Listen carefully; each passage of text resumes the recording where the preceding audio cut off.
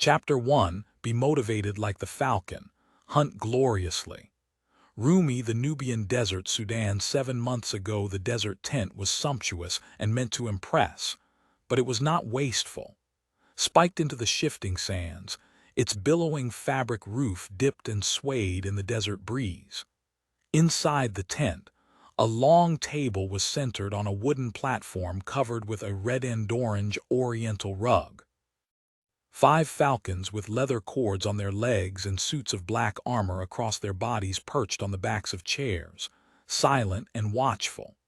The air was scented with cardamom and grapes from the festive lunch the 4 men and 2 women had just enjoyed, mixing agreeably with the seared desert air around them. The quiet strains of Pink Floyd played in the background. Champagne cooled in silver buckets, awaiting the revelations to come. They spoke among themselves, occasionally laughing as they finished the sweet cream custard mixed with dates and almonds in small golden bowls. They laid their linen napkins beside their plates and drank the last superb bottle of 2010 Chateau Elevingile French Bordeaux.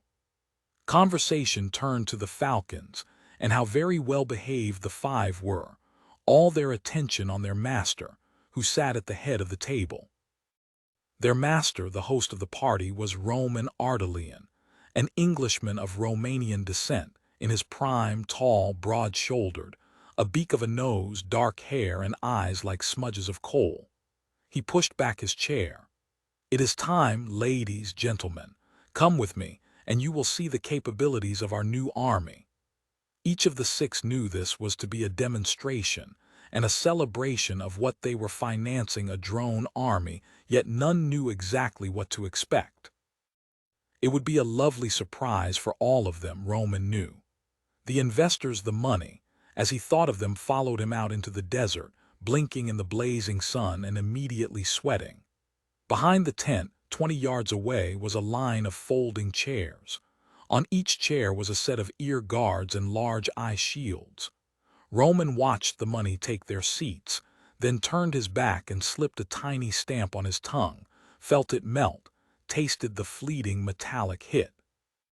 The microdose of LSD, a special version made for him by his twin, Radu, would help keep him calm and focused. It would also make the colors of the coming display more dramatic, and the acrid desert air soften against his face, but no one needed to know that. He slipped the small box where he kept his tabs back into the pocket of his cargo pants and looked again at the money.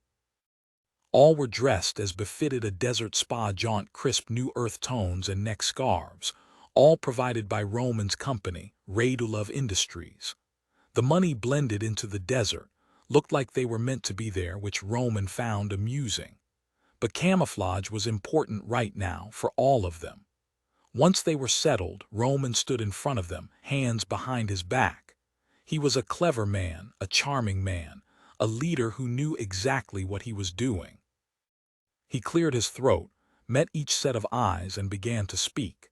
His clear, commanding voice was exactly what the money needed to hear, just as his tall, fit body was what they needed to see. "Ladies and gentlemen, I applaud all of you. You are patriots and visionaries.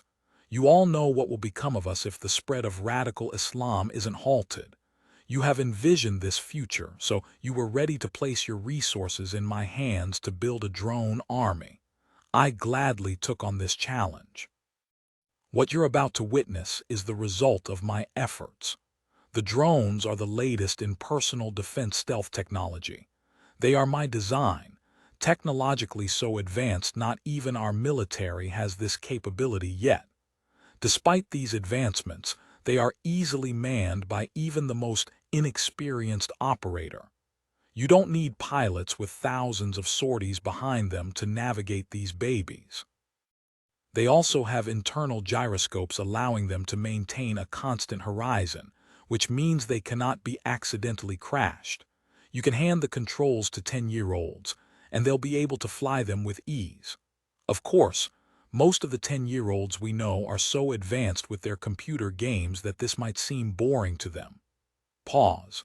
Laughter all around. But not the children where we're sending these beauties. No, they have nothing to help defend themselves against the constant encroachment of the terrorists. Nothing but leftover weapons from failed wars, guns that barely work if at all. Thanks to all of you, we're about to change that. It is our goal to stop the incessant march of radical Islam across Africa, across these small disadvantaged countries with no hope of fighting it. We are going to arm the people so they can defend themselves. What Britain and the United States refuse to do, we will do for them. Covertly, quietly, and most importantly, cost-effectively. I will have no overruns on project costs, no excuses, no delays. When you decided to go with Radulov, I guaranteed the massive drone army would be built. And this is my promise, my investment in this amazing venture. This is what all of you wanted, what all of you agreed to, and why you hired me to make it a reality. And yes, everything you're about to see here is beyond classified. I am going to pass out non-disclosure agreements for you to sign. This will assure me that even if you want to talk about these weapons, you cannot without disclosing your involvement in their development.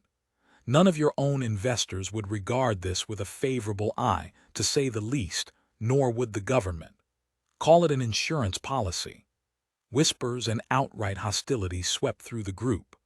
Roman's partner, Corinthian Jones, Lord Barstow, late of Her Majesty's Security Services and now a consultant for the Crown, was shaking his head. Roman, do you think it is necessary? As you said, I brought these 6 patriots to you to build this drone army in the first place. Of course they will keep silent about their involvement. Be quiet, you old fool, I know what I'm doing. My lord, I'm sure you'll understand when I say this is for my protection, as well as all of yours. We all know what happened when the Americans tried to arm the Contras. It turned into the scandal of the century, and a patriot had to fall on his sword. I have no desire to be that man. As such, I'd hardly fail to protect my interests on such a large investment, and neither would you. And as you know, this is a very large investment for all of us. Now, we need to get started before the sun sets. Please sign the non-disclosure agreements, pass them back to me, put on your ear guards and goggles, and let's get this show started. There was still grumbling, particularly from Paulina Vittorini, the Madonna bitch as he thought of her, but finally even she signed the agreement. He wondered idly if he was the richest among the 6 of them. His firm, Radulov Industries, manufactured cybersecurity software that resided on almost every modern computer in the world. Apple and Microsoft now shipped with Radulov's flagship program Matrix already installed as part of their most recent operating systems. In many ways, he'd saved the computer age from hackers and terrorists. Not that he wasn't humble about it all, at least in public. It was fitting he'd made his money in cybersecurity, because cyber warfare was the only logical step. The terrorists had their own weaponry, their own drones and wides improvised explosive devices, and in some extreme cases, planes. They moved through the dark web unseen, unstoppable, buying and selling drugs and weapons, accumulating wealth and influence, recruiting more and more lost souls to their cause. Roman's entire life had been built on preventing the flow of negative information, stopping black hat hackers in their tracks, protecting the vulnerable, the ignorant, the gullible. His values had made him rich. His brilliance and charm had made him popular. In the last piece Forbes did on Roman and Radulov Industries, they'd called him Cyber Superman. He was Bill Gates, Steve Jobs, and Elon Musk rolled into a single brain, with a touch of Tony Stark's humorous arrogance. He'd liked that. When Barstow had approached Roman about an off-book Black Ops program he'd pictured in his mind specifically, putting together a private drone army to help the smaller countries the United Kingdom wasn't able to legally protect, Roman was impressed. He jumped at the chance to stop the evil that was spreading unchecked across Africa. Barstow had quietly assembled the money, the 6 people here for the demonstration who would fund the operation. If that is, they were impressed enough to transfer half the total funds required to a special account Barstow had set up. When the drone army was ready to ship, the other half of its total cost, £2 billion, would be paid. Barstow had also assured him the money had the resources to move the drones into place. As for Lord Barstow, he referred to himself as Roman's partner, a small conceit Roman allowed him. He would remain the financial bridge between the money and Roman. He himself wasn't rich, merely comfortable, but through his title, lineage, and government contacts, he knew everyone who counted. Roman was amazed Barstow had the brains and guts to set this plan into motion, and equally amazed he'd managed to convince 6 wealthy people to pay for it. It was the make-or-break moment for Roman, but he wasn't worried. It was the perfect time. The sun was beginning to set, the sky turning lovely shades of pink and orange, signaling the ending of a very good day. It was time to show Barstow and the money what they were going to get for their incredible investment of £2 billion. In the distance, there was a small village crafted by Roman's people. No living souls inside, of course, with everything a small desert village would have: huts, cardboard people and goats, even a rooster, several large outbuildings for livestock. They'd spent 3 weeks here in the bloody hot desert putting it all together. Roman grinned to himself. Now came the fun part. He nodded to Cyrus Wendell, his right hand for nearly 10 years now. Cyrus had worked with him on the development of the drones. He was the only one of Roman's people he trusted to be there for the demonstration. Cyrus pressed a button on the laptop. Roman lifted his arm, now encased in leather. His wrist held what looked like a small computer keyboard and screen. All of the weapons are remotely operated through a computer program I've written, controlled by this small device on my forearm. As you can see, this weapons system is portable, discreet. You could even take it on a commercial airline flight. It's rechargeable and runs on a proprietary lithium-ion battery for long life. It has the latest in Radulov's biometric security, iris coding, and facial recognition, with a DNA backup as well. Should your device be stolen, or, heaven forbid, you're forced to unlock it against your will, the system is built to recognize distress in your facial features and take an immediate DNA sample to make sure no one else is trying to control it. If it's not you, it will shut down. Paulina Vittorini, who ran a wealthy shipyard for her family and was considering a run for MP, said, "Impressive, Mr. Ardelian. These measures concern me, though. Are you expecting people to try to steal the technology off our wrists?" Roman smiled, a hint of flirt on his face. "Wouldn't you? I take nothing for granted in this world, Ms. Vittorini. Protecting my people and their technology is paramount. Now, let me show you what you'll be getting for your buy-ins." Roman pressed the button on his wrist, said nothing, waited 3 seconds. It sounded like a swarm of bees coming closer, closer. The murmurs stopped.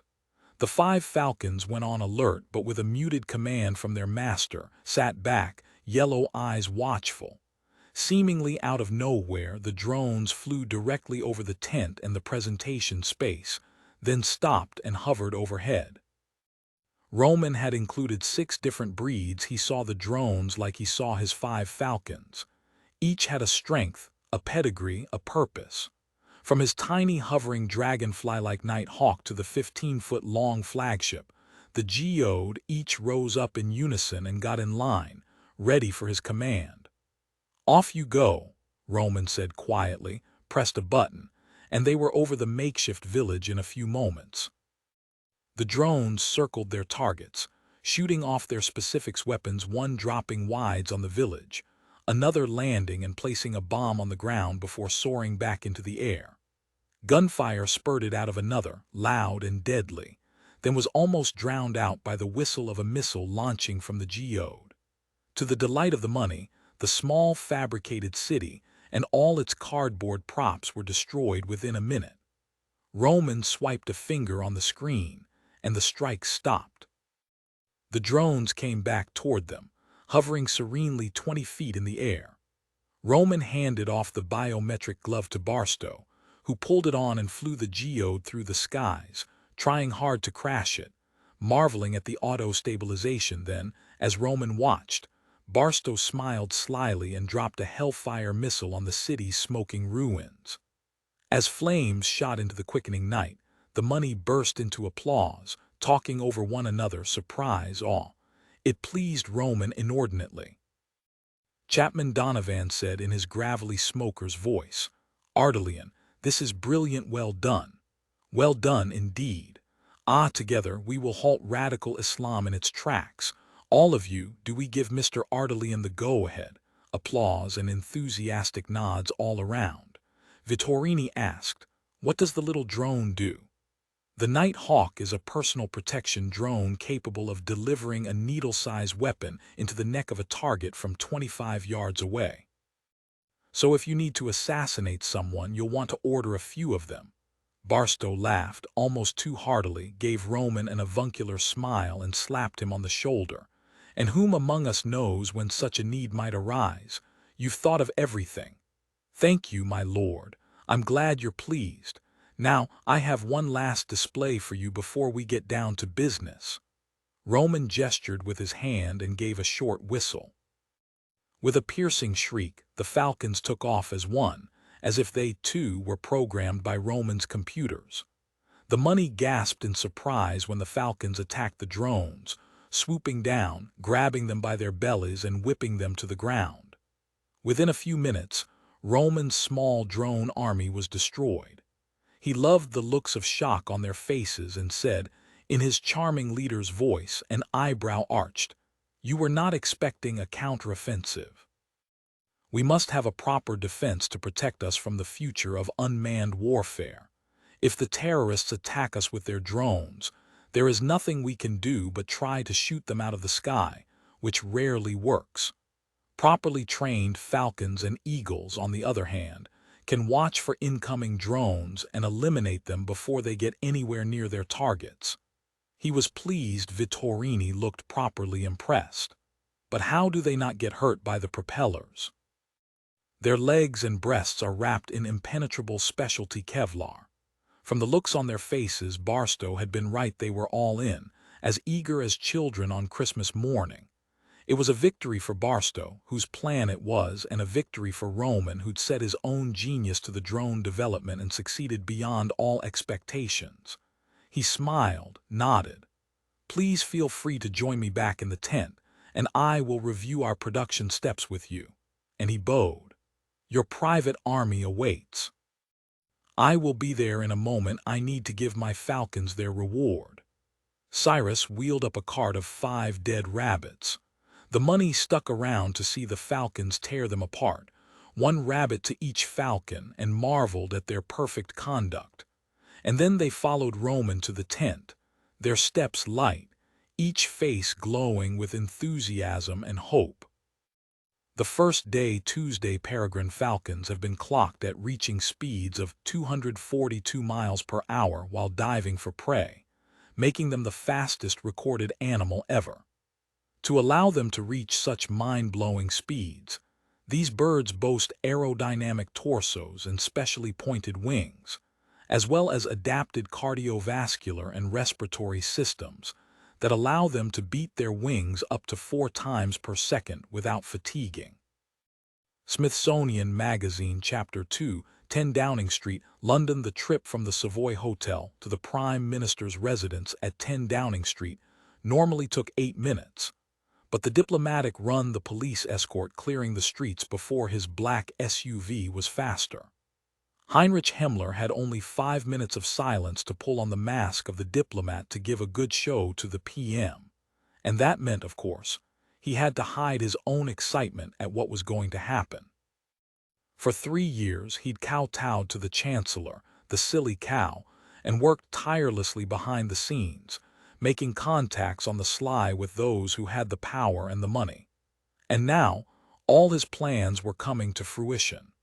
The Chancellor had sent him here to convince the PM to allow more refugees per year into the United Kingdom. Oh yes, he would give his spiel to the PM and then he would leave. No one knew what Himmler was really doing in London, except his 2 personal security guards, who were paid handsomely to keep their mouths shut.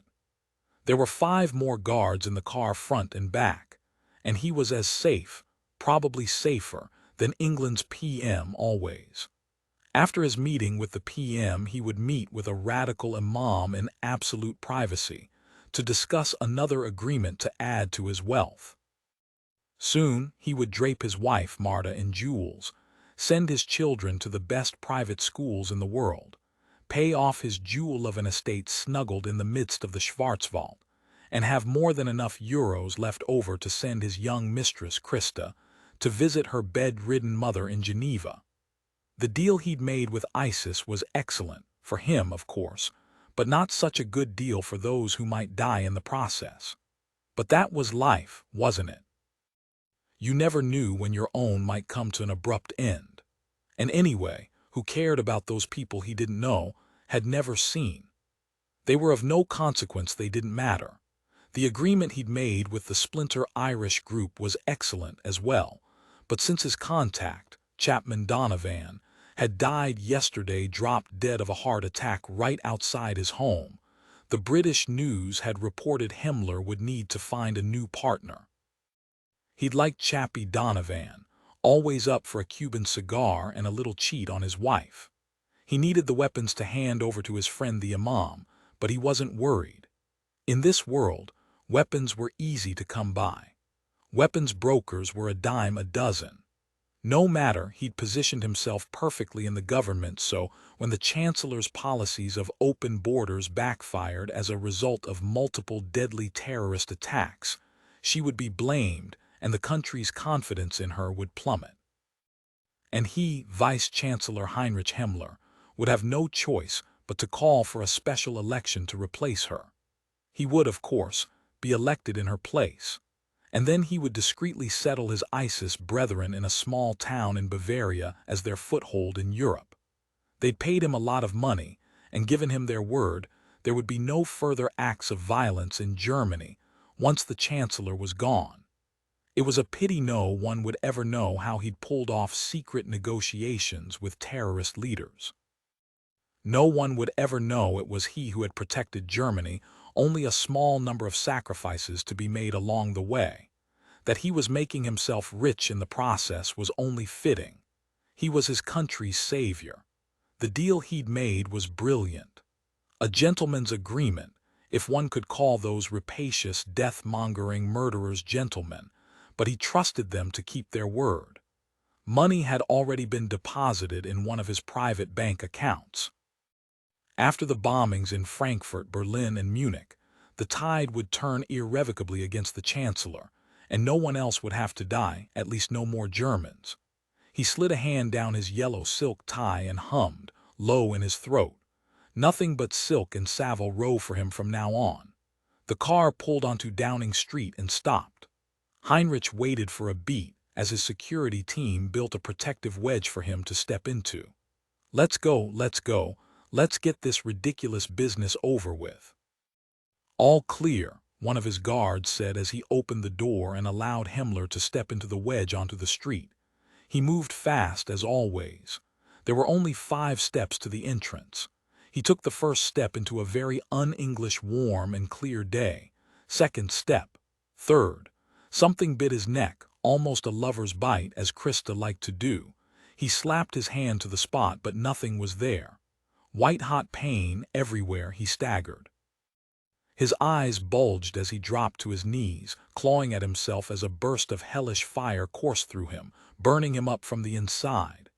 He heard shouts, felt hands lifting him, dragging him to the doors, his knees scraping the cement as he was manhandled inside Downing Street. He heard the grand doors slam shut behind him. He clearly heard shouts for help, but he couldn't talk, couldn't move, or breathe. They laid him on the carpet in the foyer. It felt so soft under his cheek, but only for an instant because the flames were consuming him, making him want to scream, only he couldn't. Heinrich knew he was dying. He had no chance to pray for forgiveness, nor did his life flash before his eyes.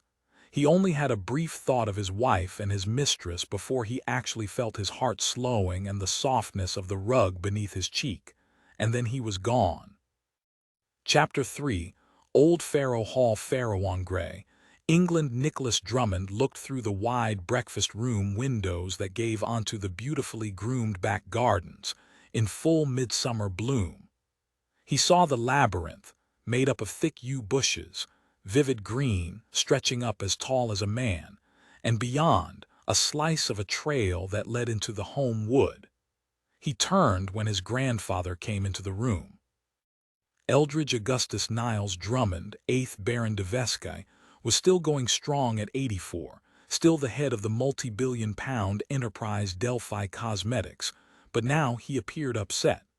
He sat at the table and stared down a moment at his lumpy porridge, automatically poured milk and a fistful of brown sugar on top, and took a quick bite. "Bollocks," the Baron said, and shoveled in another bite. "What's wrong, grandfather? Are the Saracens nearly at the wall?"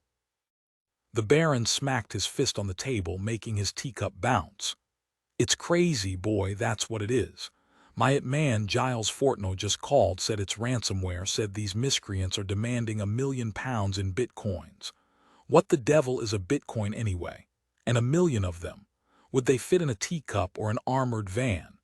Giles said our sites are down until we pay up, and he can't fix them. But I knew you could, Nicholas, and so I told Giles. First tell me, what is a blasted bitcoin?" This was not good.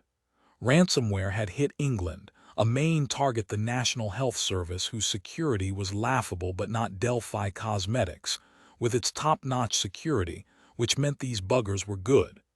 He figured how he was going to fix things, which had to include Covert Eyes' cyber expert, Adam Pierce. He remembered everyone celebrating when Adam had turned 20. He said, "A bitcoin is a form of monetary recompense used primarily online to pay for services rendered. They don't exist in the material world, unfortunately. They're virtual. Most of the services unsavory, as you've just learned. I'll try to save your systems from the ransomware attack without your having to pay anything." Nicholas's grandfather looked relieved. "Well, that's why you came for a visit, isn't it? Only neither of us realized it when you and Michaela drove up on Sunday." "Well, get to it, my boy. We stand to lose millions every single day the direct delivery systems and websites are down. And you know Giles, he'll pull out all his hair if there's any delay, and he doesn't have much to begin with." Nicholas said more to himself than to his grandfather. They must have a back door to stop the attack once they're paid. "I'll find it, disable the lockdown on Delphi's systems, push some nasty code their way to disrupt the attack, which will not only release your systems but also should stop the attacks elsewhere as well." His grandfather said, "Good, get to it." "Oh yes, Nicholas, I want to see one of these demmed bitcoins." "Bitcoins sound as silly as the name you and Michaela gave your FBI team, Covert Eyes.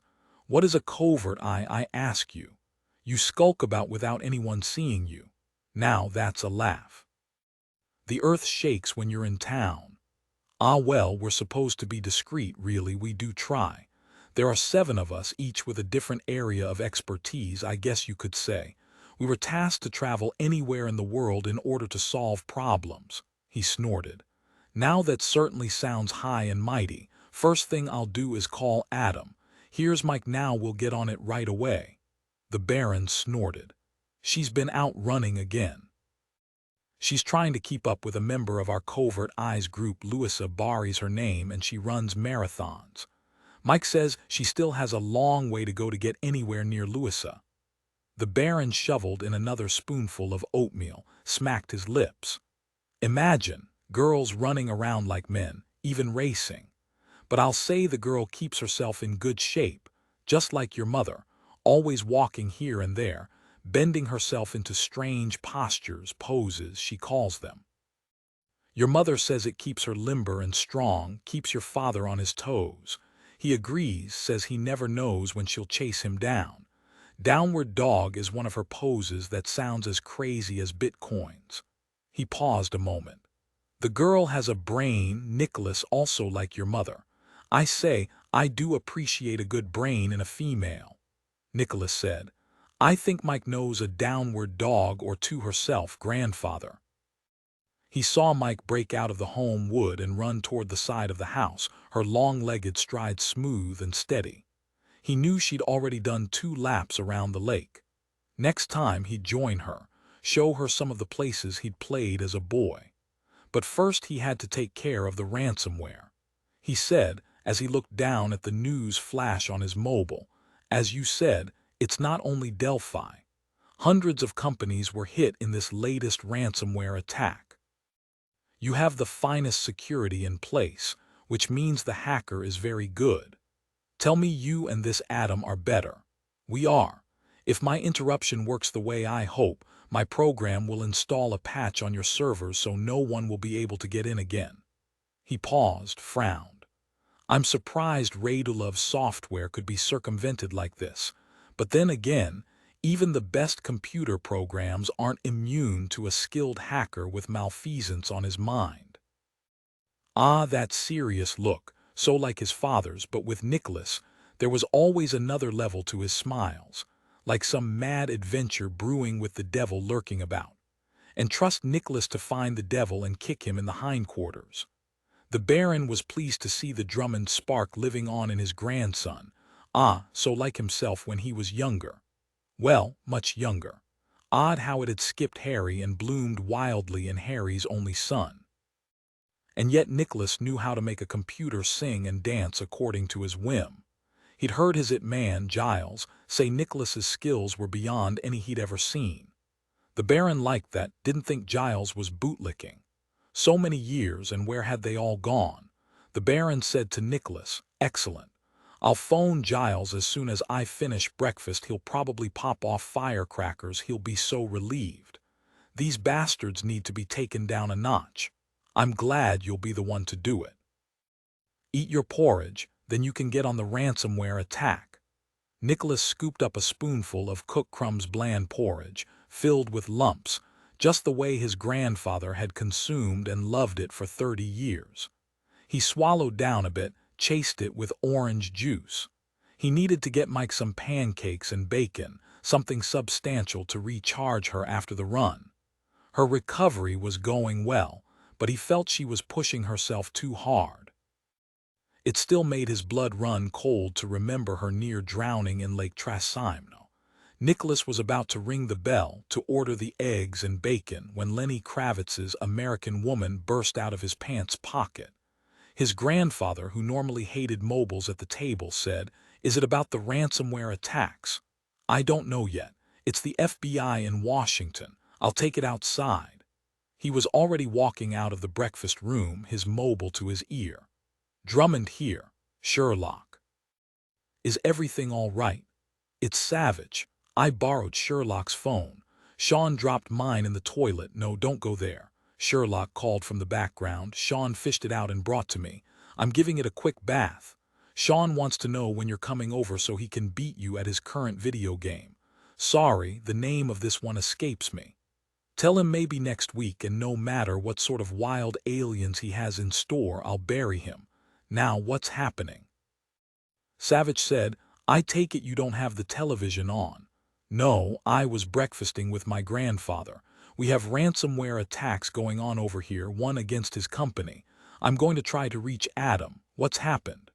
"The Vice-Chancellor of Germany was assassinated minutes ago on the steps of 10 Downing Street.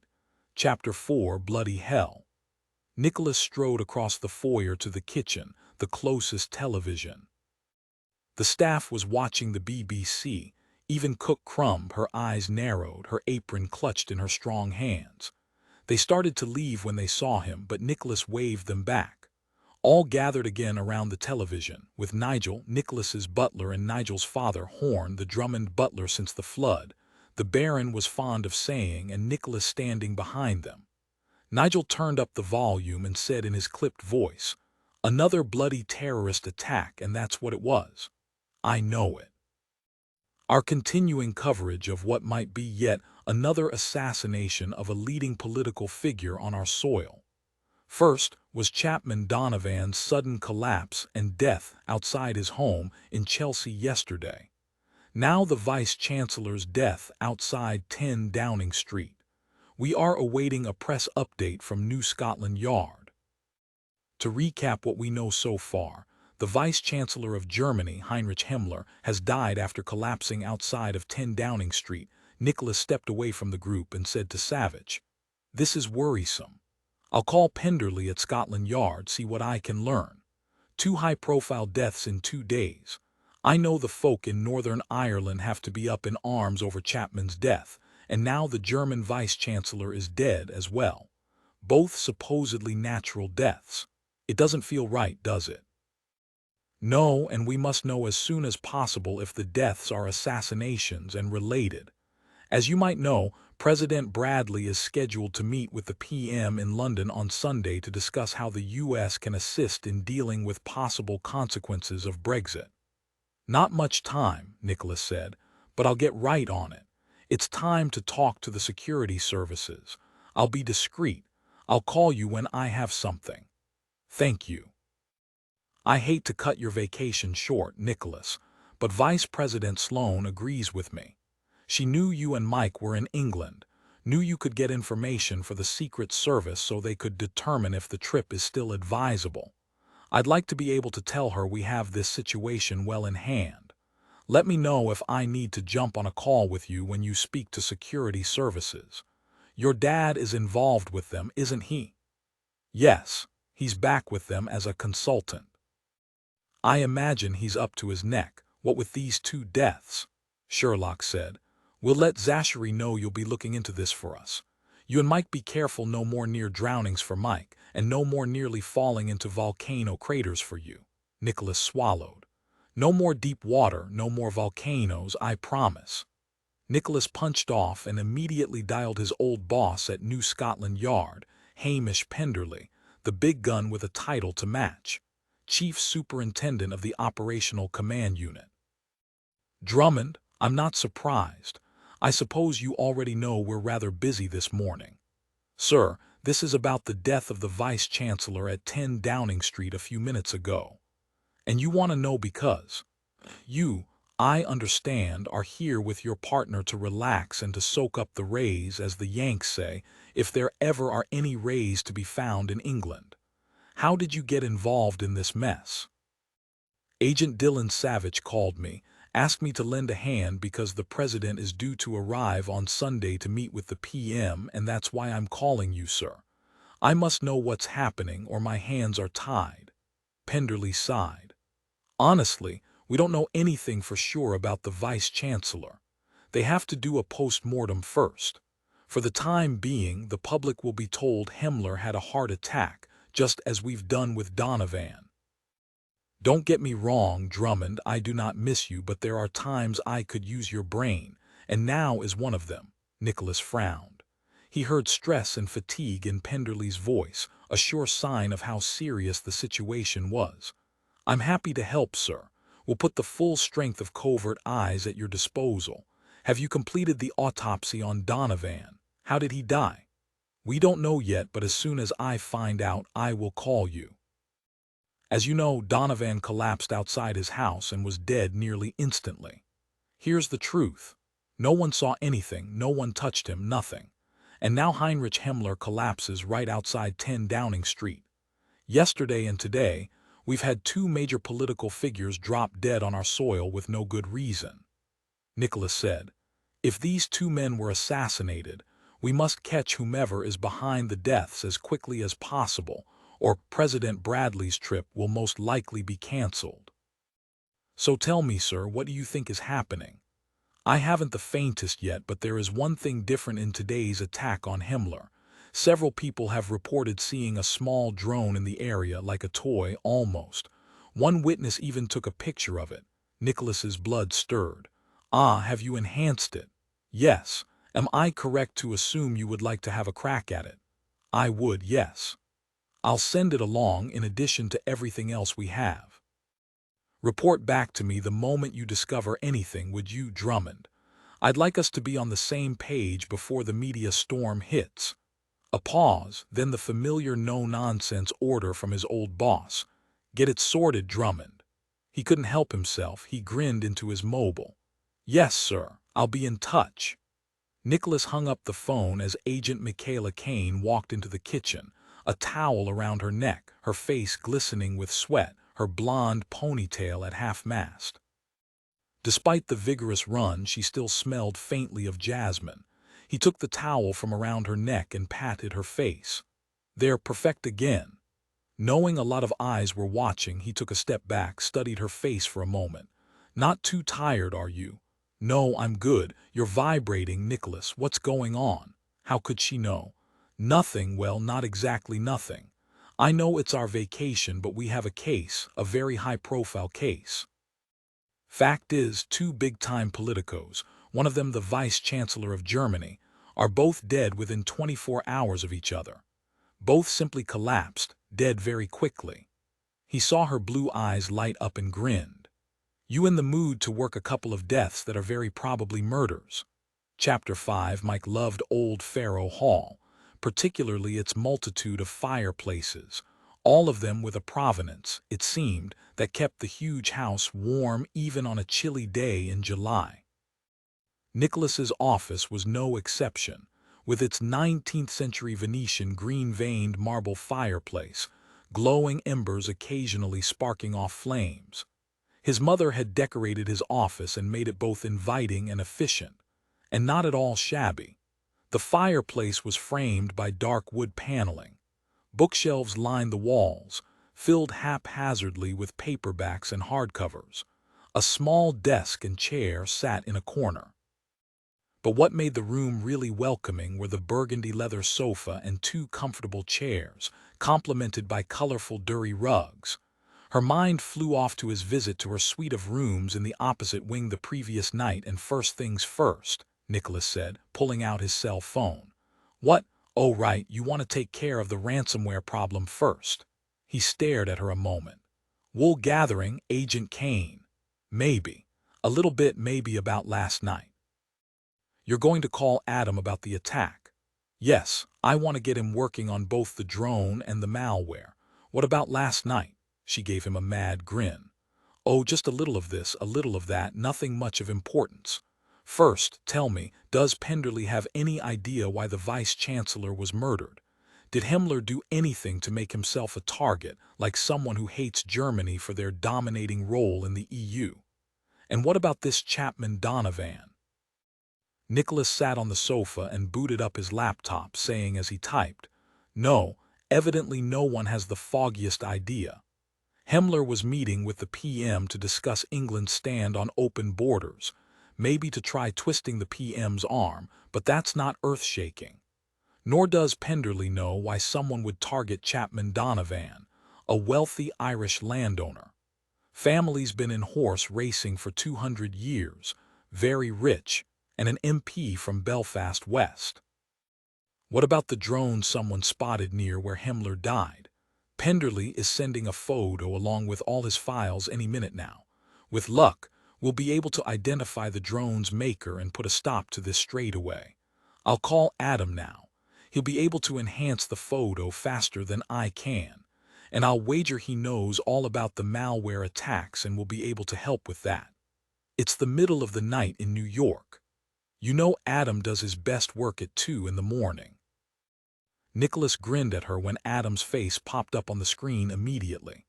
He didn't seem tired or sleepy, had his earbuds in, a bright blue Star Trek Voyager t-shirt on, and a can of Red Bull in front of him as always. Adam said, Hey, you guys are supposed to be on vacation. Did you get called in on the Vice-Chancellor's murder or the malware attack? Had he ever doubted Adam wouldn't already know about both? No, he hadn't. He said, both. First, how are your photo enhancement skills? You wouldn't ask if you didn't know I'm about the best on the planet, sending me a file. Any minute as soon as Penderley sends it to me.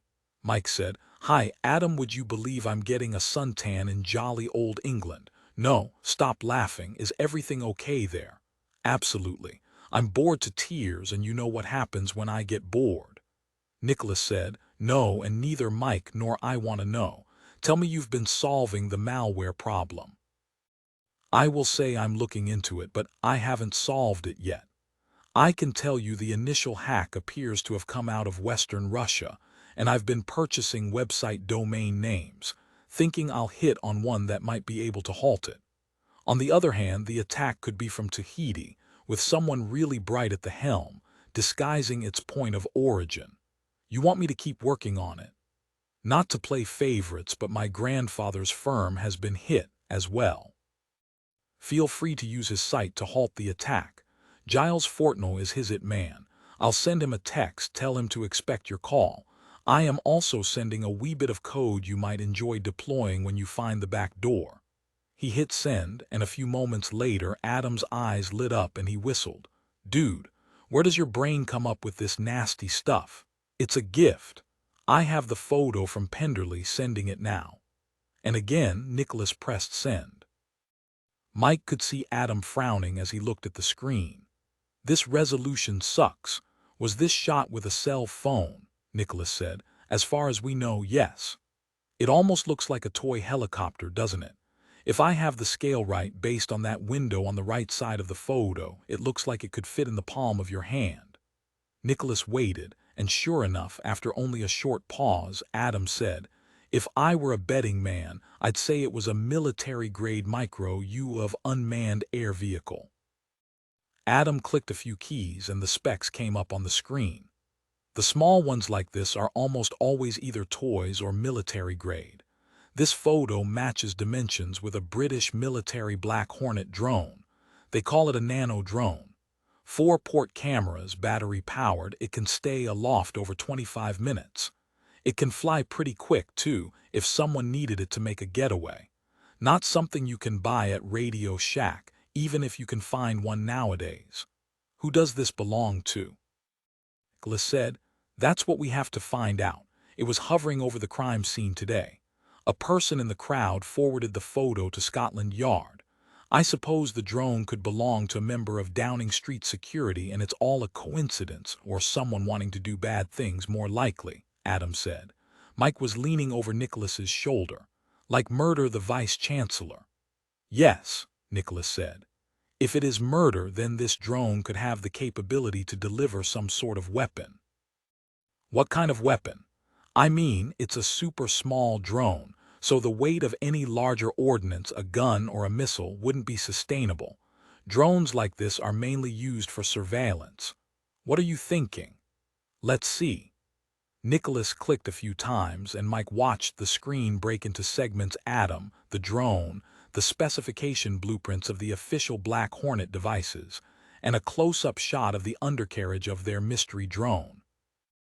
Nicholas said, "If this was not a surveillance drone, it must have a delivery mechanism for a weapon that can kill. Hold on, Penderley sent us a message. Several attachments." Nicholas scanned the contents of the email. "I'm reading from the files Penderley sent over. This is the first I've seen of this, so bear with me. Interesting. Chapman Donovan's death was heart failure brought on by poison. He had something called epibadidine in his system, a neurotoxin derived from a small South American tree frog. According to the report, epibadidine was once explored as a substitute for morphine, but was deemed too toxic, too unpredictable." Mike asked, "They get this neurotoxin off frigging frogs?" Adam said, "Epibadidine was originally derived from the Ecuadorian poison dart frog." Which means whoever's using it bought it online, because when these particular frogs are bred in captivity, they're almost always non-toxic. Their alkaline levels aren't the same when they don't feed on insects in the wild. Whoever killed Donovan either went to Ecuador and harvested the poison from the frogs, or he or she bought or stole it from somewhere. You know you can purchase anything online now, legally or otherwise." They both looked at him, eyebrows raised. "What?" "I watch the National Geographic Channel." Mike laughed, then said, "Logic says we have a small drone capable of delivering a neurotoxin. So the delivery mechanism must be a small tube of some sort filled with the frog neurotoxin. Yes, Nicholas said. More important, why were these two men targeted? Chapter 6 Falconry. The art of training a raptor to hunt in cooperation with a person and to return to the falconer on signal. Wingmasters, net. The language of falconry over northern England. The G650 blew north, a quick hop from London to Roman Ardelian's headquarters near North Berwick in Scotland. He'd been asked why he'd elected to set his headquarters in Scotland, and not where. He'd wondered. Romania? A stupid question. Just because he was of Romanian ancestry, he was an Englishman and a businessman who understood the tax structure was better here. Not to mention he wanted his headquarters near to home so Radu could run things more easily. He checked his email and the news reports, smiled, and made a brief, encrypted phone call. The voice on the other end was furious, just as Roman knew he'd be, and it pleased him. What do you think you're up to, Ardelian? Murdering Himmler in front of 10 Downing Street was insane, and less than 24 hours after Donovan died, and in exactly the same way. Are you trying to ruin all of us? Why so upset, my lord? Himmler was dirty to his bones, and you knew it. Me6 was gathering evidence on him. He was communicating with ISIS, was planning to give them land, legitimacy, and weapons to stake their claim in Europe. I did you a favor eliminating him, no. I've done the whole world a favor. Yes, he was a traitor to his country. I'm glad he's dead, but you didn't need to draw so much attention to yourself. And what about Donovan? I know he was balking at the amount of money he was still expected to pay for his share of the drone army, but I would have talked him around. Why did you kill him? Because he wasn't innocent. When I was looking into Himmler, I saw a string of private messages that seemed odd. When I explored further, I realized they were between Donovan and Himmler. I took a quick peek inside Donovan's computer to make sure, saw even more correspondence on a private chat. Well, it wasn't private to me. He broke our non-disclosure agreement, talked to Himmler about supplying him with weapons. He knew Himmler was in bed with ISIS, and yet he still wanted to deal with him. He was a threat to Project Cabal, and I eliminate threats. He paused a moment, then added, I guess you didn't know he moved most of his assets to 5 separate Swiss banks. Why? I think he was brokering some major deal with Himmler, one not to our benefit and wanted cover. Donovan was playing fast and loose with his loyalties and of no use at all to us. In fact, if I hadn't eliminated him, he would have told everyone about our drone army. Good riddance. Barstow sputtered, then said, I always thought Chappie Donovan was a good man, not to mention he was as rich as Croesus, and he always wanted to go along with my ideas like Project Cabal. You're certain? I've heard nothing like this. Believe me, Barstow, since he was one of the 6 money, you can count on the fact I'd be certain. Perhaps as their hotshot consultant, you can get Me6 up to speed. There was dead silence, then Roman said, Now let's get to what's important. Today is the day, Barstow. I'm officially notifying you the drone army is assembled and ready to ship out. It's payday. Nearly £1 billion, minus Donovan's share, which we never were going to get in the first place. All right, here's the truth. The rest of the money are balking, don't get me wrong, not for the same reason as Donovan. No, they want the drones immediately before they pay their final installment. That wasn't our deal, Barstow. No money, no drones. I know, and so I told them.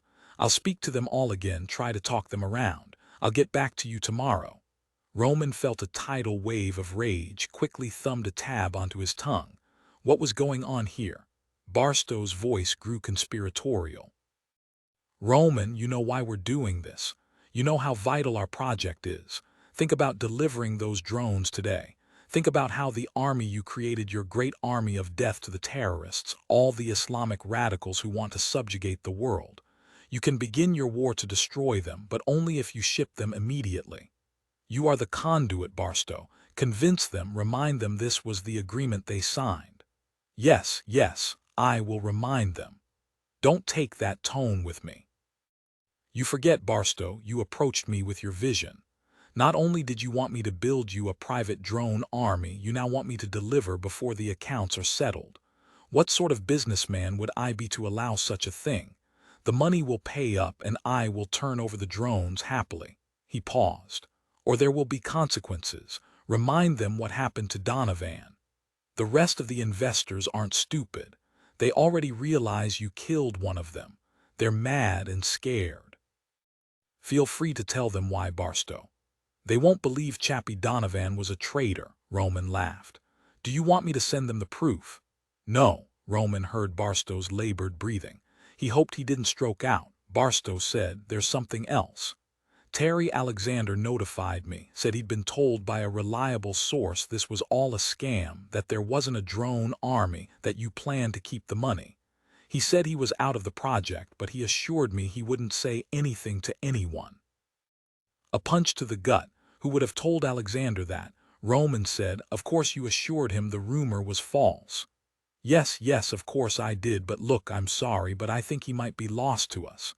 "My £1 billion is shrinking rapidly, Barstow." Roman added quietly, "Did you trace the source of this rumor?" "I can't, and believe me, I've tried." "Sorry, Roman." Rage bubbled and roiled.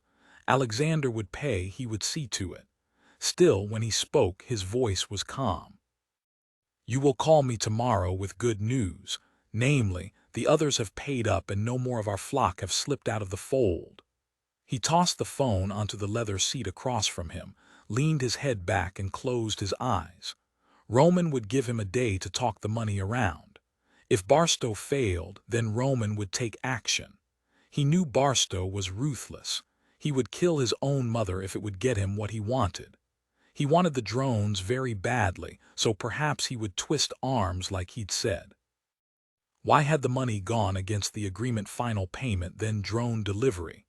And Alexander, who had been told there were no drones. That Roman was a crook. He picked up his tablet, scrolled through the list of names. 6 money were involved in Project Cabal, 4 men, 2 women, representing 4 different countries. Well, now 4 since Donovan's faceplant yesterday and Alexander's defection. So he'd lose £150 million. Donovan's death already improved the world. Had he really not paid Barstow? Had Barstow lied, deciding he could keep the money rather than giving it to Roman? But Alexander, a shock, that one. Roman had liked Terry Alexander, worked with him on occasion, found him committed to keeping England safe from terrorism. Who had told him Roman had lied about the army? Roman slipped a stamp onto his tongue, leaned his head back against the leather seat, and closed his eyes again. He thought back to the day, nearly 2 years before, when Barstow involved him in what was then an incredible dream. Barstow had proposed bringing together several wealthy individuals to fund the building of a drone army. Naturally, the governments of democratic nuclear nations couldn't be seen supporting upstart democratic wars in Africa. Not anymore. Even when the enemy was so clear, the nightly news was full of terrorist bombings, cars driving into crowds, innocents' blood spilled on the streets. The Select Six were eager to finance the project, but insisted they had to work behind the scenes so, whatever happened, they wouldn't be held accountable, wouldn't be targeted by ISIS. They knew to take the terrorists on openly meant they'd likely be handed their heads. Very few people knew Roman was already trafficking in arms for the smaller nations fighting ISIS.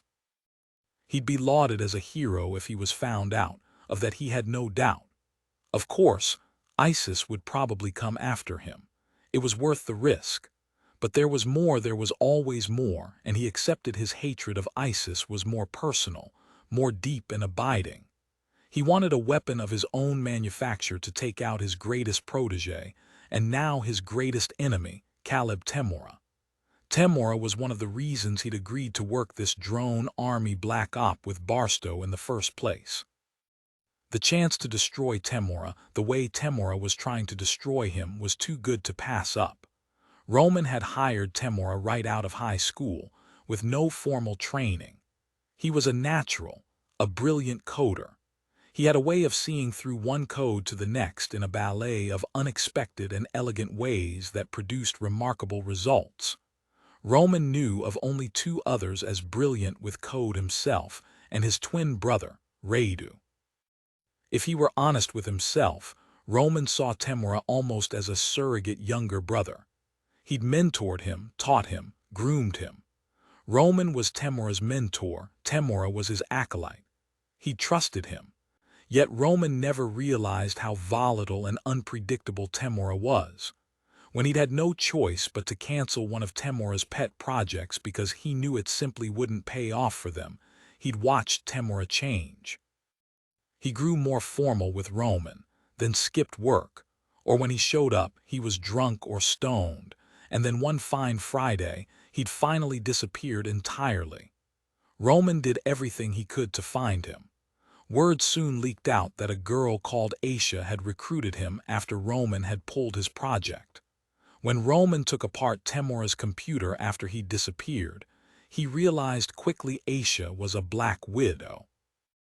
But before Roman could find Temura, Radu discovered Temura had traveled to Syria and joined the caliphate. To lose a computer genius of his caliber to ISIS, to know his former protege was enabling their communications on the dark web, using private messaging services he developed for them, plummeted Roman into a well of hate. Now, 5 years later, Roman and Radu had still failed to find him. He knew Temura was at the forefront. He recognized his work in the terror organization's technology. And at Temura's back, protecting him, stood the world's most feared terrorists. Yes, destroying ISIS was paramount, but Roman wanted more.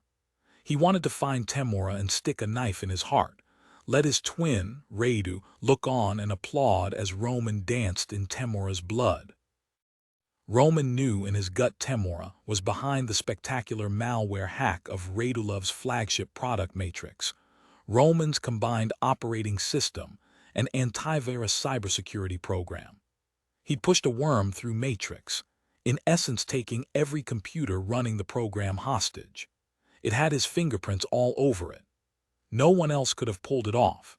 Certainly no hacker he'd heard of could have managed to burrow into the first 3 layers of security on Matrix.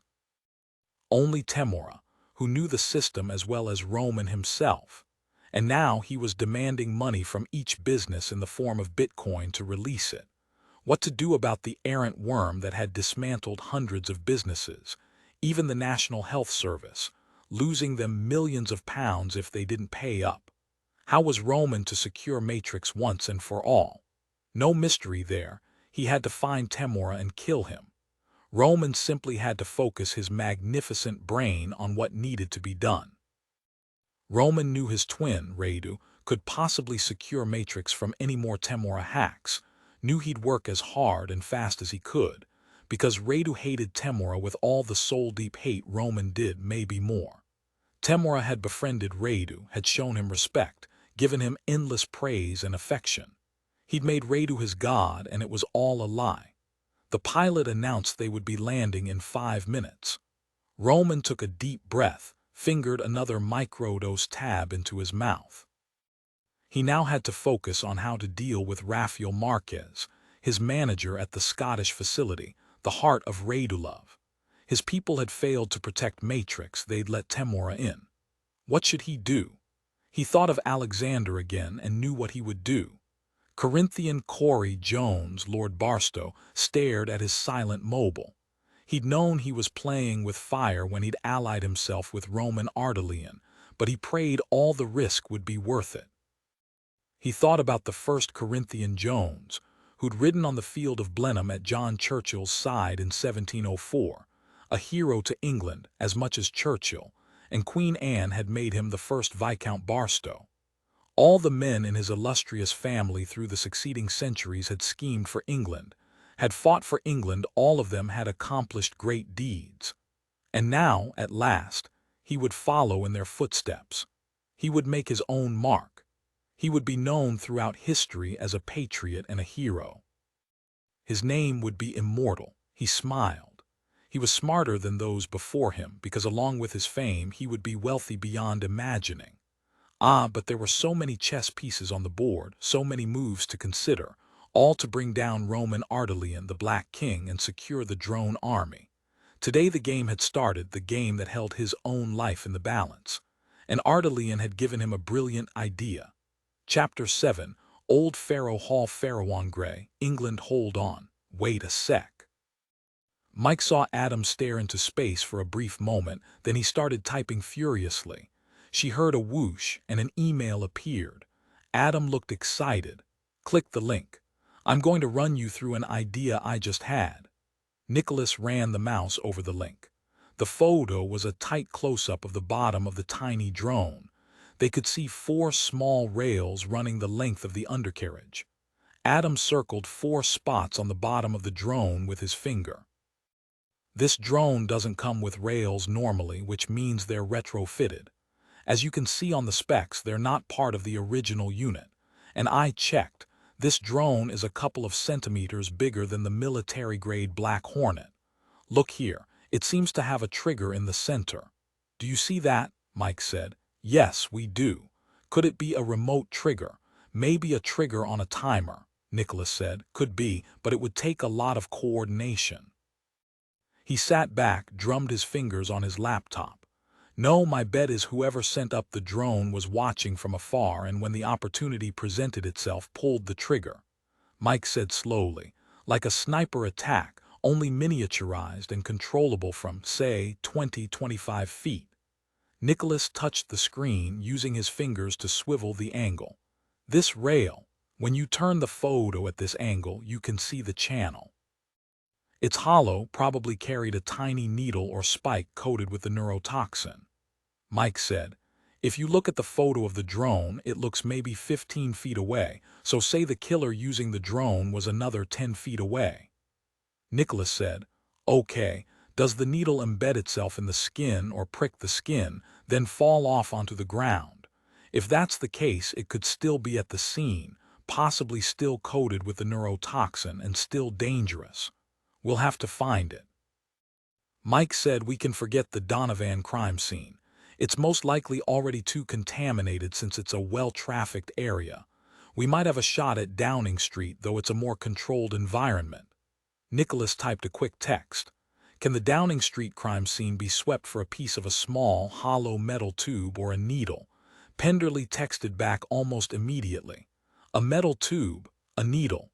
You just heard my groan, yes, Drummond. Will do. Mike said, this seems to be an entirely new weapons system. Has there been any talk of this, Adam? There's always talk, Mike, but about a drone firing frog spit. I'll start looking in the dark web, but as far as I know, this is something new. There are lots of warnings about weaponized drones, but this is beyond anything I've seen. Like I said, the drone's undercarriage looks like the base of a Black Hornet, but the military Black Hornets are mainly for reconnaissance and close personal use for soldiers in the field. This is something different. This one has been custom-made to kill. Tear it apart, Adam, and let us know what else you find. It would help if you could FedEx one to me. Just kidding. I'll see what I can do. Adam's portion of the screen went black. Nicholas saw Mike staring at the marked-up photo of the undercarriage of the drone. What is it? She touched the screen, enlarged a small section behind the back rail. It's fuzzy, but I can make out something right here. Nicholas circled the spot and clicked a button, and the spot grew larger. Mike took off her glasses and bent down, nose nearly to the screen. Nicholas, could that be a serial number? I think I see a letter R and the number 7. Nicholas bent close as well. Good eyes. It might be. He clicked on the screen, sent the shot to Adam with a brief note. Check this out too, please. Possible serial number. Mike sat back down, cupped her chin in her hand. A weaponized drone this size, it boggles the mind. We have a serious problem on our hands, Nicholas. At the very least, I need to work on the malware hack with Adam, then we'll tackle this. And speak of the devil, Nicholas pulled up his video chat with Adam, who was grinning. I'm a genius, you're a genius, all is well in the universe. Okay, talk to me. Giles Fortnall, your grandfather's at head, gave me access to the mainframe at Delphi Cosmetics. I created a shell that allowed me to look at the entire system, from orders to emails, and I found the malware's entry point. Not exactly a sophisticated ruse, done with a DDoS distributed denial of service attached to an email that looked like it was internal, but the email address had been spoofed.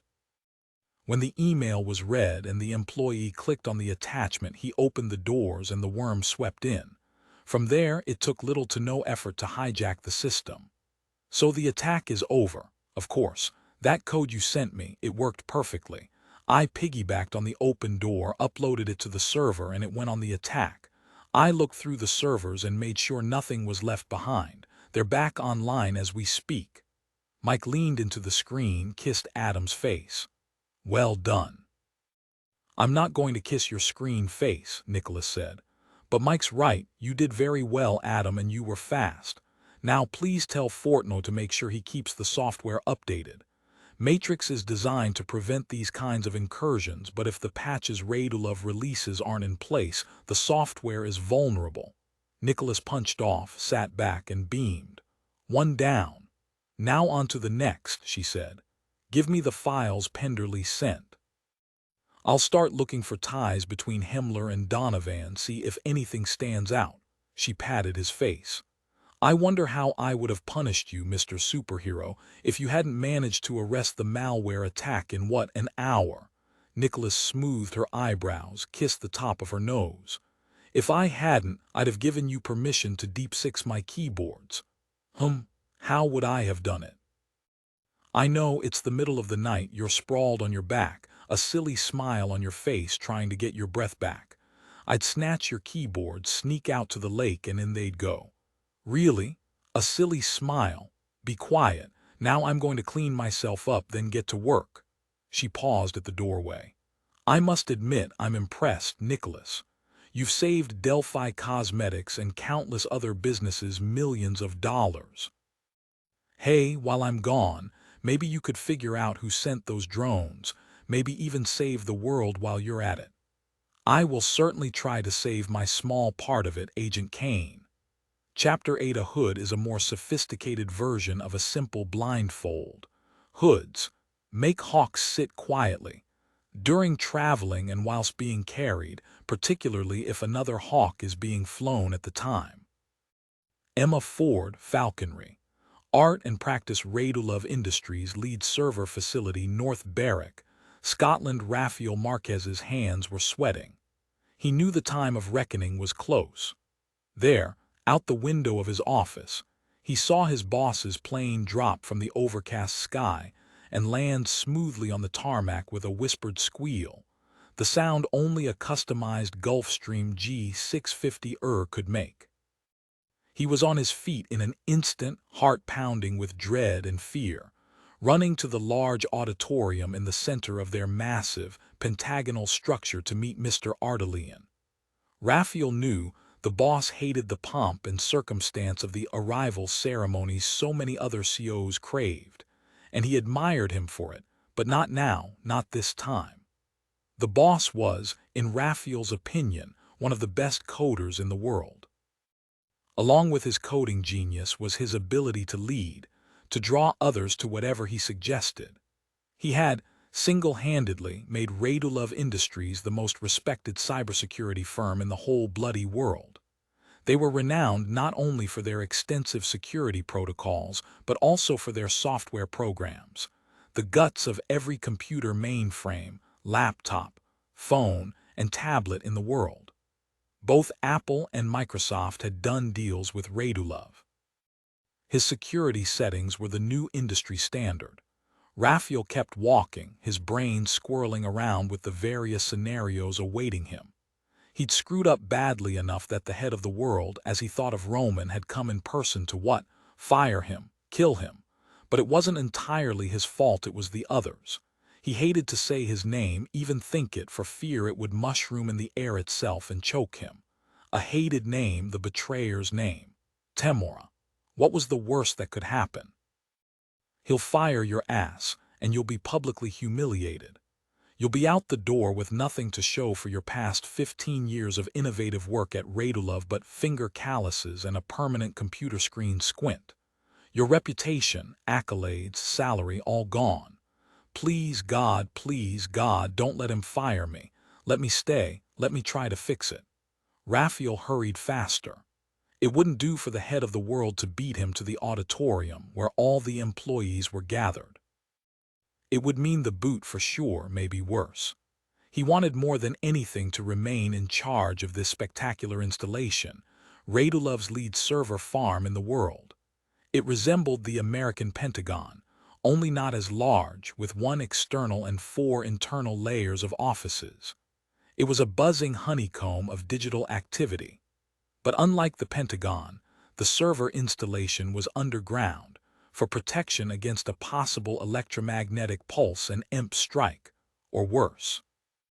In short, if their servers went down, the computer systems all over the world would, too.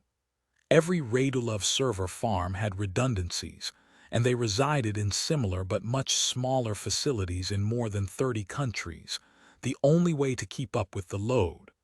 But the heart of Radulov was right here in Scotland. Put a dagger through the heart, and everything would be lost. And that was what Raphael had allowed the hated other to do. He'd known Temora was a genius, known he was capable of anything, and they'd taken every precaution, but still, somehow, he'd found a way in. The auditorium was inside the final layer, deep down, with filtered air and ventilation systems, kitchens, food stores, and massive vertical support beams like metal ribs. It had been designed to convert into a dormitory for all the employees of Radulov Industries housed in the facility, 200 at any given time. Roman was always prepared for the worst. Faces looked up when Raphael burst through the door. He called down from the catwalk high above, "He's here. Shape up, everyone." The room synchronized, everyone finding their place, ready for this impromptu meeting called by the head of the company, the head of their world. Everyone knew why Ardelian was there. Everyone knew Raphael had failed, and as such it meant they had all failed. What would happen? The air was thick with anxiety.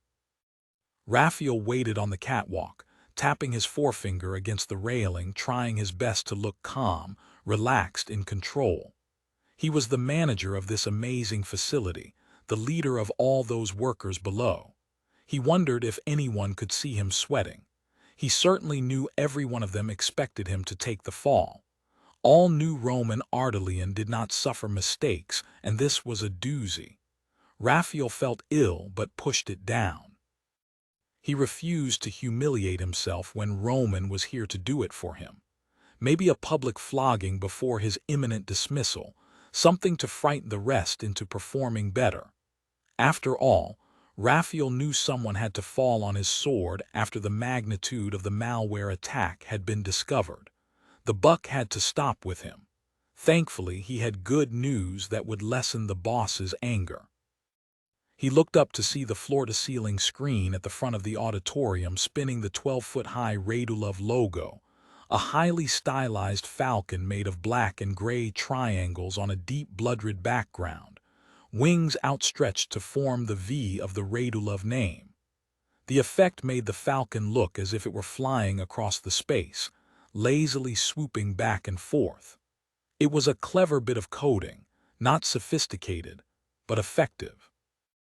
Raphael could pretend all he wanted, do the stiff upper lip, but he knew he was about to be the GOAT. If he had a brain, he'd do a runner, quit, leave, because he didn't think what was coming was going to be pretty. He knew he wasn't kidding anyone. He gave up pretending nonchalance and started chewing on his thumbnail. The doors to the catwalk flew open, and Roman stepped through. Raphael found himself staring at him. He was beautifully dressed in a soft gray Savile Row suit perfectly tailored to his tall, lean body. His long black hair was swept back from his face, tied with a black cord at the base of his neck. His nose was too hawkish to allow for handsome, but it didn't matter. He was imposing, his mere presence impressive, even without his opening his mouth. Business reporters loved him, his candor, his genius, his humility, feigned naturally. He could charm the feathers off a lark if he was in the right mood. He could also intimidate, scare a man to his bones if he wasn't happy. Roman spied Raphael standing next to the railing, his face as white as the snow that occasionally fell in North Berwick. Contrary to expectation, he smiled when he grabbed Raphael's hand and pumped it hard. "Raphael, my old friend, how are you?" "Fine, sir." "Ah, how was your flight?" "I came up from London, so it was short. Walk with me." They started down the catwalk, toward the main stairs and into the auditorium, where there was a stage and microphone. Raphael ignored the hundreds of workers below, even though he felt their stares, heard their murmurs. Roman clapped Raphael on the shoulder. "I suppose you know why I'm here, don't you? Here it comes." "Yes, sir, I do, and sir, if I could just explain, tell you what's happened." They were still on the catwalk, high above the auditorium, Roman's hand square on Raphael's back. He leaned down, whispered, "It would be so simple, Raphael, to push you over the edge. It's a long way down. You'd have time to think about your massive failure on the way, but death would be too easy a punishment, wouldn't it? No, you're going to fix this mess internally and remember my benevolence toward your egregious mistake, aren't you?" "Yes, sir." "A moment. I have good news." Roman stared down at his manager, an eyebrow up. "You have found some good news in this mess. Someone put a hack into the hack, and now the malware itself is infected. It stopped the attack in its tracks. No one will have to pay ransomware. It happened only an hour ago. Sir, the threat has been eliminated." This was a surprise. Someone was better than Temora. "You're telling me this person made Temora pull out completely?" "Yes, sir. I don't know who did it, but I will have a name within the hour. I've tracked it through 15 servers with our new tracking software. I know it came from a server north of London. Yes, every time someone activates a Radula VPN, we can trace every step they make. So besides Temora, you're telling me we now have more people inside our servers?" "Ah, yes, sir. It seems so, sir." Roman took a breath through his nose and shut his eyes.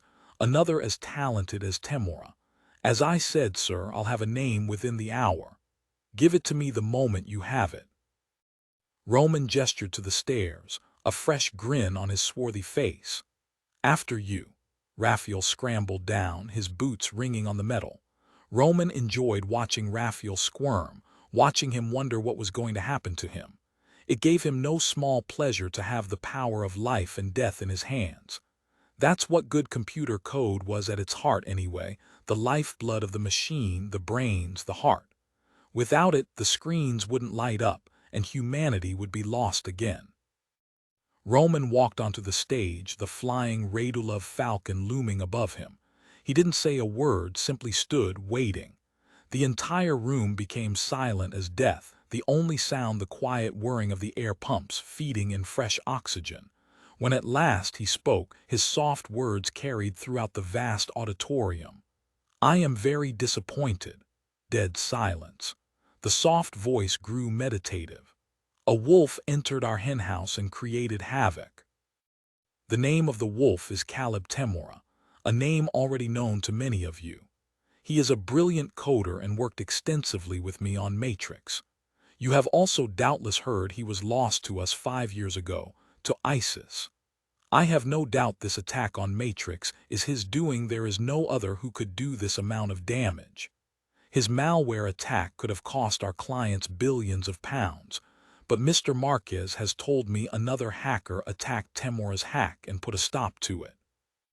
Who this other person is, we will find out very soon. Regardless, even though he stopped Temora's hack and demands for ransomware, he could be as great an enemy. I had believed Matrix invulnerable, but someone left a door open and allowed Temora in. Now every client, every computer, every software package in the world is vulnerable. We must do the right thing for our clients, and if that means we're working 24/7 for the foreseeable future, so be it. There is no overtime. There were several muffled groans, bold of the buggers, he thought. Wished he knew who they were. No, don't even think about complaining. We are going to take Matrix apart. We are going to work relentlessly to find every last bit of malware in our systems. We are going to examine not only Temora's hack, but also the other's hack as well. Then we are going to re-engineer Matrix to make it perfect, impervious to anyone who wishes us and our clients harm. I want sheer brilliance, and I will accept nothing less. No more ransomware attacks. He paused a moment to build drama. The one among you to find the problem source will receive a year's salary as a bonus. Now the whole room was sitting on the edge of their seats. And the person who designs me a code that is truly impenetrable gets 10 years' salary, equal to my salary. Are we clear? Audible gasps now. Raphael did some math, felt his heart take off at a gallop. That was somewhere near 40 million pounds. Temora's hack of Matrix makes us look bad.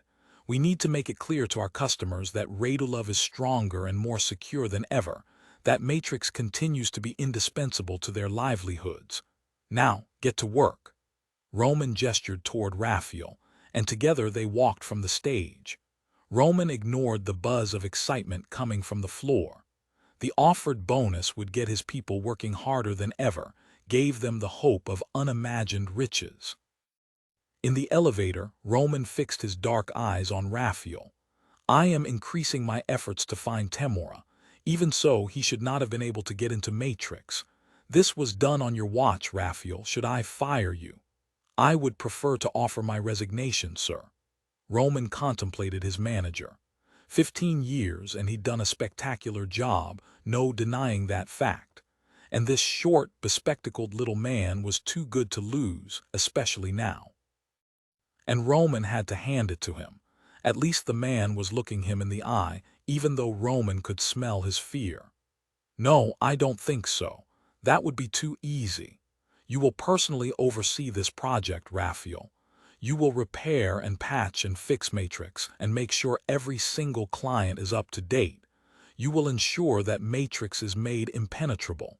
And you will give me the name of the one who stopped Temora's attack.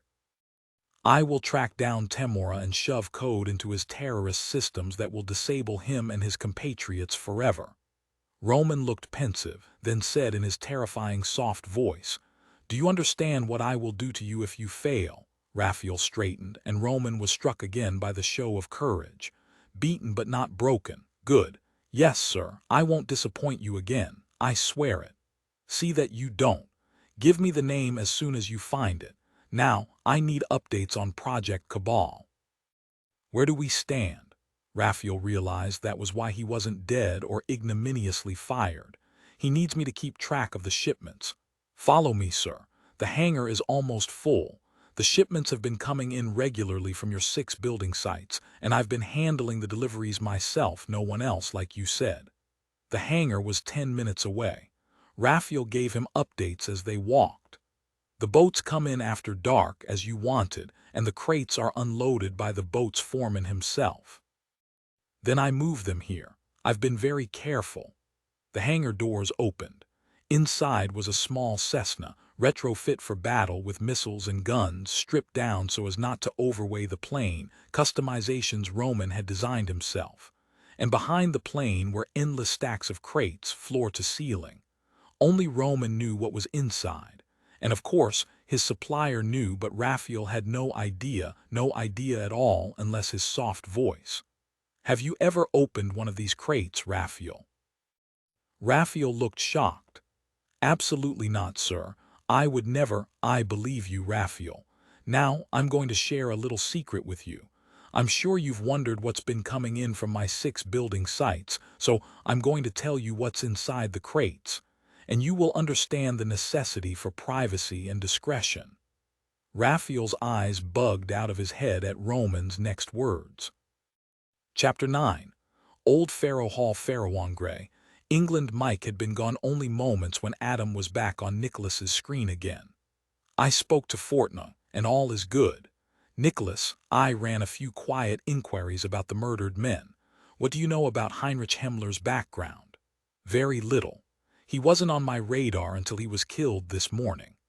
I was told he was supposed to talk to the Prime Minister this morning about loosening the numbers of refugees the UK will let in yearly. Not unexpected, and no reason for murder I can see.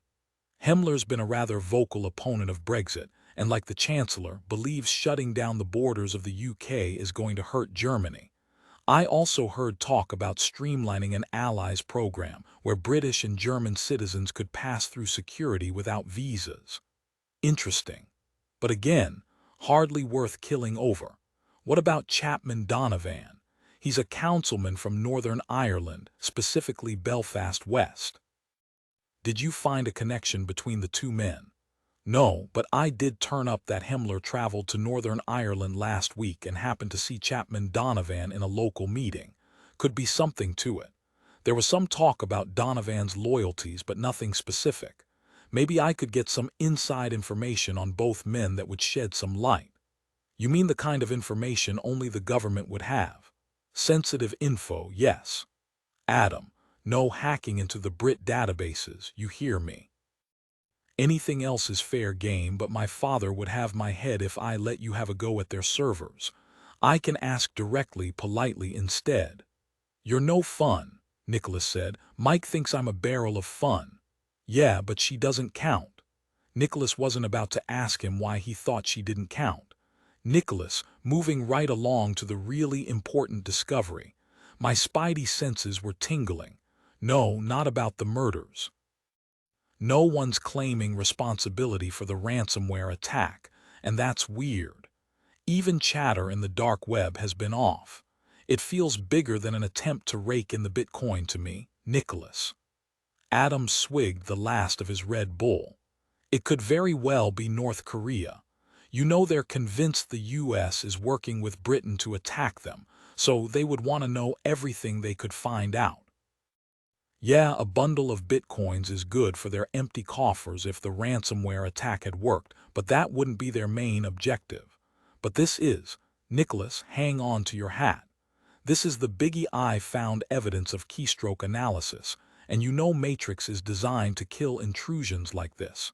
You and I stopped the ransomware attack easily, but with the keystroke analysis, it could mean all government servers could be compromised. Nicholas stroked his chin. He needed a shave. So this nation-state, like North Korea or a powerful private citizen, wants to spy inside these computers, wants to know what these computers are saying to each other.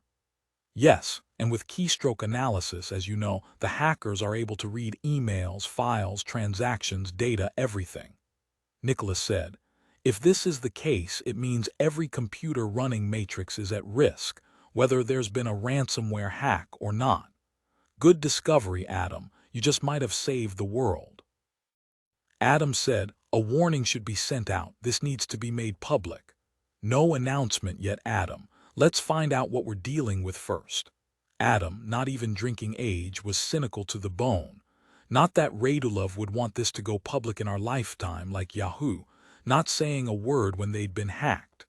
Nicholas scrubbed a hand across his face.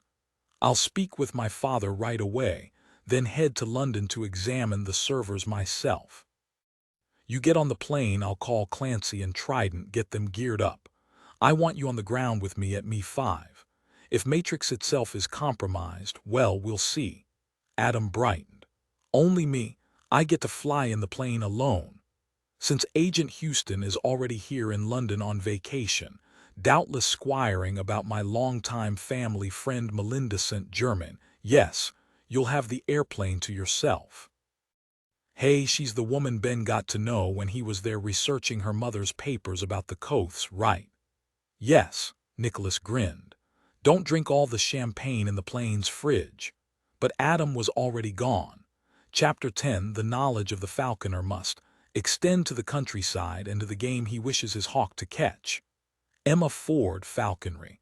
Art and practice the old garden Twickenham Richmond upon Thames, London back home. Roman threw open the doors to the mews. His cast of 5 falcons turned in unison toward their master, beaks clacking in welcome. Nothing made him happier than this ritual, feeding his birds, checking their wings, their talons, making sure they were in perfect condition, ready to hunt at a moment's notice. He missed them when he had to leave. His travel was hard on them all. Falcons needed attending. Soon it would be time for them to molt, and it would be quiet and lonely in the mews. Hello, my lovelies, my beautiful cabal. Daddy's home. Do you want your blood this morning? Are you ready for another glorious day? His two eagles, Victoria and James, sat in the loft, away from his falcons, silent, ever watching, bored and haughty. Above the petting and cooing the falcons thrived on. The falcons were of varying ages and breeds, from the tiny female saker who kept to herself in the corner to the larger blue-gray peregrines, and the lone gerfalcon, huge, beautiful, imposing as an emperor. His falcons were Clifford, Arlington, Buckingham, Ashley, and Lauderdale, named after King Charles I's group of advisors back in the 17th century, ruthless schemers all. Thus the name Cabal was coined. He thought it was funny, since his cabal did his dirty work just as the king's advisors had done so long ago. Normally, the birds would never be able to stay together, in a single, huge mews, and unhooded, not without grave consequences, but Roman's caste was special. He had a connection with them that went deeper than the usual falcon-falconer relationship, and that connection extended throughout the caste. They were working birds. They had jobs to do and took their work seriously. It couldn't be said they were friends, but Roman knew they had a professional respect for one another. He pulled on the gauntlet, whistled to Arlington, who was on his fist in a flash and flurry, accepting his offering of a grouse neck. He only fed them blooded meat 3 times a week to keep them all at the perfect flying weight. He repeated this process through the whole caste. They had manners, waited for their turns until everyone was fed, and while he did, he told them of the day's news. Soon I will have the name of the person who stopped Temora's ransomware attack. Yes, he could be as big an enemy. When I find out his name and know what he wants, I will develop a plan. He sighed, stroked Arlington's feathers. Only Temora would know how to find a weakness in Matrix and break in. He fluffed her wing, and she nipped his hand in affection. Roman accepted bird after bird on the gauntlet, cooing, loving, and they loved him back. They would do anything for him, and he knew it. Ah, the kill this morning was perfect. Radu could not have done a better job. Himmler, that miserable terrorist shite, died with his lips pulled back from his teeth and terror in the whites of his eyes. Only a single trail of blood went down his fat neck, so red, so fresh, almost too small to notice, but I saw it and I thought of you, lovelies, how you would cause the same sort of wound with a well-placed talon. Soon, my lovelies, soon, it will be time for you to fly free over the city and report back to me. But not today. Today, we will hunt and you will again dine on precious blood. He worked on their furniture, cut jesses, the supple leather growing warm in his hands, unpacked a new shipment of hoods, American-made, the leather ultralight, perfect for travel. The Mews was a cozy place, his favorite in the world. His cabal not only stayed together, they also hunted together, shared the meat from a kill. They were family predators all. As he worked, Joshua Bell played softly in the background. Nocturne number 20, a perfect accompaniment to the light rain pattering against the window panes. When the rain stopped, they would hunt. The birds sat on their cages, enjoying his company, heads cocked as if listening to the music. A low male voice called quietly, "Sir." Roman stilled. Iago knew never to interrupt when he was tending to the cabal. The falcons turned at Iago's voice, sudden tension filling the room, as if they, too, knew this was forbidden and would willingly take a bite of still living, breathing flesh. Roman didn't turn, kept smoothing down Buckingham's feathers. What? Iago, the keeper of secrets for the Ardelian family for more than 30 years, knew the penalties for interrupting, but there was no choice. It is Radu, sir. He requires your attention. Can you not see I am taking care of the caste? Sir, Radu expressed a level of urgency with his request. At this, Roman turned from Buckingham, eyes narrowed. What's wrong? He's upset, pacing, moaning, pulling at his hair. He only calmed when I told him I would fetch you immediately. Very well, he said softly to his cabal, stay calm, I will be back shortly. Iago, you will remain with them. Take care, I hope you will not become another course in their dinner. Iago swallowed and nodded. He looked at the birds, knew he couldn't show fear. They would smell it on him, like sweat from a pore, and attack. Would they like the taste of him as well as the grouse necks? Probably so. He imagined his master had trained them to like the taste of human blood. He held perfectly still and began telling them stories of ancient times in Romania, in a calm, soothing voice, their own Scheherazade. Roman walked quickly through the long hallways toward his brother's rooms. He'd chosen this setting with both his twin brother and the Cabal in mind. It was Raidu's refuge and a southern command post for the caste. It sat on the River Thames, with sweeping grounds and gardens to allow the falcons to fly free as often as possible, and private enough for Raidu to occasionally sit in the sun in his small garden. It was a palatial home and built to Roman's exact specifications, in the Palladian style. Raidu had named it the Old Garden, surely an odd name, but Roman hadn't cared. This wasn't Roman's only home, but it was his favorite. It also provided him a bolt hole near London, should the need ever arise. His estate in Northampton, on the River Nene in Billing, was sprawling and old, magnificent really, but Roman preferred London to the country, unless he wished to make a spectacular hunt. The Cabal, the dogs, the drones whipping through the skies over the rabbit-laden hedges. It was a reward for them all. He turned toward Raidu's wing of the house.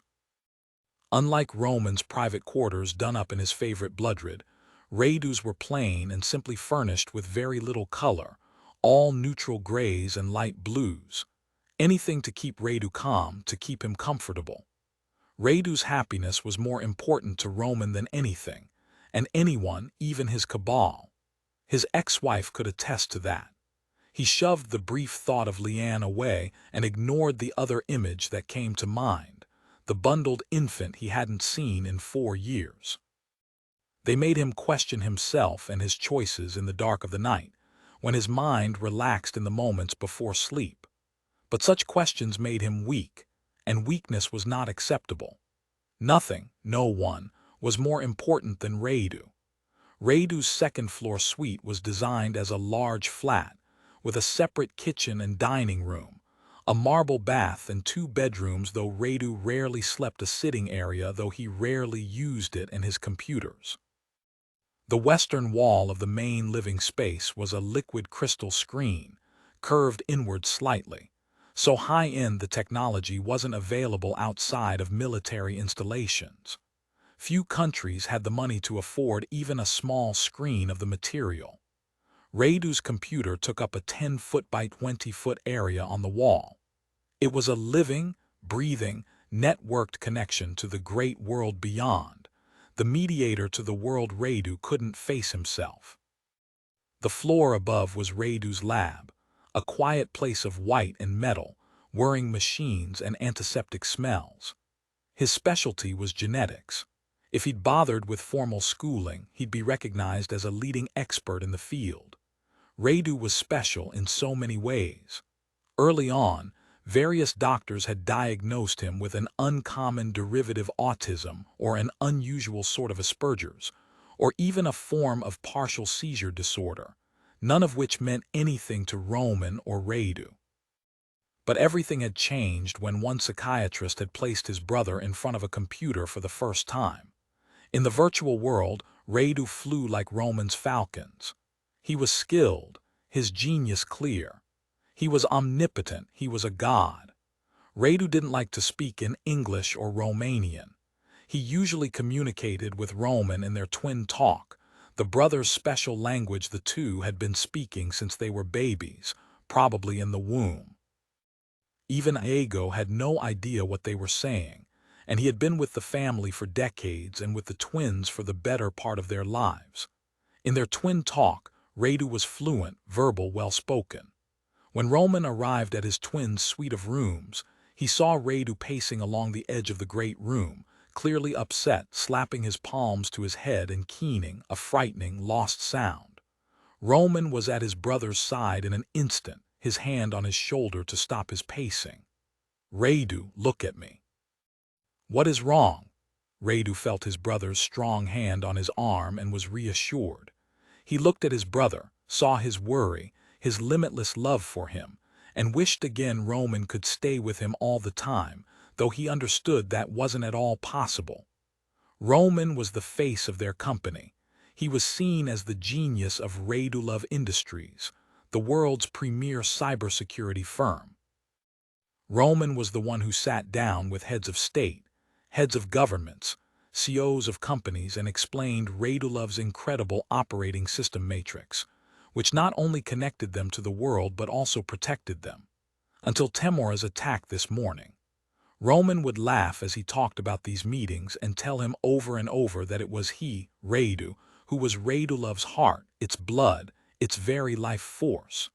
He and he alone was the center of Radulov, the creator of Matrix. It was Radu who wrote the code his brother designed. Radu felt calm flow through him, and he turned and pointed to the computer screen. "Look, Roman."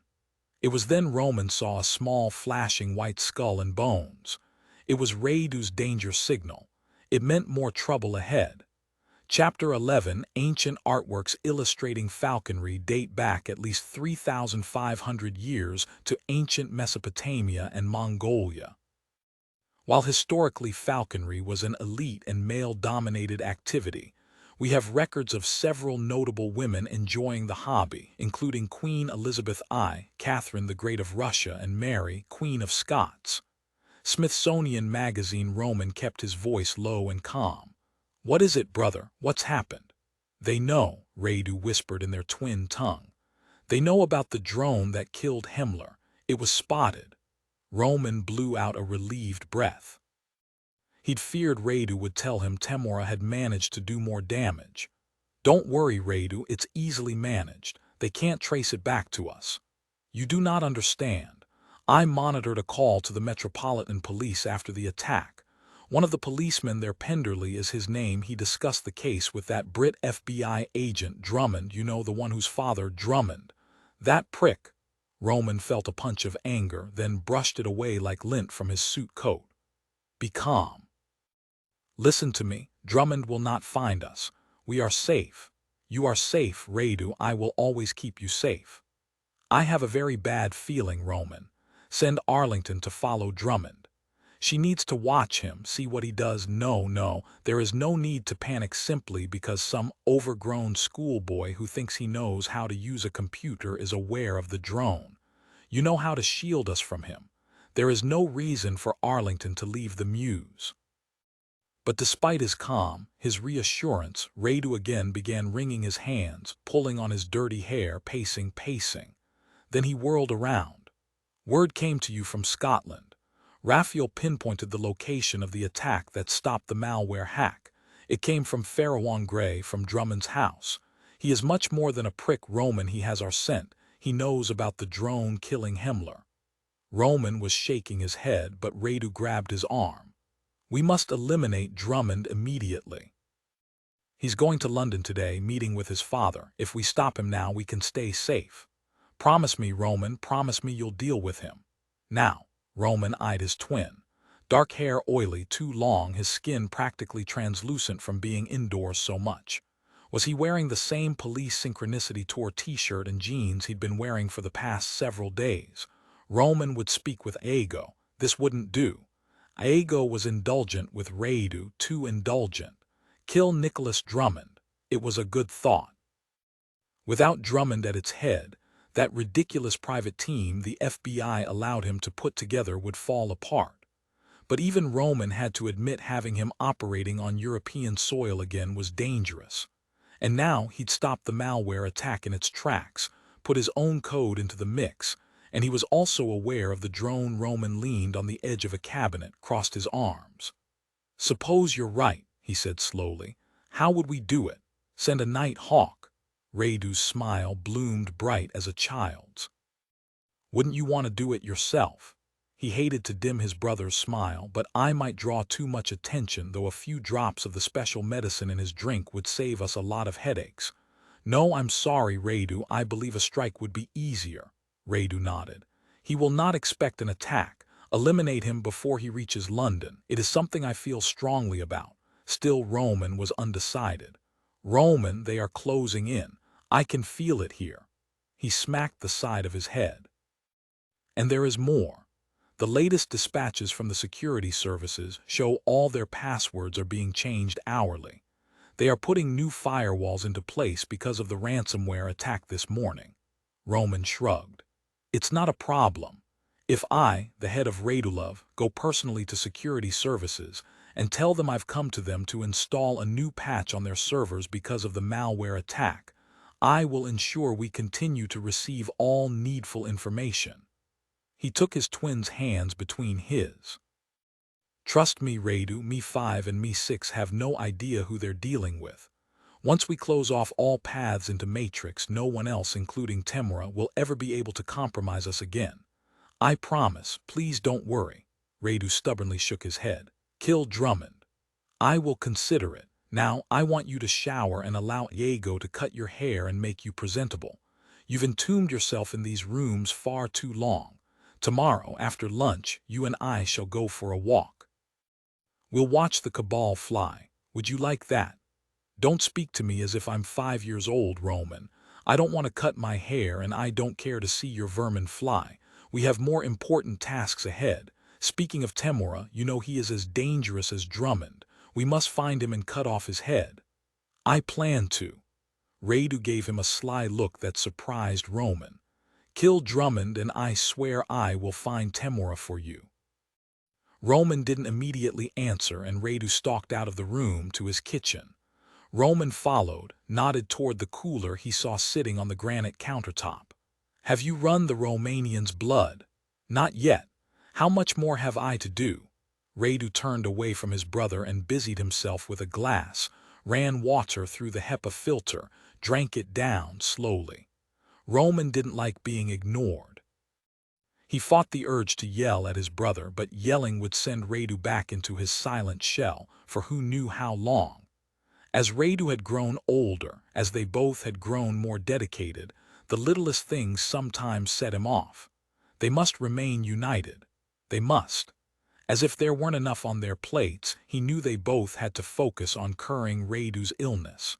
It was the most critical goal of Roman's life. He wanted this precious being, this genius with death always lurking in the shadows near him, to be healthy again. He no longer wanted him to fear that a simple cut could cause him to bleed to death. If only he responded to medical treatments, but he never had. He said, "Very well, Radu. Send Drummond's tracking information to my mobile, and send this morning's video feed while you're at it. I want to see that treacherous German die all over again. He received his just desserts like Donovan. I told Barstow I did him a favor, which he well knows. Today was supposed to be my payday, £1 billion, but Barstow said the money want their drones first. He'll get them in line or all of them will regret it. He swears he'll talk them around. He told me tomorrow. Do I believe him? We'll see." He shook his head. "If only we could find Temura, drop a bomb on his cursed head." Radu drank more water, wiped his hand over his mouth. "Temura's off-grid entirely. There's been no sign of him anywhere for the past month. But I'll find him, Roman. Then he's moved out of Aleppo and is working elsewhere. As soon as I've made my special upgrades on the servers, we'll know again everything Me-5 and Me-6 know." As Roman walked back to the Mews, he realized Radu was right. He hadn't been sure about killing Drummond, but now he knew it was the best move. He hated to admit it, but Drummond was too smart. He was relentless. He and his partner, Caine, could cause him headaches he didn't need right now. Very well, he turned back to Radu's suite. Radu was still in the kitchen, staring down at the Romanian's blood on the countertop. "Caine is going with Drummond this morning, yes, to London. Yes. Prepare a drone, but not a Night Hawk. We need to make this hit less subtle. We will take both him and Caine out on the A14 once he's past Newmarket. Use an air drone. We need a final test run of the technology anyway." Radu smiled and nodded. "Yes, brother. Be sure you follow with a distraction to draw attention well away from us. When they're gone, I want there to be no question who was behind their deaths. Who shall we blame?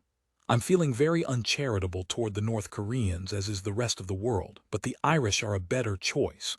Drummond took out an entire cell of the era a few months back. It stands to reason they'd hold a grudge.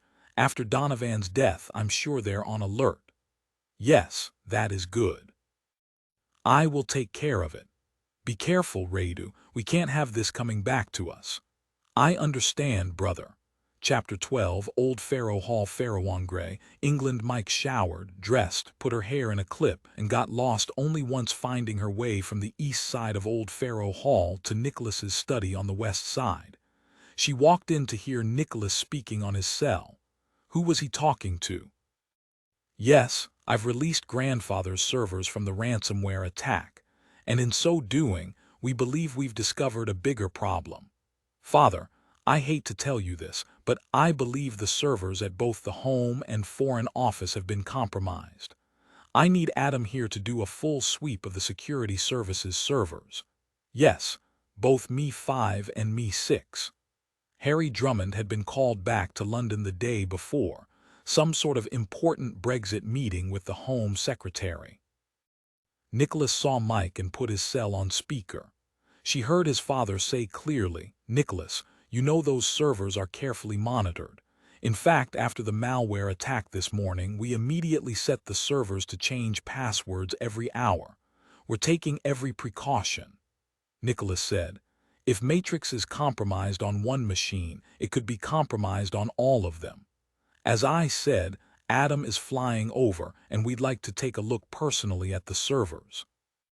"I'm glad to hear you took such measures so quickly. It's smart, but it's still not enough. There's more, Father. We're looking for possible ties between Himmler and Donovan. Is there anything you can tell me off the record?" Mike heard silence then. "This isn't an appropriate conversation for us to be having." "So you're already pursuing this angle." "Those were not my words." Nicholas looked at Mike, said slowly, "Do you know if they were involved in some sort of plot, or were they targeted separately?" "Is there something in your files that ties the two together?" Harry's voice became more clipped. "We have no reason to believe the Vice-Chancellor of Germany was doing anything illegal or immoral, nor Donovan. Again, this isn't an appropriate conversation. Except they're both dead. Murdered Himmler moments before a meeting with the Prime Minister, Donovan taken out in front of his home. What were these men doing?" "If you'd let me look at their files, examine the servers," his father said with finality. "You do not have the clearance to see any of this information, nor are you part of our investigative services any longer. Mike and I are heading to London shortly. Surely we can talk." "No, we most certainly cannot. I will pass along your concerns. Now I will see you at the weekend." And then Mike understood. She held up a hand, called out, "Hello, Mr. Drummond, Mike here. It would be lovely to have dinner with you this evening at Drummond House." Mike heard silence from his father, then, "Very well, 6:30 and don't be late," and he rang off. Nicholas smiled at her. "Well done. I realized he simply couldn't talk to you. The phones aren't secure and there were probably people around." "Yes, and you know as well as I do he'll let us know what's up at dinner. I wonder if there is a link between the two." He stood. "I'm sorry about cutting our holiday short, but we'll come back as soon as this is resolved." Mike wrapped her arms around his waist, looked up at him, eyes alight with excitement. "Sorry, Nicholas, the game's afoot. I'll race you to the car." "The game is always afoot for us. Let me tell my mother and talk her out of coming with us. Oh, and I'm going to update Savage. Let him know what's going on. Get packed and I'll meet you at the drive in 20 minutes. Tell S and S I said hello." Nicholas watched her nearly dance out of his office. She was an excitement junkie just like him. He was a lucky, lucky man. He dialed Savage. "Sorry to bother you, but I need to run something by you. Let me get Sherlock on the phone too. All right, here she is." He filled them in and they listened without interruptions until Sherlock said, "Wait, let me get this straight. Your theory is the victims were already being investigated by security services, and you think someone may have hacked the security services databases and gained this knowledge." "Nicholas, The security services servers are the most secure in the world, as secure as ours. Savage laughed. Sweetheart, both Nicholas and I, and don't forget Adam Pierce, all of us could hack their databases.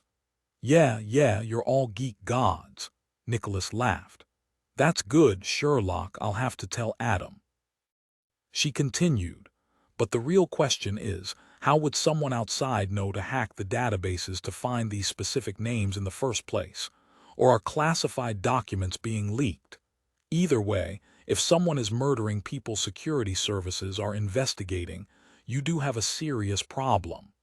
Yes, Nicholas said. We need to find out why these two were being investigated.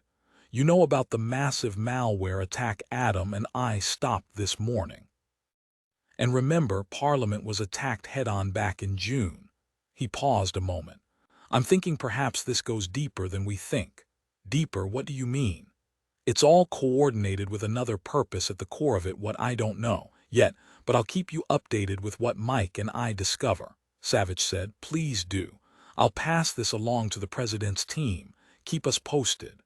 Chapter 13. Nicholas cruised his Beamer down the long, lime tree-covered drive to the country road. Mike turned in her seat to look back at Old Faro Hall glistening under the sun, the wildly blooming front gardens, and off to the side, the tall, thick bushes that formed the labyrinth. Could there be a more perfect place on this earth? That was fast talking to get your mom to stay here and not jump in the car. Anytime I can out-talk her, I deserve a medal. She's too smart. I don't know how, but she said she knew we could be up to something dangerous. And the look she gave me, Nicholas, like I'd bet her step in front of a bullet if it came your way. Hopefully she was reassured I am your personal dragon slayer. His personal dragon slayer. He liked the sound of that. He thought again of Lake Trasimeno, her near drowning, and swallowed. Mike fastened her seat belt. Your mom could give my mom a run for her money. Did I tell you the gorgeous Rebecca acted at university? She paused. Wow, I said it like a Brit. Okay, she once played Petruccio's Kate. I don't know if it was her talent that made her so amazing or the fact that one look at her and every man in the vicinity fell to their knees. I told you my dad's been in love with your mom since her TV show. Well, turns out the gorgeous Rebecca loves her too, says she wants to have high tea with her at Brown's in London. He laughed. Nicholas had yet to meet the gorgeous Rebecca, but he'd seen photos of her. She was a heart-stopper, no question about that. His own mother's beauty was different, more whimsical perhaps, he wasn't certain. Nicholas navigated the Beamer through the small town of Faro-on-Grey and turned south onto the highway. Once they were on the A14, Mike said, I like to watch you drive, especially on the wrong side of the car and the wrong side of the road. He shot her a grin. Do you now? Yes, very capable, very steady at the helm. She gave him a wicked grin. All in all, you handle most things quite well. A black brow went up. Only quite well, not say perfectly. Well, there does seem to be a small tendency to get us nearly killed, but hey, usually not more than once a week. I can deal with once a week. Well, Agent Caine, I will do my best not to get us dead on the drive to Westminster. Hey, be super careful, it's been longer than a week. And oddly, she suddenly felt a chill and fiddled with the air conditioner, turned it down a notch. Nicholas, do you really think Me 5 and Me 6 were hacked? And if they were, the idea someone might be using that information to find targets, even to assassinate them, feels out of control to me. I agree. I do think they've been compromised, yes. Whether from inside or out, someone is accessing information they shouldn't have. But don't worry, Will, there was a heavy thud against the side of the car, and Mike's window exploded, spraying glass all over her. Chapter 14. Nicholas could see there was an exit ahead in a few hundred feet. He floored the car, whipped off onto a tree-lined country road, shouting, get down, don't you dare get shot. Mike had already flattened herself against the seat. I'm okay, lots of glass shards, but only pricks, nothing major, no blood, no pain, no bullet wounds. The road was thankfully empty of traffic. Mike came back up on the seat and looked back. All she saw was country road. Did you see the shooter? No, they must have been on the A14 and there's no one behind us. Nicholas checked in the rearview mirror. Nothing. We must have kicked the hornet's nest. Mike, there's a gun in the glove box. Wherever the shooter is, you know he's coming back. When he does, take him out. They were hit with another barrage of bullets. More bloody hornets. Hold on, Mike. He wrenched the wheel to the right and the car started to spin. He looked grim, hard, but there was no panic. More bullets, but none struck the car. It was weaving around too fast. Mike grabbed the Glock out of the glove box and twisted in her seat, aiming out the shattered window with her right hand, her left holding her steady. She looked behind them to the sides, didn't see anything. I don't understand.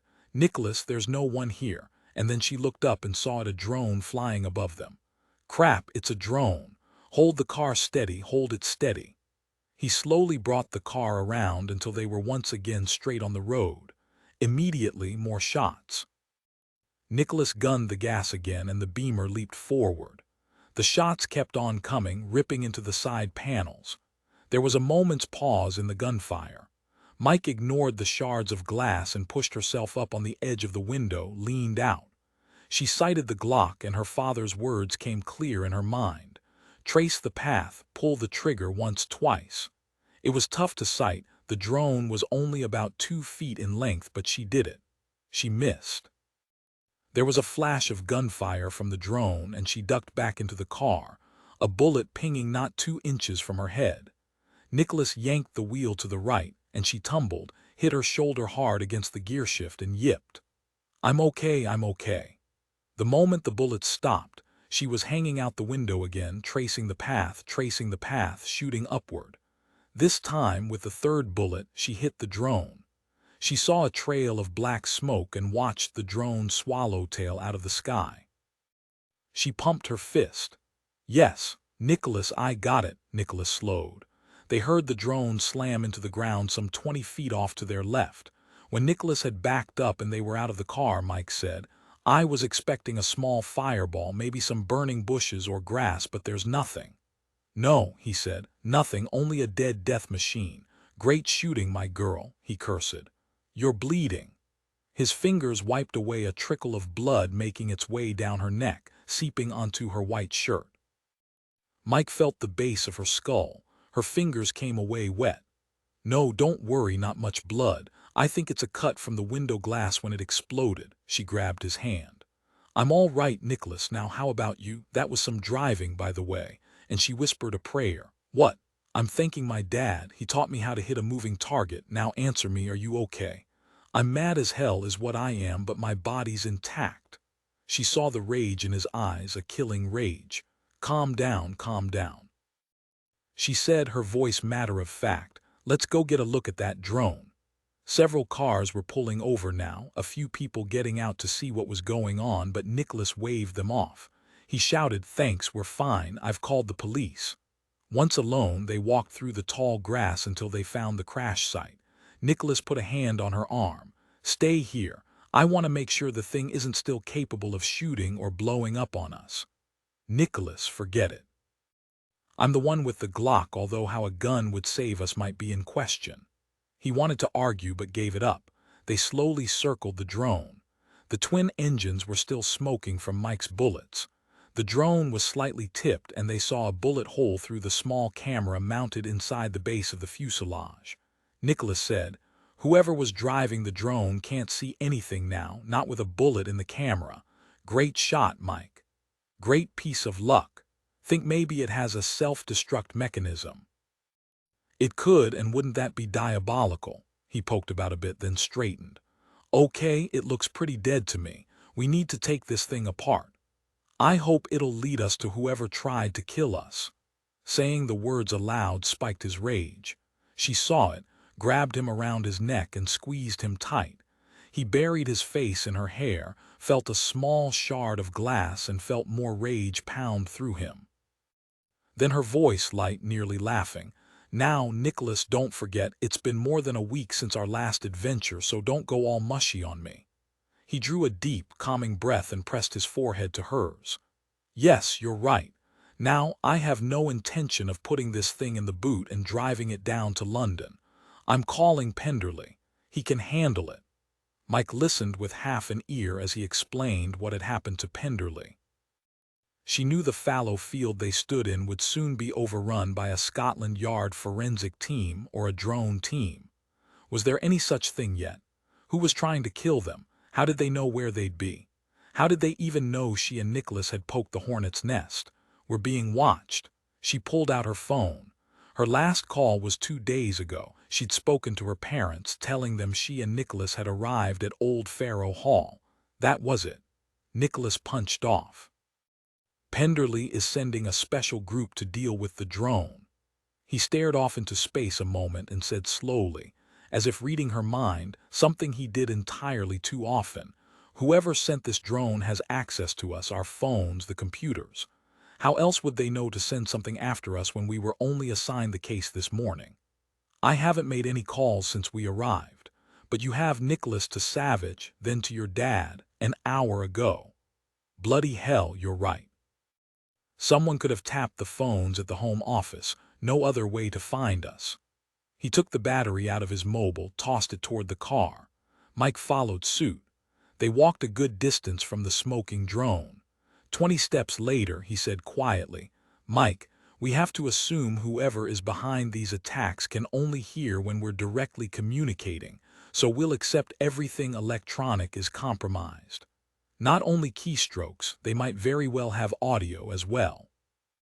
We're talking someone with a lot of money, probably a lot of power as well, Nicholas.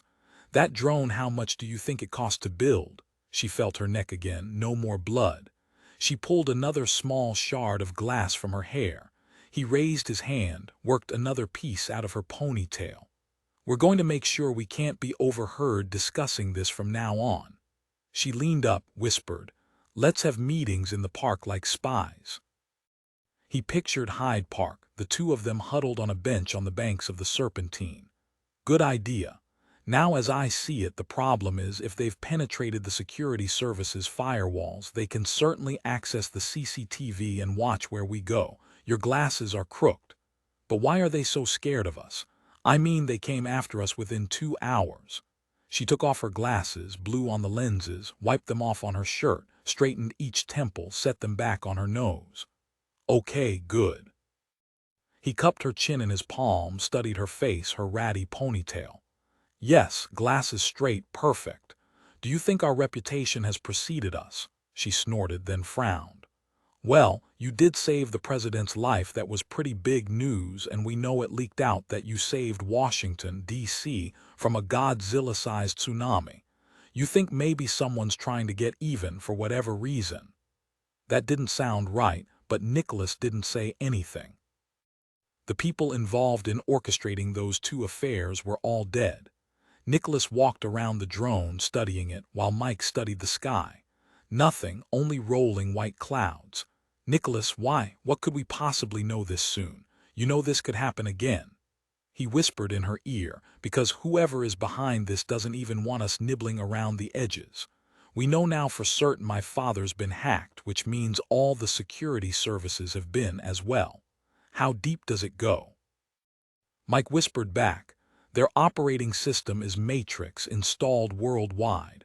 Are you assuming Matrix has been completely compromised? Okay, go with me on this. If yes, then it's possible, isn't it, that our FBI servers have been hacked?" He nodded, continued in a near whisper, "which means when I spoke to Savage and Sherlock this morning, I could have compromised them as well. I'm going to have to find a secure method of communication with them, with the team." She stared down at the still smoking drone. "Nicholas, we haven't been hacked, more like we've been infiltrated. Who can breach the phones and computers of the most secretive organizations in the world? Like you said, someone with a lot of money, someone powerful, someone who can infiltrate Matrix."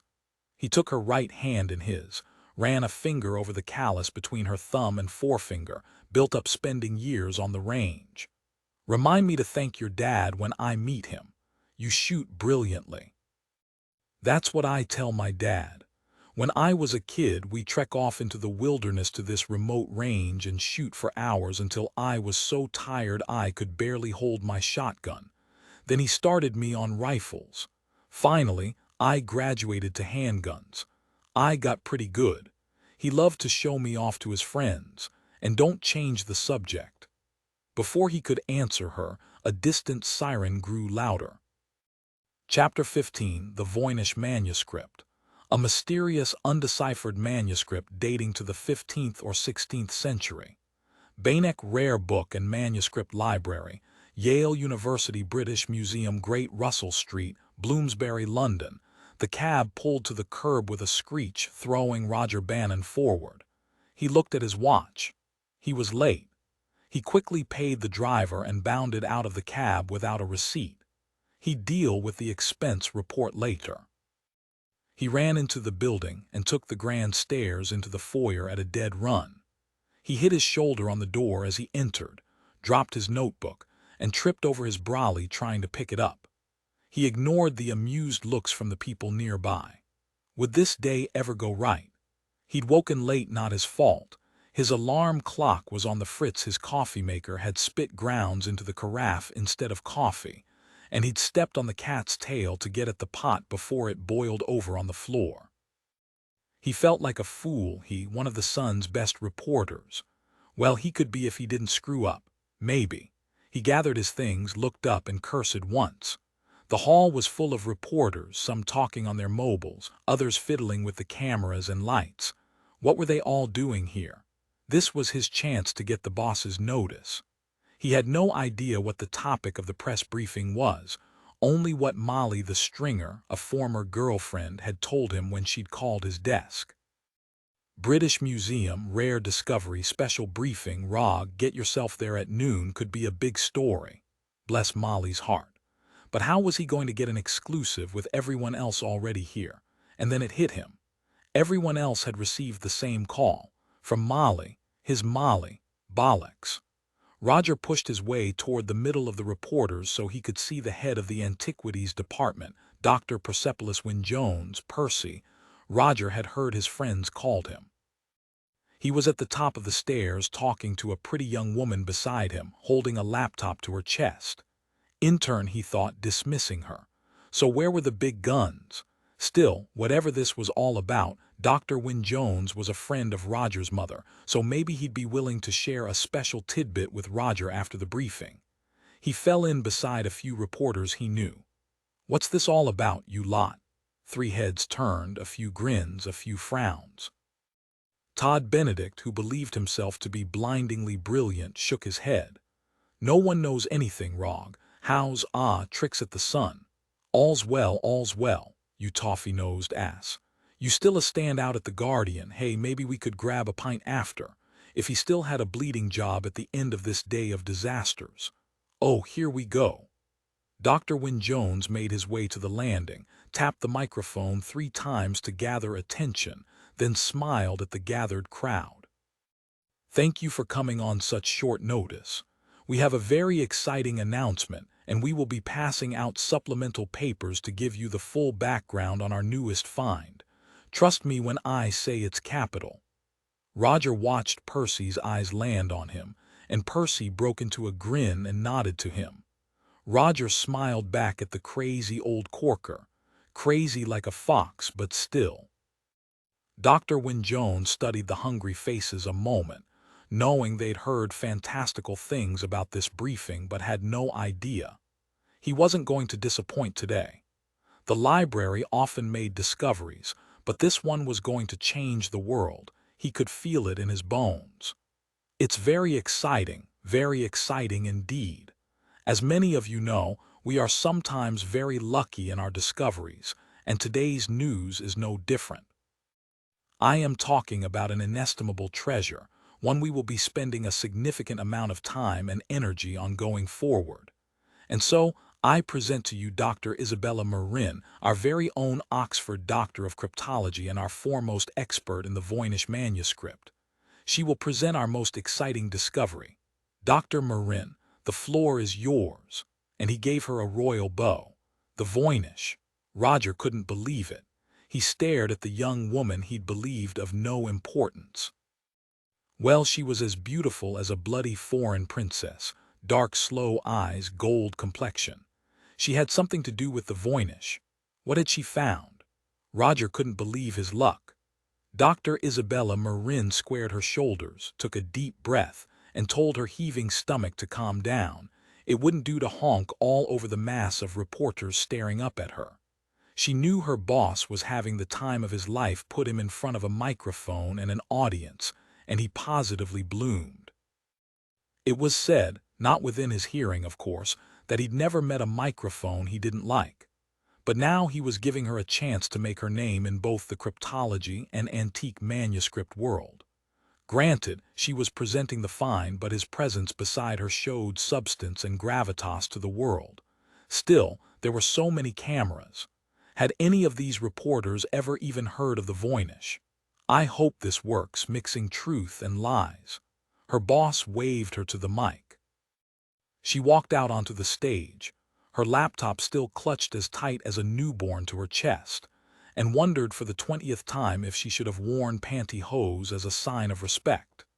But then the mic was in her hand, and the people in the front row were staring at her, and she started to talk. Good morning. As many of you know, last year, the Voynich manuscript was stolen from the Beinecke Rare Book and Manuscript Library at Yale University in the United States. Despite worldwide efforts, the Voynich is still lost. Not its contents, of course. Yale published the manuscript in its entirety online, but losing the precious original pages is a tragedy. All is not lost, though. She leaned close in to the microphone, ready to share a secret. Last month I found a quire of papers stuffed inside a manuscript in the upstairs library loft of the British Museum. This is not an unusual occurrence. It is a library, after all, and old paper is our business. Laughs, chuckles, and she relaxed a fraction. It was her boss's phrasing, old paper is our business, something he was fond of saying all the time. He beamed at her, and she knew she'd pleased him, using his joke in her press conference debut.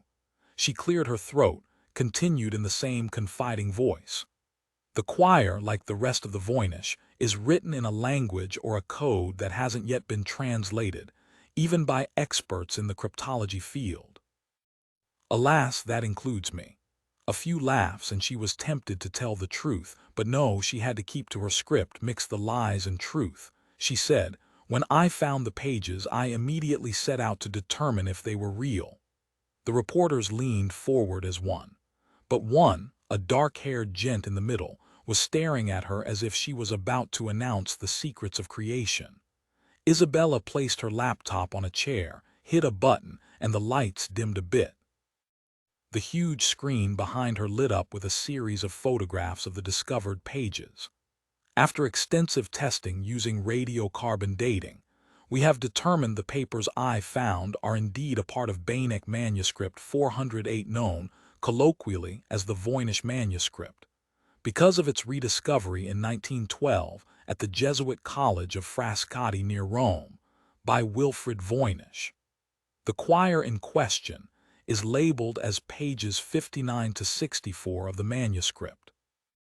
These pages have been lost for centuries, and that, my friends, is not all. The reporters knew immediately Dr. Isabella Marin was about to drop a bomb on them. Roger sat forward now along with the rest of them, never taking his eyes off her. Chapter 16. Isabella paused another moment for effect, then said, "Being able to study these pages in depth for the past few weeks has reinforced my belief that the indecipherable language in which the Voynich is written in is not unbreakable, as scholars before me believe. It is now my opinion the Voynich is written in an idioglossic language, that is, a language common to areas where only a few people live, where, in isolation, they develop their own language and words. But I believe the Voynich's idioglossic language is even more specific. It is cryptophasic, that is, a language developed between twins, commonly known as twin talk. This is why, so far, no one had been able to read the Voynich. Over the years, it has been approached as a code, when in fact it is a unique language.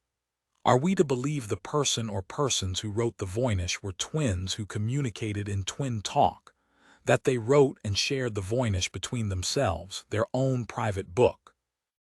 Very possible, and I wonder, can any set of twins read the Voynich? The answer is obviously no, or the manuscript would, over time, have been seen by twins and read. But this hasn't happened, so very special twins only. Which twins? From a specific place? From a unique line? I don't know. In any case, this is my working theory. It's been speculated in the past that the book is some sort of herbal. If this is the case, perhaps these twins wrote experiments in it. Why did they write in a language no one but they themselves could understand? An excellent question to which we have no answers. Yet, more important, is there a key to help decipher it? She nodded, waited. I have found the key. There was a buzzing of voices. The key turns out to be a single page that was with the missing choir. She held up one finger. Only a single page, here it is. She pressed a button and the slide on the screen switched. To the audience, it was more of the same nonsensical writing. But Isabella smiled and pointed to lines of text. There is a repeating pattern here, which lines up perfectly with the lettering in the book. This page is labeled 74, and it is the only page of the Voynich manuscript physically cut from the book. Page 74 is from the astrological section and has a few new drawings never seen before. I've verified the choir, and page 74 is a match to the original Voynich. Why was page 74 cut out? I believe it was cut out because it provides the clues needed for non-twins to translate the Voynich. It is still not completely clear to me, but I am working hard to figure it out. She paused again and looked out over the fascinated faces, her heartbeat picking up. She leaned forward, sell it, and deepened her voice. Today begins my hunt to find the special twins able to read the Voynich. With our current communications technology, I believe I will succeed. And when I have, I will introduce these twins to the world, and they will stand before you and read the Voynich. She paused, drew a deep breath. I do understand from the pages that they must be reunited with the original manuscript, the one stolen last year from the Bainek. Did that sound too crazy? I hope not. I couldn't very well say the pages told me so. I am begging those who stole the Voynich to return it, here to me at the British Museum. Please.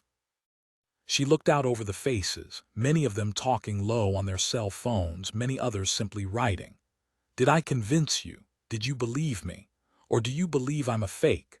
Now I'm going to turn this over to Dr. Webster Hogue, distinguished professor of chemistry at Princeton and a leading expert on manuscript radiocarbon dating.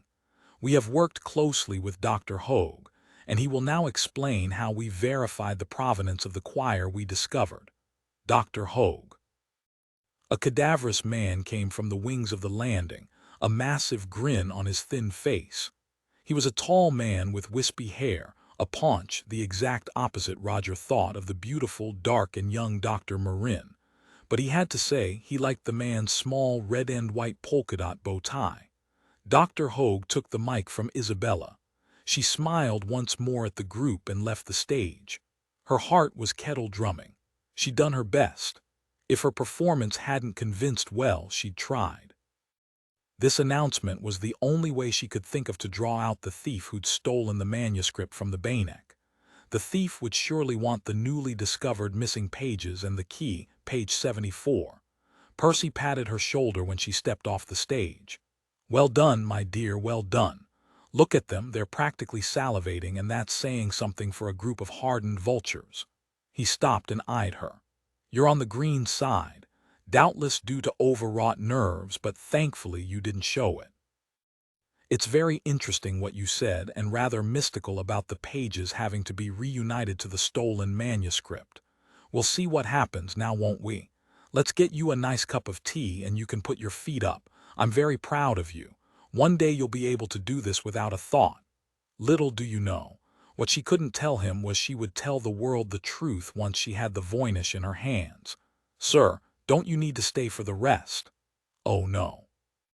Webster will talk himself blue in the face and won't stop until the reporters walk out. You know how much he loves the Voynich. He'll give them the entire history of it from start to finish, take at least an hour. Oh yes, He whispered to me he didn't believe for a minute the choir and page 74 you found will enable you to read it. Not that you claimed they did, exactly. He's jealous, poor fellow. She didn't say anything as they walked to the cafeteria, only ran the announcement about her twin search over and over in her head. While she waited for her boss to bring her tea, she tried to calm herself with deep breaths. She knew she'd put herself in danger. She could feel it creeping up on her. Nearer, nearer, but she'd had no choice. The pages had told her to reunite them with the manuscript. Roger Bannon had followed Dr. Isabella Marin and Dr. Wynne Jones to the cafeteria and stood watching her while she waited at a small table for Wynne Jones to bring her tea.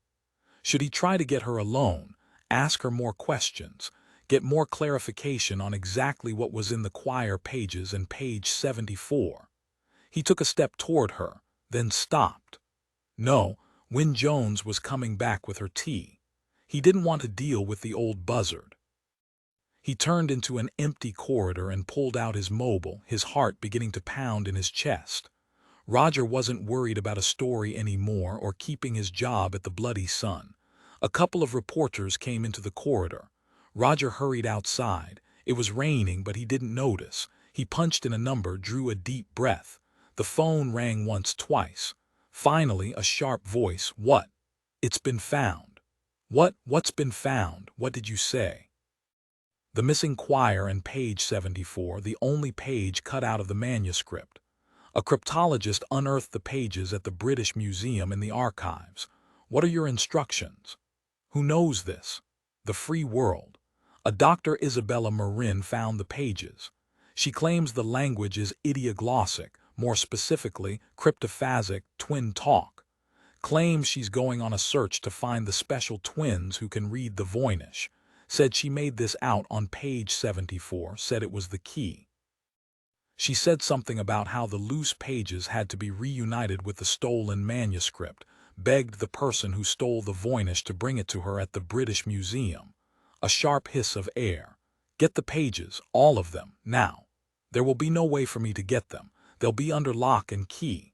Since you appear incapable of performing this task for me, get me every bit of information you can on this Isabella Marin. I will acquire the pages myself. Incapable. Roger knew he'd only sound defensive if he argued. He said, Certainly, sir. I will have a dossier for you this evening. Now about my fee. If the free world is aware of the lost pages, Mr. Bannon, why should you be paid a fee? Oh no, you don't, you blighter. Is anyone else in the free world calling you right now? The cold-blooded laugh made Roger's heart stutter. Good point. Your bank account will receive a finder's fee tonight. Now go. Roger went. He felt a punch of guilt. He hoped he hadn't signed Dr. Isabella Marin's death warrant. The Voynich, twin talk, was it true? Roman Ardelian hung up the phone and closed his eyes at the galloping of his heart. Finally. Chapter 17, Choir N. 4 sheets of paper or parchment folded to form 8 leaves, as in medieval manuscripts. Oxford Dictionary. FBI Special Agent Ben Houston listened with half an ear to the older chemist, Dr. Hogue, from Princeton, run through the various methods his team had used to date the choir. Ben was familiar with their methods, being the former head of the Art Crimes Unit for the New York Field Office, and now the art and other things expert for Covert Eyes. Whereas Dr. Marin had made her dramatic announcement short and sweet, Hogue was droning on and on. Few remained to listen. He and Melinda were sitting at the back of the room. He leaned close. This is amazing. Imagine the Voynich written in twin talk, but only certain twins, and now Dr. Marin is on the search. Gleaned from this page 74. I wonder if she will find the right twins who communicate cryptophasically. Is that a word? He was nearly bouncing with excitement. Melinda said, I don't know. Do you believe her? Why not? I know Dr. Marin is a renowned expert, spent her career so far with the Voynich. Do you doubt her? Melinda was frowning. I'm not sure. I just felt she was holding something back. Well, that makes sense. Why throw all your surprises out at one time? Melinda, thank you so much for bringing me here today. He eyed her. Did you know I worked the case of the stolen Voynich manuscript from Yale, that I became an amateur expert on the Voynich? She gave him a quick kiss on the cheek. Didn't I tell you? As a member of Her Majesty's Parliament, I'm required to know all specialized information about my lover. Her lover. Melinda's lover. He loved the sound of that. I thought it was particularly good timing the announcement came while you were here in London. And yes, a little birdie whispered it in my ear. You'll meet him later. Imagine, Ben, the lost pages from the Voynich. I wonder when they'll go on display. If it's true, it's amazing.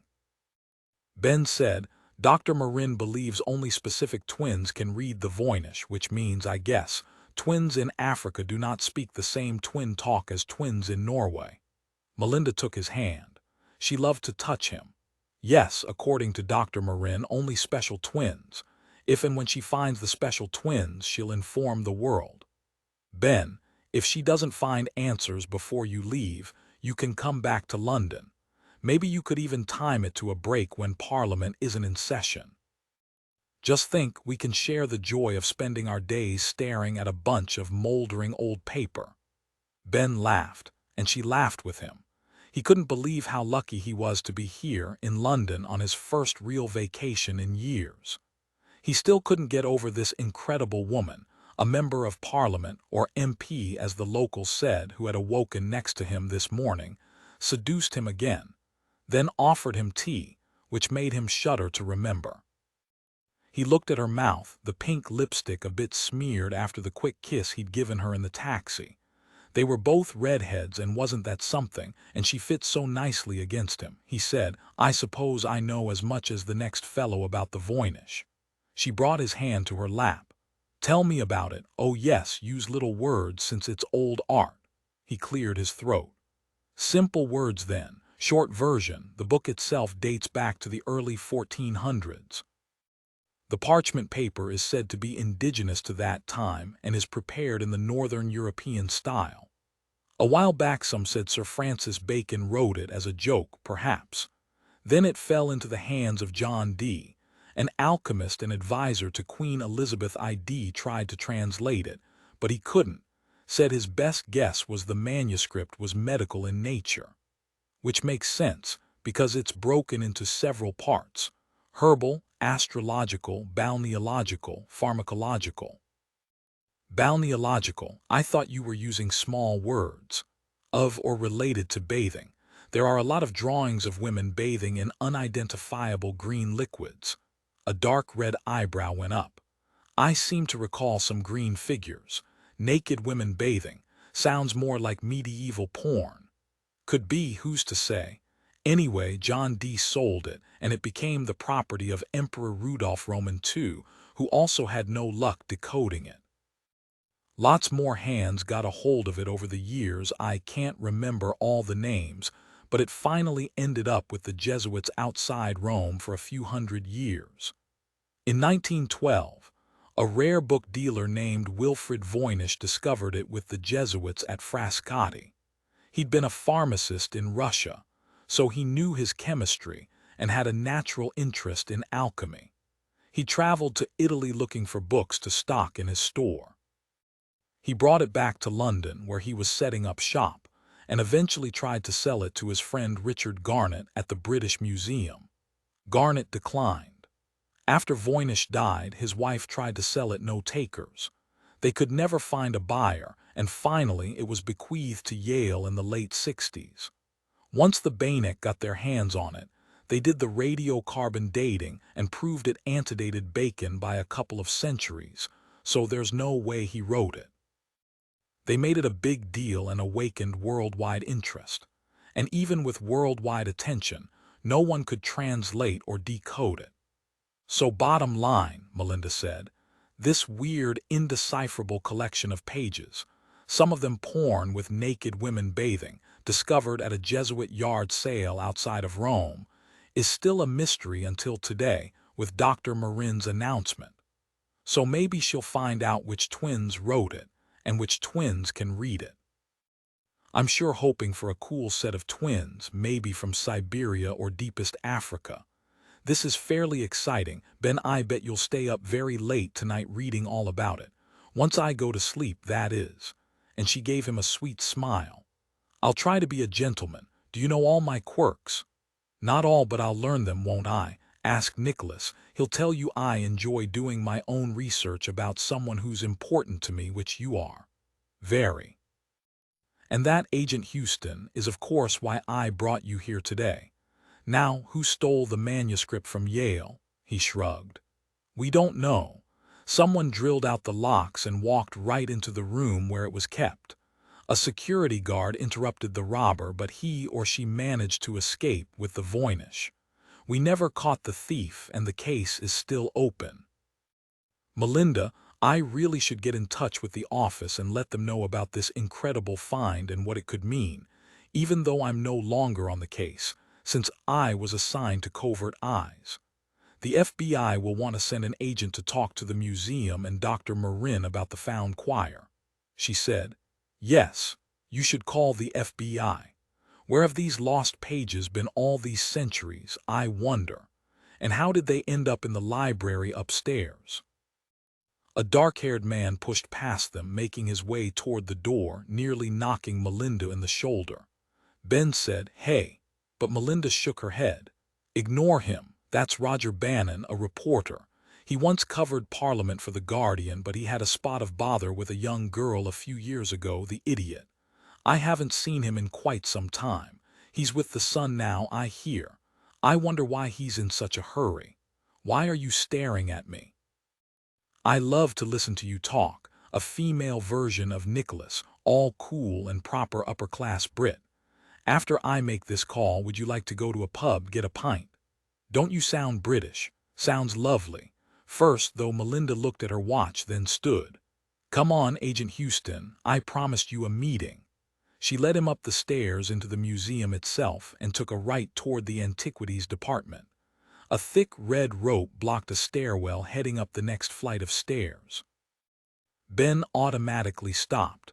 "Are we supposed to be doing this?" She looked down her nose at him, impressive since he topped her by nearly a foot. "Agent Houston, I'm in Parliament. Do you think a rope is going to stop me? Where are we going? To see an old friend." He pulled her around, kissed her, smoothed his finger over her eyebrows. "A last kiss before we get arrested." She laughed and grabbed his hand. "Into the breach." Ben followed her up, then down a long, blue-walled hallway. 3 doors down, Melinda stopped and knocked. The door opened. It was Dr. Wynne Jones, the chair of the Antiquities Department himself, who'd introduced Dr. Marin at the press conference. And behind him stood Dr. Isabella Marin. "My dear Melinda, come in, come in.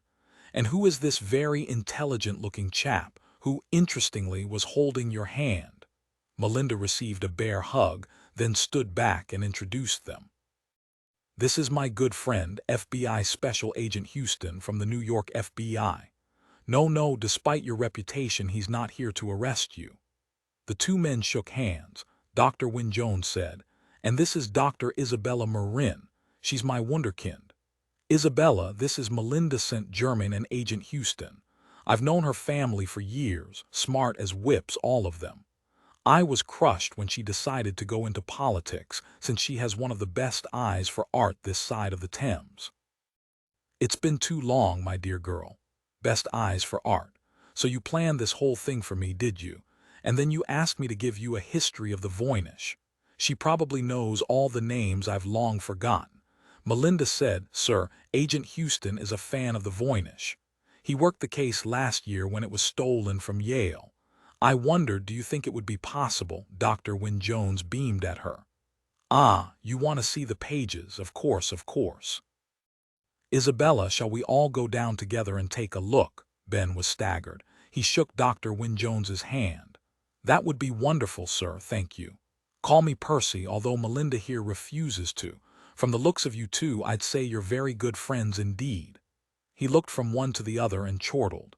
2 hours later, Ben felt shell-shocked. The missing pages were so very old he'd been afraid to touch them. He kept shaking his head, staring at them. When he and Melinda were back on the street, waiting for a taxi, Ben looked at his watch. I'm glad Nicholas waited to text me until we were leaving Dr. Wynne Jones and Dr. Marin. He and Mike are coming to London, asked me to come by. How far is it to Westminster from here? 20-30 minutes depending on traffic. I wish we had my car. We'd get to Westminster faster than in a taxi. Ben knew that was fact. She drove her black Range Rover like a bat out of hell, which made his heart occasionally freeze, but he liked it. He'd asked, and no, she'd never had an accident. As they waited for the taxi, Ben chanced to look up. He saw a small drone flying overhead, then it veered off toward the east. "Did you see that, Melinda?" "See what? There's our taxi." She threw out her arm and caught him just as he started to step off the curb. "Whoops, you look left, left here, not right, left, right. You're in London, remember. I don't want you to get run over by a bus." "Thank you." There was a drone overhead. It took off to the east. "I wonder what that's about." "A drone? Now that's odd. I thought the only folk allowed to fly drones in the city are Scotland Yard. Maybe they were testing a new one." It took them 57 minutes to get to Westminster. "Next time," Melinda said, "it's the Ranger Rover for us, Agent Houston." Chapter 18.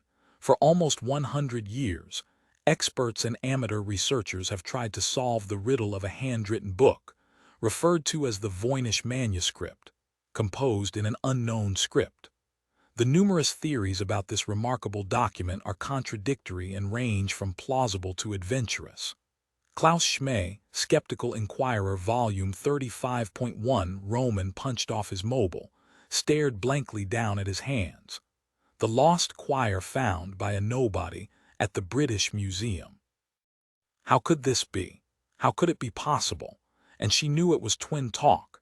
She was going on a hunt for the twins who could read the Voynich. He remembered the gut fear he'd felt when the Voynich had been stolen last year from Beinecke at Yale.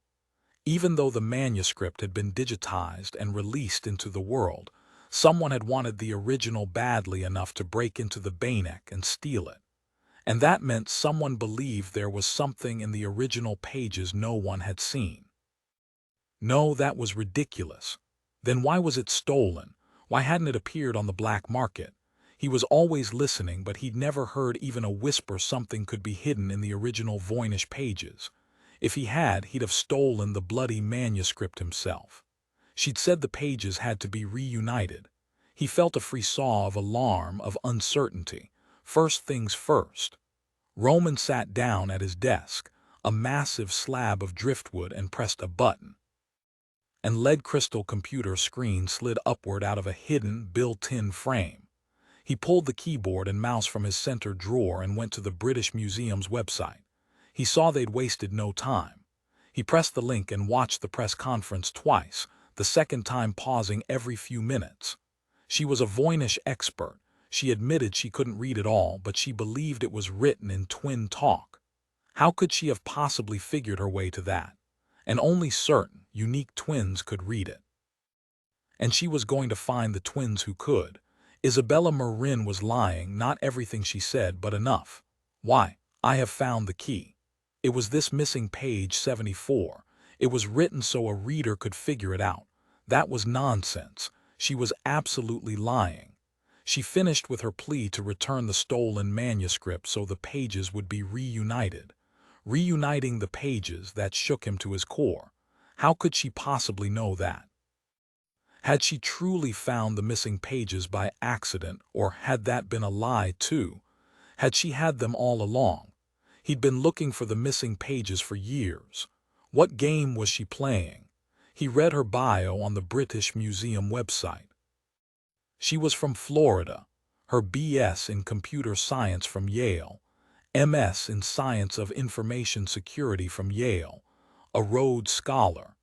She'd achieved her doctorate in cryptography at Oxford, and was now doing a supplemental year of research on ancient coded manuscripts at the British Museum, developing a new methodology to translate the texts.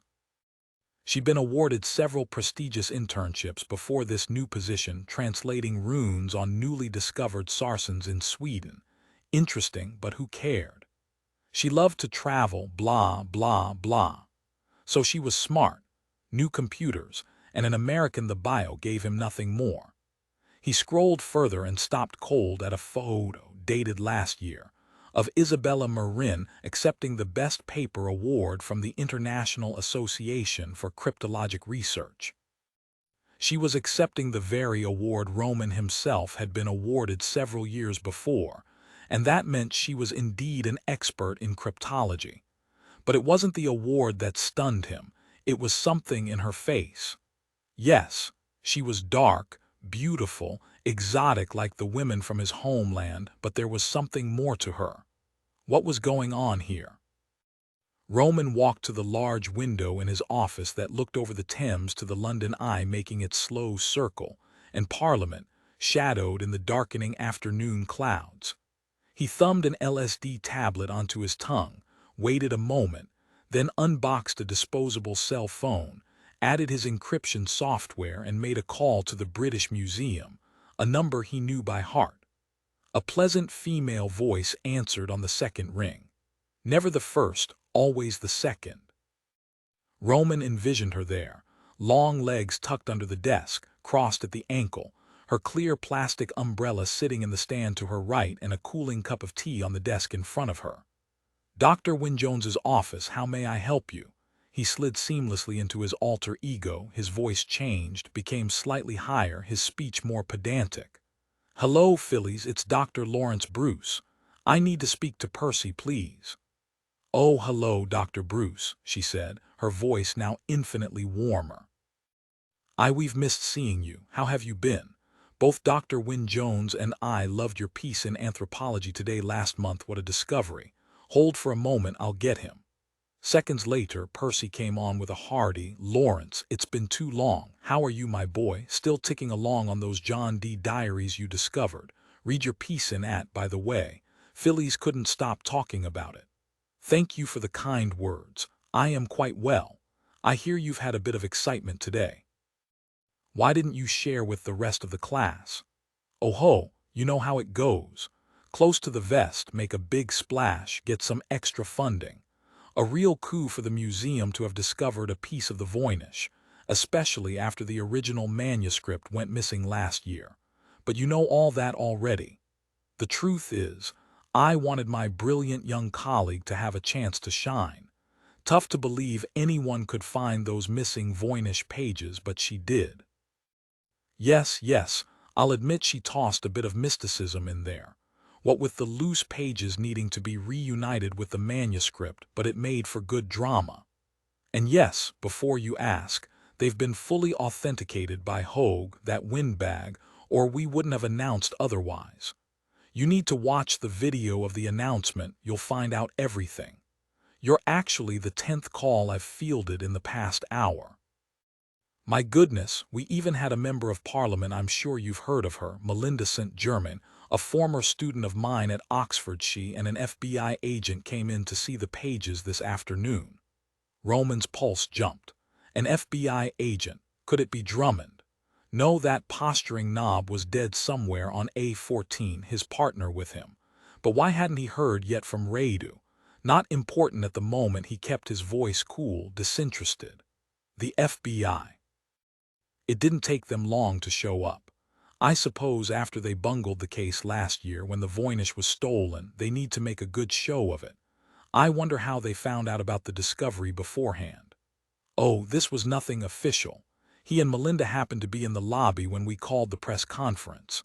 Capital Fellow, art history buff here on vacation. Might be some interest there between him and Melinda.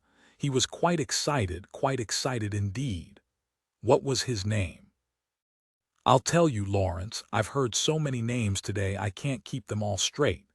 I do remember his name was the same as one of those sprawling big oil cities in Texas, but the day's gotten away from me. So many things, so many calls.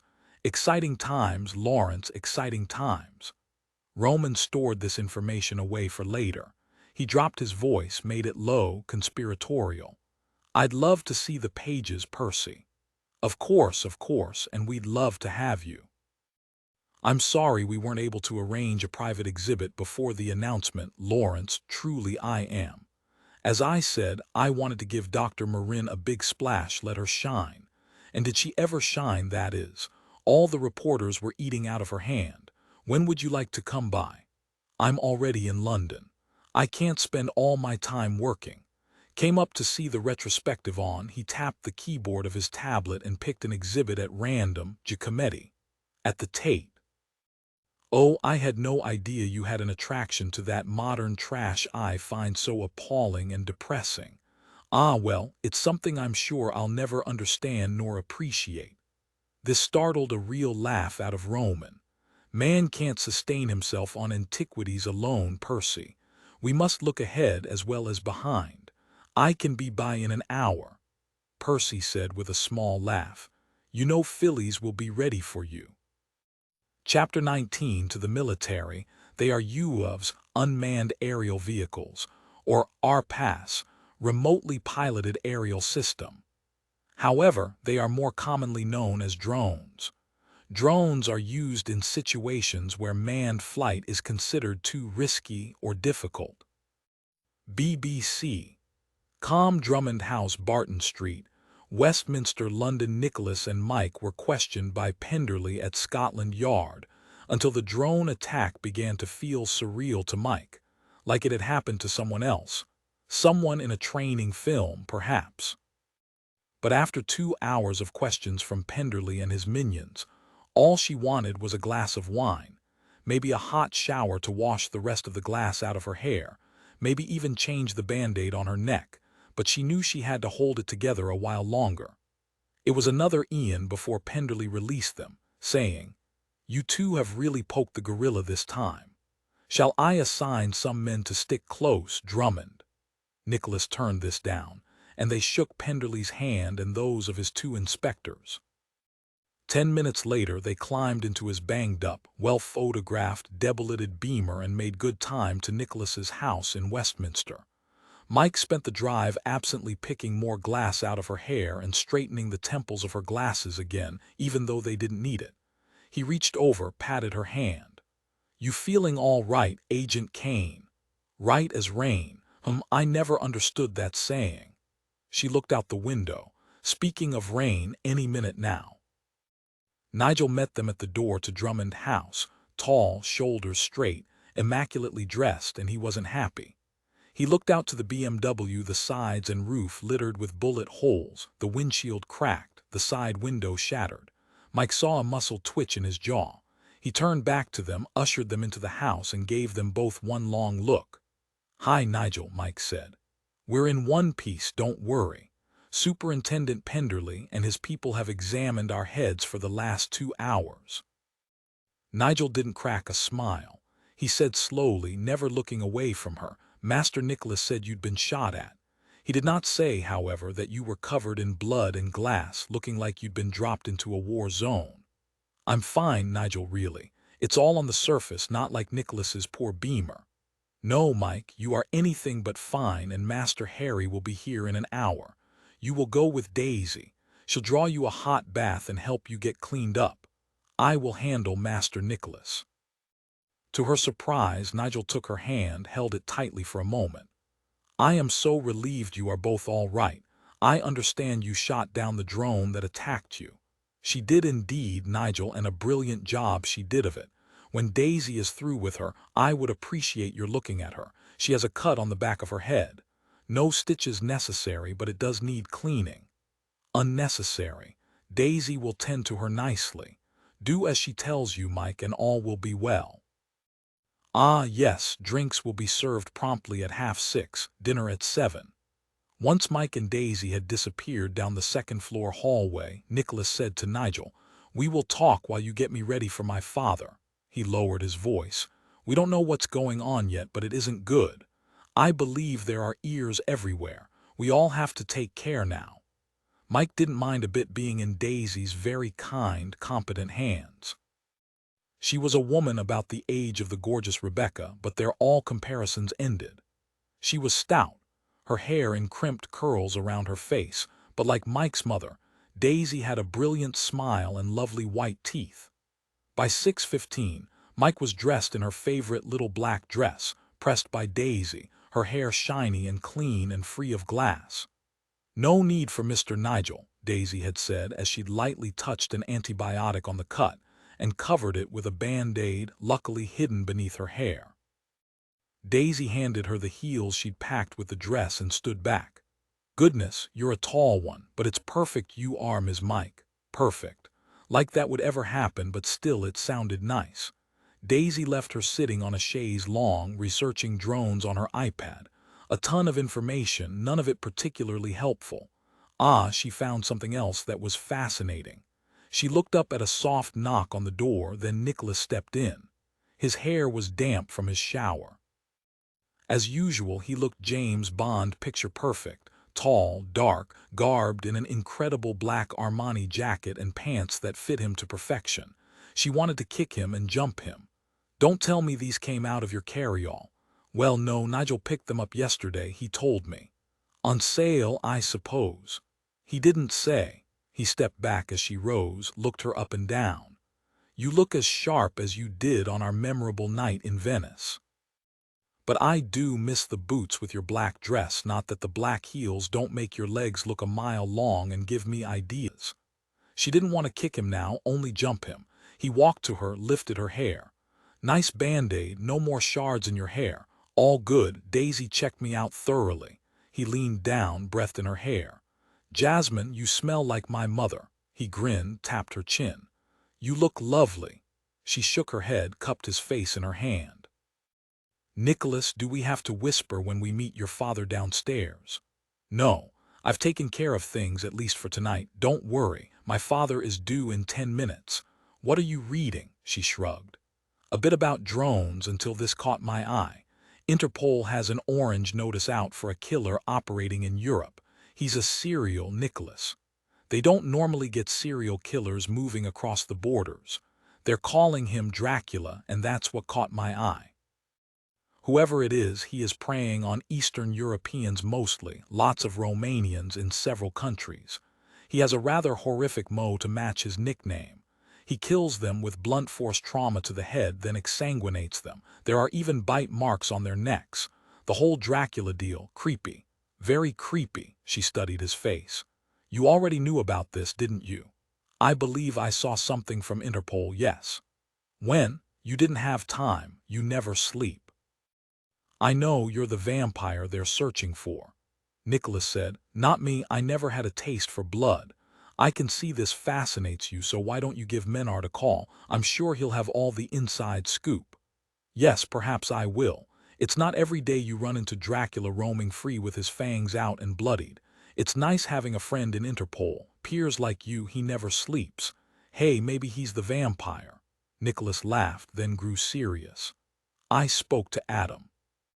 He hasn't had any luck identifying the drone from the assassination this morning. Penderley called to say he has nothing on the one you shot down, either. They're taking it apart piece by piece, but it's not one of theirs, nor ours. A phantom drone. Then it stands to reason someone has their own private arsenal.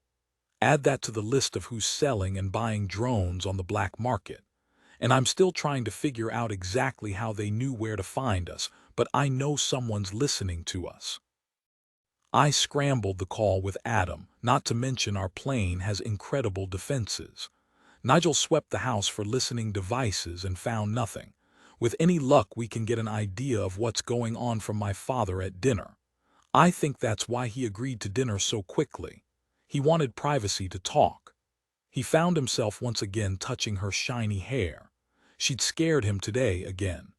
He could still see her leaning out the shattered window, firing up at the drone.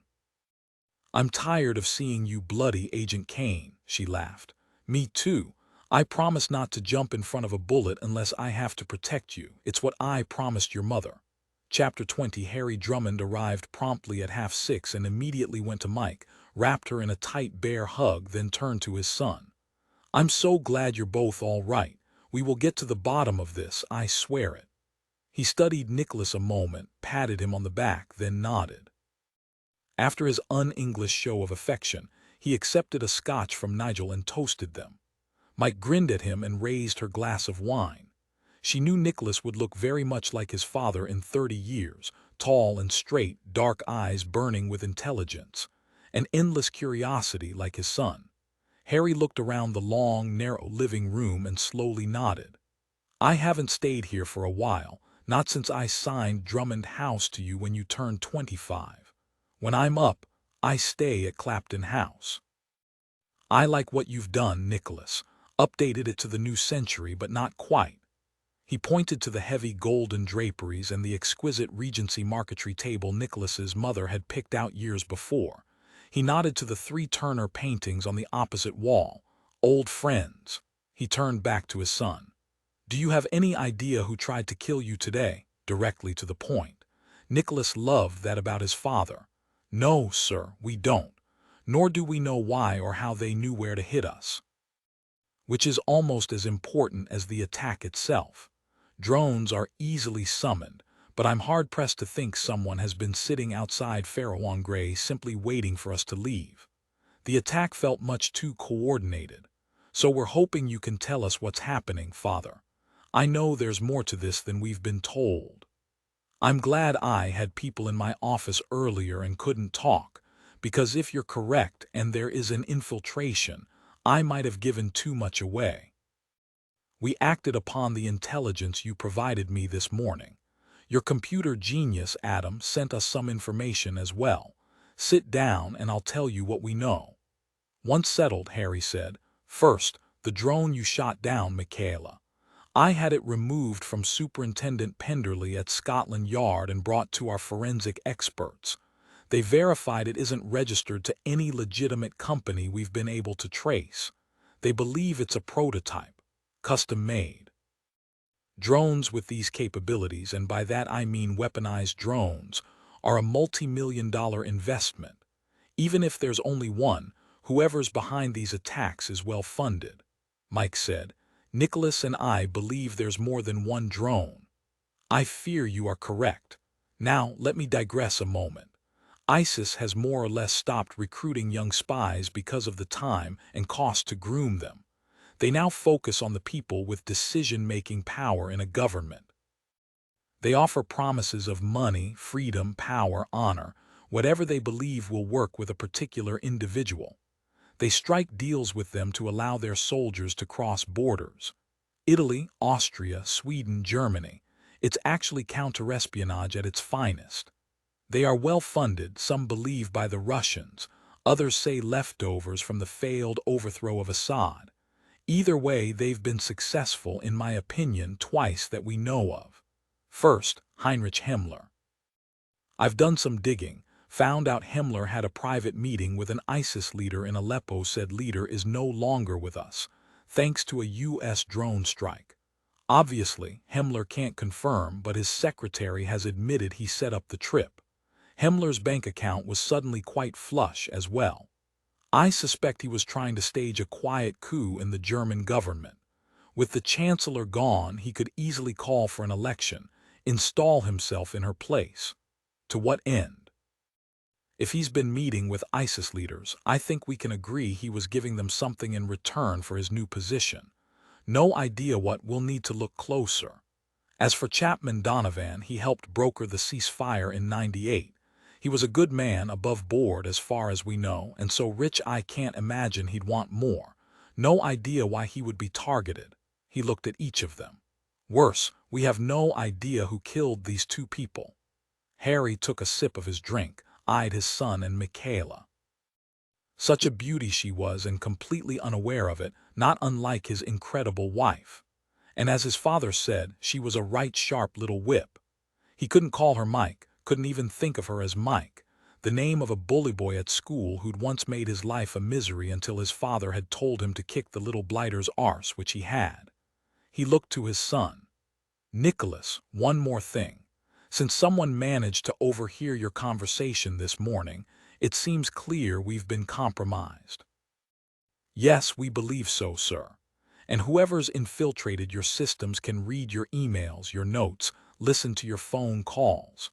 The question is, has the intrusion happened from outside or inside me? 5. Harry nodded. Look at all the people around us, those with the money and ability to pull off such a massive intrusion, those with a motive. A drone carrying a poison, shooting it into the victim's neck, and I wonder, Why kill in such a flamboyant manner? Everyone thought about this, then Nicholas said, "Would you be willing to let Adam and me have a crack at it?" Harry said simply, "Yes." And there it was, Nicholas realized. His father had complete faith in him and his skills. He prayed neither he nor Adam would fail him. Nigel came into the room. "Master Nicholas, Master Harry, I'm sorry to interrupt, but you have guests." Nicholas said, "Guests? Who? We aren't expecting anyone, father." "I'm not, no."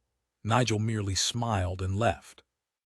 He returned moments later with Agent Ben Houston and Melinda St. Germain. He looked at Nicholas. "Shall I have 2 more places set for dinner?" Chapter 21. Nicholas grinned at Ben. "I was wondering when you and Melinda would cross our path. You will stay to dinner, of course.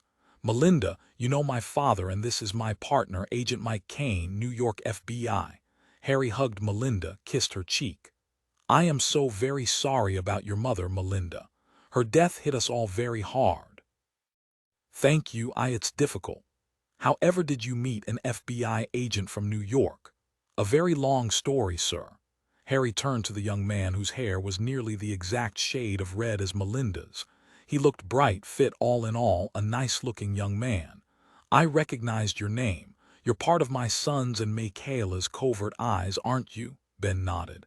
"Yes, but this trip wasn't business. I'm here on vacation." "I hope Melinda is showing you all the tourist sites." Ben considered saying he hadn't come to London to see the Tower of London but to hook up with a member of Parliament, but he thought better of it. "Well, sir, there hasn't been that much time as of yet," and he stalled. Melinda grinned, cursed her, and said, "Ben is Covert Eye's resident art historian, isn't that right, Ben?" "Ah, yes, that's perfectly correct. I've been taking him to all the museums this week. This morning we were at the British Museum." A lie here, the truth there, a little of each. Ben lit up. "Melinda set it up without telling me, a big surprise. It was a press conference given by a cryptologist at the museum who'd happened to find missing pages from the Voynich manuscript buried in among the archives. She said quite a lot." He looked over at Melinda. "I don't think my MP here believes she was on the up and up entirely." "No, I didn't, but that's neither here nor there." Ben squeezed her shoulder, couldn't help himself. "Well, Melinda knows the director of the Antiquities Department, Dr. Wynne Jones, so we were able to see the discovered choir and the long-lost page 74. It was remarkable." Melinda added, "Dr. Wynne Jones was a teacher of mine. Believe me, he was thrilled to show off this astonishing discovery to Ben, a big honcho FBI agent from New York." "Nicholas, why are you frowning?" "Well, there's something odd about this. Ben, you were in on the investigation when the Voynich was stolen from the Bainick last year, right?" "Yes, I was. We were unable to discover the thief. Well, actually, we didn't find out anything useful. The case, of course, remains open. At the press conference today, the professor who found the missing choir and page 74 begged the thief to come forward to reunite the pages to the manuscript." Ben added, "Now I think about it, maybe you're right, Melinda. It is very odd this young cryptologist just happened upon these missing pages. I think I should see where Dr. Isabella Marin was last year when the Voynich was stolen." Mike said, "You have a beautifully devious mind, Ben. I've always thought so, and to see it in action." "Yes," Melinda said, her voice complacent. "He does have quite an astounding brain, doesn't he?" Nicholas said, "Yes, absolutely astounding, and I'd like to put it to good use if you can find the time, Ben, and if you're willing to do some work on your vacation." "We need your help, Ben," Mike said. Melinda said, "We come over to say hello, and now you want to work him to the bone on his first vacation in too long a time." Ben, whose eyes had already begun to shine, smiled down at her. "Not quite to the bone." "Sure, Nicholas, Mike, what's going on?" Melinda held up a hand, her mother's ruby ring on her index finger. "If you want Ben, you have to include me as well. We are both on vacation, and we are a matched set. No, don't you dare shake your head, Nicholas. I helped you solve 2 serious crimes only weeks ago." Nicholas's head was still shaking. "No, Melinda, not this time." Mike said, "Nicholas, can I speak to you privately for a moment?" He followed her into the hall. "What's the matter?" Listen, I think Melinda could be of serious use. She has connections, she knows people, she has influence, she operates in a different sphere than we do than your father does. More brains on the problem, Nicholas. Let's bring her in, have her help us from a different angle. My father will never allow it. I disagree. She's outside of me 5 but still a part of the government. Plus, she's in all the major intelligence briefings anyway, isn't she? Yes, but Nicholas, if England's highest communications are compromised, we need someone on the outside who's aren't. She'd hit him with a brilliant stroke of logic. He folded his tent. All right, I'll ask, but I think it's a moot point. My father is a spy at heart. He's going to want to keep this as close to the vest as possible. Let's go ask him and see. When they went back into the living room, Ben, Melinda, and Harry were speaking, their heads together. Harry looked up and said, I've been telling them what's going on, from the assassinations to the drone attack on you 2 this morning to me 5 and me 6 being compromised. I believe Melinda is uniquely positioned to be of service to us. She's agreed to help, and I've accepted. Who knew your father could surprise you? Melinda said. This is incredible. I'll do whatever I can to help end this situation. Mike asked. Infiltration or leak, Melinda? Infiltration, without a doubt. She shuddered. And it makes it all the more dangerous, Harry said. But we are the British government and have much higher security standards than average. Plus, as far as I know, we've avoided being hit with any malware attacks. When the Wanakry attack happened, we doubled our security, layered in new programs to assure our firewalls would hold. New programs from where, father? Radulov Industries, of course. Roman Ardalian himself was in the office last week setting it up. I'm confident no one else can get in and get any information. Mike whistled. There's no doubt Radulov is the best cybersecurity firm in the world. I doubt there is a computer in the world that doesn't have some form of Radulov software on it, primarily Matrix. Even so, the hackers behind Wanakry managed to get through. What did Mr. Ardalian have to say about his systems being hacked? Roman suspected the entire ransomware attack was based in human error, Harry said. He claims his software systems and security firewalls are impenetrable from hackers if used properly. There's the caveat he can't control what happens once the end user has his Matrix operating system on their machines. He pointed out the industries and companies who were affected by this latest attack hadn't updated to the current version of the Matrix operating system, leaving themselves open to attack. Mike said, I know Matrix releases weekly updates to stay on top of any and all threats, but here's the question. Even if someone inside opened something they shouldn't have, the antivirus program should have kicked in. Yet they didn't, Harry said. But after a thorough check, Roman couldn't find any evidence of an intrusion.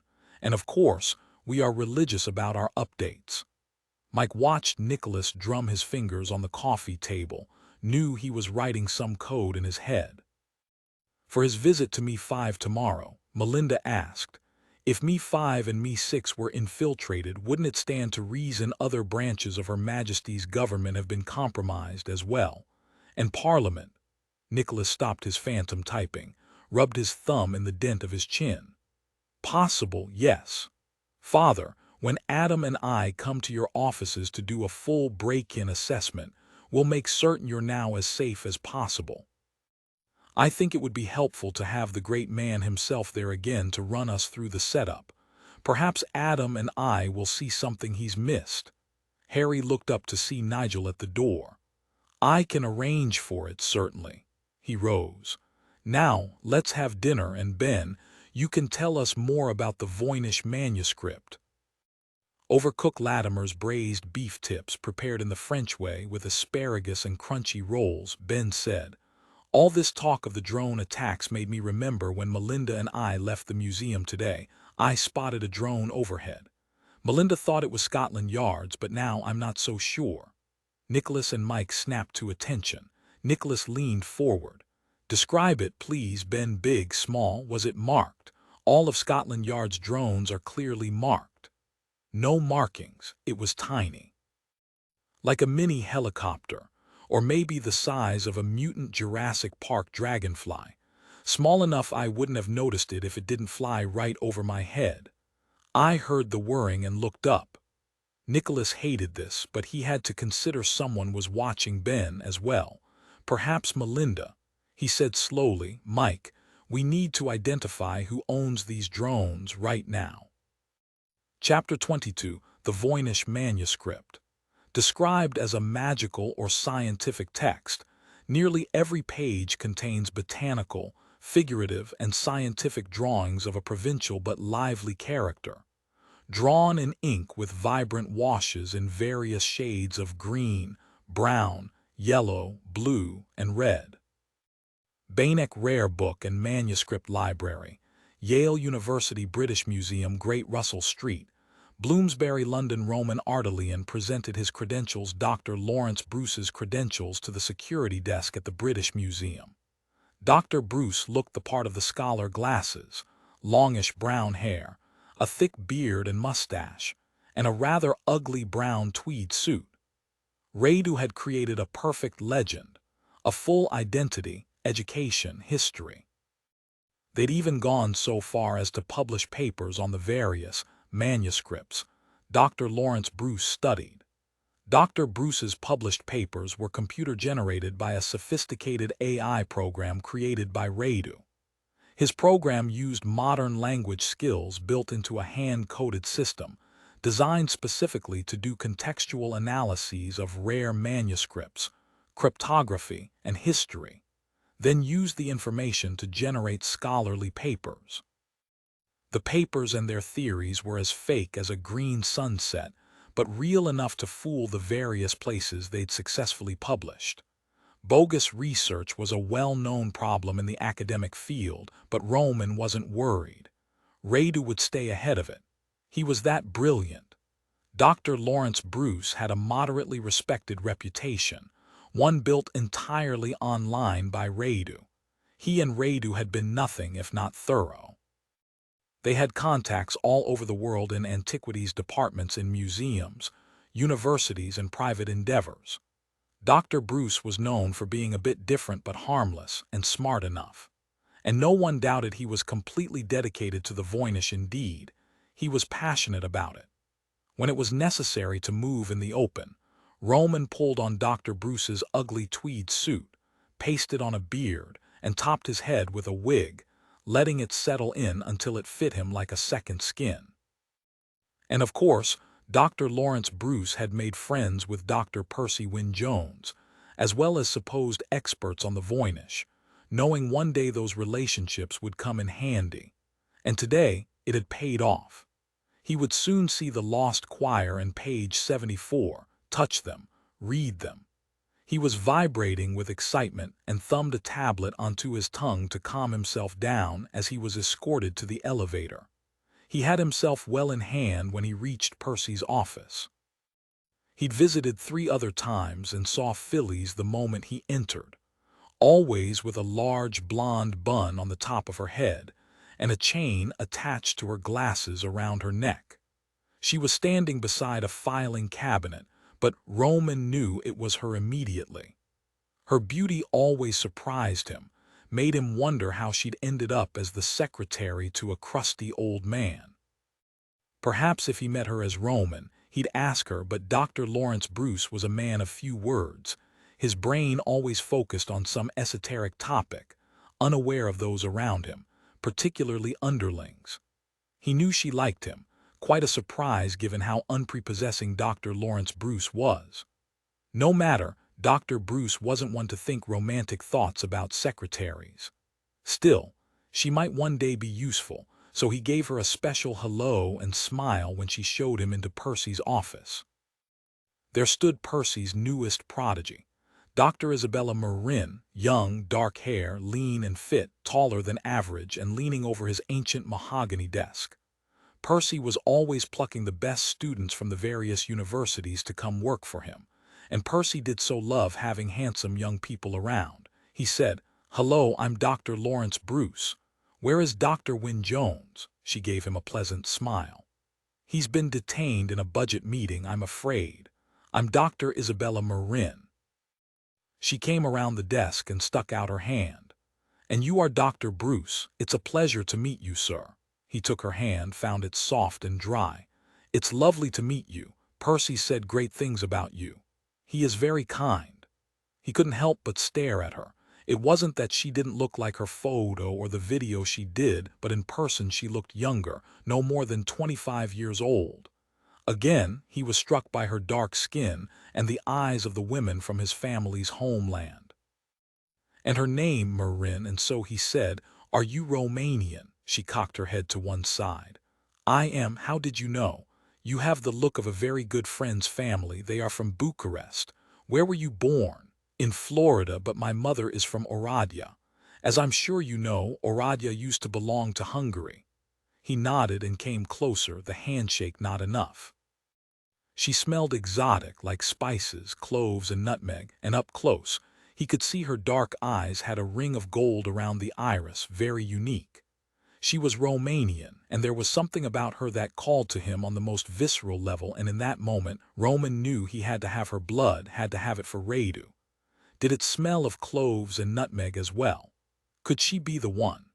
Would the coppery tang carry the special taint, the rare compound he'd been searching for?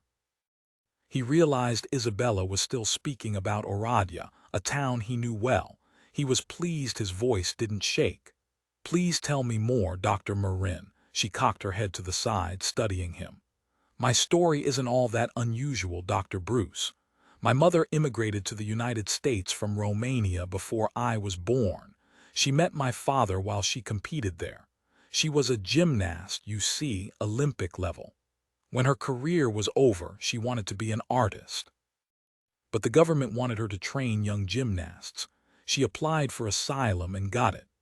Sadly, I'm not coordinated like she was, nor do I have the necessary talent. To top it off, I'm much too tall for gymnastics. That's my father's fault. He was 6'4" and my mother was barely 5 feet. They always looked mismatched in photos, but they adored each other. I've lost them both. My father to a heart attack and my mother to cancer. I miss them." Why had she said so much? It wasn't like her. "Now enough about me. You're here to see the Voynich pages I found. I have them laid out for you. Look, but please don't touch. I'll turn the pages as you need me to." No, he wanted more. He wanted to hear every memory she had of her mother in Romania, where she'd traveled, and more. Had she lied at her press conference? Was she a twin? Could she read the Voynich? If so, why hadn't she come forward years before?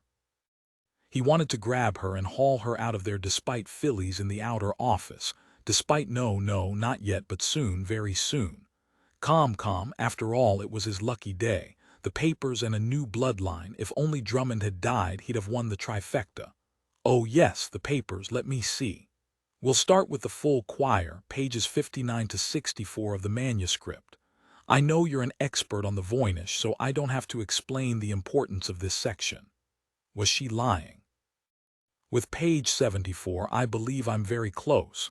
And what did that mean? Maddening, she was maddening, and he knew she was hiding something, but what? Her spicy scent wafted to his nose as she bent and carefully, gently turned a page.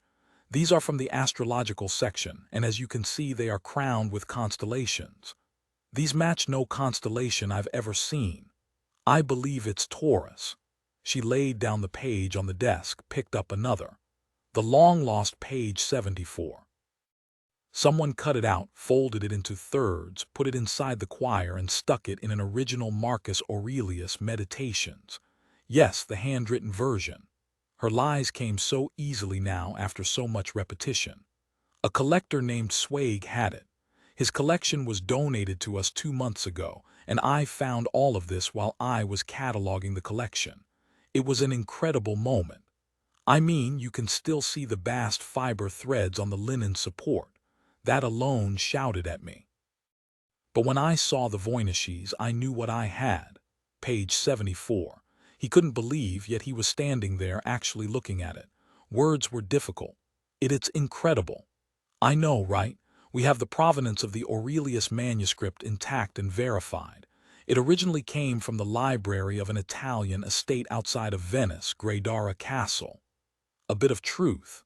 She'd placed the pages there, a tribute really to Grey Dara, to whomever had drawn the picture of the castle. How many centuries ago? Grey Dara. Many a Voynish scholar have speculated the castle on page 86 might be Grey Dara. You know, the one with she grinned. Right, the one with the curved merlins. Yes. No one has ever known for certain which castle the drawing represented, but I'm certain it's Grey Dara. It must have been added to the manuscript at least a century, maybe more, after the Voynish was originally penned. I like to picture a young prince looking through the manuscript, drawing the view outside his window, and I wonder if he was punished. She laughed. I know I have a strange imagination. More likely an imprisoned monk drew what he could see from his cell. I like my imagining better. Yours is much too dark. You have no idea how dark or how true, my dear. Well, Dr. Marin, since you have all the insights, do you know who wrote the blasted thing? She leaned back against the desk, arms crossed over her chest. No, your guess is as good as mine. The castle drawing, though, has always looked like a doodle to me. Like someone was drawing a view, not putting it in the manuscript on purpose. Or maybe we're all wrong, and it's the signature of the writer. She shrugged. Another mystery surrounding the manuscript. Roman stared at page 74. He had only a moment before she turned it over and gathered the loose pages very carefully together and slid them into a soft folder. He couldn't wait to tell Radu, couldn't wait to have the pages in his keeping. Make me a copy of these pages. I need to study them. Something in Dr. Bruce's voice made goose flesh rise on Isabella's arms. His voice was too harsh, too intense, and he was standing too close, staring at her as if he was going to what? She didn't know, but she suddenly felt a bolt of fear and knew she didn't want to be alone with him for another minute. Even if he was an expert and a friend of Percy's, only an odd man, she still wanted to get away from him. Time to get him out of here. She straightened and closed the folder, took a step back. Roman cursed to himself. He'd alarmed her, been too peremptory, sounded peculiar, obsessive.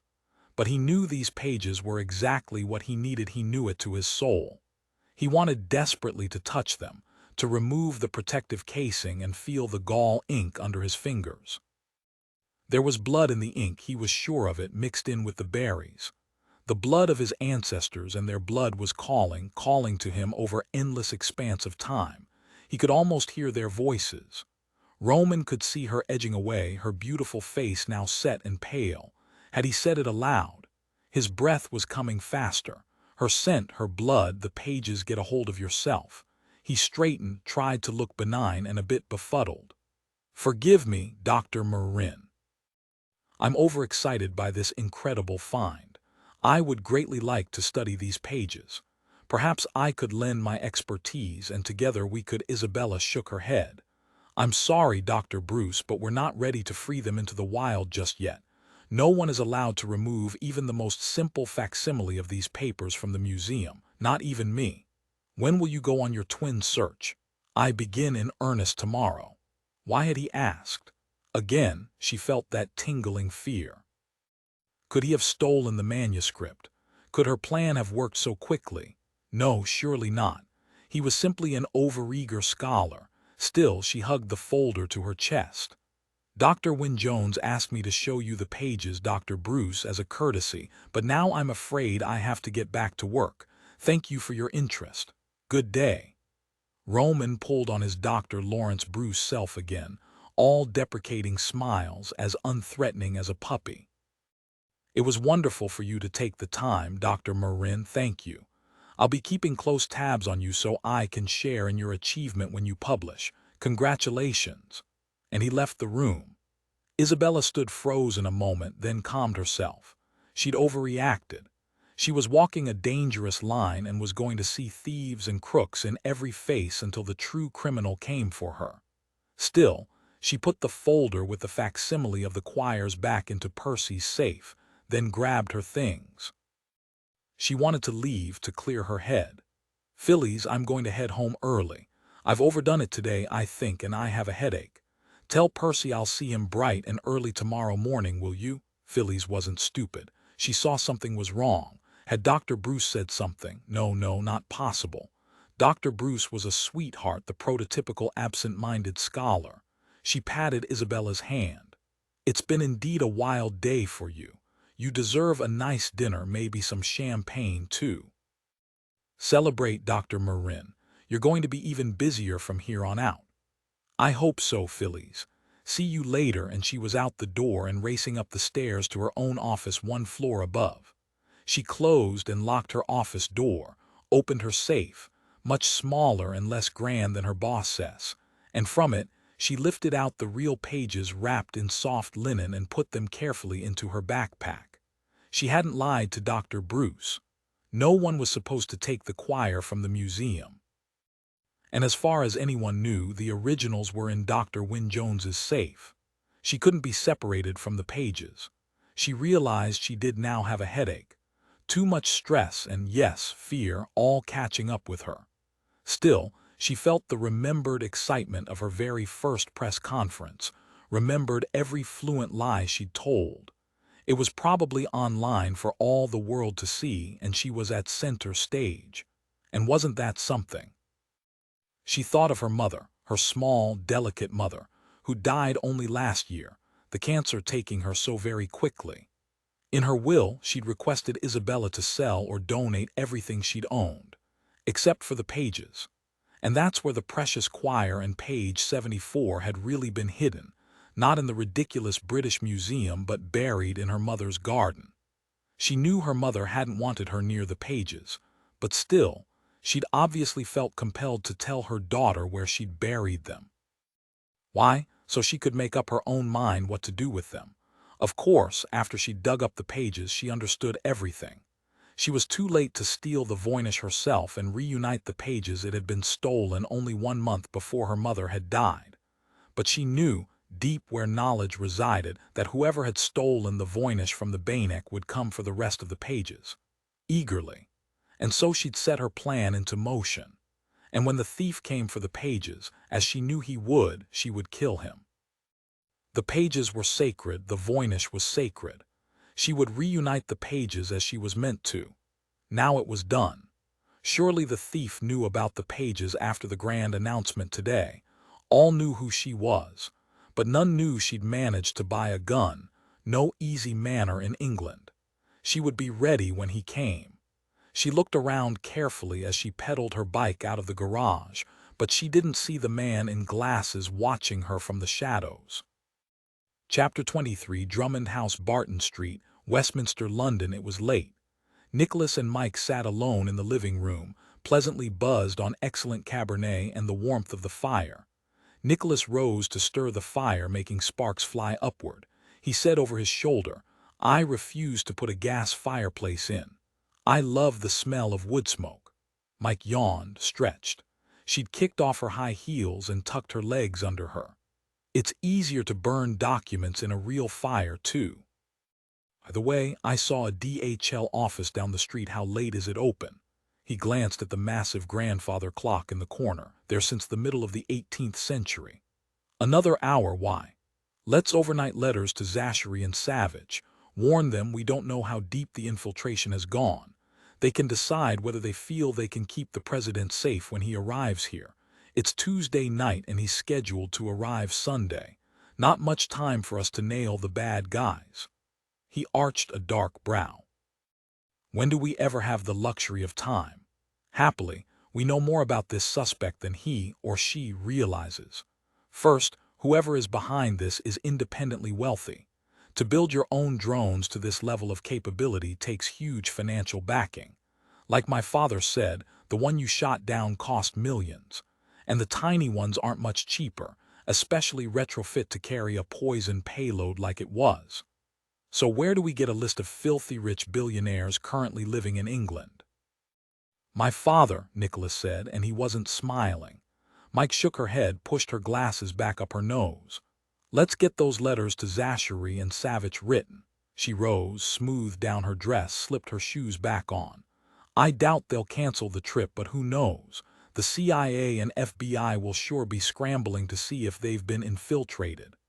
They drafted the letters, laying out the situation, giving them suggested protocols for communication. Mike said, "We're so used to instant communication. It feels strange to be out of touch until this is finished." Nicholas yawned, checked his watch. "We've got to hurry. A quick walk to post these letters at DHL, then perhaps we can find a way to pass the time until morning." Mike was surprised when she stepped outside and felt the crisp, cool air and shivered. "It's the bloody middle of July, for heaven's sake." He didn't answer, and she turned to see him staring up at the sky.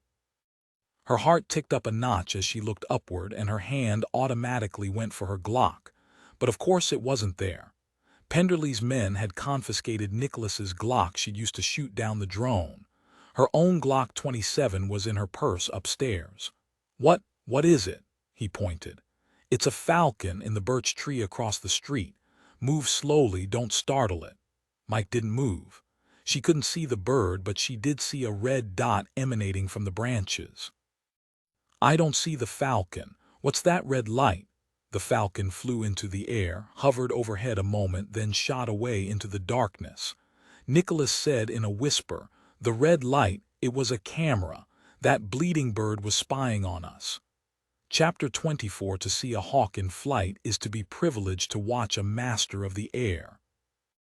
It is a unique hunting partnership. You tame her, tend her, train her, and work her to the peak of physical condition. Then release her to the elements whilst you become no more than a mere spectator. Emma Ford Falconry. Art and Practice. Arlington resumed her journey, wings stretched, soaring over the city. She hadn't been allowed to fly free like this for some time and was tempted to simply keep flying and never go back. But she loved her master and so followed his instructions to the letter. She flew south, the Thames a smoky ribbon below her, over bridges, adjusting here and there for the GPS coordinates programmed into her special collar. The pulses gave her a path to follow, small pings that focused her flight. If she deviated more than 10 yards off course, it gave a tiny shock, nothing so great as to drop her from the sky, only a reminder to adjust back to the proper heading. She'd trained with the rest of the cabal for months and was the best of them all at following the signals. When she returned, she knew she would be given the choicest morsels to eat and the best cadge. The camera on her head was an annoyance, nothing more. She was accustomed to wearing a hood. It was part of her daily uniform. The small sliver of leather fit perfectly, designed and cut specifically for her. Each falcon and eagle in the mews had its own hood and special leggings made of Kevlar to cover talons and legs. It was a part of their job to learn how to soar over the rooftops with the tiny cameras recording all they saw. Although Arlington was trained to hunt drones to take them from the sky, tonight her mission was one of surveillance only. The collar pinged, and she pulled up, soaring to her right toward the final coordinates. She saw pigeons in a nearby tree scatter when they saw her, but she ignored them, flying to the 3rd floor, descending to land gracefully on the brick windowsill.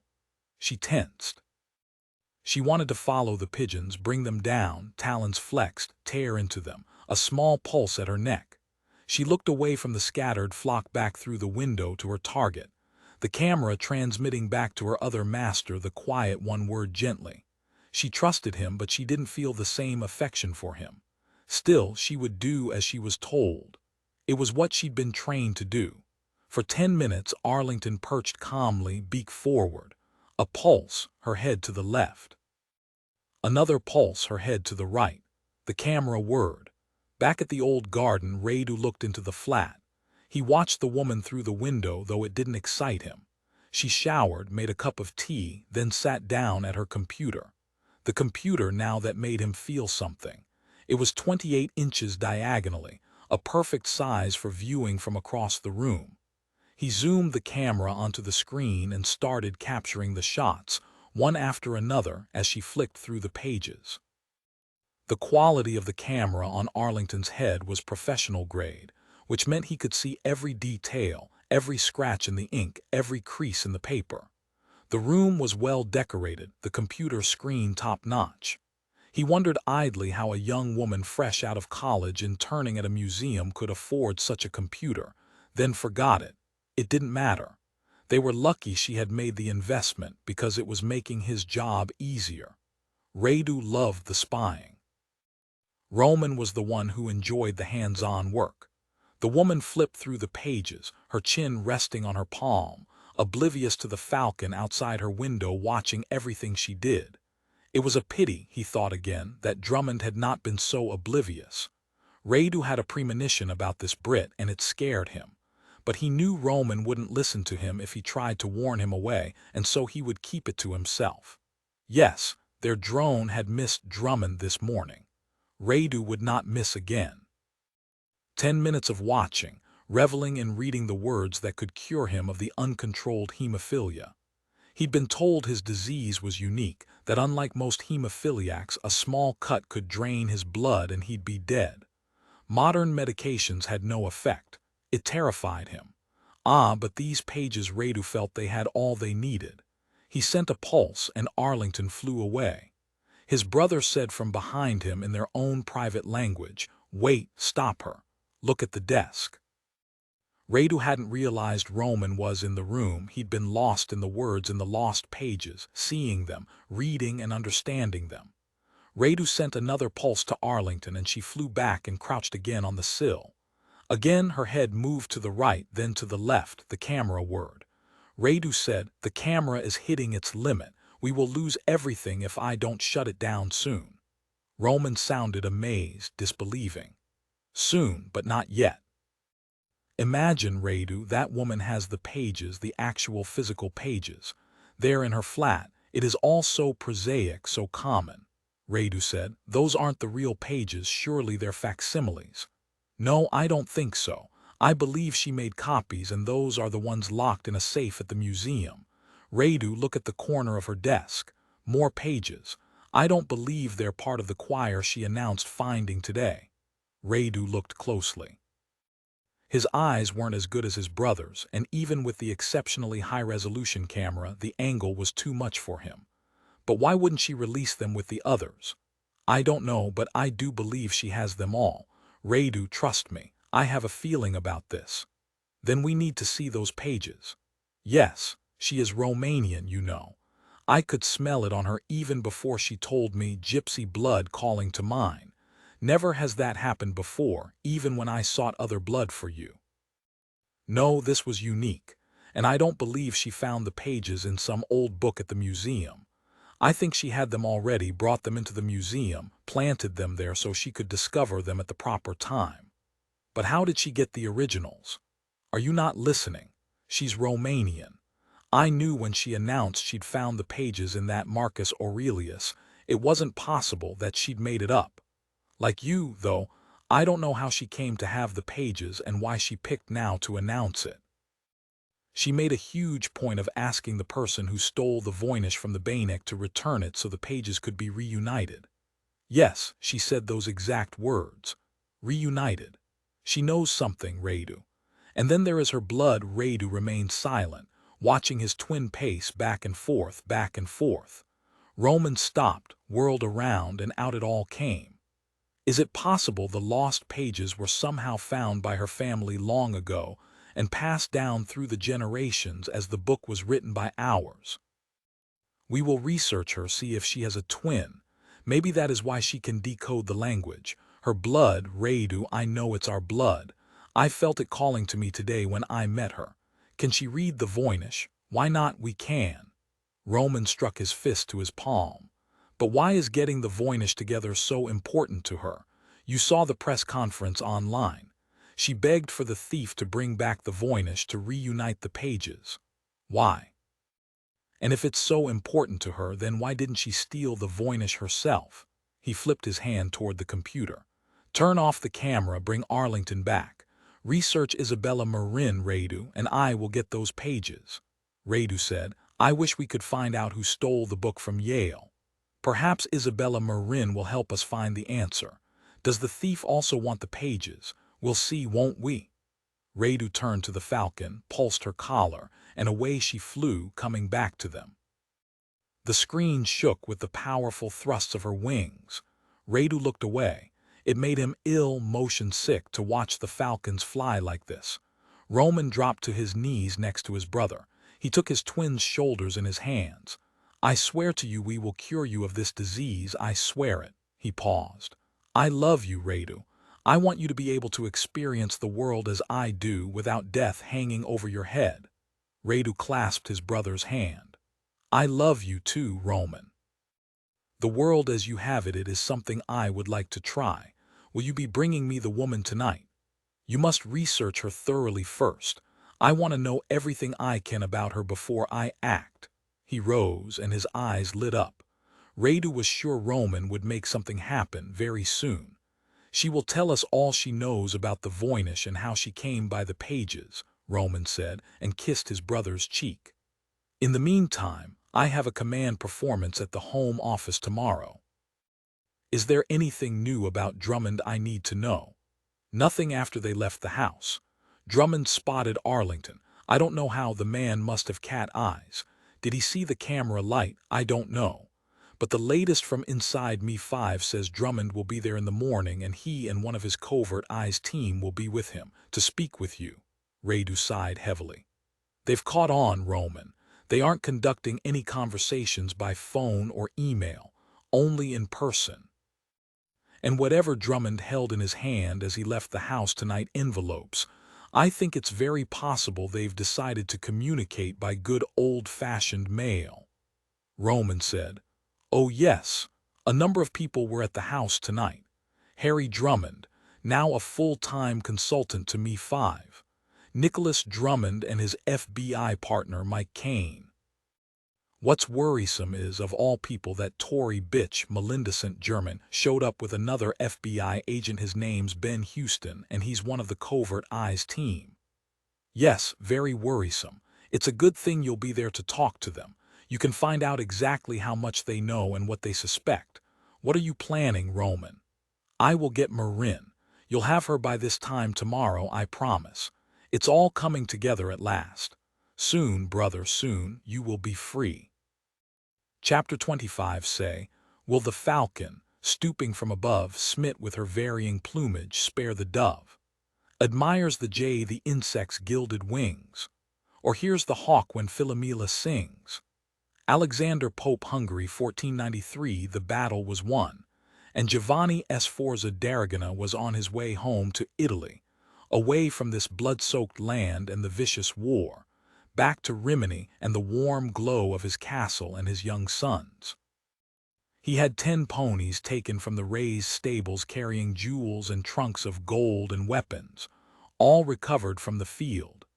He would give a small portion of his spoils to his priests, to thank them for their intercessions, a greater portion to the Pope, Alexander Roman VI, thus currying favor with the Blessed Father, and the largest portion to his cousin, Cardinal Ascanio Sforza, to expedite the marriage agreements with the Borgias. Giovanni's first wife had died a couple of years ago, and he wanted Lucrezia to be his second. It would be an excellent alliance. She was the daughter of the Pope, albeit from the wrong side of the bed, and well educated. He'd been told she was interested in many things, and her greatest love, falcons and the hunt. Giovanni had seen many things, but he'd never forgotten the man he'd met in Hungary, a man who carried the falcon on his fist. His name was Zoltan Szabo, and he'd allied himself with Giovanni, provided him soldiers. He was a pale-skinned man with long black hair. He'd spoken Italian but with a thick accent, and ate his meat raw and bloody like his bird. The two men had hunted together, nothing unusual there, but the relationship Zoltan had with the bird had given Giovanni pause. It was an eerie sort of communication, had made Giovanni wonder exactly what the two shared. He'd never spoken of it to Zoltan. He supposed he'd been afraid to. At the memory, Giovanni crossed himself. He hoped Lucrezia's love of falconry wouldn't lead her to the unnatural, or to eating raw meat. He prayed she would give him many children, and hoped the circumstance of her own birth would allow her more easily accept his sons, born of his mistress, not his wife. The twins would be old enough to ride now. He looked forward to seeing them. The ride was hard, the days long, and at night the soldiers would sit around the fire and tell stories. Giovanni was especially fascinated about a tale of a powerful Hungarian prince who drank blood. It was sacrilege to listen to such things, but he couldn't help himself.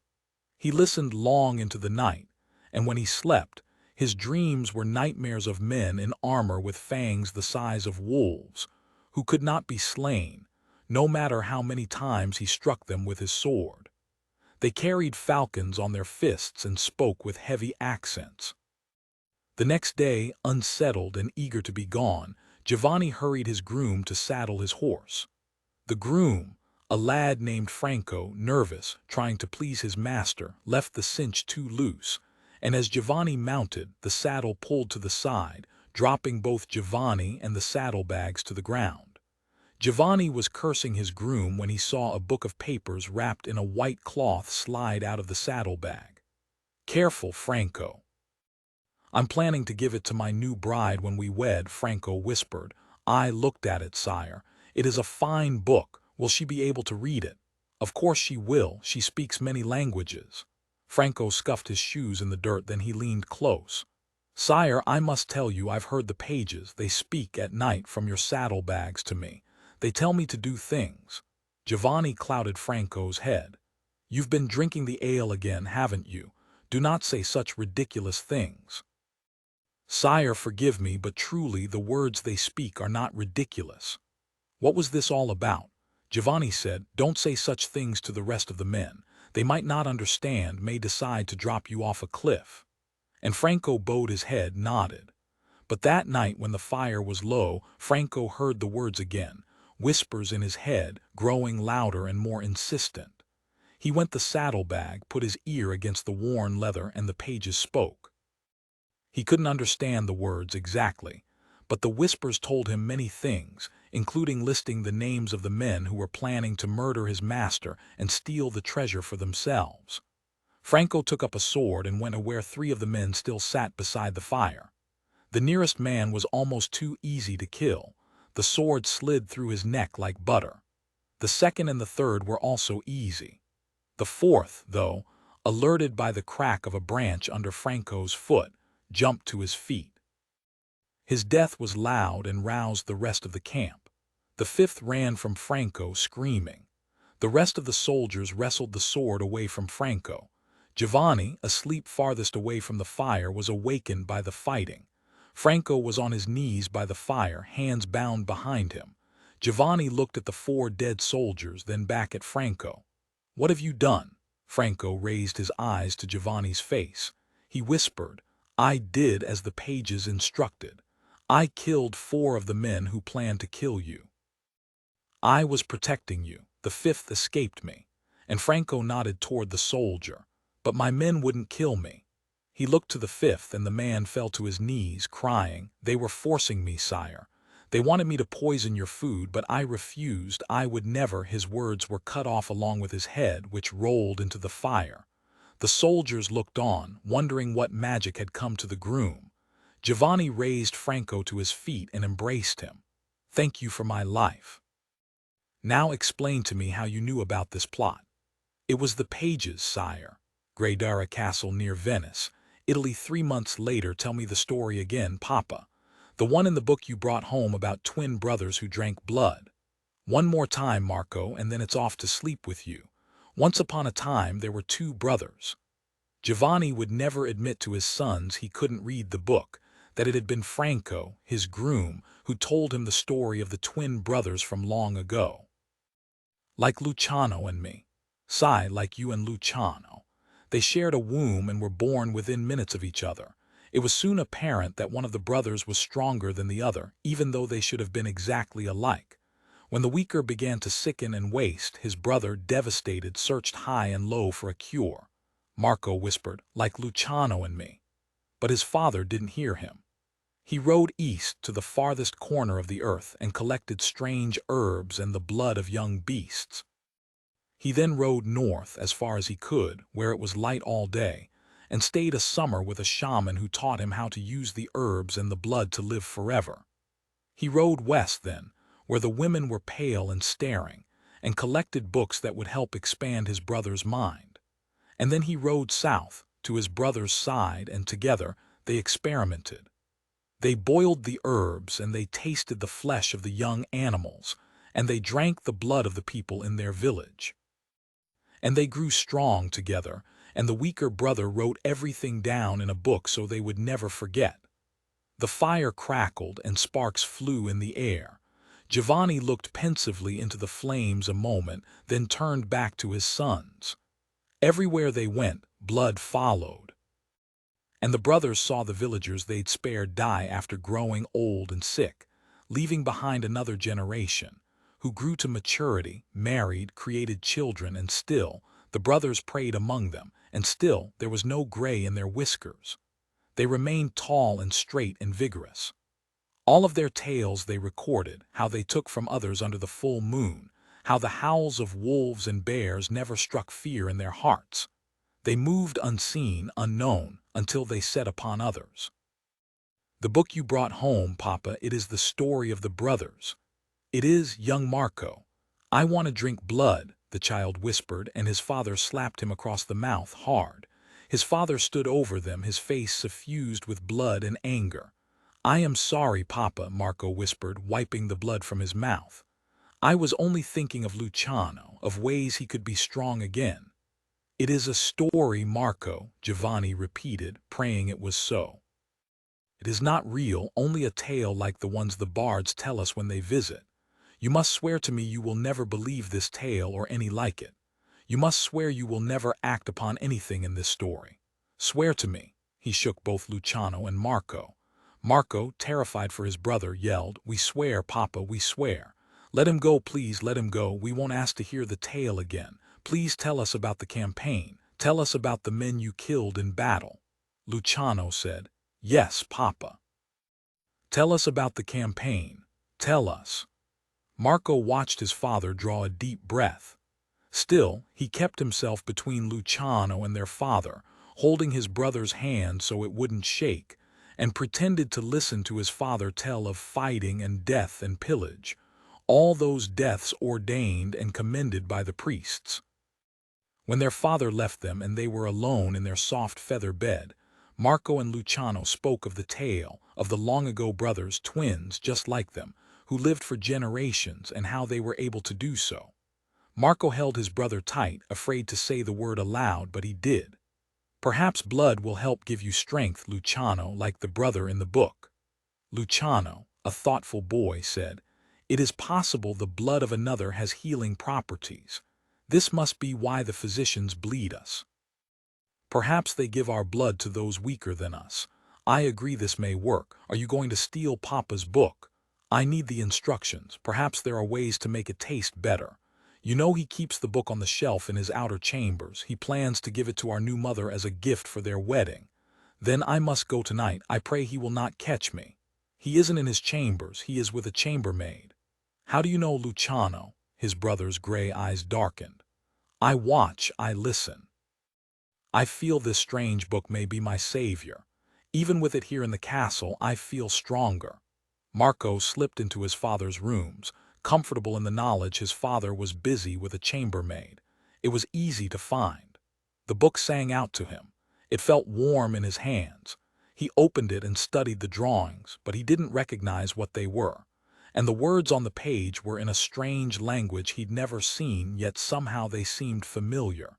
Several pieces of paper were loose inside the binding. He could see the numbers were out of order, but the sense of them Marco didn't need to read the words to know what they were saying. They needed blood. The pages needed blood. He hurried back to his brother, and by candlelight they sat with their hands linked, each touching the book. The loose pages held instructions. Marco knew it.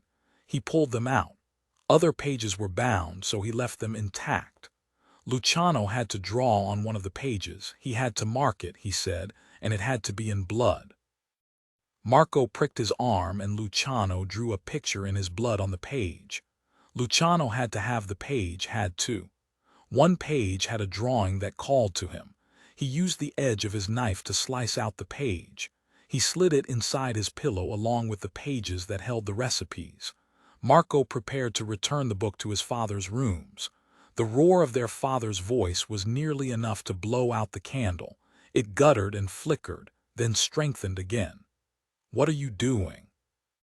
Giovanni grabbed Marco's small arm, dragged him upright, and pulled him from the bed. "I know you stole my book. This is a gift for your new mother. How dare you?" "I'm sorry, Papa, I'm sorry. I thought it called to me, but I was wrong. It is blasphemous. I was bringing it back to you. We don't want it." Giovanni's heart pounded hard. He said between gritted teeth, "It is merely a book of no importance at all. Only a book. Go to bed." And he grabbed the book and left their bedchamber. Giovanni was frightened. He remembered his young groom Franco was called to kill his compatriots, remembered how he'd told Giovanni about the two brothers, the twins. All along he'd believed the groom was lying, making it up. Ridiculous, but now Marco had said the pages called to him, just as his groom had said. He sat up with the book all night, but he couldn't understand anything in it. The next morning he summoned the visiting Jesuit, here to officiate his marriage. He wrapped the book in a white cloth and put it in a box. He called the Jesuit aside. "Father, please take this book away with you, back to Rome. I no longer want it in my home." The Jesuit took the book without a word. "As you wish, my lord. However, I am not to see Rome for quite some time. I travel to England at week's end. With your blessing, I will take it there, far away from your lands." The book left soon after. Marco and Luciano stood on the ramparts of the castle, watching the priest ride away. They thought they heard the book crying, crying for the parts of it left behind. Soon, from one of the pages, Luciano found how to get the blood he craved, and how to make it palatable. The second day, Wednesday, according to a published list in 15th century, a different species of raptor was assigned to different ranks in society. How strictly this was adhered to, no one is very sure. From the Book of St. Albans, published 1486. Emperor Eagle or Vulture, King Gerfalcon, Prince Peregrine Falcon, Duke Falcon of the Rock, another name for Peregrine. Knight Saker or Sacred Squire Lanner, or Lanneret, Lady Merlin, Young Man, Hobby Yeoman, Goshawk Priest, Sparrow Hawk, Holy Water Clerk, Musket, Knave Servant, Kestrel, The Falconry Center, Chapter 26, Me 5, Headquarters. Home Office, Thames House, 12, Millbank, Westminster. London. Identification, please. Mike handed over her FBI creds to a security officer who looked bored to her, but then she saw his eyes roving between her and Nicholas and decided no, maybe not so bored after all. She had to admit, going into the vaunted Home Office was a bit of a thrill. The security was similar to theirs at home, tight, biometric, and impenetrable, but to an American ear, there was something special about hearing the British accents. She discovered she liked London quite a bit, almost as much as New York. No, that was going too far. They were issued badges, and a young man with glasses similar to Mike stepped from behind a column. Nicholas saw him, smiled, and stuck out his hand. "Ian, good to see you." "Mike, this is Ian Sansom, my father's right hand. He plays cricket, but don't hold it against him." "You're mad I beat you the last time we faced off. You still owe me a pint. Mike, it's good to meet you. Harry has said nothing but good things about you. Did I hear correctly you shot down a drone with a Glock? Lucky shot." "Bollocks," Nicholas said and punched her arm. "I agree," Ian said. "I hardly think that's the case. Now please follow me. Harry is waiting." Harry Drummond's office was on the 5th floor. When they got out of the elevator, Mike stopped. She saw beautiful dark woods and marble-topped tables in the hallway, all heavy, imposing, and older than the White House. People were everywhere, many of them agents, she supposed, but it was strangely silent. The air was charged. Everyone knew something was up, but with typical British restraint, no one was talking openly. It was eerie, seeing a whole floor of agents go silent like that. She wasn't surprised to see Harry's office was as elegant and understated as the man himself.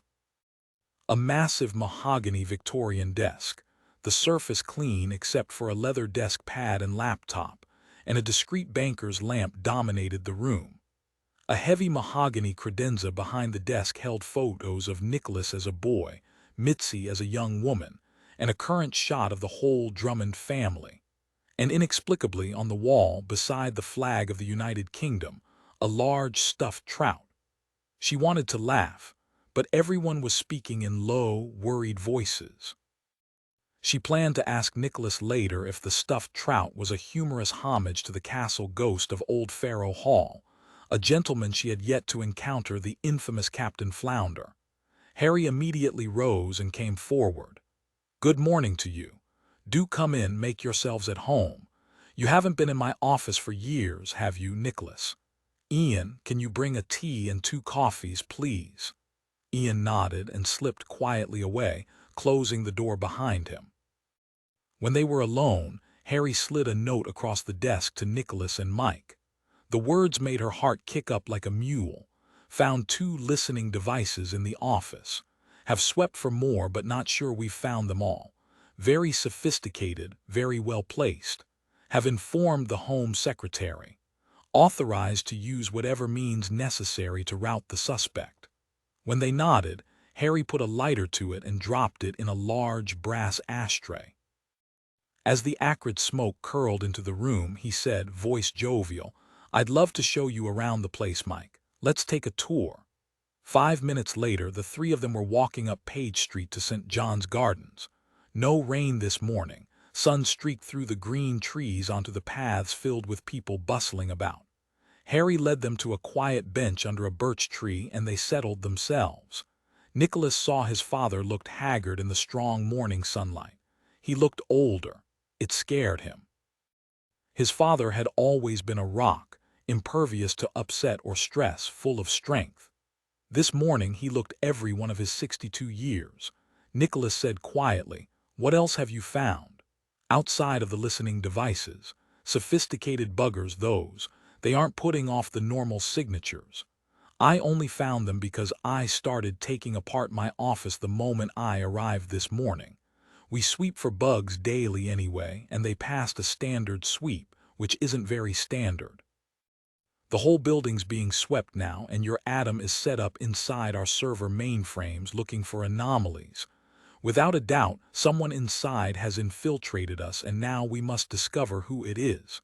Mike asked, "What do you think his end goal is?" Harry looked off across the park. "I have no earthly idea, but they want something." He glanced at his watch. "Roman Ardelian is due shortly. Let's talk to him, see what he can tell us." Radulov Industries has moved quickly to issue patches to the software affected by all the security breaches this past week. Getting past a Radulov firewall takes some talent.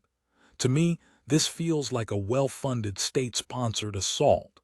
It's the cyber attack I've been fearing, the real deal, not a couple of Russian hackers in a basement in Moscow. Now, we've taken apart Chapman Donovan's life, and I'm sad to say, he was talking to Heinrich Himmler about a transfer of money. We don't yet know what it was for, but it certainly reinforces the notion he was up to no good and someone needed to get both men out of the way. Are the 2 situations tied together? I don't know yet, but I'm willing to bet they are," Nicholas said. "So the 2 were working together and double-crossed a partner, so he had them killed." Harry shrugged, then sat forward, his hand on Nicholas's arm. "All possible. What really scares me is that you've been targeted as well, Nicholas, both you and Michaela. I know you don't have any ties to Himmler or Donovan, so why you?" Nicholas said. "We hit on something clearly. Still nothing useful on the drone outside of the weapons used. The consensus is you and Michaela are very lucky to be alive." He rose. "We're going in circles. Let's get back. I want to see what Ardelian has to say." The sirens were sudden and close. Mike looked at Nicholas, who had shielded his eyes and was looking back toward the Thames. She saw Harry's assistant running toward them, his jacket flapping. Nicholas said, "This doesn't look good." Ian skidded to a halt, panting. "Sir, please come at once. There's been another attack." Chapter 27, FBI Headquarters, 26 Federal Plaza, 22nd floor. Home of Covert Eyes, New York City, New York. SAC Milo Zachary was in the office early, enjoying the relative quiet after supervising a knock. FBI talk for serving a pre-dawn search warrant on a suspect. The knock had gone well and he wasn't needed, so he poured a cup of coffee and was reading the morning briefs when his secretary, Gladys, knocked on the door. "Special delivery for you, sir, from Agent Drummond and Agent Caine." "What's this all about?" He took the envelope. "An overnight from London. He better not invoice this. Do you have any idea how much it cost?" The overnight envelope was thin. Zachary ripped it open. Out fell a thick, creamy envelope with Zachary's name on the front in elegant script. Inside was a 3-page handwritten letter. "Sir, we apologize for the subterfuge, but we had no other way to warn you. Our communications have been compromised. Agent Caine and I were attacked yesterday on the way to London to look into the drone murders. Ironically, we were attacked by a drone which Agent Caine shot down with a Glock. There was no way for anyone to know we were working the drone murders unless they were listening to or watching our communication with Agent Savage. We believe the Home Office has also been compromised. We can only assume your communications are compromised, too. I put Adam on a plane to London last night. Tomorrow, he and I will try to discover the depth of the breach at Me5 and who is responsible. On your end, I suggest Gray do a full intrusion protocol on every system we utilize. And yes, I know how much overtime that will cost. Agent Caine asks me to remind you that Savage is probably in the same boat. We leave it to you as to how you wish to communicate with the cow going forward. A similar letter has been sent to him as well. You must assume all phones and servers are being monitored. If listening devices are in place, I'd be surprised, but right now, we aren't ruling out anything. I'd suggest taking a walk without your phone with Gray to initiate the protocols necessary to keep us all safe. Any software updates from the past 6 months need to be checked thoroughly. Anything that resembles the code for the WannaCry malware attack is suspect. I'm afraid we're going to have to communicate the old-fashioned way for the time being until we get a handle on how we've been infiltrated and how deep the breach goes. No computers. We will report in daily by cable or letter, and you can send your replies to Drummond House in Westminster. Oh, yes, Ben is working with us. I trust you can assemble the rest of Covert Eyes and fill them in on the situation. And yes, we will do our best to stay alive and out of trouble." Drummond and Caine. Zachary read the letter once more, then hurried to Gray Wharton's cubicle 1 floor below. Zachary wasn't surprised to see Gray rumpled, his suit coat hanging half off the back of his chair, a granola power bar in his hand. Coffee cups littered his desk, and 4 computer screens were lined up in a curved array, each with a different program running. The breakfast of champions doesn't come in a wrapping, you know. If you don't start eating real food, I'll be forced to hire you a chef. Now, Gray, according to Drummond, we have a problem. He handed Gray the letter. He read it quickly, whistled. Seems the problem isn't only with Drummond. He stood up and grabbed his jacket. "Shall we take a walk, sir?" 5 minutes later, Zachary and Gray were out the front doors and onto Worth Street. Zachary saw a line 40 people deep already winding around the side of the building, most waiting to get into the passport office or apply for citizenship. It might look like a security nightmare, but in truth, this building was probably the safest place in all of New York City. Still unspeaking, they took a right on Lafayette and then veered into Thomas Paine Park. Zachary could see the morning traffic was nose to tail, heard honking and swearing, a typical New York rush hour underway. It made him smile. He loved this city, loved it to his bones. They took a bench that faced back toward Federal Plaza, and Zachary found himself wondering if Drummond and Mike, like he and Gray, were utilizing parks for their conversations. Gray asked, "What have Nicholas and Mike gotten into?" "Someone tried to kill them with a drone attack." "Apparently so. I would have liked to see Agent Caine shoot a drone out of the sky. But first things first. We have to take them at their word we're compromised, too. How can we get secure communications with Washington and with Drummond? Letters, cables, dedicated encrypted sat phones. It's a 6-hour flight between here and London. Clancy and Trident can make it in 5, so if we're desperate, we can use them too. Flying messages across the Atlantic. I'd love to hear the director's thoughts on that manner of transmission. Only until we figure out what's happening. Don't look at me like I'm crazy. It's the safest, most secure method. You know, the terrorists move all their high-level information by hand. They aren't crazy enough to do it electronically anymore. And now we're in the same boat. I know that, Gray. Sir, how anyone could have gotten into our systems is a mystery to me. We are fortified on all levels, and I would think an intrusion would have already shown up in the code.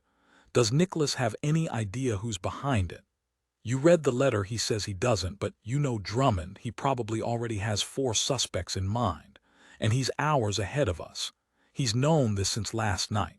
I would like to touch base with him immediately if you can figure out a way to do so securely. We should coordinate with Savage and the cow in D.C. right away. Though I'm not sure the best way to do it. We can simply buy disposable phones on our end, but how will they know to do it themselves? Burner phones, he broke off, looked across the park. Is that Agent Scott? Sure enough, Agent Leah Scott was running across the street with a package in her hand, obviously looking for them. When she saw them, she put on a burst of speed. Gray couldn't help but admire her latest outfit: conservative blue pantsuit, black low-heeled boots, and underneath the tailored blue jacket, a Def Leppard concert t-shirt from their Pyromania tour. She never wore a nose ring at work, but her left ear glinted with hardware. Even before she stopped, she said, "Sir, a package came a few minutes ago from Agent Savage in D.C. It says emergency on it. I saw you and Gray leave together, so I decided to try to catch you." Zachary took the envelope. "Thank you, Leah. Stay put, we need to get you up to speed." As he ripped open the envelope, he said, "In short, we have a comms breach."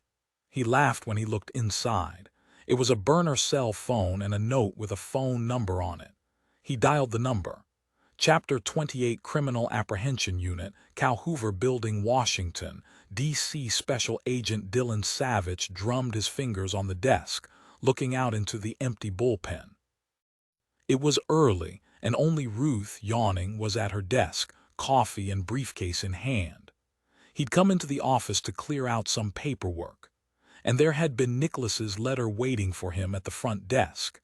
He'd ripped it open in the elevator, read it, and then turned right back around, went to the nearest 7-Eleven, grabbed a set of burner phones, and walked straight to the courier office on 14th Street. It was 5:00 a.m., and the courier could be in New York by 7:30 for a price, of course. They were used to doing cross-city runs, but the kid who was there was more than willing to go to New York for the morning. He was at the train station 15 minutes later, Amtrak chugging him up to the city. Savage checked his Mickey Mouse watch again. Almost 8:00 a.m. Come on, come on. The burner cell phone on his desk buzzed. He snatched it up. "Took you long enough." Zachary said, "Are you inside? If so, get outside and call me back." "Give me a minute." Savage punched off, ran down the stairs and onto the street. He ran south and stopped 2 blocks from the National Mall, probably the safest place to talk, considering all the joggers and tourists. It would confuse the signals if anyone had already figured them out. He found a quiet bench and called back the previous number. Zachary sounded almost cheerful. "Glad you anticipated we'd need to have a chat this morning. Made our lives much easier. You're outside on the off chance the communications breach includes an audio component." "Yes, even though Nicholas thinks it's a stretch, but who knows," Zachary said. "Anything's possible, but Burner's outside. We should be okay. The offices, not so much, and email, certainly not. Are you going to send covert eyes to London?" "Drummond already has Mike, Ben, and Adam. More than enough boots on the ground, I think, especially if we don't want them to know we're onto them, whoever them is," Savage said. "Hopefully, he'll know more after a meeting at the Home Office this morning with the head of Radulov, Roman Ardalian himself. They'll be checking Matrix together. Let's speak again at 10 a.m. Drummond's meeting should be done by then, so he'll have some new information for us. Copy that. Gray and Leah are going to start running diagnostics here, see what we can find, if anything. Hopefully this is a false alarm on our end and it's only the Brits who are compromised. I'll begin a sweep on my end as well. I trust there's serious discussion at the White House about the wisdom of the president traveling to England at the end of the week, given the assassination of the Vice-Chancellor of Germany. You know he'll dismiss it, claim he won't be cowed by terrorists. Savage sighed. You're probably right. We'll speak again at 10. Savage punched off, went back to the office, and opened Max. He didn't know exactly what to look for, so he plugged in every parameter he could think of so Max could search through all the communication systems for the Bureau and pick out anomalies. An internal warning banner came across Max's screen. Are you right, Nicholas? Savage switched to the BBC website just in time to see the panicked face of the anchor wrapping the segment. He turned up the volume. We will certainly have more on this shocking attack soon, but for those just joining us, the BBC is reporting that Defense Secretary Sir Terry Alexander has been pronounced dead at the scene. Chapter 29.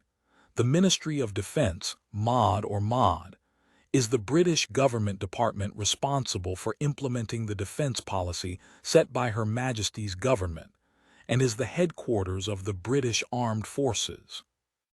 Wikipedia Me5 Headquarters, Home Office Thames House 12 Millbank Westminster, London. Ian filled them in as they rushed back to the Home Office.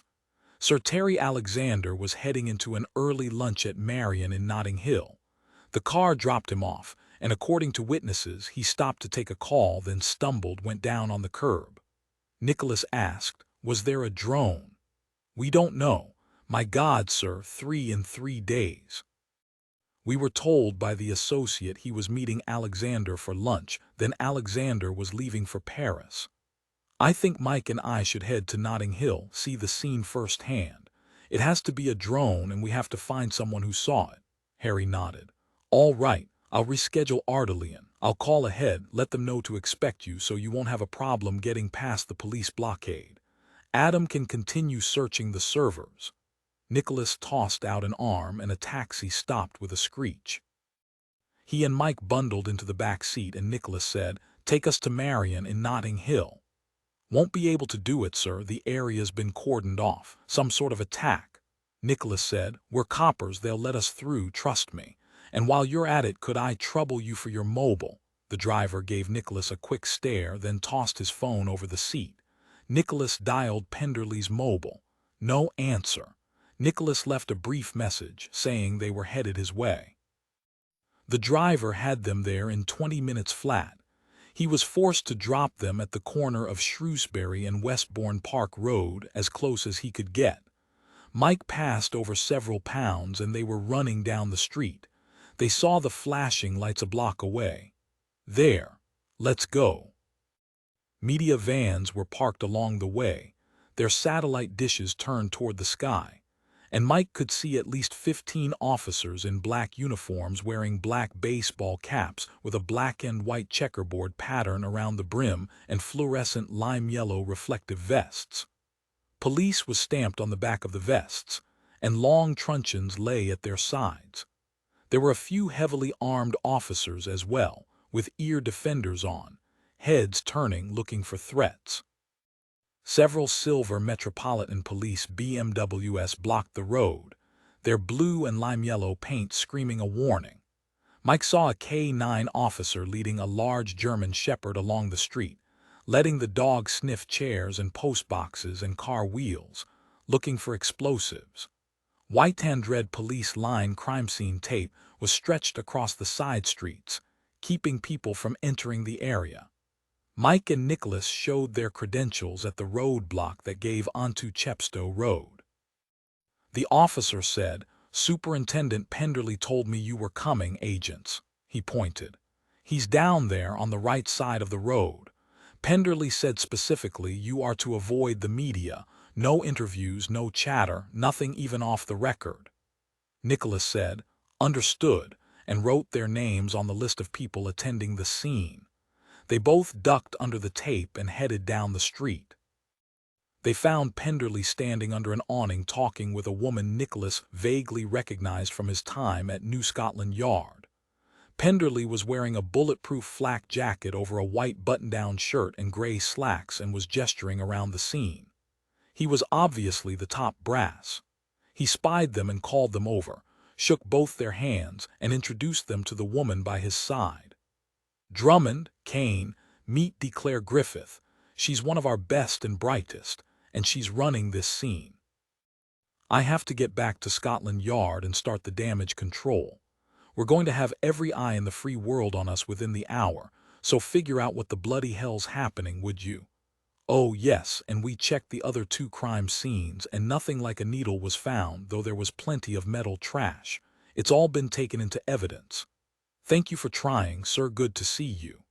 You too, Drummond," and after a nod to Mike, he added to Nicholas, "I thought I asked you to get it sorted." And he was gone.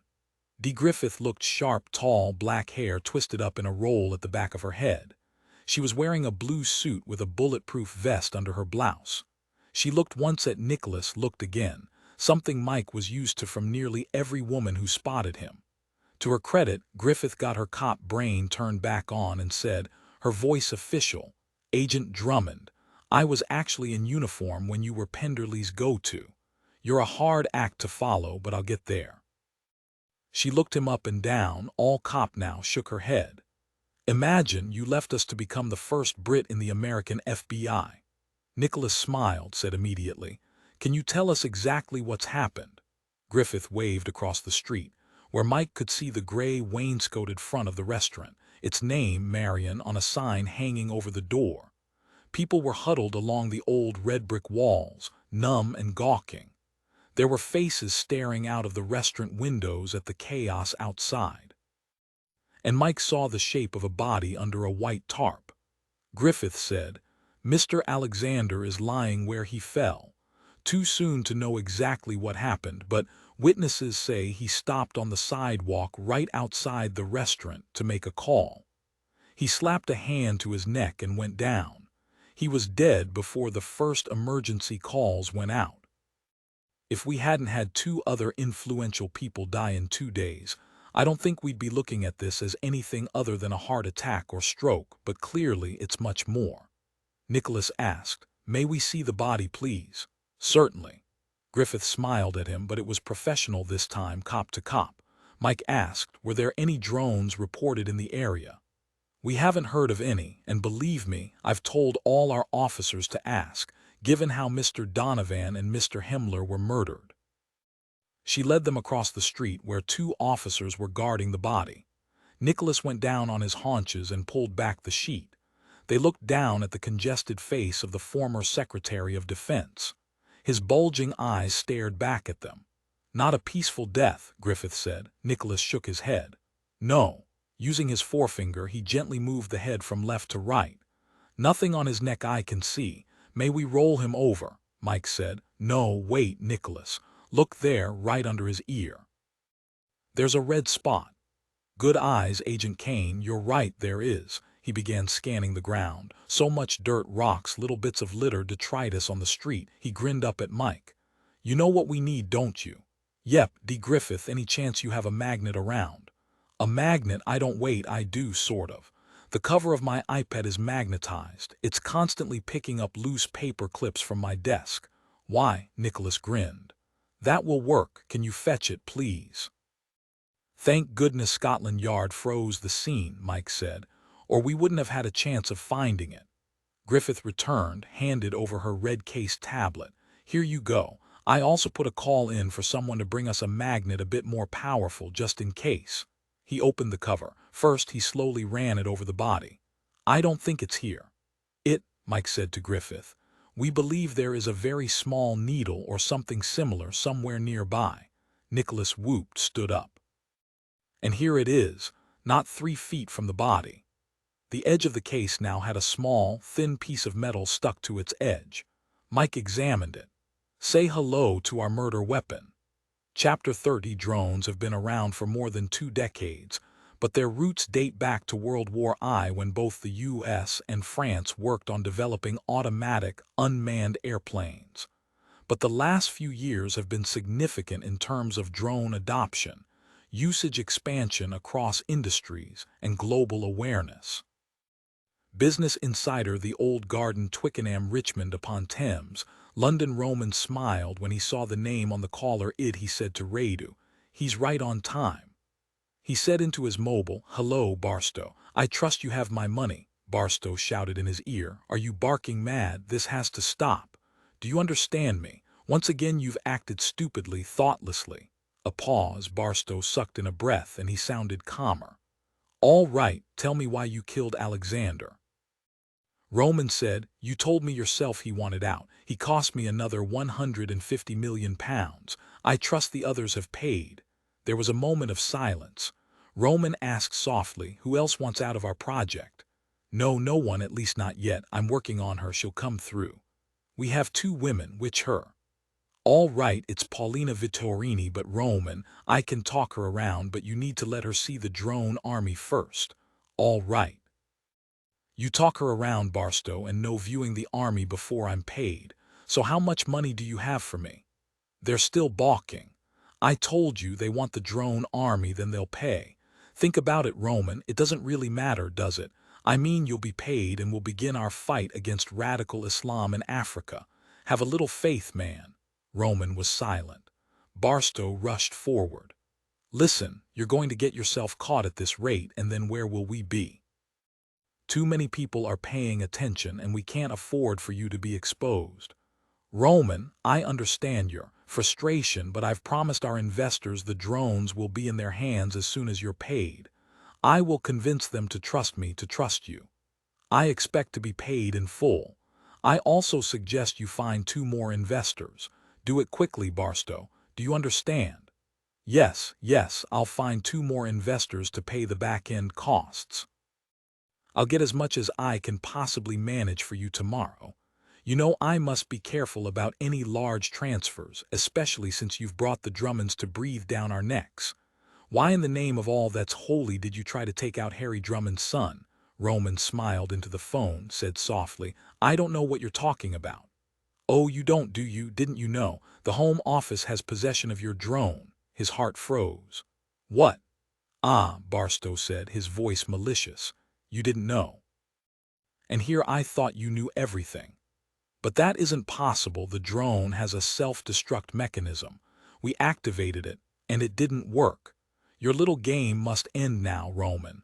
We can't afford to have any more attention that might lead to the discovery of our project, a discovery that would destroy both of us. If you stop murdering people, I'll find a way to make sure no one links the drone to you.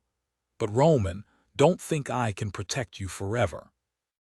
If you continue to behave in such a reckless manner, I will be forced to intercede in ways you will not like. The Prime Minister would be most interested in the real reason his defense minister was killed, don't you think?"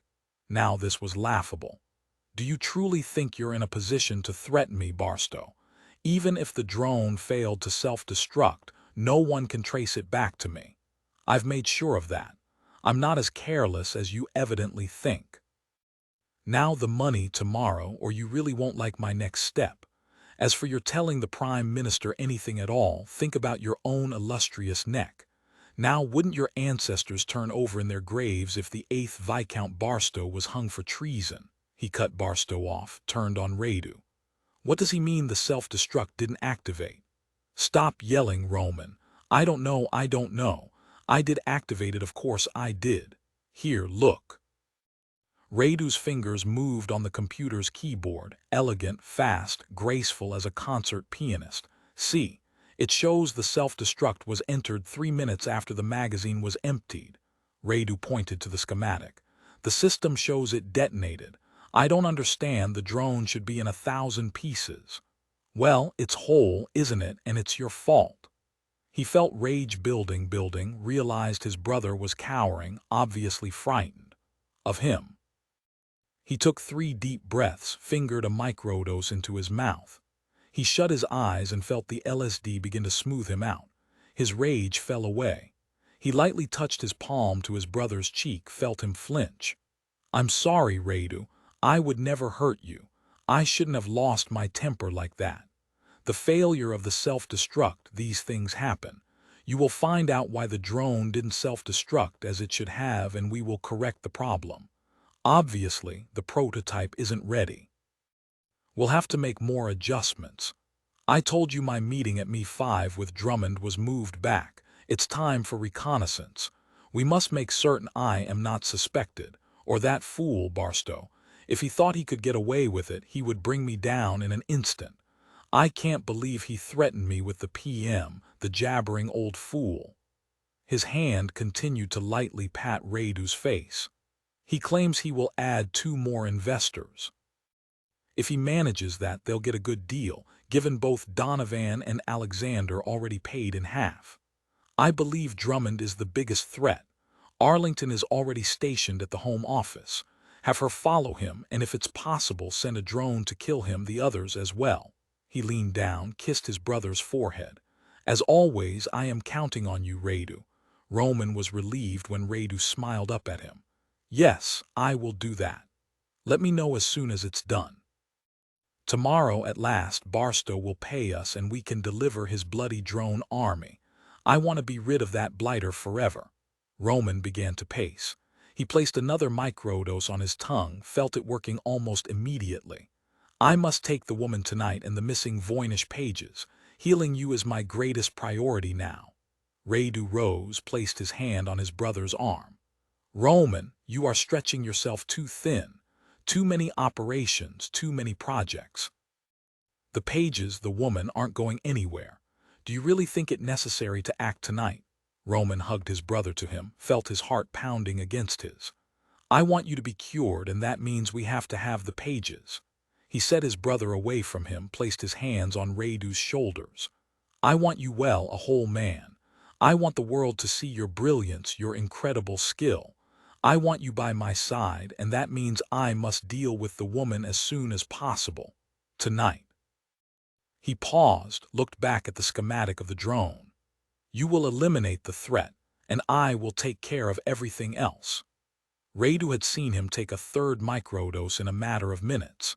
He knew Roman was becoming more and more attached to his LSD, and he was afraid that instead of helping him channel the brilliance, tether it, so it didn't fly away like his cabal. The microdoses were making his behavior more and more erratic, affecting his moods, his reasoning, making him more unpredictable. Radu understood the benefits to the microdoses, but now what Roman was becoming scared him. He thought of all the drugs he'd been given since birth, for both his Asperger's and autism, or whatever it was, and his rare form of hemophilia, and how none had helped him.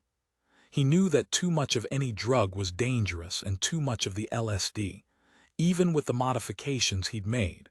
Would it eventually tip Roman over the edge, make him mad? Soothe him, soothe him. "Don't worry, Roman, I will take care of Drummond. Please trust me. I trusted you before to self-destruct the bloody drone." Rage flashed, then sank back below the surface. "I know you will, Radu. You need to trust me as well. Once we have the woman and the pages, we will work to cure you. You will kill Drummond, Barstow will give us the money, and I have an idea how to crush Temura once and for all. Never again will that traitor infiltrate Matrix. I will personally kill him, perhaps strangle him as he stares up at me. Yes, all will work." And he rubbed his hands together, frowned a moment, thumbed another microdose onto his tongue, then strode from the room. Radu watched his strong, brilliant brother, so robust, so full of life and purpose and love for him. What would happen now? Radu slowly walked to the control panel and cooed softly into the microphone that fed directly into the Falcon's muse. His voice woke the remainder of the cast, who were sleeping. It was too dangerous for him to handle the birds himself, even with Roman's protective gear. A small nick from a talon or beak would cause a bleed that couldn't be controlled, so all his directions had to come from afar. Like his directions to the drones. Like everything Radu was forced to do. Never touching. Never connecting. Except with his brother. His heart quickened. He didn't want to believe it, but maybe, the woman and the pages would lead to a cure for him, and he would walk free in the world. Perhaps he would learn to play cricket. He sent Ashley and Lauderdale the coordinates in their collars, then sat carefully in his specially made chair, putting his hands on the controls for the drone, but he worried. So much chaos swirling about, so many problems, so many irons in the fire, a phrase he'd heard Diego once say. And Roman, the other half of him, becoming so volatile. What would happen? Chapter 31, Notting Hill, London. Nicholas and Mike watched Detective Inspector Griffith gently place the needle into an evidence bag. Nicholas said, "We need it tested straight away, but I imagine it's the same poison epibetadine." "Yes, I agree. I'll oversee it myself. Our lab will analyze it immediately, and I'll be in touch with you the moment we know for sure." "Could you also have someone take a look at Alexander's computers? Actually, if you don't mind, I'd like to look at his computer, and we need the hard drives for Himmler and Donovan as well. Even a copied hard drive will work, but send it to me by courier and do it quietly. We're all still compromised as far as we know, and we certainly don't want whoever is behind this to catch wind of what we're doing." Griffith nodded. "I'll make sure this is handled discreetly. We need to head out now." "Oh, Griffith, you do good work. Thank you for all your help." Again, D. Griffith bloomed under that smile. "Ah, happy to help, Nicholas." Mike grinned, but it fell off her face in an instant. She saw a flash of brown there one moment, gone the next. She grabbed his arm. "Nicholas, did you see that?" "See what?" "Remember the bird you thought was watching us last night? I think I've seen another." A small brown feather floated down in front of them. "Nicholas, wait, listen. Do you hear that?" All Mike could hear was the city moving, breathing, cars flowing along the nearby streets, the murmurs and calls of the crime scene crew. She shook her head. A high-pitched whir. Mike's adrenaline spiked. She looked up. "A drone? I can't see it." Where?" "There," Nicholas shouted, pointing to the eastern edge of Marion's roof. They saw the drone rise gracefully into the sky. Mike ducked behind the crime scene van, and Nicholas took up point at the hood. He pulled his Glock, thankfully returned by Penderley. She heard the barrage of bullets too close and drew the small Glock 27 from her ankle holster. The drone was darting left, then right, through the sky overhead, firing. "It's shooting at us, Nicholas, get down." People were screaming, running, the cops firing up at it, but it was so fast no one could get a beat on it. Nicholas didn't get down. He stood tall and squeezed 3 shots. The drone zipped away, then stopped, hovering over the buildings as if mocking them. Nicholas ran after it. Whoever was flying the drone was an expert, and he dodged between buildings as he ran, ducking behind a van, scooting around honking cars, his eyes never leaving the drone. Mike was on his heels, yelling. Left at the corner, it stopped. "Wait, now right." They juked and jived, ducking bullets. Another 2 blocks before the drone seemed to be slowing down. Nicholas realized it was running out of juice. Mike ran up to his left. "Is the sucker out of battery power?" "Yes. Adam said it would only have 25 minutes or so. If we can keep up with it, we should see it drop out of the sky. Unless your sharpshooting skeet skills are honed." Mike grinned as she raised her small Glock, aimed at the drone, stopped dead. "Look, there's a bird. It's heading right for the drone." "Doesn't matter. Fire, Mike, bring it down." But before she could get off the shot, the bird dove at the drone. At the last second it pulled up, flared its wings to slow, legs underneath it, talons out, and snatched the drone from the air with its feet. Its wings flapped once hard and soared away with the drone held tight. Mike pulled up short. "Holy crap, did you see that? That bird saved that frigging drone." Nicholas pulled up beside her, watching the falcon wing away. "The question is, if it was one of ours, why didn't it destroy the drone? Why did it fly away with it?" The bird and the drone were out of sight. Mike said, "Because it's not ours." Bird and machine belong to the same people. Chapter 32. A typical unmanned aircraft is made of light composite materials to reduce weight and increase maneuverability. This composite material strength allows military drones to cruise at extremely high altitudes. Drones are equipped with different state-of-the-art technology such as infrared cameras, military UAV, GPS, and laser military UAV. Drones can be controlled by remote control system or a ground cockpit. Drones on. Com-Me5 Headquarters, Home Office Thames House 12 Millbank Westminster, London. Nicholas said, as they rode the elevator up. Me5 is manic. I don't think I've ever seen so many agents running around. At least we got an elevator for just the two of us. I can't wait to get my hands on a keyboard and find out exactly what and how this hack was performed. I plan to write a new encryption for our phones that will keep us safe. He tapped his temple. Wait, I do believe a possible solution has presented itself to my brain. She poked his arm. I knew it. Modern technology is no match for you. Maybe you should go into business like Ellison did with Radulov. Make millions off your code. Mama needs a new pair of shoes, or you could buy me a BMW like yours. Not new shoes for you, new boots. I don't want to take Ardelian's path, sorry, Mike. Not enough excitement in the business world, no knockout arguments with you, no hand-to-hand fights with bad guys. I wonder how long Griffith will take to copy the hard drives. Okay, new boots, and yeah, I'd give it up too for knockdown drag-out arguments with you. Griffith won't take long, not since she has a crush on you. Agent Caine, are you jealous? She rolled her eyes. Come on, focus. I'm still wondering about that Falcon yanking the drone out of the air and disappearing with it. There you go, just like a woman, always changing the subject. You're definitely jealous. Want to get revved up, want to fight about it. Those new boots may be for Christmas, she laughed, and he couldn't help himself. He gave her a quick kiss as the elevator doors opened to 3 interested faces. Adam was waiting for them when they arrived on the 5th floor in Harry Drummond's outer office. Hey, it's good to see you guys. I'm all up and running, and man, do we have a problem. I need another hour at least, but I'm close to finding the hole. I'm trying to establish a clear and safe channel that we can use to talk to Gray in New York.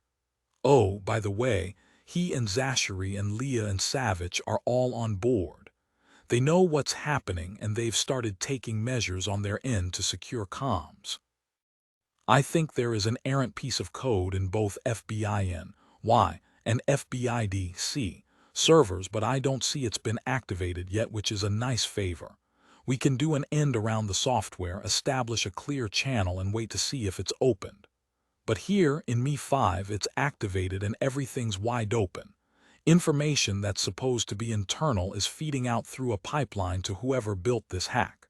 I gotta say, it's pretty cool. He looked at Mike. Well, no, not cool at all. Can you secure the British security services? I'm working on it, Nicholas. Once I have the channel between New York and us secured, then I can turn to the Me5 and Me6 systems. This is going to be huge, like Duke, and Duke 2, that unraveled Kaspersky, though I think this breach of Radulov is going to be even worse.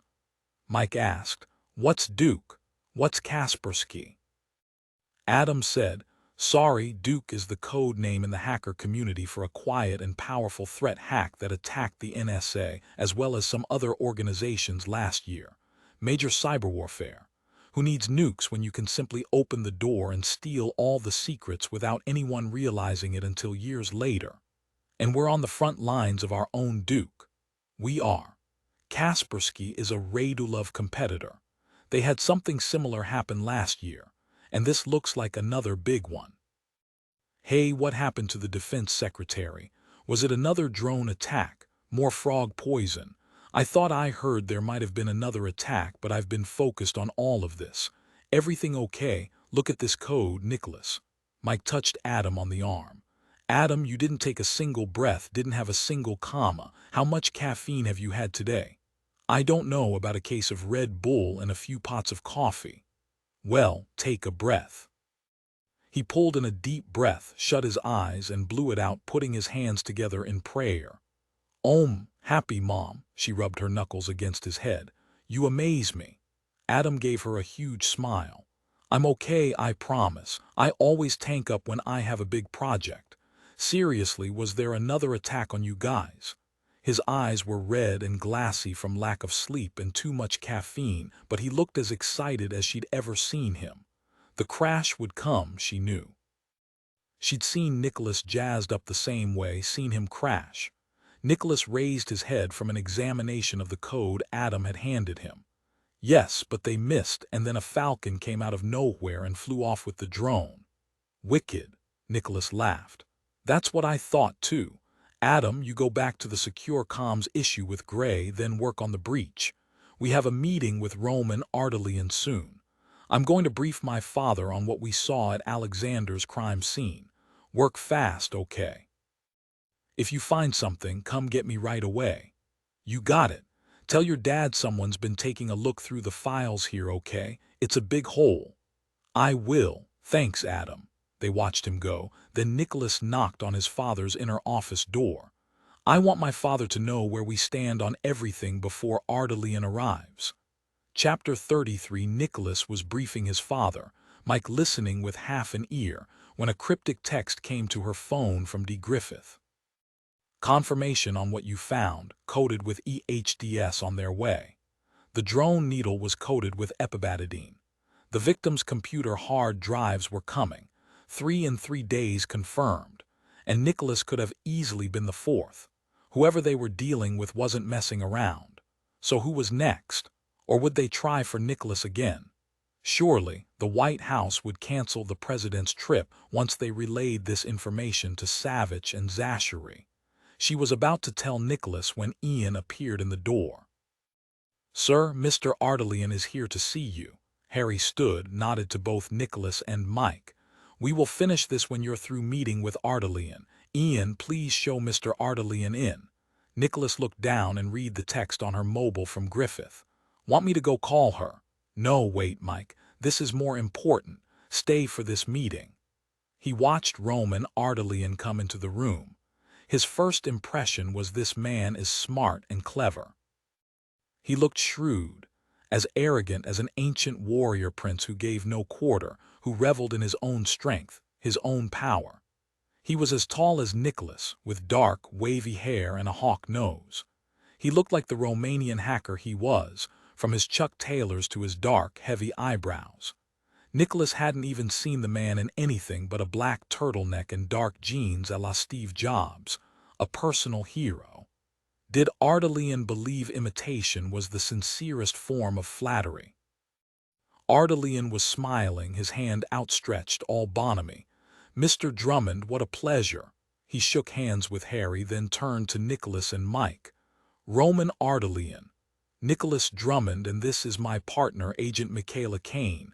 It's good to meet you. I'm a fan. A dark brow went up. You're a fan of mine. You're the ones getting all the headlines these days.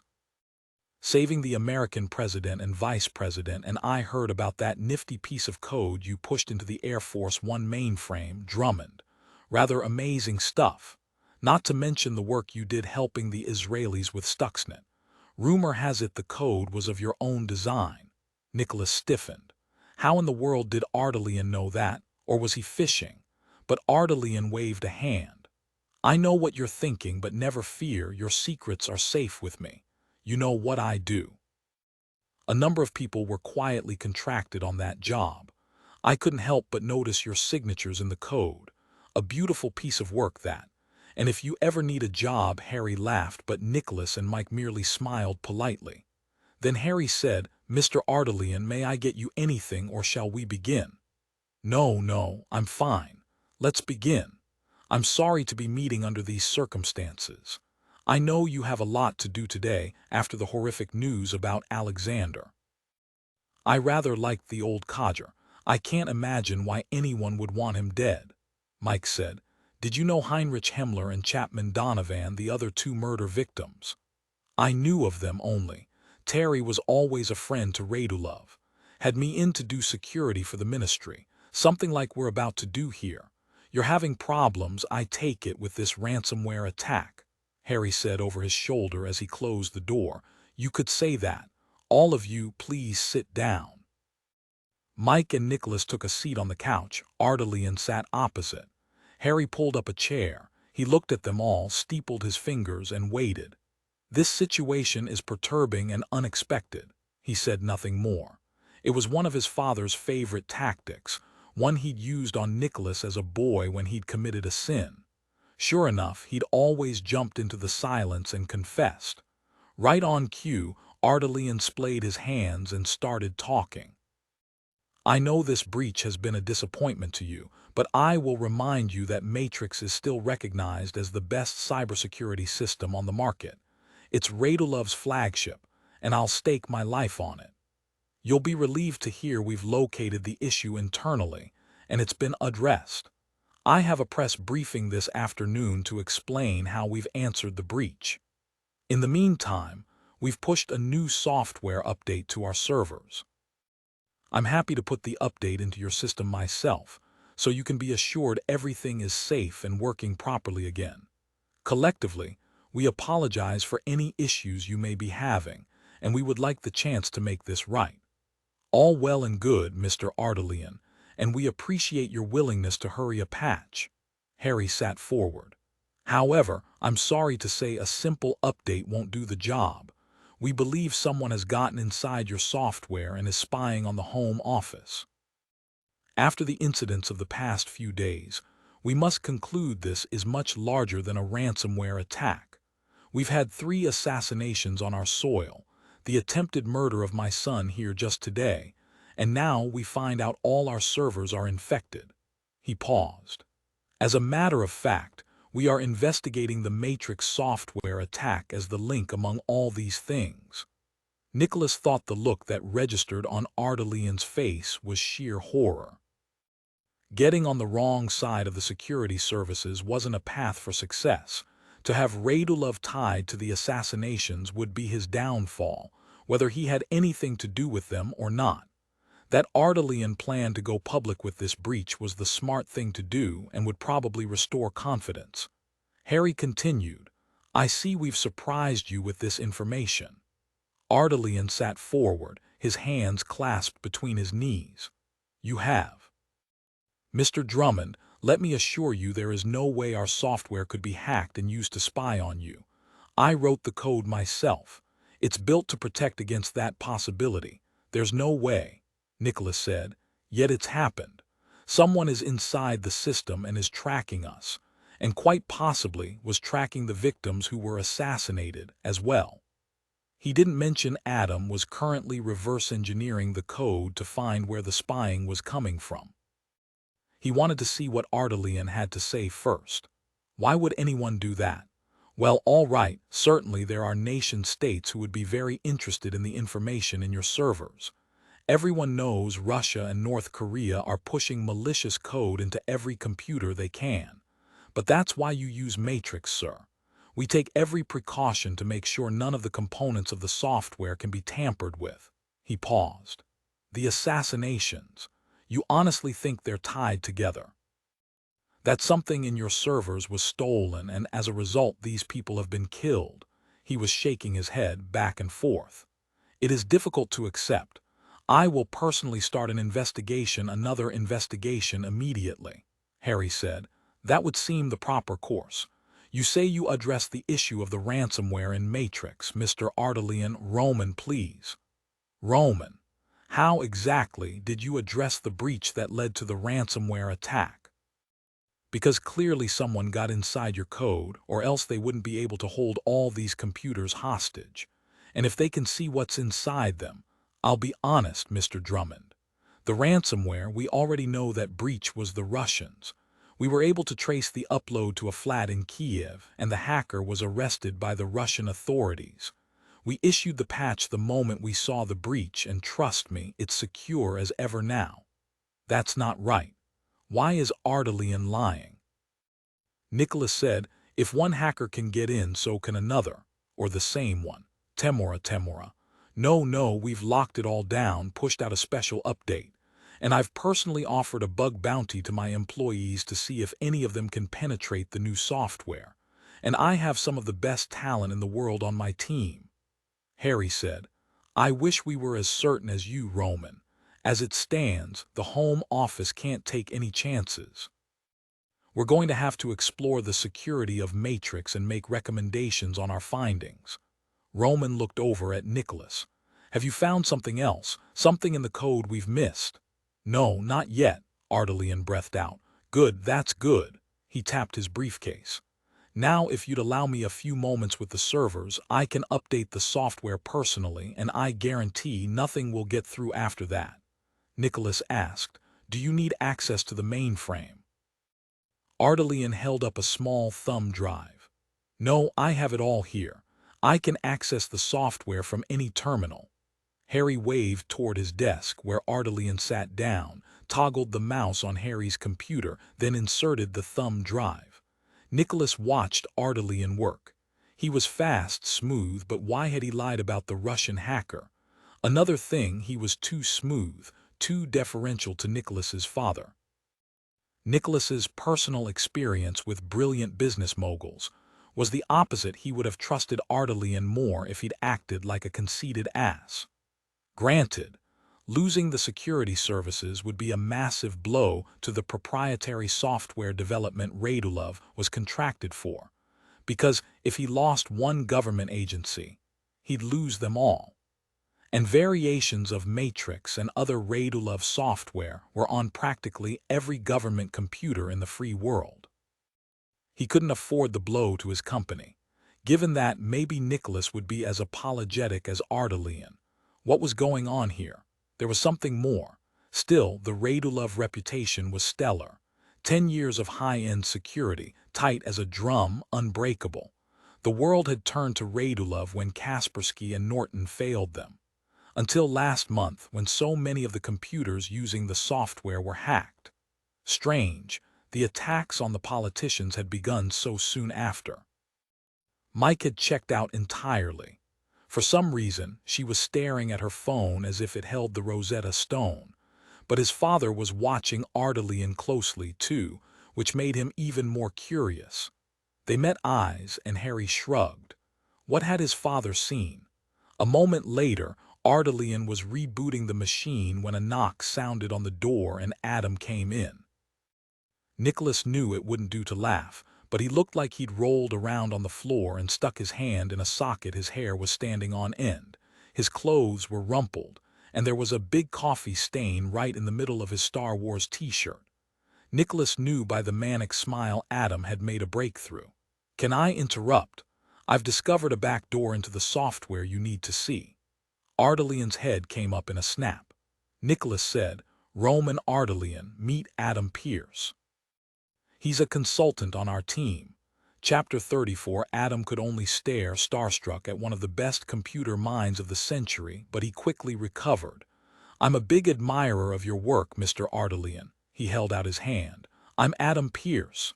A pleasure to meet you. No offense, but someone's making a mess of your code right now. Look."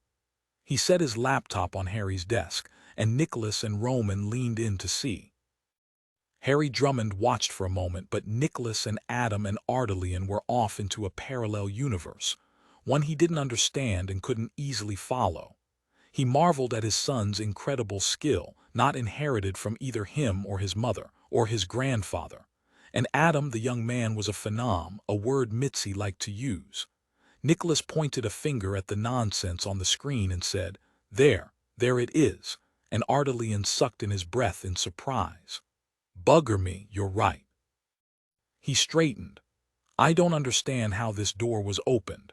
I coded this to allow my people to be able to slip into our systems and push code out. Internally. Only from inside Radulov. No one from the outside could have possibly gotten in. It's a one-way pipe. No offense, Mr. Ardalian, but it's a two-way pipe now," Adam said. "And they did get in big time. Look at this." I created an animation of the bug flowing through the systems from the Radulov servers to the infected computers, and this is what I found. It's a small hole, sir, but it's a hole. That's how the software was taken advantage of and how they can defeat it again. Nicholas saw the screen light up with what looked like a moving bar chart, knew it must be the paths the data packets had followed. Mike set down her phone and said, "Adam, can you explain it in lay terms?" "Sure. Essentially, With this capability, whoever is behind this can spy on every computer that houses Radulov's software and matrix. They can do keystroke analysis on any computer that runs the software, which is pretty much every computer out there, so they can follow every text, every file, every email. Here's the kicker. Not only is it on the computers themselves, it's also tied into any device that shares the system's Wi-Fi network. So, for example, when we come into these offices, we're given a Wi-Fi password to log into the systems, one that's secure and encrypted and only given to outsiders, not used in-house. When our phone's attached to the network, the bad code downloads onto it through the connection. Then they have keystroke and audio on those phones, too, Harry said. Governments have this capability too, though, yes. Sure. On our end, the NSA and FBI can do this with ease, though we aren't supposed to.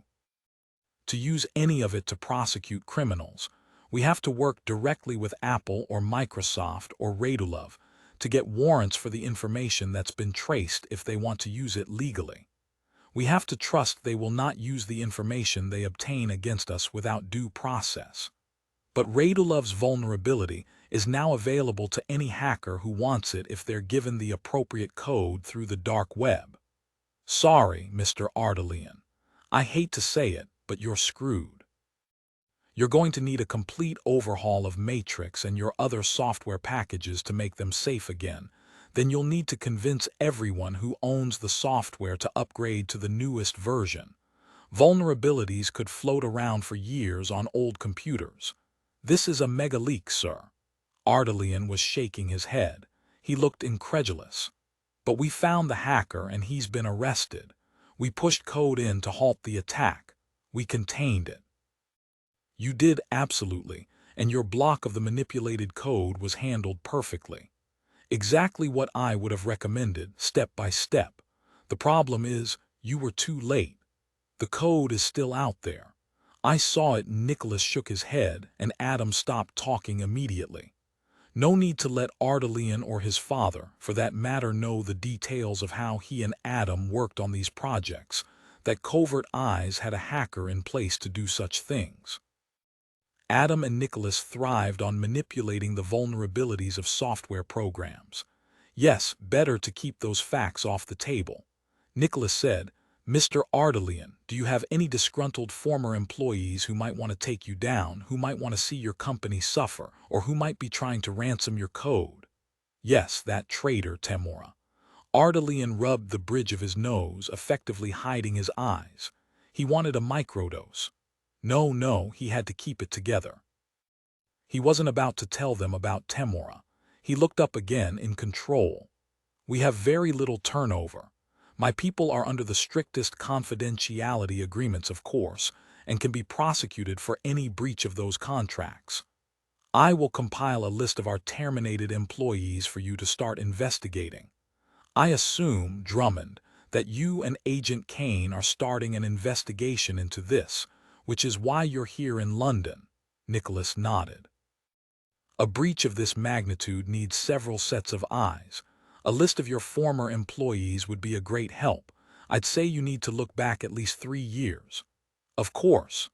Ardelian was still staring at the code. He couldn't wait. He pulled a small box from his pocket and slipped a mint into his mouth, but it wasn't a mint, it was a microdose. Almost immediately he felt it focus him. He nodded to all of them. I must go immediately. I need to deal with this. He stopped, shook Adam's hand. Thank you for finding this. And to Harry, sir, I will do everything in my power to make your servers safe again as quickly as possible. I have another patch that should hold them off while we work on a permanent solution. I'll put it into the terminal myself the minute I get back to the office. Give me an hour before you reboot the machines in the office, Harry asked. And it will fix things for how long? It should last indefinitely, though there will be more to come. Ardelian laughed and ran a hand through his hair. I thought the update I put in was the permanent fix until now. Mr. Pierce, I am dead serious. If you ever decide you want a job, please don't hesitate to call. I'll pay you triple what you're making now. Adam grinned. You hear that, Nicholas? I want a raise.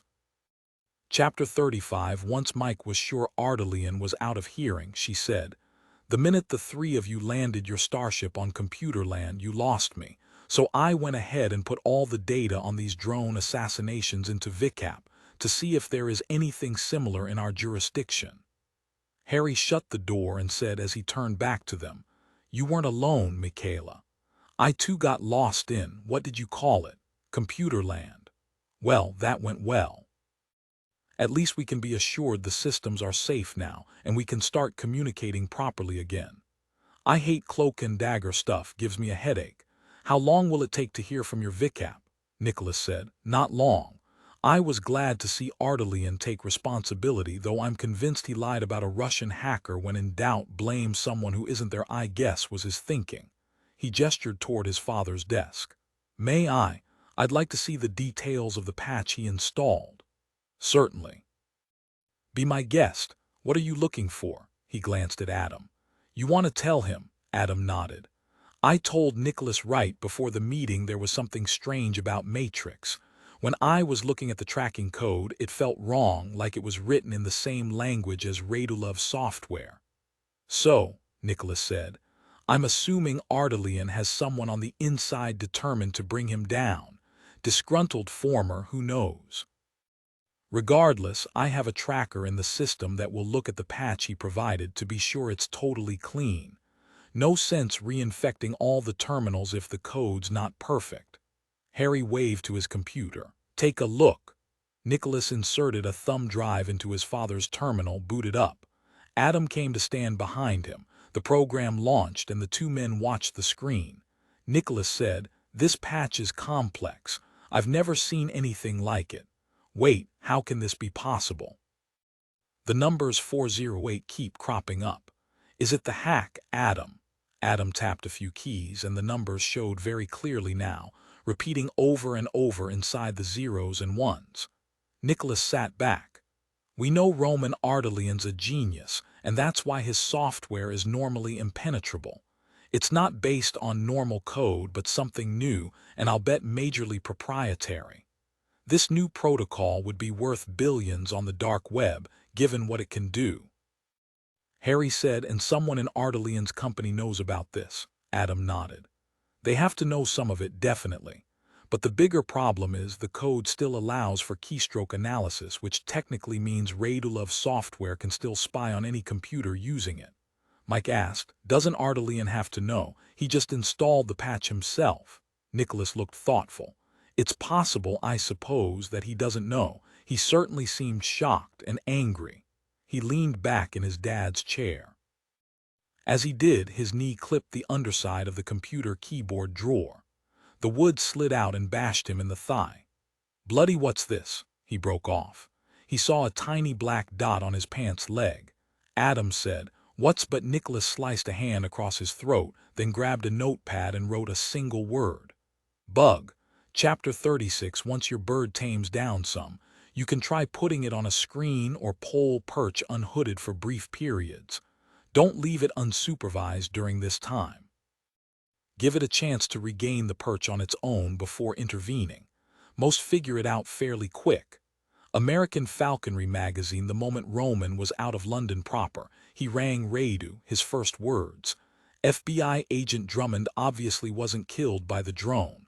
I just spent the better part of an hour with the bastard." "What happened, Radu?"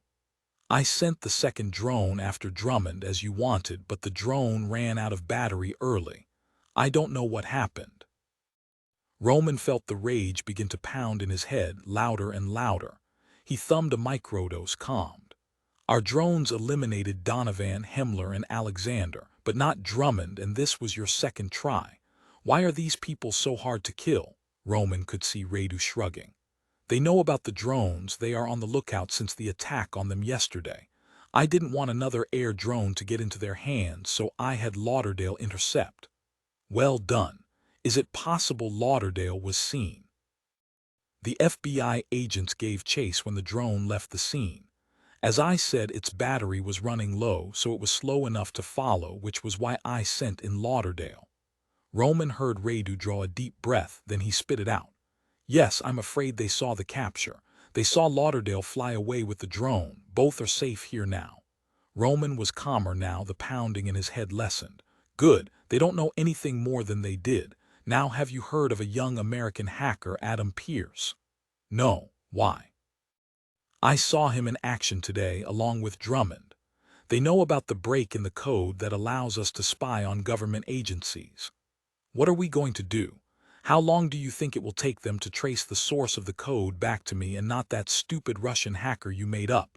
Roman was quiet, his brain examining all the problems he was facing. Radu said after a moment, "What if they discover your drone army, the plan with Barstow?"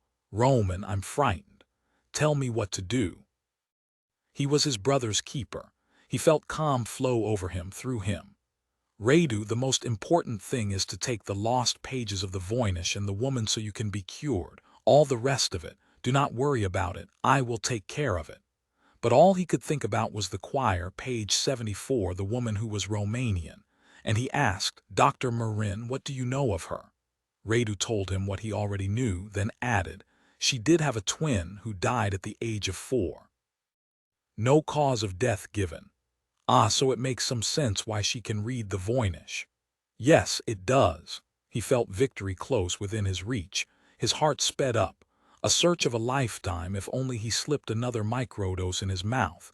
He needed to think, needed the calm it brought him. The drug hit his system and a low, warm hum started through him. He took a deep breath, then another. He rang off and immediately called Raphael in Scotland. "You will begin work immediately on a new patch." He dictated a statement to be released to the press, then another longer blog post to the Radulov website, explaining each step of the situation and the remedies they were providing. Raphael took the notes silently, then asked, "Should we open a bug bounty to the outside community, sir? Offer £5,000? And have every hacker in the free world attacking our software?" "No, but you can say we're hiring new software engineers to specifically work on this issue." "I'll get HR on it, sir." "I will say, we've been receiving a great deal of external activity, mostly routing through the United States and Britain. The UK and US governments are probably looking at us, trying to see if we're secure. They'd be idiots not to. Add a note to the press release that we are cooperating fully with the US and UK investigations into our breach, and rest assured the software is safe to use once the update is installed, blah, blah, blah." "Yes, sir." "Now, you handled our other little issue, yes?" "Yes, everything is secure and safe, loaded on the ship, waiting for your word." "Excellent. Good work, Raphael. If you keep this up, I won't even hold Temora's breach against you. Get the press release out as soon as possible and upload the blog 10 minutes after the release is public. Oh yes, send that prick Nicholas Drummond a list of our recently terminated employees. He thinks the breach is coming from the inside and it will keep them busy. Go ahead and put Temora's name on the list, maybe they can catch him." But he hung up. It was odd. Part of him was fully aware he should be very worried indeed that the company he'd spent years to build might collapse. But another part, the greater part, was consumed with the pages from the Voynich and finding the cure for Radu. If only Drummond had died like he was supposed to. And that made him think about his escape plan. He had a plane ever on standby. Take Radu and the cast to the small island in the South Pacific he'd prepared for just this occasion. Stage his death he planned to drown off the coast of Scotland.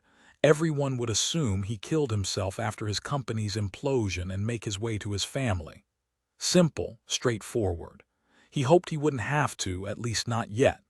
Moving Radu would be difficult at best, and Roman wanted to find a cure before he had to do so.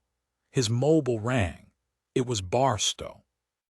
Roman listened, and then he hung up without saying a word. From 1 minute to the next, it seemed everything was unraveling and none of it was his fault. He remembered the money's enthusiasm, their optimism, their commitment to Project Cabal 7 months before after his demonstration in the Nubian desert. What had happened? And there was Temora, thumbing his nose at him, destroying Radulov and the Voynich, always the Voynich and Dr. Isabella Marin. Focus, focus. He would act, he had to act. and another would pay for betraying him. And Barstow, he'd be a fool to trust him. Chapter 37. Govan Shipyards, Glasgow, Scotland. Paulina Vittorini stood on the docks, a hand to her eyes, the wind off the River Clyde plastering her long, wide-legged pants against her. Though the day was gray and overcast, the shipyard was humming with activity. Massive cranes moved through the sky. Hundreds of workers swarmed the partially built Type 26 frigate in dry dock, Britain's newest line of maritime defense. They were doing a stellar job on the naval contract. Delivery early and under budget, that was always her goal, and her success had made her shipyard renowned throughout the world. When this contract was done, she knew the Navy would come begging for more. And she whispered, as she always did, "You taught me well, Father." She'd loved the shipyard from the moment her father, Sir Atlas Giltro, had carried her on his shoulders when she'd been a little girl of 5. Even now, as she looked out over what her father had built and what she'd added to their legacy, she felt humbled. After that first day, her father had brought her with him every day. She remembered so clearly that first steel monstrosity, the skeleton of a monster. She'd whispered to him and he'd laughed and told her to keep watching. And she had. Every day the skeleton added flesh, larger and larger, until she believed it would reach the sky. And when she'd seen that incredible ship sail out of dry dock, she'd known she wanted to be like her father. She wanted to build ships. By the time her father died, Paulina had earned an engineering degree, married Paolo Vittorini, an Italian shipping magnate, thus combining the power of their two families, and was on her way to leading one of the most successful shipbuilding firms in the world. Her son and daughter would follow her. She whispered into the furious wind, "You would be so proud, Father. I'm going to help save a country." Well, she would, once she helped deploy into Africa the drone army Roman Ardalian had built. Her name would go down in history as a visionary, a patriot, a humanitarian. She already had supplemental arms on board the ship to accompany the drones, ready to go. But where were her drones? She'd paid Barstow months ago 2 massive installments, $150 million each time. He assured her the drones would be coming, several times, telling her Ardalian had run into a few design problems but not to worry. But they still weren't here. She would call him again, and this time she wouldn't accept any more of his excuses for Ardalian. Her assistant, Sabriel Coase, came to her side. "Ma'am, we have to go. You're speaking at the Women in Engineering Awards luncheon in an hour. I have seen to your luggage on the plane. Following the luncheon, you will fly to Rome." She took one last glance at the frigate, wondered once more, "Where are my drones?" and started for the car. The sting in her neck was brief, and she swatted at it. Ouch! What was Sabriel watched her boss go down, hitting hard on her side, her hair whipped loose by the wind now covering her face. What had happened? She ran to her and went down on her knees, suddenly afraid. She smoothed the hair from her face and screamed when she saw the froth coming out of her boss's mouth. Chapter 38. Me5 Headquarters, Home Office, Thames House, 12 Millbank, Westminster, London. Nicholas carefully put the bug on the desk. Mike eyed it, gave Nicholas a small salute and a grin. She said in a laughing voice, "You know, I haven't had anything to eat for hours, and Adam certainly hasn't had a chance for anything healthy. You promised you'd find me pizza. Let's eat. Harry, do join us." Harry said, "Pizza or curry? I think we know where I stand on this." "Curry it is then," Nicholas said, winding his finger in the air. "Let's go." Harry shut and locked his door, wrote a note, "Do not enter," compromised, and another for Ian, whose face went white. Found another bug, get it handled. Going off-site to discuss, and they headed out into the street. "We'd better follow through," Nicholas said. "There's an excellent restaurant, Millbank Spice, down the way. They usually need reservations, but with you with us, Father, I'm sure we can get in." At the restaurant, they were immediately seated at a table for 4 by the window. They placed orders for samosa, chicken tikka, and tandoori prawns, which Nicholas knew were his father's favorite.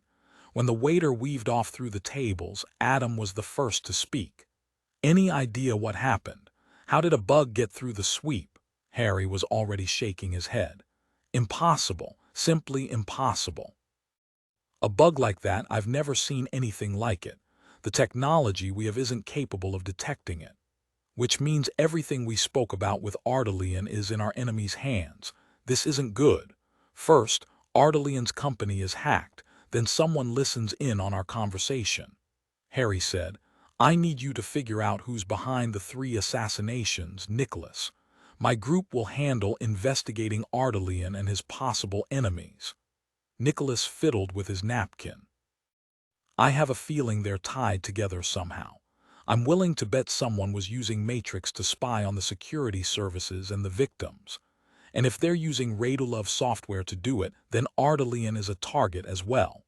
We need to make sure he isn't murdered before we figure all this out. Mike said, we need a safe place to meet. If Me-5 is compromised from within, Harry nodded. Should it become necessary, we have a safe house that will do. It's in Basewater. I'll have it prepared. There was a television in the corner of the bar, and Mike sensed rather than saw heads begin to turn. A jolt of adrenaline went through her. Not again. She pointed to the television where a red bar along the bottom screamed news alert.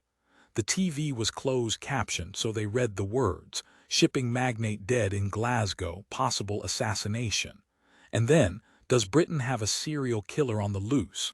Adam said, who is Paulina Vittorini?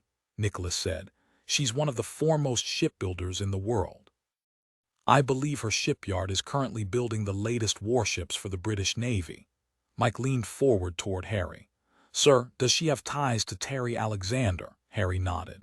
He was the Secretary of Defense. No way she wouldn't have had contact with him since the naval contract was awarded. The media isn't stupid. They're going to go ballistic. Like Mike, Nicholas leaned toward his father, his voice low.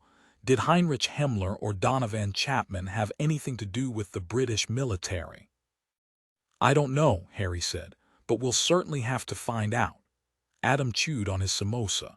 Sir, this is very good. I don't guess we'll be having more lunch now, will we? Nicholas rose. Everyone stay and eat.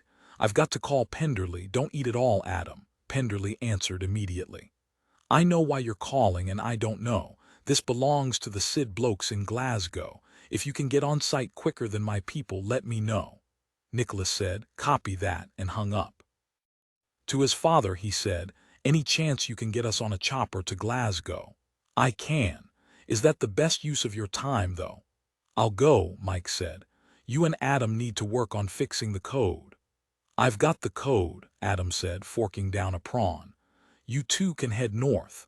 Trident and Clancy are still at Northolt. They were going to stick around in case we needed to send messages back to New York, but I think Trident really wanted to visit the Tower of London. The G5 will be faster than a chopper. Mike's right, Adam, this job needs both of us. We've got to restore secure comms to security services, and that will take a while. He sent a quick text to Clancy. It was Trident who texted back immediately. We're still here, we're gassing up. Mike, there with the plane, not off at the Tower of London. Take Ben, I'll have him meet you at RAF Northolt. If I recall, the last time we flew to Scotland, we had to take the Prime Minister's Hawker. Nicholas gave her a smile. As I recall, we had quite an adventure, which made her roll her eyes. She looked at the television again. Whoever is doing this is showing off, or it's a massive payback. Payback, Harry repeated. Why do you think that? She shook her head. It just popped out. Or maybe revenge, Adam said, and ate another prawn. If it is revenge, it's mighty harsh. Well, whatever, Mike said. It's high time to stop them. Harry said, Michaela, you must promise to be careful. Scarves around your neck, no exposed skin. And I want you in protective gear. Please make sure the pilots have everything before you take off.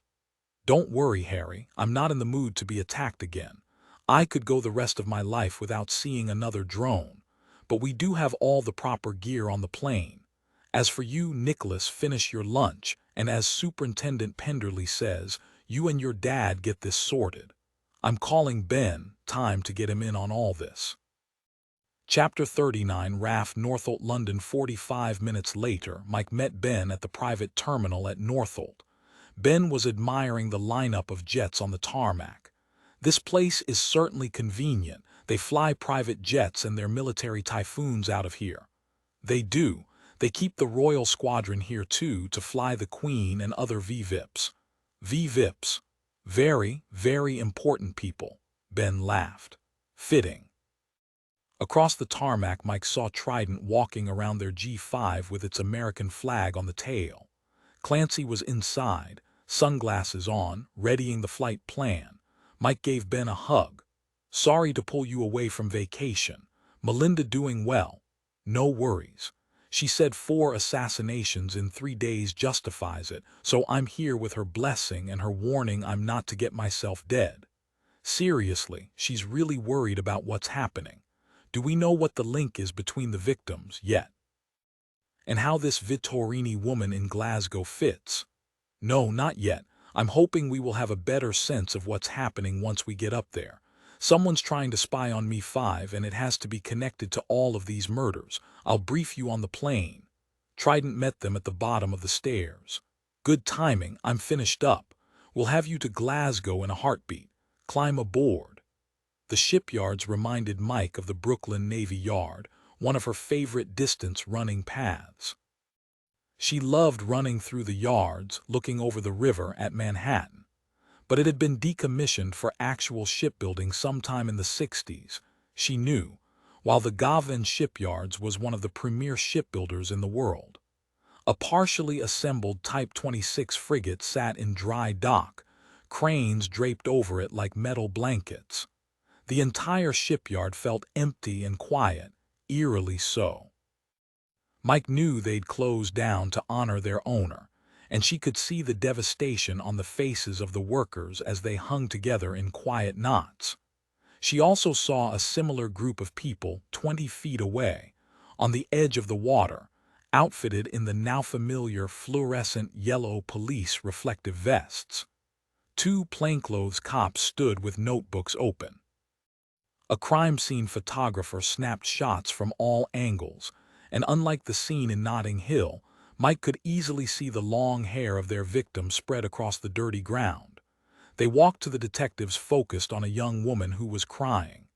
As they approached, Mike heard the detective saying to her, "Ms. Coase, run us through it again if you please." She said low to Ben, "Let's listen." The young woman's voice was high-pitched and shaky, her accent deeply Scottish. Mrs. Vittorini was standing there on the edge of the dock with her eyes shaded, looking at the naval ship we were building. I had to remind her it was time to leave for a luncheon. We started toward the car and her voice broke. She shook her head, gulped. She went down. "It's so windy today, well it usually is here, and I saw the wind had tossed her hair across her face. I didn't know what had happened, so I went down on my knees beside her. I pulled her hair back, and I saw the froth on her mouth. She was dead." She drew a breath and tears trickled down her face. "I don't know what happened. I didn't see anything, hear anything, but it's loud here as you can imagine. Who's that now?" The group turned to see Mike and Ben standing some 6 feet away listening. A young detective stepped toward them. "Ah, you must be the folks from Scotland Yard. Got here quick. I'm Chief Inspector Graham Mackenzie, head of SID for Glasgow." Ben stuck out his and Mike's creds. "Special Agent Ben Houston and Special Agent Michaela Caine, American FBI. Superintendent Penderley sent us here. We're working the case with a special team." "You're Yanks then? Well now, we're not adverse to having Yanks on our soil. Welcome aboard. We hope you know something we don't." Mike said, "Chief Inspector, we need everyone to stop exactly where they are. We need a magnet." She saw him blink and added quickly, "We're looking for a needle-like object. We believe this murder is tied to 3 others in London over the past couple of days." Mackenzie said, "Let me find a runner, have them bring a magnet." "There's no need for a magnet," Sabriel Coase called. "I saw something metal in her scarf." Mackenzie said, "Shall we have a look? We're still waiting on the coroner." Mike and Ben followed Mackenzie into the perimeter. The dead woman wasn't beautiful, not anymore, but Mike could see she had been. High cheekbones, a straight nose, full lips, now drawn back in a rictus smile. Mackenzie said, Paulina was a popular lady around these parts, grew up in Glasgow, was passionate about the shipyards from the time she was a wee lass. She had great civic pride, was generous with her donations. But most of all, she gave jobs to those who might have gone without. She's famous, throughout the world. Word had it she was going to try a political run, try to reboot the Scottish independence vote, especially now we've seen the back end of Brexit. It's a profound loss to us, a bitter loss since it appears she was killed. Mike put on nitrile gloves, leaned down, and gently moved the scarf. She saw the tiny red puncture on Vittorini's neck and the needle lying in a fold of the scarf. Mike looked up. We believe she's been shot with a drug called epibadidine, tree frog poison. We think the needle is the delivery mechanism, Ben said. Did anyone around see or hear a drone flying overhead before or after the murder? A drone. We'll canvass the scene and see, but no one's mentioned it. You mean someone flew in a drone with a poison needle, shot it into her neck and killed her? It's how the last 3 murders were committed in London. Do you have an evidence bag for this needle? Mackenzie snapped his fingers, and a crime scene tech in a white Tyvek suit appeared. We'll take care of it. Sorry, I can't hand a murder weapon to the FBI and let you walk off with it. Mike grinned.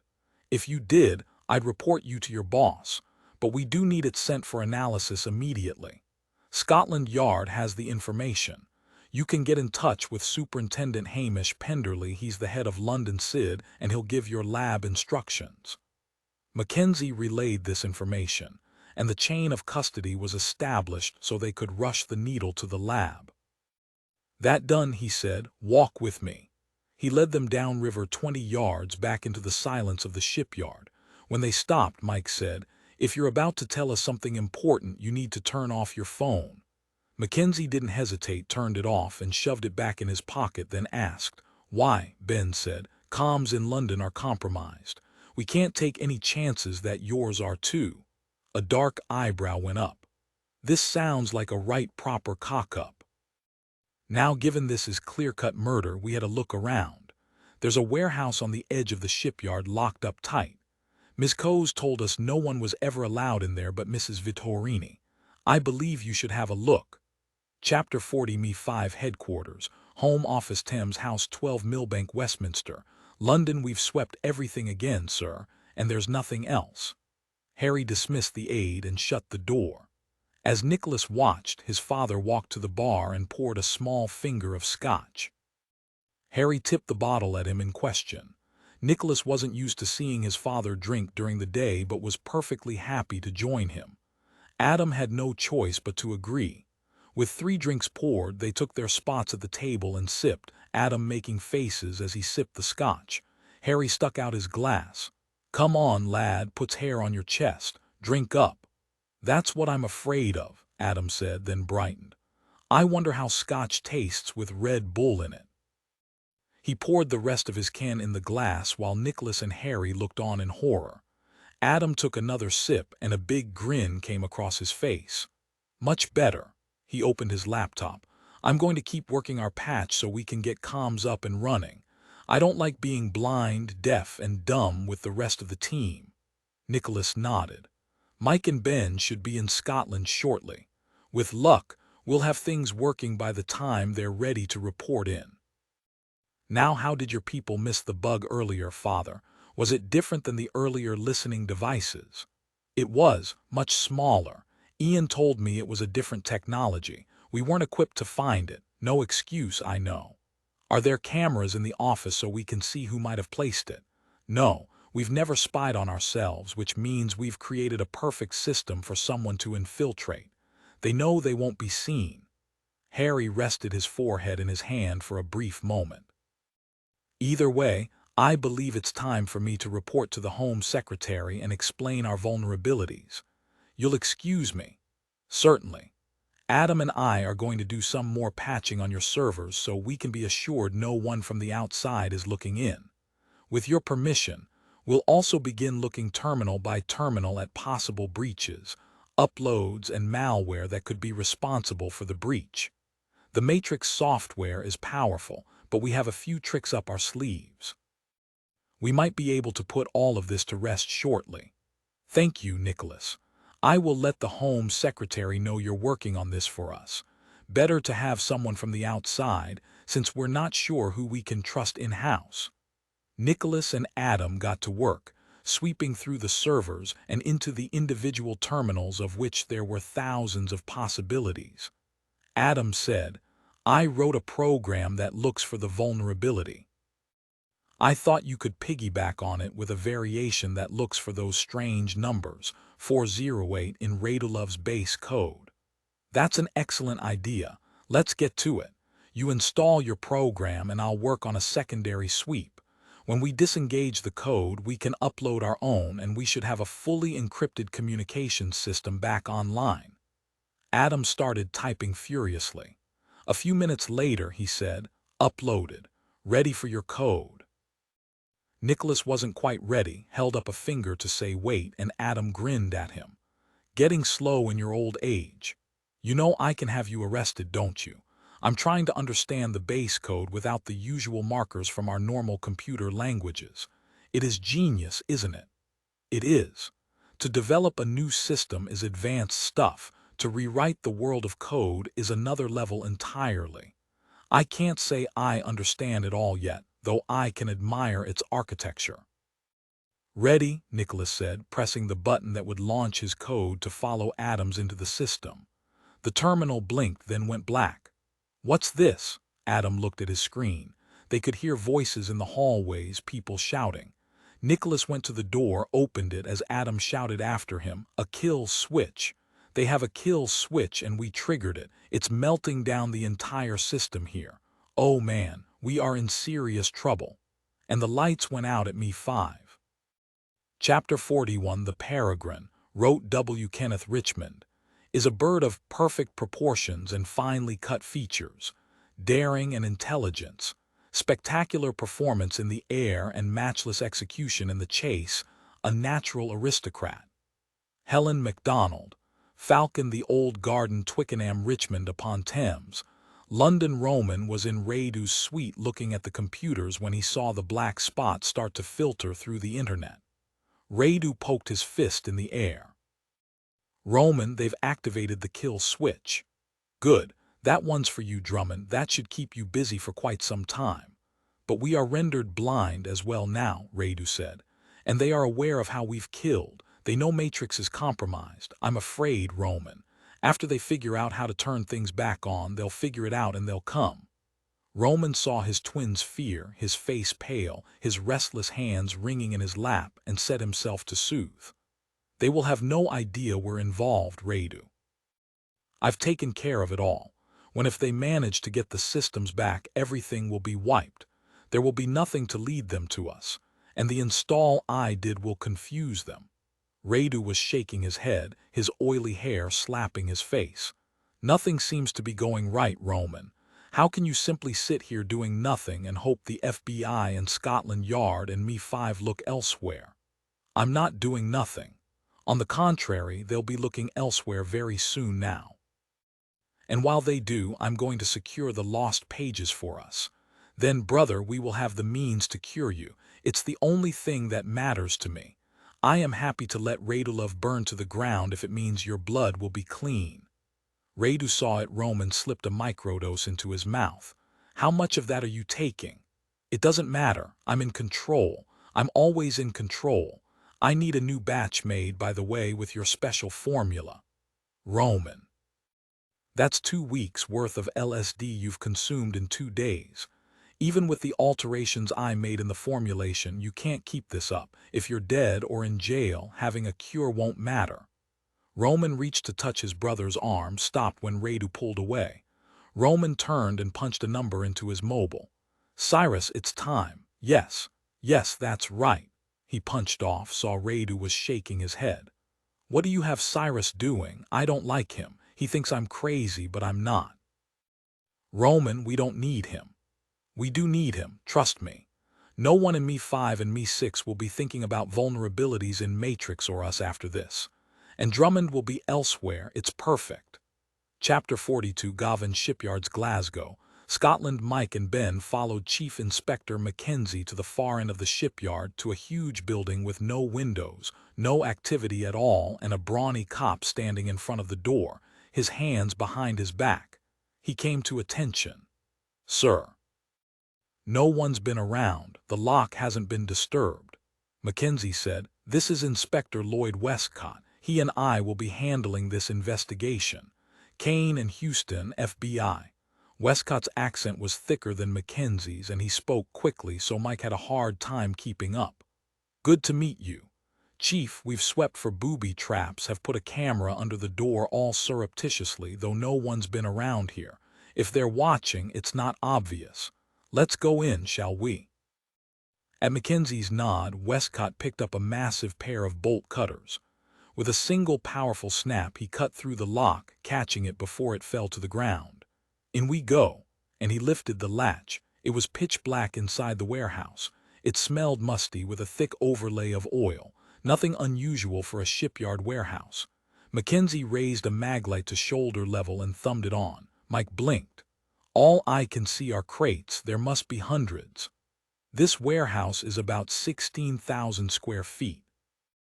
Not so big for the area, but big enough." Mackenzie gestured to the first crate, and Westcott used a pry bar to wrench it open. It was packed with what looked like shredded cardboard. "Oh ho, what do we have here?" "5 guesses," he said, pulling it aside, letting Mike and Ben look. The crate was full of weapons, automatics. Westcott moved things around carefully. "M4 carbines, 20-25 to a crate. I assume that's not our only weaponry, considering we have variable-size crates in here." He looked at his boss with a crooked smile. "Bugger me, mate. It would appear Paulina Vittorini was running guns right under the Navy's nose." They sat down with a pot of tea inside the Govan shipyard's offices. Mackenzie said, "The full assessment of the warehouse will take days, and we can start taking apart Vittorini's books in the morning. I have a forensic accountant who is practically magic. If anything's hiding in the company books, we'll find it." He shook his head. "I don't want to believe this. I mean, Vittorini is a patriot, a local legend. I've always believed her above reproach. I can't believe she'd be running guns to terrorists or countries that run counter to our beliefs." Mike asked, "Could she have been holding the guns for someone else? What we have to find out is where the guns were headed when they left the warehouse and who they were being sent to.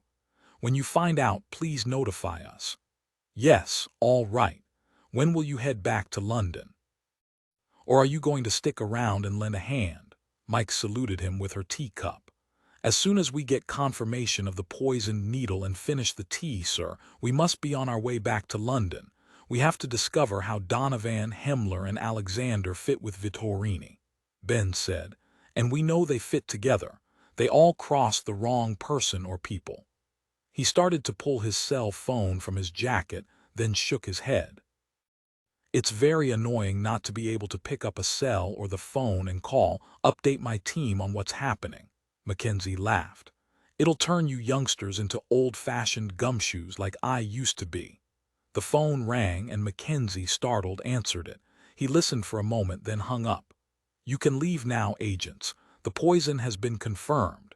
As you said, the cause of death is the same as the other 3, tree frog venom of all things." Mike finished her tea and rose, Ben following suit. "Thank you for your help, Mackenzie. We will be in touch." "Good. Let's get you back to Prestwick in your plane." Clancy and Trident were waiting for them, but the jet's engines weren't running. Clancy said, "There's a major power outage in London. We're grounded temporarily. We can't fly in.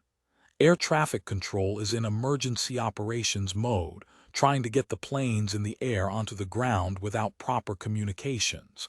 Even with generators, the entire airspace is messed up." "Do we have any way to communicate with Nicholas?" "We can encrypt a call through the plane system and give it a try. Though if there's no power, there's no cell service, and the landlines will be out too." "How did the power go out?" "No idea. Radio traffic said it all went black and there was a squawk from inside the plane. There's good news. Someone's trying to reach us." They ran up the gangway, and Mike watched Clancy sit in the pilot's seat and put on the headset. "It's Nicholas. He's asking for you, Mike. He gave her the headset. Hey, what's going on? Nothing much really, only a minor glitch. Adam and I may have melted down London's grid, but we're back up and running now. Mike burst out laughing. You're the reason London has no power. Why does this not surprise me? Those hoots and laughs you hear in the background is the team laughing at you. Nicholas called out, all right, you baboons.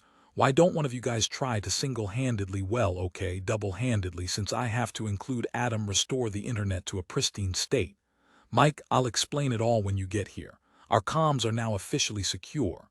We purged Matrix off Me5 servers entirely. Plug in your mobile and get back here right away. If this is a secure line, it is. We found a massive cache of weapons. It appears Vittorini was running arms. Was she now? My father will be interested in this news. Come on home. I'll meet you at the house. We have all sorts of things to discuss. Chapter 43 Me5 Headquarters, Home Office Thames House 12 Millbank Westminster, London. Harry Drummond was packing his briefcase to head to Clapton House, the flat he kept in Bayswater, when a knock sounded on his door and an old friend's face appeared. Harry, how are you? Do you have a moment? Corey, I'm fine. How are you? How is June? She's bursting with health as always. In Cornwall at the manse. Mitzi. At home as well. Say, you look a bit peaked. Are you coming down with something? No, all's well. What a few days. Terry Alexander, Chappie Donovan, who would have thought they were capable of getting on the bad side of someone. Now Himmler I never liked. He was a bad man, so I hear. But Alexander and Donovan. It's scary times we live in, Harry. And now Paulina Vittorini was killed up in Scotland, in Glasgow, at her shipyard. What? Harry grabbed Corey Jones's arm. You hadn't heard, so you knew her. Yes, of course, most of us knew Paulina. This is horrible, Harry. Was it a drone like the others? Harry still held his friend's arm. We believe so. Was she a friend of your family? Corinthian Jones, Lord Barstow, slowly shook his head. He made his hands tremble, his face pale. He wanted to send his fist to the heavens. Another down, another £150 million for him. It was too easy manipulating Ardalian. He was so bloody predictable, so eager to kill when he believed he'd been betrayed. Would Ardalian decide to cut his losses and kill him next? What if June were his next kill? No, he would decide how to get the drones to Africa. He would decide how to eliminate Ardalian before he figured out he'd been scammed. Maybe he would give Ardalian some of what he considered to be his own money, get him to turn over the drones, then he could kill him. He'd figure something out, something better. He always did. He thought again of his magnificent idea, an idea to make his ancestors proud, one to make him the most heroic, not to mention the richest of them all. He looked at his supposed friend, made his hands tremble a bit more, the older man so upset he couldn't control himself. How he'd resented Harry Drummond all their lives since they'd been boys at Eton. Smart, liked by everyone, the apple of his father's eye, the sod. Tall, trim, good-looking, and holding up well. Remember what you've accomplished. You're far more impressive than Harry Drummond, and smarter than the vaunted Roman Ardalian. Barstow said finally, shaking his head, as if dazed, fully aware Harry Drummond was staring at him. It's simply too much, Harry, too much.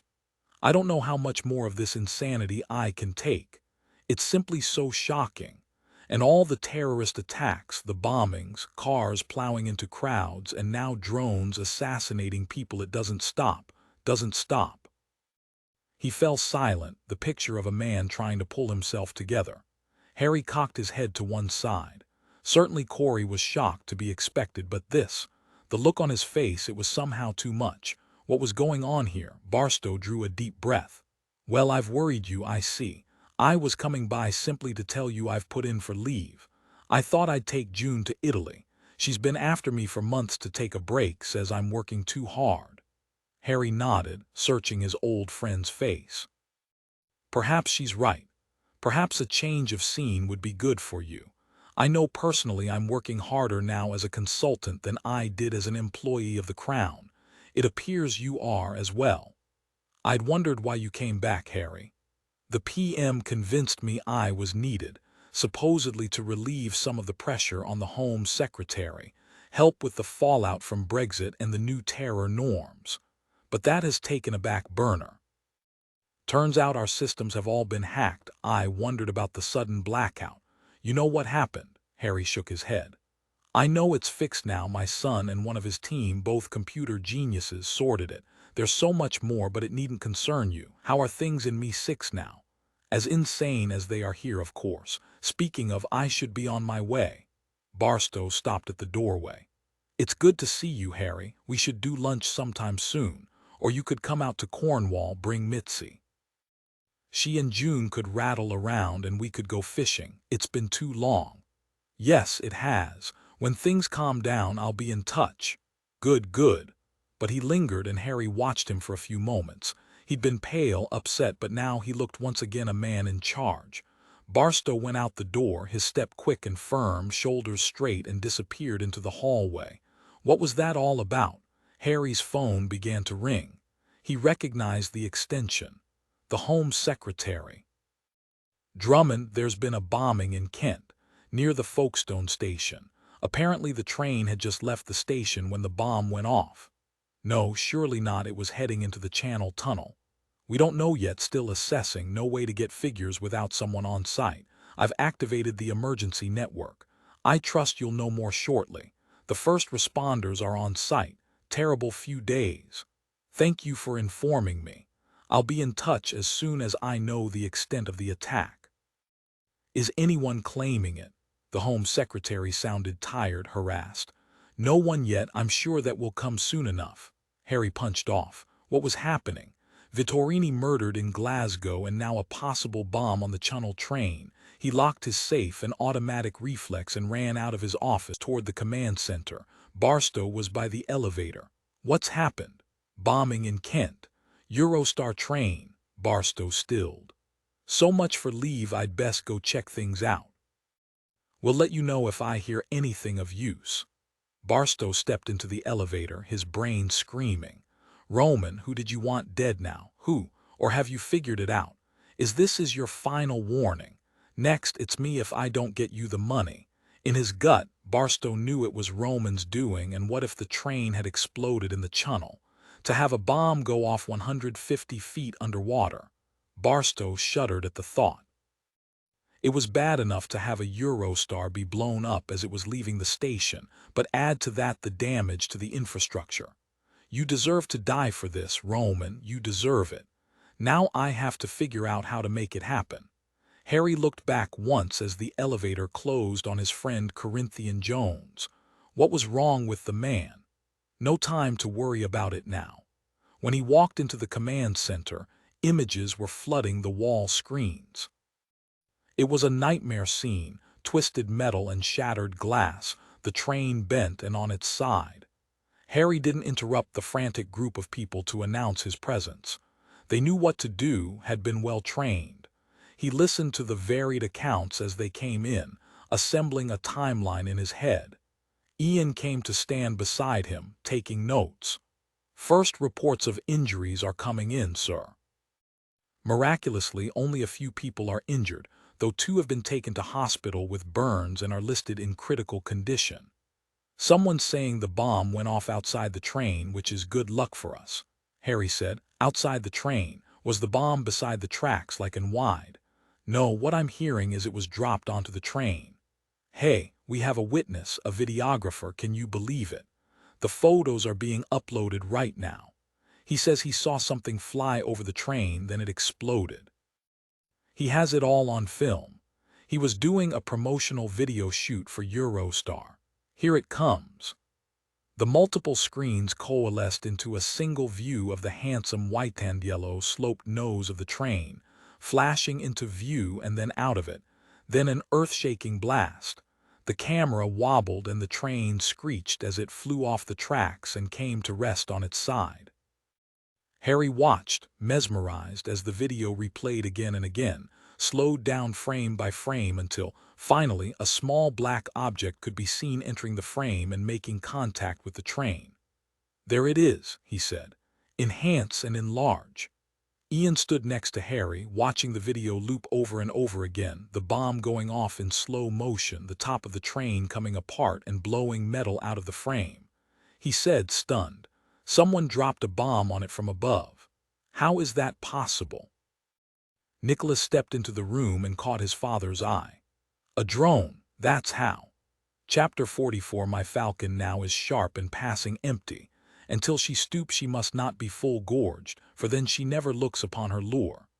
William Shakespeare, The Taming of the Shrew. Dawson Place, Notting Hill, London. Isabella was humming as she put the finishing touches on her face there, a bit of red lipstick, and shut off the light in the bathroom the very moment the doorbell rang. Perfect timing. Gil was always prompt, bless him. He'd been gone for a week on a shoot and she couldn't wait to see him. Though why he was ringing the bell was beyond her. This was his place, too. She hurried to the door, flung it open. "Hello, sexy lady." She saw the flowers in his hand, the bottle of wine tucked under his arm, and grinned. "My arms were full. I couldn't get my key out. Get in here so I can hug you now. You get one press conference and suddenly you rule the world. Grab my suitcase and I'm all yours." When she got the flowers, the wine, and his suitcase out of the way, she threw herself into his arms. She loved his kisses, and this kiss, she thought, he smelled of the sea. It was hard to pull herself away, but she did, finally, knowing the lipstick was already gone, and she wondered why she'd bothered in the first place. She reached for the wine, but he put the flowers in her hands instead. "You take care of these. I'll handle the wine. How was the trip?" "Long. Remind me not to get a wild hair to go deep-sea fishing again anytime soon. Those guys are nuts, but man, I got some photos that are going to blow your mind. I'm telling you, babe, these are National Geographic worthy. I'll upload during dinner so you can see them in real time before I start the edits. There are some pretty awesome shots." He popped the SD card into the computer and the photos began uploading.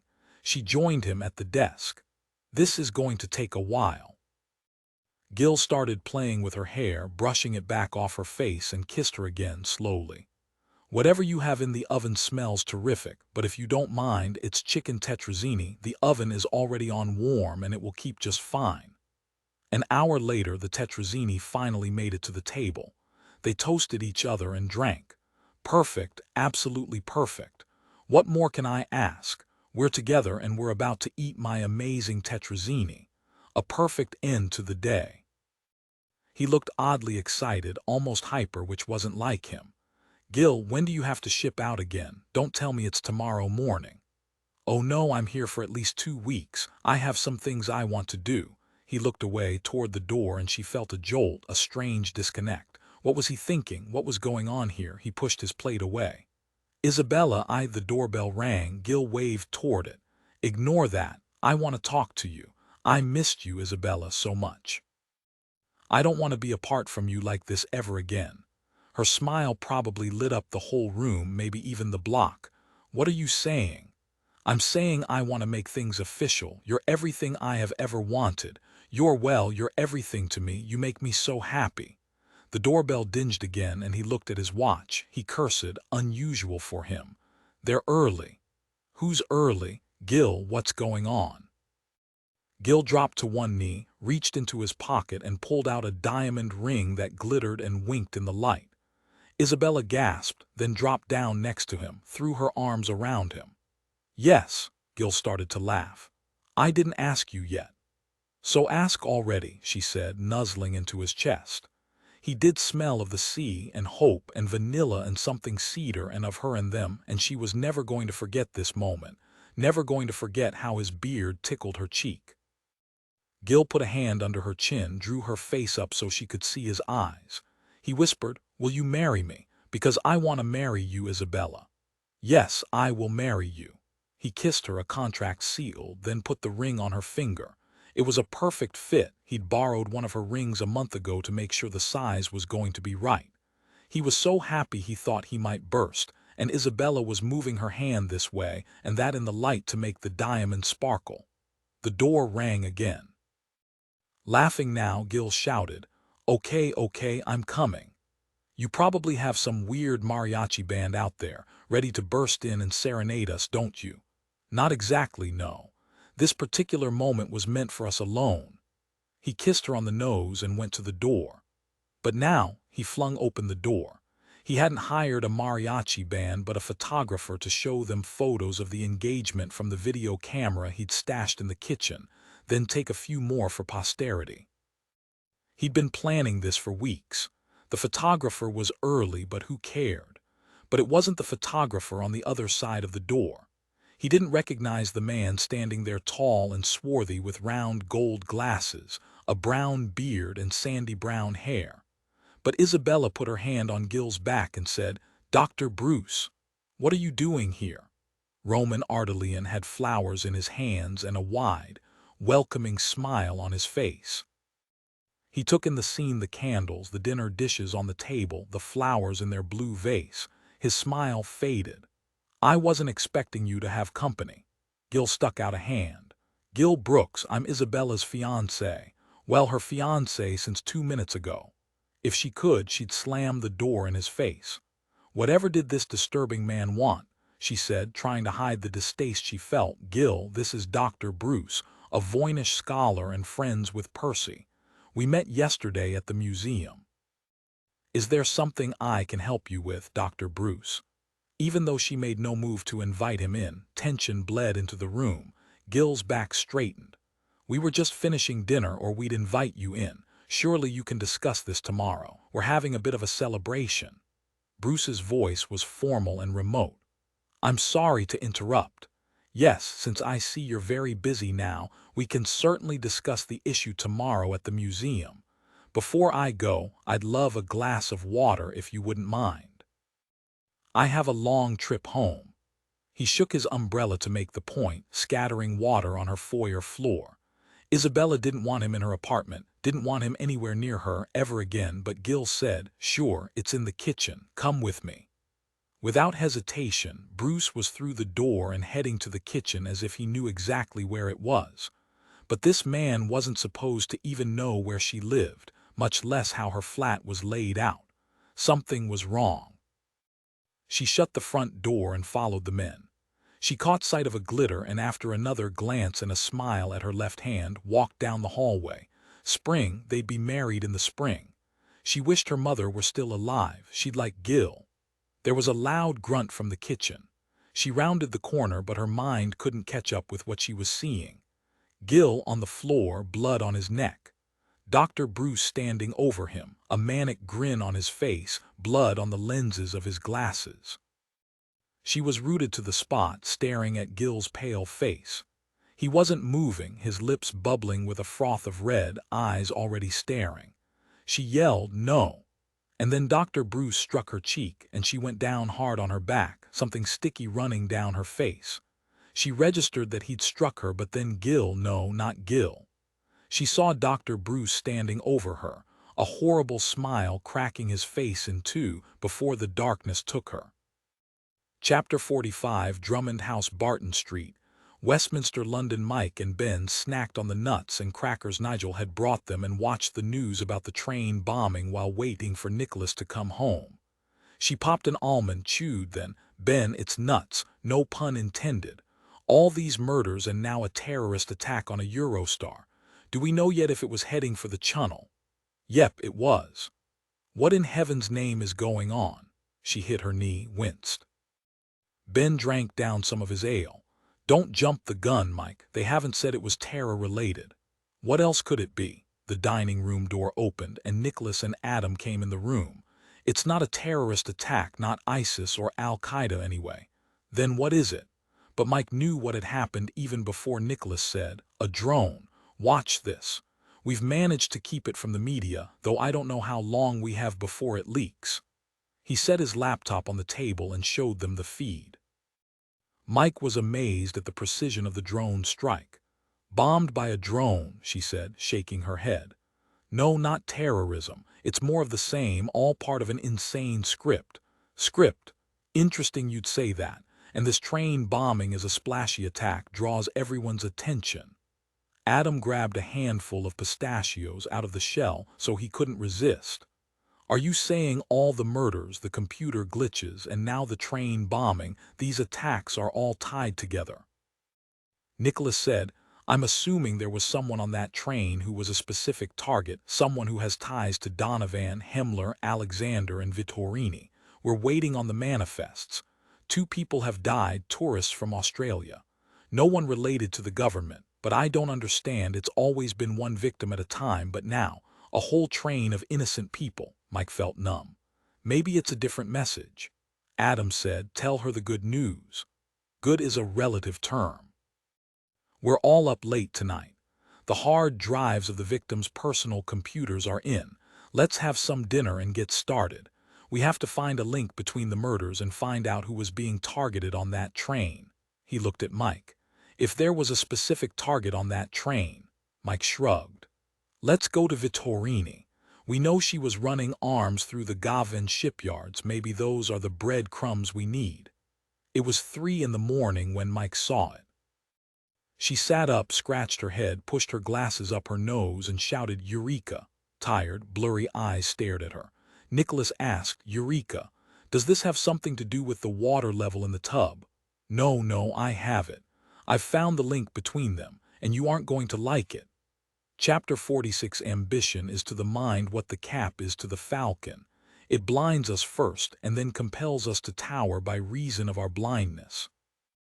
Charles Caleb Colton, Lachin-Gradara Castle near Venice, Italy 1812. All knew the march to the Russian border would be long and hard, but there was excitement in the ranks, thoughts of pillage in this strange land, of killing heathens and those fierce warriors called Cossacks. General Barclay de Tolly and General Bagration had planned to stop this fine day for provisioning in northern Italy. Napoleon was given hospitality at a grand castle with views of the Adriatic. It was called Gradara, old and wealthy and filled with treasures Napoleon would not take, for the master was an ally. It was at Gradara Napoleon read the courier's message from the front.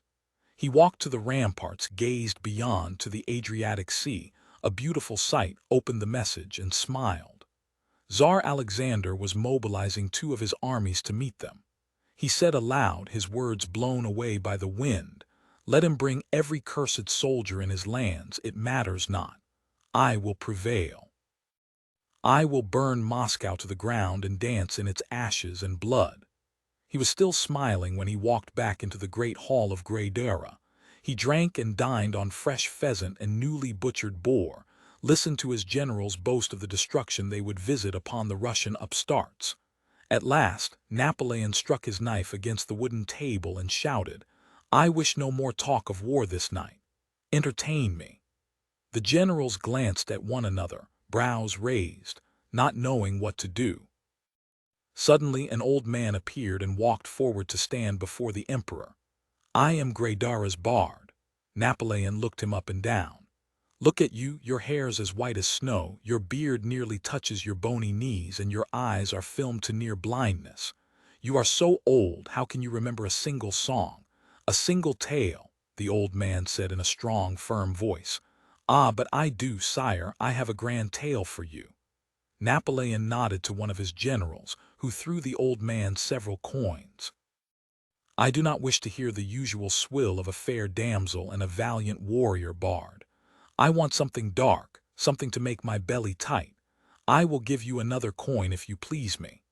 The old man nodded and began, his voice strong and loud, reaching every corner of the great hall. Sire, what I will tell you is true. It is about 2 brothers who lived not the normal life span allotted to most men, but for hundreds of years, perhaps more. They lived here in this very castle for a time. The brothers were born on the same night, arms linked together in a shared call. From birth, one was strong and one was weak. The strong one loved his brother very much and would do anything for him, carrying him to the woods, saving the finest bits of meat from their suppers for him. One day, the strong brother went into the woods to hunt, hoping to kill something to please his brother when a great storm blew up. He was separated from his friends, forced to light a fire under a great oak tree and cook a squirrel from his game bag. A great falcon came down from the skies and ripped the dead squirrel from his hand. The brother called after the bird, "Please don't go. I'm lost and hungry. I'll share the squirrel with you." And the great bird wheeled around and returned, dropping the squirrel at his feet. True to his word, he cut the squirrel in half, giving the bird the slightly larger piece. It was then the brother realized he could hear the bird's thoughts. "Thank you for your kindness. I will share one with you as well. I know of a cure for your brother. Spill my blood in a cup and give it to him to drink at the full of the moon." The brother drew back, horrified. "I cannot kill you. You shared your meal with me."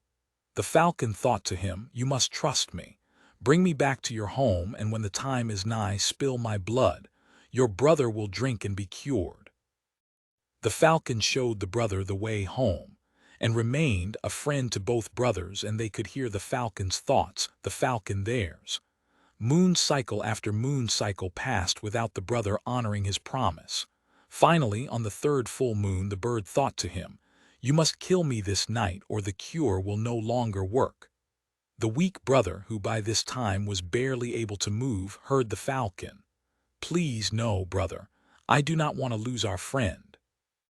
But the stronger had promised, and he knew his brother would die if he didn't.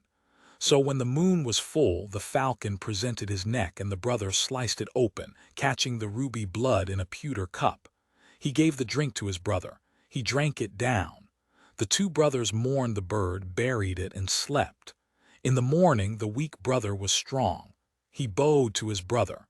"I have long wanted a human body to live in. Thank you." And the stronger brother saw that his brother's eyes now glowed red, and he realized his brother had spoken in the falcon's strange tongue. "What do you mean? What evil is this, to possess the body of a bird and now of my brother? A priest banished me into the body of a falcon many years ago. I did not sleep, and blood was my only succor. Ah, it feels good to walk again." He left the castle, but returned a few hours later. He showed the brother a sheaf of strange pages. "Now, I need your help." The stronger brother had no choice but to comply, for he still loved his brother, though he knew this was unnatural and wrong. "You must bring me a virgin before nightfall. I must drink her blood. Only then will I have the strength to live through the night." He brought his brother a virgin from the village, and the next night another, until the village was emptied. He grew strong, and soon the two were feared throughout the land. They fled to a dark castle, deep in a forest. It is said they experimented with many things, with blood and herbs and silver, to find a way to make themselves live forever. Did they succeed? I do not know. Napoleon rose to his feet. "Bah, blood drinking and talking crows. Ridiculous, off with you." The old bard cackled a laugh, then leaned in and whispered to Napoleon, "It was a falcon, sire, not a crow. One truth I do know. The brothers brought the magic pages they used to divine this spell back here to Grey Dara. This is where a sainted ancestor found them many years ago.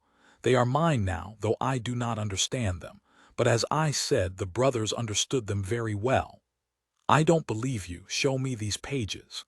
The old man pulled the pages from inside his shirt.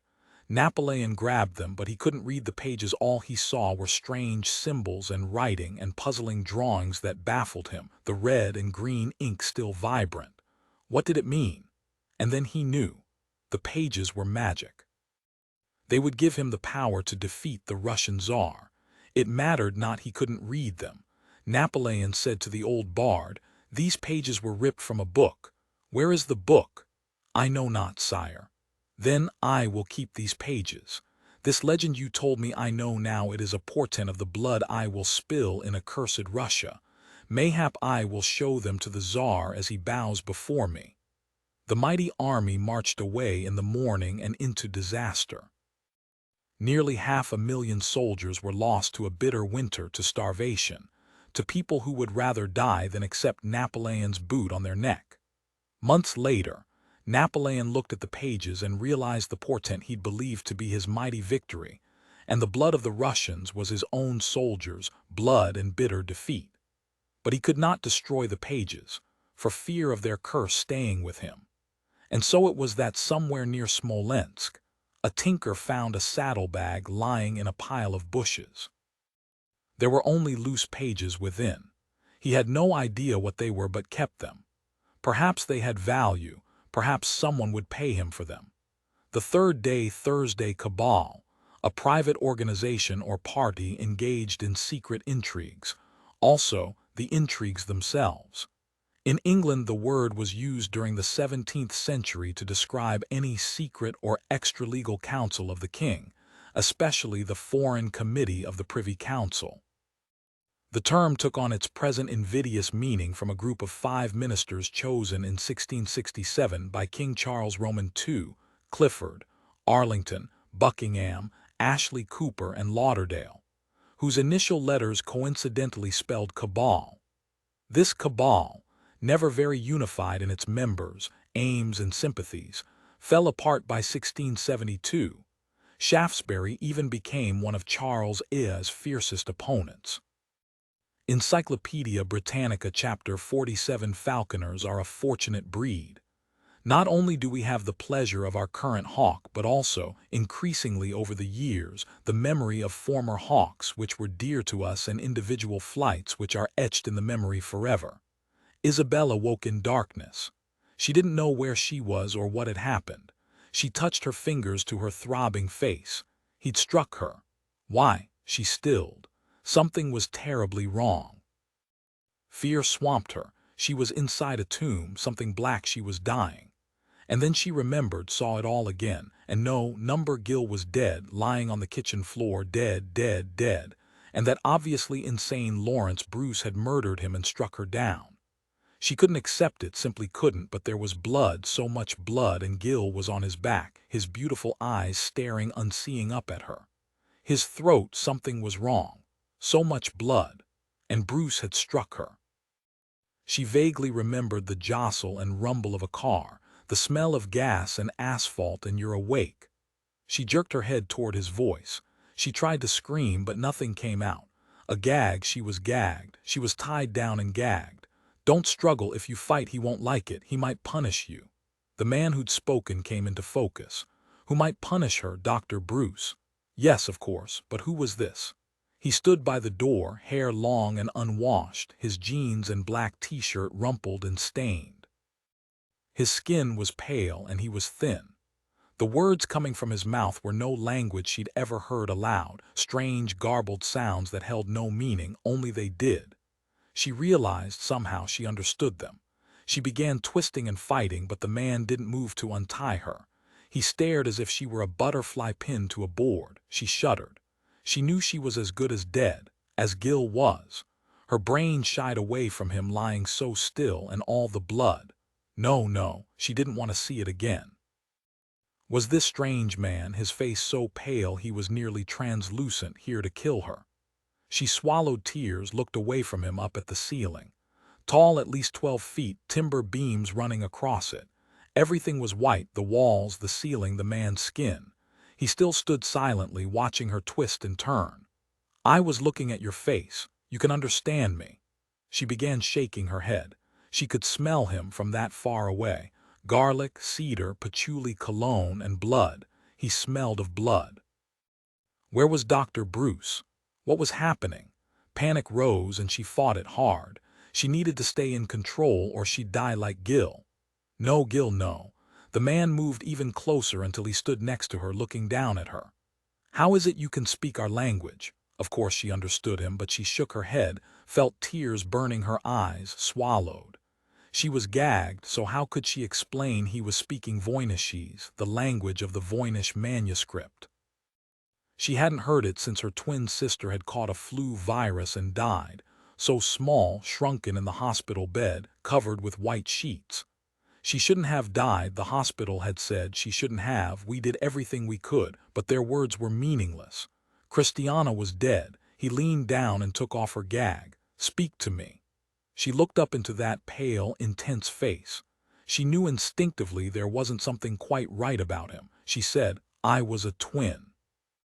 A special twin, she thought, but didn't say it aloud because, quite simply, she didn't know what it meant to him. Of course I understand you. He looked pleased.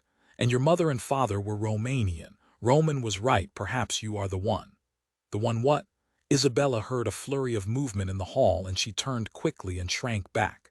It wasn't Dr. Lawrence Bruce, no, wait. She recognized the dark, intense eyes before hidden behind the thick lenses he'd worn. No brown beard and hair now. His hair was black and he was straight and tall, and perched on his wrist sat a small raptor bird. He wore a leather glove that covered his wrist and arm up to his elbow, and the bird was wearing a matching leather hood with a small plume on top. He gave Isabella a long look, then turned to the pale man who held her gag in one hand and spoke in the same guttural language, twin talk. She knew these might be the last moments of her life, yet she listened as he spoke. Look at her, Radu, the one who had our pages. She did not find them by accident. My question is, why did she make such a big production of it at her press conference? What do you think? I spoke to her, Roman. We were talking. She understands me. Radu, Roman, that's good, very good. Radu, I need to speak to her now alone. Please leave us for a moment, all right. But Roman, please, Radu, it is important. He said nothing more until the pale, thin man called Radu left the room. Now let's see. She watched him take the hood off the Falcon and say, in an almost offhand manner, "This is Arlington. She's a particular favorite of mine." Isabella heard him give a whispered command in Voynishese. The bird spread her wings wide, turned her head, a yellow eye fixed on Isabella. He threw something on her stomach. Then the bird hit Isabella's belly, a flurry of wings and claws. Sharp talons raked her through her slacks, ripped up her belly. She screamed, tried to pull away, but she was tied too tightly. He watched her as a scientist would watch an experiment with only mild interest. He tossed another piece of meat on Isabella's chest. Arlington was more delicate about it this time, but Isabella still got a full face of feathers. The strange, smoky scent of the bird and the tang of the raw meat made her gag. The bird stood heavy on her chest, staring at her with its head cocked, and Isabella fought down bile, fought against the fear. With another scrape of talons, the bird launched herself into the air and landed gracefully back on his gloved arm. That demonstration was so you understand I am perfectly serious. If you lie to me, Dr. Marin, I'll cut you open and let my entire cast in to enjoy a morning treat. She was trying to suck in breaths, but the pain in her belly and her unreasoning fear made it difficult. Finally, she stared up at him, silent, as Gil was silent. No, she couldn't think about Gil. But this man had murdered him. Who are you? And suddenly he smiled. No, I am not Dr. Lawrence Bruce, a silly, pretentious little man who has served me well in the past. I am Roman Ardelian. Now I will ask you only once. How did you come by the lost pages of the Voynich? She whispered. Who is Radu? He raised the hood from Arlington's head. No, please. He studied her terrified face, shrugged. Very well, I will tell you. Radu is my twin brother. He doesn't do well with crowds or the outside world. He stays here where he is safe. He has a good life. He enjoys himself. His computers are his window to the outside world, though I must say I was impressed to see him speaking to you. Radu does not like strangers. Now answer me. He stroked the neck of the bird and she preened for him. Please, just one more question and I will tell you what I did.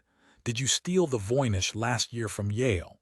No, I did not, nor do I know who did. I wish that I had now, but of course it's far too late. No more tell me how you came by the pages. She couldn't tell him the truth, she wouldn't, but she knew she had to convince him. After all, she'd practiced her lies so often, it came out smoothly, without hesitation. I found them inside a book in the museum's library. The pages were inside Meditations. He regarded her for a moment, then said, That's a lie, but I will let it go for the moment. How can you understand the language of the pages? Tell me and don't lie. She realized he'd switched from English to Voynishese.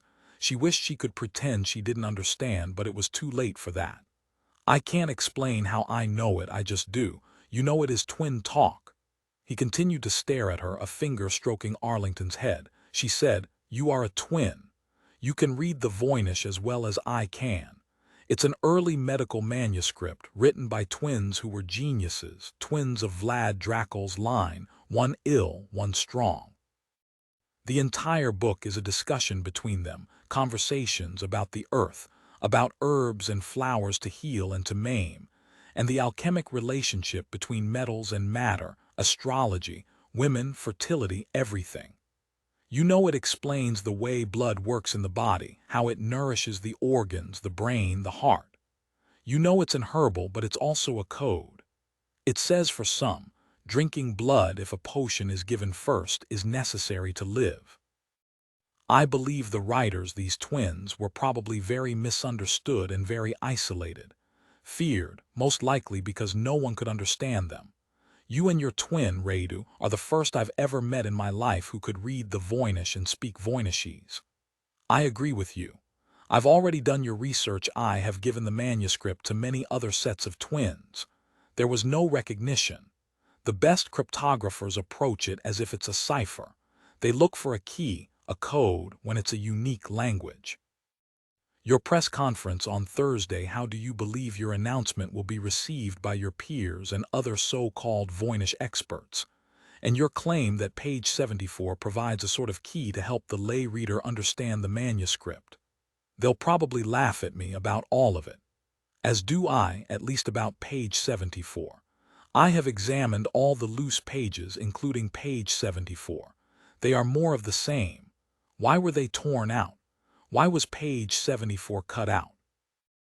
I have no idea, nor have I been able to find a single clue about it. He took a step toward her, and the falcon on his arm leaned toward her as well. Isabella couldn't move. Yes, Roman said, Arlington would very much like to visit you again for a bite to eat. A reminder you will continue to tell me the truth. Now, before you tell me why you lied about where you found the pages, tell me, do you believe the twins who wrote it were mad? Number, of course not. They were as sane as I am. He slowly nodded. She was scared, desperate. Please, you took the pages from my apartment. You killed my fiancé. Why did you bring me here? What do you want of me? We need you, Radu said from the doorway, obviously listening. We want you to help us. Isabella pulled up as far as she could to see him. How can I possibly help you? I've told you everything I know. I'm a twin. I can understand Voynishese and read it just as you and your brother can. So we are special twins, I suppose, but there's nothing more I can say, nothing more I know. Roman moved closer to her. Arlington spread her wings again, sharp beak clacking at the noise. Oh, you'll help, Dr. Marin, or you'll wish you were dead like your unfortunate fiancé. Chapter 48, Me 5 Headquarters. Home Office, Thames House 12, Millbank, Westminster, London, 7 in the morning. The team, with the exception of Adam, sat around the private conference room with cups of hot black coffee in their hands. Except Harry Drummond, who was drinking his favored oolong. Nicholas sat forward. Father Ian, sorry it's so early, but this is critical. Mike found a common time and location on each victim's calendar, and we spent the night pulling it all together. Mike said, We think it's more than a theory, sir. Look at this. The screen filled with a series of letters and numbers. Mike took another sip of her coffee. As you can see, these are GPS coordinates. 21,0976 degrees north, 33, 7,965 degrees east. They correlate to the Nubian Desert in Sudan, south of the Egyptian border. The coordinates show in every victim's calendar on the same date, 7 months ago, December. We looked at the recent history of the area, and there's been nothing in the news, nothing happening, no attacks, no people. It's sand.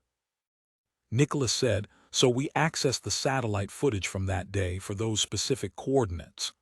Do I want to know how? Harry asked. Quite above board, Father, don't worry. We sent an emergency request to the NSA. Adam has a friend there. He gave his father a sleepy grin. We didn't hack them. I'm glad to hear it. So what did the satellites show? Ben forwarded the slides. This is the area represented by the coordinates the morning of December 2nd. You can see a small village on the dunes. It's not on any maps we could access, but this is a desert area. Things shift and change. Nomads set up shops. Sandstorms blow through. It's an ever-changing environment. LiDAR, short for light detection and ranging, that allows for measurements below the land surface area, doesn't show any permanent structures, no deep foundations. This was all on the surface, temporary. The satellite itself wasn't trained on it, it simply flew over that area once a day. We're lucky it was nearby. Now this is the morning of December 3rd. Harry could see the village was no longer standing. There were pieces of it in different places, though, scattered like toothpicks across the reddish sand. Storm blew through, Nicholas said. No, sir, we think this was man-made destruction. We think this was a proving ground for a weapons test. We checked with all the services we could, and no one had any assets in this area. There's no knowing exactly what happened between the 2nd and the 3rd of December. But Ben flashed up another slide. Here we have a shot from 2 weeks earlier. There's nothing. Now watch the progression. They watched a village slowly take shape day by day, rising from the desert sand. The footage was clear, easy to pick out the details. Ian said slowly, so someone builds a village only to blow it apart. Who does that? Mike said. Someone who had a show to give. Harry sipped at his oolong. And with what sort of weapons? Nicholas closed his laptop. I'm going to bet it was drones. We know whoever is behind this has an army, from tiny drones that can shoot poison needles into people's necks to large ones that can drop bombs on trains. I think this was the demonstration to the people. They wanted to fund the drone army to get them on board. It might be legitimate, it might be off-book. I don't know. I would assume the victims were a party to this, though if they were funding it, I don't know why they'd be murdered. Father, have you heard anything about the victims' possible involvement in building an army of drones? I haven't, but we can look deeper, ask around. Perhaps Barstow knows. He stopped by yesterday, seemed like he wanted to talk, but that didn't happen. I'll call him after this meeting. Mike sat forward. This isn't only about drones. Paulina Vittorini had a warehouse of weaponry enough to arm a small country. Someone's created their own private army. Harry said, all right, say this is a Black Ops program. Who are they planning to attack? Nicholas's phone rang. A moment, Father, it's Adam. Adam, you're on speaker. What's up? I've found another link between the victims. You aren't going to like it. Mike called out, come on, Adam, we can take it, I hope. Okay. Not surprisingly, all of the computers use Matrix. But they all also have an encrypted email system with its own private VPN, housed in a separate portion of their hard drive, where Matrix can't access. The 4 victims were communicating in a completely secret, bespoke private system. It's built on a new computer language. Ardalian's, I presume. Yes. It's not exactly the same. Some parts have newer language, but his markers are there, those same numbers as the base code, 408. That's not all. The victims were all talking to the same person, Lord Barstow. Harry felt a punch of adrenaline. Go on, Adam. It looks like they were funding him. Barstow is the one who is behind building this army. Harry closed his eyes against the enormity of it. Oh, Corey, what have you done? Nicholas said. Adam was the bespoke email for this group, designed specifically by Ardalian, as in he was hired to find them a secure way to communicate. I'd say so, yes. It makes the most sense. Harry said, so he may know more about this than he claims. Good work, Adam. We need to get Ardalian back into the office and have another chat. I certainly hope he was only hired to build a secure communication system for this team of renegades and nothing more. A voice came from the corridor. There won't be any need. I'll be happy to explain what's happening. The man Nicholas knew as his father's friend and his counterpart at Me6 Corinthian Jones, Lord Barstow, stood in the door of his father's office. Harry slowly stood. Mike saw his hands were clenched at his sides. Corey, what the bloody hell are you thinking, man? Raising funds for a private army, Barstow shrugged. Since you've stuck your nose in, Harry, I'm forced to explain. This is a Black Ops program run by Me6. I am overseeing it. That is all you need to know. I need you and your team to stand down. I have this situation well in hand. Don't stand down and we will have a serious problem. Nicholas said very quietly, people are dead and we've been tasked with uncovering the truth behind their murders. If your off-book drone army has gone rogue, we need to know. Barstow heaved a sigh and Nicholas saw a bulge under his coat. He slowly rose. "Why are you wearing a weapon? I thought you had lackeys to kill for you." "Nicholas," Mike said, a hand on his arm. Barstow said, "Yes, Nicholas, listen to your partner. Sit down and shut up. You've caused me a great deal of grief these past 2 days. You would have done well to stay in America. We don't want or need you here. I'd have thought Afghanistan made that clear enough." Harry said quietly, "Yes, sit down, Nicholas." And to Barstow he said, his voice formal, "Corey, are you admitting to killing the people who helped you build your private army? I assume you couldn't get the funding from Her Majesty and had to find your own sources of income. Is that how you managed to get tied up with Heinrich Himmler? Was Paulina Vittorini running the guns for you? And Chapman Donovan, you've never been a fan of his, but Terry Alexander, man, he was your oldest friend." Barstow said through gritted teeth, "I didn't kill them, none of them. I'm trying to make sure no one else is murdered, which is why I need you to back off." Mike saw his hands were trembling. He was frightened, understandably so. He was in a room of sharks. Make him lose it. She gave him a push, put some bitch in her voice. "Why should we back off? Can't you tell whoever's been killing those funding you to stop, or are we next? How are we to know you don't have one of your drones positioned outside or the birds you've been using to spy on us? How did you manage to corrupt Matrix? You don't seem smart enough for that. If Roman Ardelian doesn't know you were behind the breach, he soon will, you know it." She added extra bitch, "You're finished, sir. It's only a matter of time, very little time." Barstow started to laugh, a strained laugh, an ugly laugh. He laughed so hard he nearly choked. "You think he isn't a part of this? You stupid girl, you." Nicholas was ready to jump at Barstow and beat him to a pulp. Barstow's eyes grew wild and in a flash he'd drawn the gun and was pointing it at Nicholas. The room erupted in shouts. Nicholas ignored the yelling, felt his father's elbow gently nudge his arm, saw the slight nod of his head. Nicholas in turn nudged Ben with his knee. Harry dove to one side, Ben ducked away, and Nicholas kicked out of his chair and launched himself at Barstow. Chapter 49. Barstow saw Nicholas move a second too late. He fired as Nicholas crashed into him, knocking him over backward. Nicholas felt the sting of a bullet against his side, right above his belt, heard the shouts but ignored everything, flipped Barstow over on his stomach and pinned his arms behind his back. He knew he was bleeding, prayed it wasn't too bad, and then Mike was there with the handcuffs she always had latched to her belt. She clapped them around Barstow's wrists. "Cover me," Mike shouted to Ben, darting into the hall. Ben was right behind her. They were back in a moment, Mike panting. "Looks like he came alone." Then she saw Harry kneeling beside Nicholas. He'd pulled his shirt up and pressed his handkerchief against his side. "Harry, is it bad?" "I can speak, Mike." "No, it's not bad, is it, Father?" Harry looked up.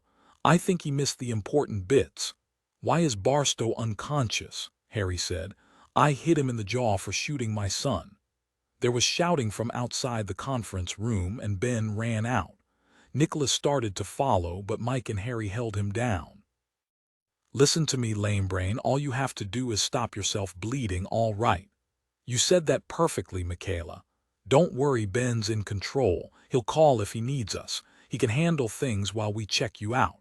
Harry lifted the handkerchief and she lightly probed the wound, then sat back on her heels. Barstow groaned. Mike tapped him on the side of the head with the heel of her hand. "Stop making noise. We'll get to you in a minute." And to Nicholas, "As for you, it's a nasty scrape, but it won't need stitches. Through and through, lucky you. I really don't like this, Nicholas, curse you. It could have been another of your 9 lives down the tubes." Harry rose, looked down at his bloody hands. His heart was pounding and he knew such fear and rage. It was hard not to kill Barstow with his bare hands. So close, too close. He managed to get out one moment and he disappeared into the bathroom adjacent to the conference room. Harry came out, handed Mike a hand towel and 3 washcloths. Thankfully, he had himself in control again. "These should do it." Together they bound him up. She said, "They're better, we'll get you to the later." Mike helped him up and he pulled her clothes for a moment. She squeezed his back, whispered, "Stop being a frigging hero, okay, James Bond." "A statistical impossibility, Agent Caine. I can't seem to stop showing off for you." Barstow moaned again. Mike said, "Good, his lordship is with us. Time to see what he has to say." They settled Barstow in a chair in the command center, hands cuffed behind him. Harry got right in his face and shouted, "Tell us what you've done, you old fool." Nicholas didn't think he'd ever seen his father so angry before. Harry Drummond had a long fuse and Nicholas rarely saw it lit. It was lit now. Nicholas asked, his voice calmer than his father's, "Yes, tell us what you've done." "What have I done? I'm trying to save lives, you idiots. I've had a plan on the table for more than a year, a plan to help arm the patriots in Africa who are trying to fight the incursion of terrorism. And it's been going gangbusters until you lot got involved. Tell us who you talked into building the drones for you." Barstow yelled, his face now alarmingly red. "How dare you treat me like this? Talk now or I'll call the Home Secretary. Tell him I have you here in handcuffs ready for a march through Fleet Street." "All right, curse you. We hired a man to build us a drone army. 6 patriots gave him a total of $1 billion to start, $1 billion on delivery. Then they refused to make the final payment until he delivered the drones. He refused. We were at a standoff, that's why people are dead. He's furious and killing every investor who hasn't given their money." He sucked in a breath. "I'm next, maybe June, my children. He'll kill all of us." Mike said quietly, "Who is he, Lord Barstow?" Barstow sneered. "The lot of you think you're so bloody smart. He's fooled you like he's fooled the world. He's ruthless, a psychopath, and the LSD he's taking has pushed him over the edge. Still don't know. The wunderkind of technology, the only man in England capable of building a drone army." Nicholas stared at him. "Roman Ardalian, he's been building an army for you." "Yes, thousands of drones to kill the bloody terrorists. I believe the man a true patriot, but he's not. He's a common murderer. My wrists hurt. I need some water." Chapter 50. It was obvious to all of them that Barstow was scared to his soul of Roman Ardalian, but something wasn't right. Even though Nicholas's side ached, he wasn't about to admit it to Mike, who gave him the eye every couple of minutes. "This is everything, Corey. You've told us the entire truth. Roman Ardalian has killed these people because they refused to pay him their final payment for the drone army." "Yes." Harry motioned them into the hall. "Ben, Ian, I trust you've located him."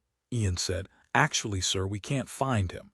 No one's answering at his home, his mobile is off, and his offices claim they haven't seen him. His jet is at Northolt in the hangar unused, but Ardalian himself we don't know." Mike said, "Ardalian wants his final payment. I'm thinking Barstow can get him to come out if he offers to pay him." Harry rubbed his chin. "I dare say you're right, Michaela. Let's approach him." Barstow looked exhausted. He was no longer handcuffed, but they knew he wouldn't try to run. That wasn't an option. Harry asked, "Where is Ardalian?" "I don't know. I told you the truth. He's gone mad, uses LSD like I told you at very low levels to keep himself in check, a special formula he mentioned once. I think he's now become dependent on the drug and it's making him extremely reckless. He must be stopped. You must stop him. If I could, I would." "How do you propose we do this?" Mike asked him. "Kill him. We have to kill him. It's the only way." Nicholas said, "We're not assassins." "You were," Barstow said, a sneer marring his mouth. "And quite good at it, if I recall." Harry leaned over Barstow, his voice quiet and deadly. "Listen to me, Barstow. One more accusation out of you about my son's past, and when I find Ardalian, I'll feed you to him." Mike wanted to kick this miserable, immoral ass into the wainscoting. Nicholas stared at his father, saw his rage at Barstow, and it was for him. He swallowed. Nicholas laid his hand on his father's arm, said, "We won't execute your problem for you, but we will arrest him, make him pay for the 4 people he's murdered.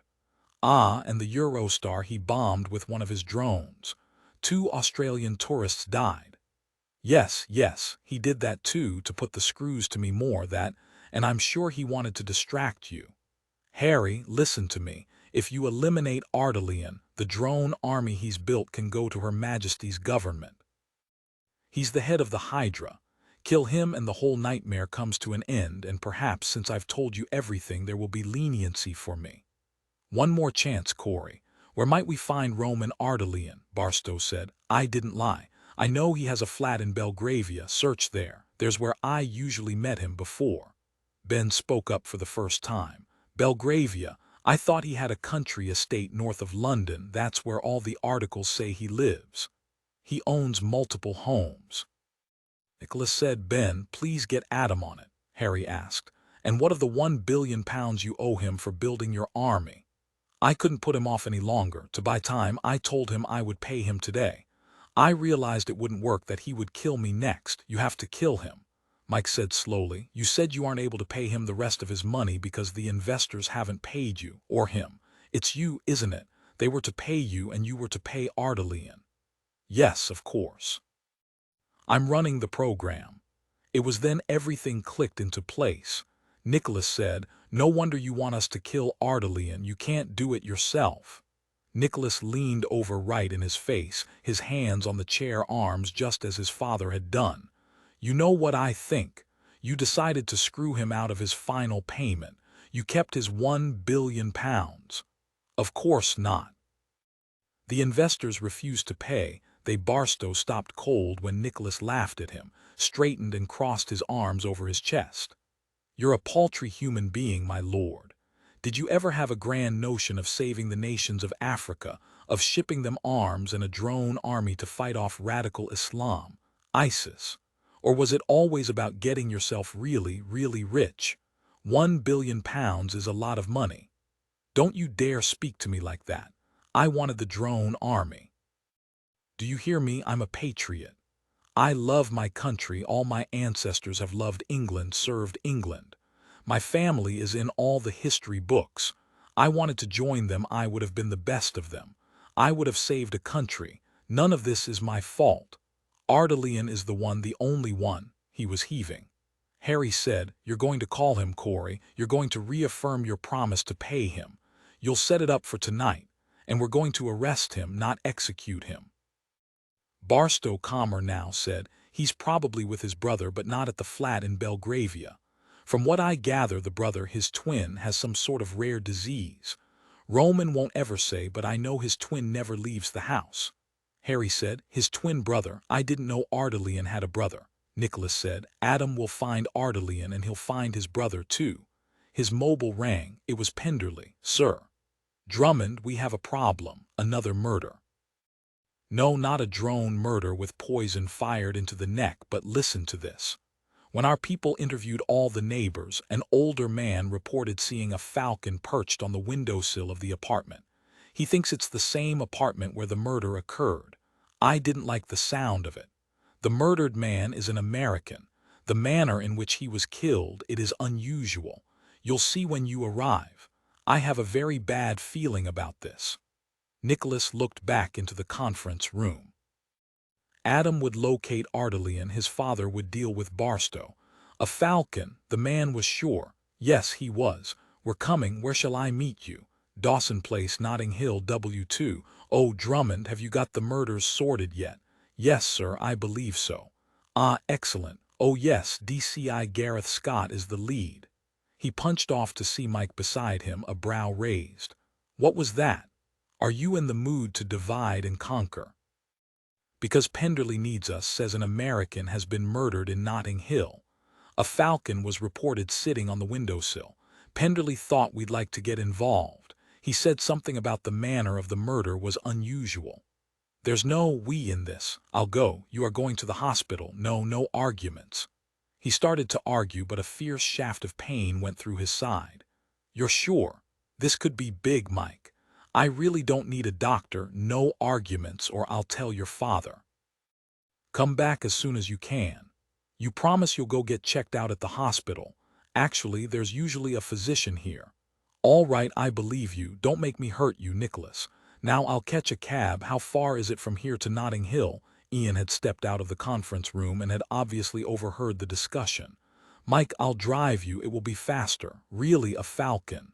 Yes, I appreciate that. We should go. She gave Nicholas's hand a warning squeeze. Physician now.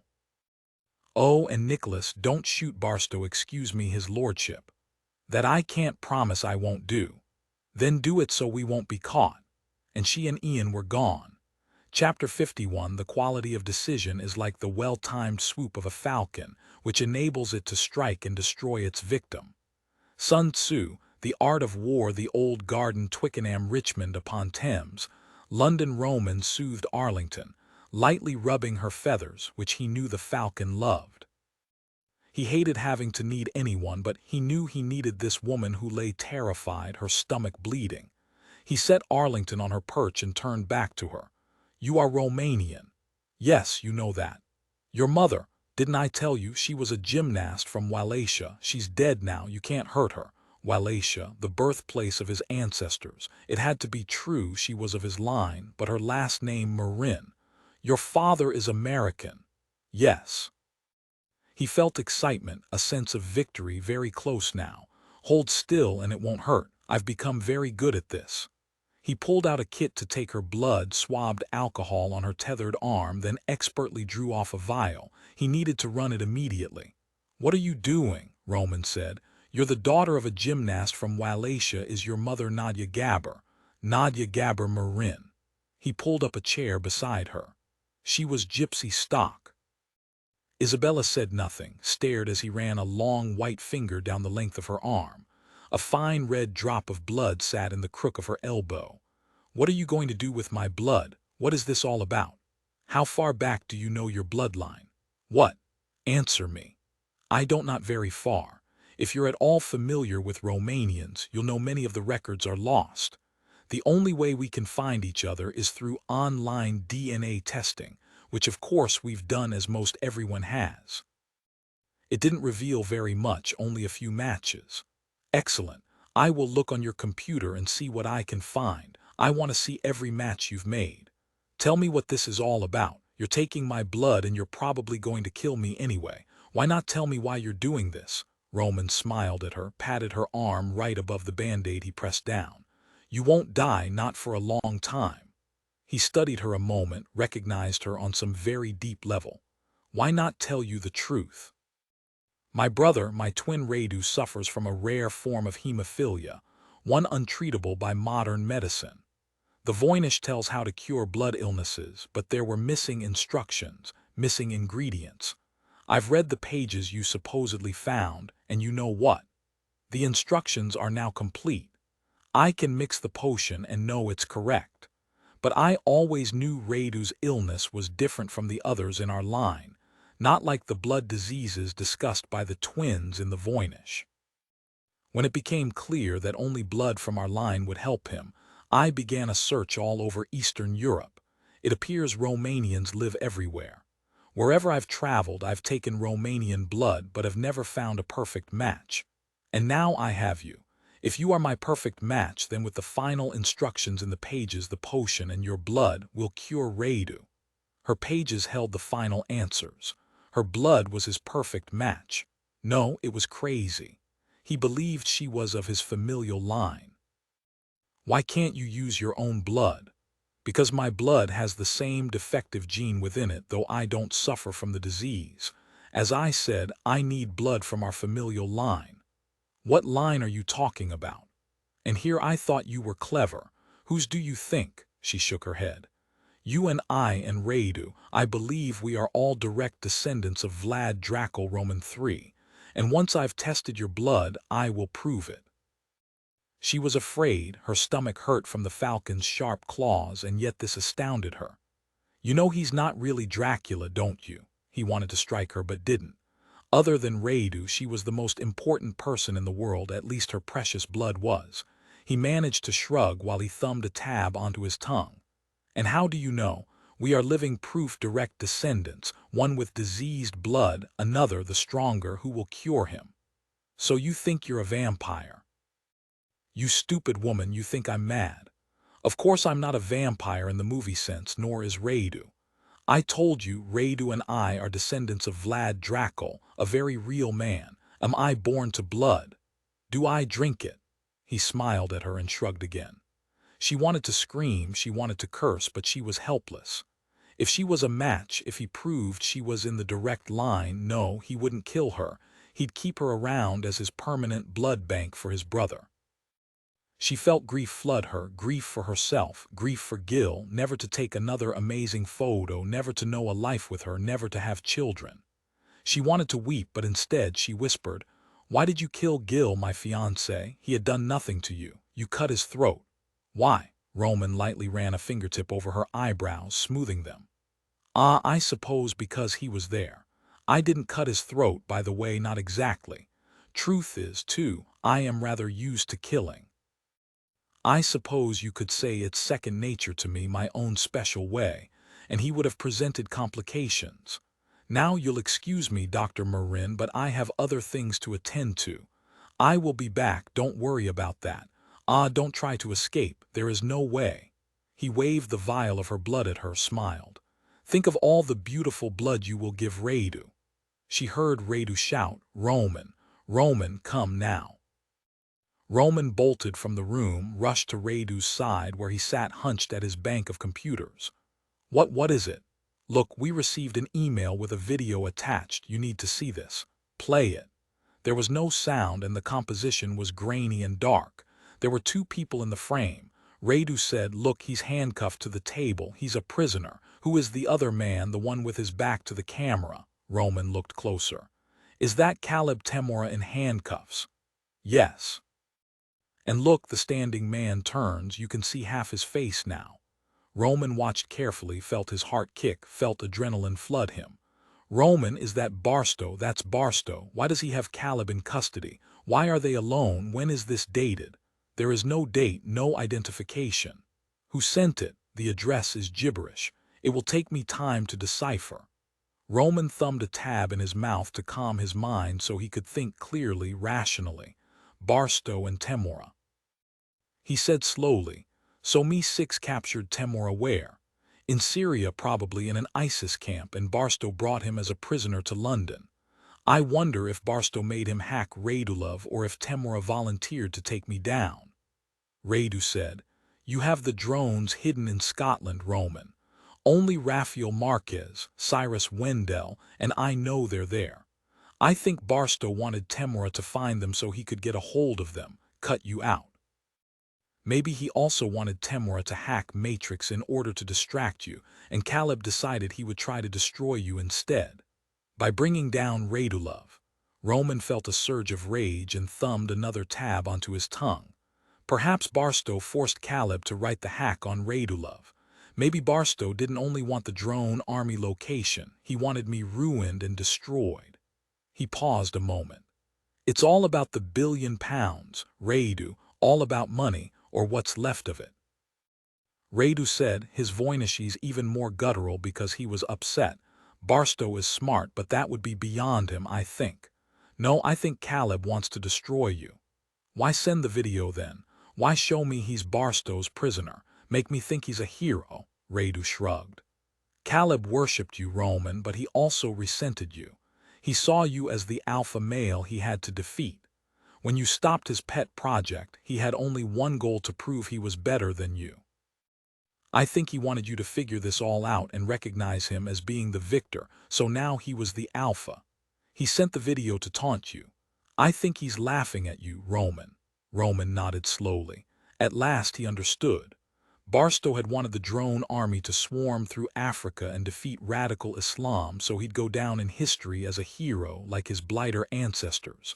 But that was only a part of it. He thought again. Barstow wanted the money. Which had he wanted most? Roman had to laugh. A clever plan, but Temora's video, regardless of his motives, was proof of what Barstow had done. He gave a moment's thought to Vittorini, Alexander, and Donovan. He realized now they probably paid their share and Barstow had kept it. He gave a moment's regret to killing them. He lightly patted Radu's shoulder. "Of course you're right about all of it. It's all so simple, really. The moment Barstow knew I had the drone army ready, the moment I told him he had to pay me, he had Temora hack into Radulov to find where I was storing them. What would he do? Send a special ops squad up to Scotland to steal them?" He paused, stood. Do you know, I really don't care why Temura sent me the video. He is what he is, curse him to hell. What will you do? I must think, Radu, something fitting for both Barstow and Temura. Chapter 52 Interpol Orange Notice. To warn of an event, a person, an object, or a process representing a serious and imminent threat to public safety. Interpol, Int Dawson Place, Notting Hill, London. The street ahead was lined with cars. A crime scene was a crime scene no matter what country you were in. A falcon seen on the windowsill. Was it Ardelian? Had he murdered whoever this man was? And why? Mike flashed her credentials and was through the line and up the stairs to the flat in moments.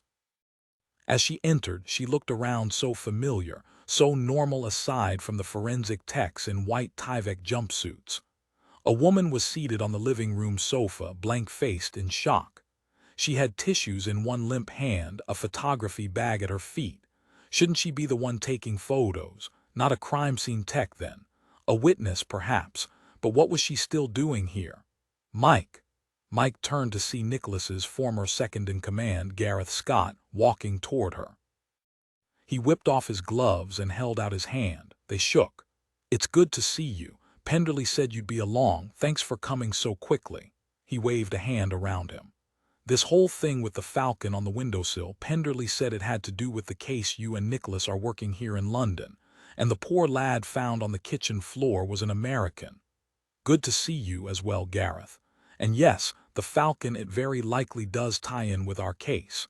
Gareth, this is Ian Sansom, me 5. Ian, this is D. Gareth Scott." A big smile bloomed. "It's Detective Chief Inspector now, Mike. Papers signed last week. Sansom, me 5, you say, a pleasure."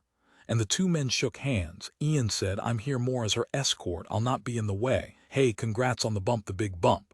Mike said to Gareth, "He's all right, Gareth. He works for Mr. Drummond. You removed the victim last night." "Very late, yes, but we've preserved the crime scene for you. Come this way, and I have photos." Gareth led them to the kitchen. She quickly registered the scene as she'd been taught. Surroundings: first dinner remains on the counters, the table set with plates and flowers, food still uneaten, candle wax overflowed onto the tablecloth. Evidence placards littered the scene. Gareth pulled up the original crime scene shots on his tablet, showed her the victim's body. His name was Gil Brooks, 32 years old. He was a freelance photographer. Mike saw the man's body was contorted, saw blood pooling under his head. "His neck," Mike said. "Nicholas said the manner of death was unexpected, strange." "What am I looking at here?" Gareth swiped to a close-up of the wound. "You can see the two small holes right over the jugular. We don't know what the killer used, but he knew exactly where to strike. He bled out very quickly." Mike looked through the photos, looked into the young man's sightless eyes, the bluish bruising around his neck, the two narrow holes. She looked up. "But he wasn't exsanguinated." "No," Gareth said. "Superintendent Penderley and I briefly discussed the vampire killer who's been roaming over Europe the past couple of years. As far as we know, this is his first stop in the UK, but why this man? He's not Brit, he's not Romanian as most victims have been. No, he's an American." "What do you know about this, Mike?" "All I know is what I happened to see in an Interpol notice. A killer poking tubes of some kind into victims' necks and draining their blood. The vampire killer, or Dracula." Gareth nodded. "But as you said, this victim wasn't exsanguinated. Do you think it's the same killer?" "Yes," Mike said. "I do." "Well," Gareth said, "I've never seen anything like this before, and it gets better. The lady on the couch is a wedding photographer. She was hired by our victim to show up to take engagement photographs. She came promptly at 10 o'clock last night. The door was cracked open and she found him. He was engaged. Where is his fiancée? We don't know. I spoke to the photographer last night, but she was rattled. She agreed to come back to meet with you. Let's see what you can get out of her." Her name was Becca Chance. After introductions, she turned beautiful brown eyes to Mike. "You're FBI like in America." "Yes, that's right." "You were here to take engagement photos. Were you a friend of the deceased?" "He wasn't a friend. Mr. Brooks's was a client. He hired me to come take photos of him and his girlfriend. He said he was going to propose right before I got here. He was so excited." She paused, closed her eyes a moment. Mike lightly laid her hand over hers. She swallowed, straightened. "I'm all right. When I got here, the door was open, and I came in, called for him, and I found him. He was dead on the floor in the kitchen." She took a deep, shuddering breath. "There was so much blood, how could she do this?" Mike asked. "His girlfriend, who else?" Mike glanced around. There was a single photo of a couple on the coffee table. She pointed at it. "Do you have her name?" "It's Isabella Marin. She's a doctor of some kind. I didn't ask. Why, Mr. Brooks was very nice, a lovely man." A cop stuck his head in the door. "D.C. Scott. Landlord is here finally, says he has the rental contract. He told us about the security camera in the stairwell and the lift. It's concealed and he's pulling the tape for us. 5 minutes." Mike said, "There's luck. Ms. Chance, did you see anyone as you came in the building? Did Mr. Brooks ring you in or did you come in yourself?" "As I've already said to D.C. Scott here, the apartment building front doors were open. I let myself in the foyer and came up the stairs, and no, I didn't see anyone. It felt strange, though. I remember feeling the hair stand up on the back of my neck right before I knocked. It felt like someone was watching me." Mike said, "We'll see what the cameras show. One last thing. When was this gig booked?" "Over a month ago. I'd have to check my calendar for the exact date." "Thank you for being so clear and concise. I appreciate your coming back to speak to me. I'm very sorry you had to be here. This is all very difficult." She and Gareth moved to the door together, and the cop standing there led them to the first floor. "Landlord has the video cued." He took her arm. "Mike, the Falcon scene on the windowsill. Why is this so important that Penderley asked you specifically to come here?" "As soon as I can, Gareth, I'll tell you all about it. Please be patient." The landlord was older, mid-60s, no nonsense, and short on words, something Mike appreciated. He nodded to her, and all he said was, "Here," and pushed the small television toward Mike and Gareth. Mike could see the camera footage was black and white, the angle geared for the stairwell, but the elevator foyer was visible.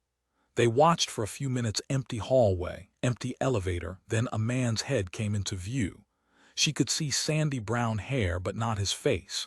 He turned to step into the elevator, and she caught a glimpse of glasses. The video went blank when the elevator doors closed. Mike asked, "Wait, Gareth, did you see a beard?" "Yes, dark brown, darker than his hair." Gareth said to the landlord, "Is there a full frontal shot of his face on this?" "Keep watching. I'm gonna speed it up." 20 minutes later, according to the time stamp, the elevator door dinged, and Mike saw the man exit, still without a good shot of his face, but now there was a girl on his arm. She was walking slowly, heavily. The man was almost dragging her along. "Oh my, that's Dr. Marin," the landlord said, rising out of his seat. "What's he doing to her?" Mike watched them walk out of the shot, and almost right away, Becca Chance, the photographer, appeared in the foyer. The killer had been in and out in less than 20 minutes. Gareth said, "Doesn't look like Dr. Marin murdered her fiancé. She looks drunk or drugged." Gareth said, "The garage is beneath the building, so he lucked out that no one was around to see anything." Mike turned to the landlord.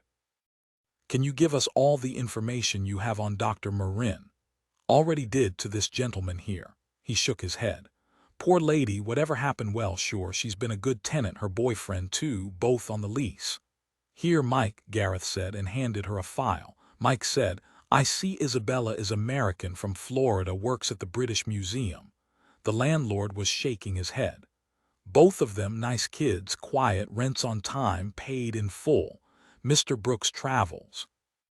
He's a photographer for the Globe. Nature, war, that kind of stuff." "What's wrong with people?" Gareth asked Mike. "Any emergency contacts on the paperwork?" "Looks like a 386 area code and the name Nadia Marin, that's Florida. We'll have to get in touch as soon as we know what's happened." "Pretty clear to me," the landlord said, and now the man, once short on words, spewed. "Mr. Brooks has been murdered right here in my building, and poor Dr. Marin has been kidnapped. Who would do this?" "A maniac. I know it's some crazy. Do something." Chapter 53. Mike stepped into the hallway and called Nicholas. "You answered your cell, so you're alive. What did the doctor say?" "I'm fine, Mike, it's just a flesh wound." He paused, and she could see his grin then. "Don't worry, talk to me." Gareth verified there was, to the best of his knowledge, a falcon spotted on the windowsill of the apartment. He interviewed the man himself who saw it. Penderly asked him too. Which brings to mind Roman Ardelian. Unfortunately, the video we saw did show a man coming in and dragging Isabella Marin out, but it wasn't Ardelian. She gave him the description of the man, told him about the 2 puncture wounds in Gil Brooks's neck. But he wasn't exsanguinated, Nicholas, not like the vampire killer, or Dracula, Interpol is looking for. The man who isn't Ardelian hauled the woman away, probably downstairs to the apartment garage. Nicholas, she looked like she'd been drugged or smacked hard. She works at the British Museum. I'm heading there right now. Oh yes, Gareth says hello. Hello back to him. Now Barstow has called Ardelian 3 times and he's not answering. We've sent a team to watch over the Belgravia flat. Adam is looking for any possible addresses for Ardelian outside of Belgravia, and so far we're coming up blank. We may start tapping into CCTV and see what we can find from yesterday. Ardelian had to come to us from somewhere. Perhaps we can follow him back out. Was he driving or walking? I don't know. Why? Remember the article you showed me about the Internet of Things and how easy it is to hack someone's personal information out of the devices they're using for their home and for their car? You said it was possible to hack into a car's GPS system and see addresses. If you can find his car, maybe you can find an address that way. Mike, you are brilliant. We'll get on it right away. We have to find his car, obviously, but they'll have a record of its make, model, and vehicle registration plates in the parking garage. Glad to help. Why hasn't Me5 released his information to the media? My father wants to capture Ardelian quietly. It won't do for the public to get wind of his and Barstow's actions. We're talking a big scandal in the government, not good. Barstow set the train wreck in motion, and now people are dead. They won't be able to cover it up forever. I agree, but this isn't my call. We will certainly go public if we need to, but for the moment, since Ardelian has means to flee the country and disappear, we want to try to keep this quiet. If he is as unstable as Barstow claims and it goes public, he might retaliate with more attacks. I'm off to the British Museum. Nicholas, you'll find him. Have faith. Will do. You keep me up to date as well. And Mike, be careful. If Ardelian gets wind of us looking for him, I don't think he'll hesitate to come after us again. If he knows where you are, just be careful. Nicholas hung up with Mike and started typing again. Adam had imported all the CCTV feed from the surrounding area, and Nicholas had tapped into the garage system so he could pull up the car and registration plate. All the while, the back of his mind was spinning. Who was Roman Ardelian? Ben, do me a favor. Find Ardelian's history, his whole backstory. We're missing something here. Chapter 54. There are around 2,000 people with severe hemophilia. In the UK, a hereditary genetic condition dominantly affecting men. People with severe hemophilia have virtually none of the protein factor Roman 8, which is essential for blood to clot. It puts those affected at risk of excessive bleeding even from the slightest injury, as well as causing spontaneous internal bleeding, which can be life-threatening. Here is no cure. Medical Express. Comrade who watched from the window as Roman strode down to the dock. He could tell things were unraveling, had a terrible feeling in the pit of his stomach. All the work they'd done, all the planning, the years of searching, and they'd finally found the person who could cure him. But Roman was unstable now, furious and impatient, and betrayed, so betrayed, by the man he'd thought was his friend and Radu had believed was his friend, as well Caleb Temora. And what of Barstow, once his trusted partner? Iago came to the window with him. I will let the cast out to follow him. They always calm him. What do we do, Iago? I'm afraid for him. We trust in him wholeheartedly. He is the last hope for you, for this family. He has never wanted anything more than to see you well, to see you cured. You must have faith, Master Radu, and you should speak with the woman. She knows things in the way Roman does, knows Romanian, knows the ways of our people. If it is her blood that will cure you, you need to establish her trust. Radu glanced at Isabella Marin. She was staring at the ceiling, unblinking. Iago was right, but speaking with other people frightened him, but at least she could both speak and understand his mother tongue. Go, Master Radu, go, you must. He crossed the room and sat next to her.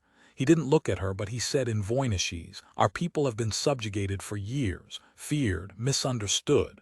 Our people, vampires." Isabella looked up at him. She hadn't realized before, she'd been too frozen with fear, but now she saw this twin was ill, very ill, and he was uncomfortable with her, because she was a woman, or because he wasn't comfortable with people. Now he believed he was a vampire, she said, her voice flat. "You're a man, not a vampire. I am a descendant of Vlad Dracul, and I think you are too. I come from an illegitimate line of men who are drawn to blood. This blood disorder runs in the family. It always appears in the twins. One has it and one does not. One twin is strong, the other weak. You have no idea what it's like either. Tell me. There's a burning inside me. It's hard to explain, but it's there, always there. Roman and I have experimented with so many ways to transfuse, even drinking the blood of possible matches, as the legends say. Nothing has worked to heal me, but it's kept me alive much longer than any of my predecessors. Of course, I've been developing new treatments for years. None have benefited me, but we do share them with the world. I've saved countless lives. You've killed people before me to take their blood, Radu said simply. It is the only way. Roman researches and selects Romanians who seem possible. He brings me their blood and we experiment. Isabella couldn't help herself. I know you are ill, that you are afraid of dying, but so am I. So was the man I was supposed to marry. Yet your twin murdered him in cold blood for no higher reason than he was there. And all the other people your brother has murdered for their blood. Do you believe your life is more important than theirs? Than mine? Roman says I cannot die. I am too valuable to humanity. Every human we sacrifice is to provide me longer life to continue with my work. This man with you last night, he wasn't really all that important, now was he? If only she could have leaped on him, killed him with her bare fists. He believed what he'd said as he believed his brother utterly. Another tack then. Isabella said, "Surely you must know by now I've been missed. My employers will have reported my absence to the police." He shrugged. "It is nothing to us. Roman has eyes and ears everywhere. You can't be serious. You think I'm lying. Our software is on every computer that matters. We can look into any of them at any time. We own you. We own the government. We own the world. And yet here you are, locked away, shuttered inside these rooms, unable to leave or love. I think the world owns you," he shrugged. "Who needs to move in the real world? It's dirty and cruel. I live in cyberspace. I live in the crevasses most people forget. When they stopped worshiping in churches and started worshiping their screens, I became their god. Like your brother, you are mad. I am far from mad. I told you I've spent my life looking for a cure for this affliction, my family affliction. So many generations with twins, one strong, one weak. How did you really come by the pages, Isabella? You heard everything I said to your brother. It's all true." "It is not. We both know you're lying." He walked to the far counter. He brought the loose pages back to her. "Tell me where you got the pages." She saw the pages, knew his brother had stolen them from their lead box in her bedroom. She was shaking her head. "Tell me." He held the pages close to her. She couldn't bear it. The pages were singing, speaking to her. They wanted her. No, they wanted him too. They wanted Radu. She said nothing. He said, "The pages speak to you, don't they? And that is why you put them in the lead box. They do to me too." "What do they say?" "They tell me things, and they cry for the rest of the book." "You're not mad, Isabella. If you're worried I'll think you're crazy, I know you're not. The pages are special." She took a deep breath. "Pages were in my mother's keeping. I was the strong twin, my sister the weak. Did she have the affliction? She died before it was known. But she heard the pages too. My mother saw the pages upset me, and one day soon after my sister died she buried them so I wouldn't hear them anymore. I found the pages after she died. That is not the whole truth, Isabella, Radu shrugged. We can control so little in our lives, but through the Voynich we've gained unimaginable knowledge. It gave you power, didn't it? Gave you precious knowledge no one else had. And in the back of your mind when you studied and deciphered, you knew you wanted greatness. No, no, of course not. But they both knew she was lying. The rapid PCR polymerase chain reaction machine testing Isabella's DNA started to beep. Radu's heart leaped into his throat. The printer kicked in with a mechanic whir and a single sheet of paper slipped out. He rushed across the room, held the scroll up to the light. He couldn't believe what he was seeing. It was everything they'd hoped for so long. He shouted in English, "She's a match. Aego, she's a perfect, exact match.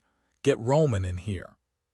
Chapter 55, The British Museum, Great Russell Street, Bloomsbury, London. The entrance of the museum reminded Mike of the Parthenon, with its huge columns presided over by a triangular frieze.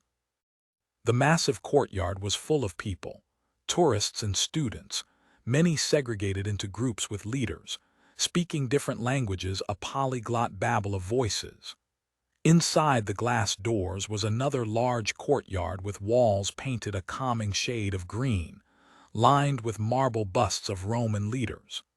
She wondered if they were replicas like they'd seen in Italy, with the real pieces stashed away where thieving hands couldn't steal them. The interior was stunning under a clear honeycombed metal roof, the huge white cylinder in the center. Mike saw a young woman with a blonde bun and glasses approaching her, saw the woman had been crying. How much had Ian told her? "You're the investigator from Scotland Yard. Please come with me." Mike didn't bother to correct her or show her creds. She followed her deeper into the museum, past the gift shop, past the donation box signs Mike read as they passed the British Museum, free to the world since 1753. There was a private elevator behind the stairs, staff only, Mike saw. The woman pressed the elevator button. When the elevator doors shut on only the two of them, it was suddenly eerily silent. The woman turned and said, brow arched, "You're not Scotland Yard." "You're right. Special Agent Michaela Caine, FBI." She pulled out her credentials, flipped them open. "What gave me away?" "The gun. Plus, none of our Scotland Yard detectives have quite your style. I like your motorcycle boots." She put out her hand. "I'm Phyllis Powers, Dr. Wynne Jones's personal assistant, have been for almost 10 years now. What's happened to Isabella? We're here to find out. I see you're upset." "Yes, of course I'm upset. Everyone is horrified at Gill's murder and her kidnapping. It's too much, simply too much, and no one knows what's going on." The doors opened, and Mike followed Powers down the hallway, up the stairs, and down another, smaller corridor. Mike smelled the familiar, comforting scent of tea, and sure enough, inside the office, there was a pot waiting. "Percy had to jump into a meeting, but he's given me permission to share all we have, to help in any way. Tea?" "Yes, please." Phyllis poured tea into a souvenir mug from the gift shop with British Museum stamped on the side and handed it over. "Sugar milk." "This is fine. I'm going to get right to it. We need as much information about Isabella Marin as you can provide what she was working on, who her friends were." Phyllis Powers said very simply, "Isabella is a sweetheart, exceptional, frighteningly brilliant. She's been working here for almost a year now, and she's been a huge asset to Percy. She also had her first presser this week, on the newly discovered Voynich pages. It is ridiculous to think someone inside the community would attack them, but she was on television and all over our media resource page. Some disturbed person must have seen her and decided, hold up, did you say the Voynich?" "Yes, I did. Isabella is a Voynich scholar. Finding the lost pages was a huge break for her, the kind that makes careers." "How did she find pages of the Voynich?" "She was in the ancient Rome archives, archiving a shipment of books. She pulled a book from the box, the quires fell out. An amazing coincidence." Yes, Mike said, thinking about Ben and Melinda. That surely is an amazing coincidence. What book were the pages in? Meditations by Marcus Aurelius. Surely you understand this is a once-in-a-lifetime discovery. Would Isabella normally be cataloging books? Not normally, no, but this was a priceless collection that came in from a major collector. It needed the utmost care, and she offered. Wait, are you saying you think Isabella planted the quires? Yes, I am. Mike's phone beeped. She glanced at the screen. A text from Gareth. Big surprise, we have the murder on video. The crime scene crew found a small camera hidden in the kitchen. We guess Gil Brooks was taping the engagement. My tech ran it. Sending screenshot of the suspect now. A photo scrolled in, an almost perfect profile shot of a man with sandy hair, a beard and glasses, his black eyes dead in the pixels. Mike felt a punch to the gut looking at the vicious smile on his face. Wait, there was something about the profile that looked familiar to her. Mike turned the phone around. Ms. Powers, do you know who this is? Mike watched Philly's pale. No, it's not possible. How could it be? I mean, that's Dr. Lawrence Bruce. Chapter 56. Mike called Gareth Scott immediately. The murderer's name is Dr. Lawrence Bruce. I'm putting you on speaker with Philly's Powers, Dr. Wynne Jones's personal assistant. He's Isabella's boss. I'm hearing all this for the first time, too. Please, Phillies, go ahead. He's a colleague of Percy. I'm sorry, Dr. Wynne Jones. He's a Voynich scholar, always around when discoveries are made. He's multi-published, well known in the field. He was one of the first calls we received on Tuesday after the announcement. He was in town, as I recall, wonderful timing for him as he's based in Rome. He came to see the manuscript and spoke at length with Isabella. Gareth said, please tell me you have cameras, Ms. Powers. I'm sure security at the museum would be happy to help. Shall I take Agent Caine to them? Yes, and thank you for being such a help. We'll be in touch. Mike. Mike turned off the speakerphone and put her cell to her ear. Hey, this is quite a break. Let's get as much information about this man as possible and figure out where he is.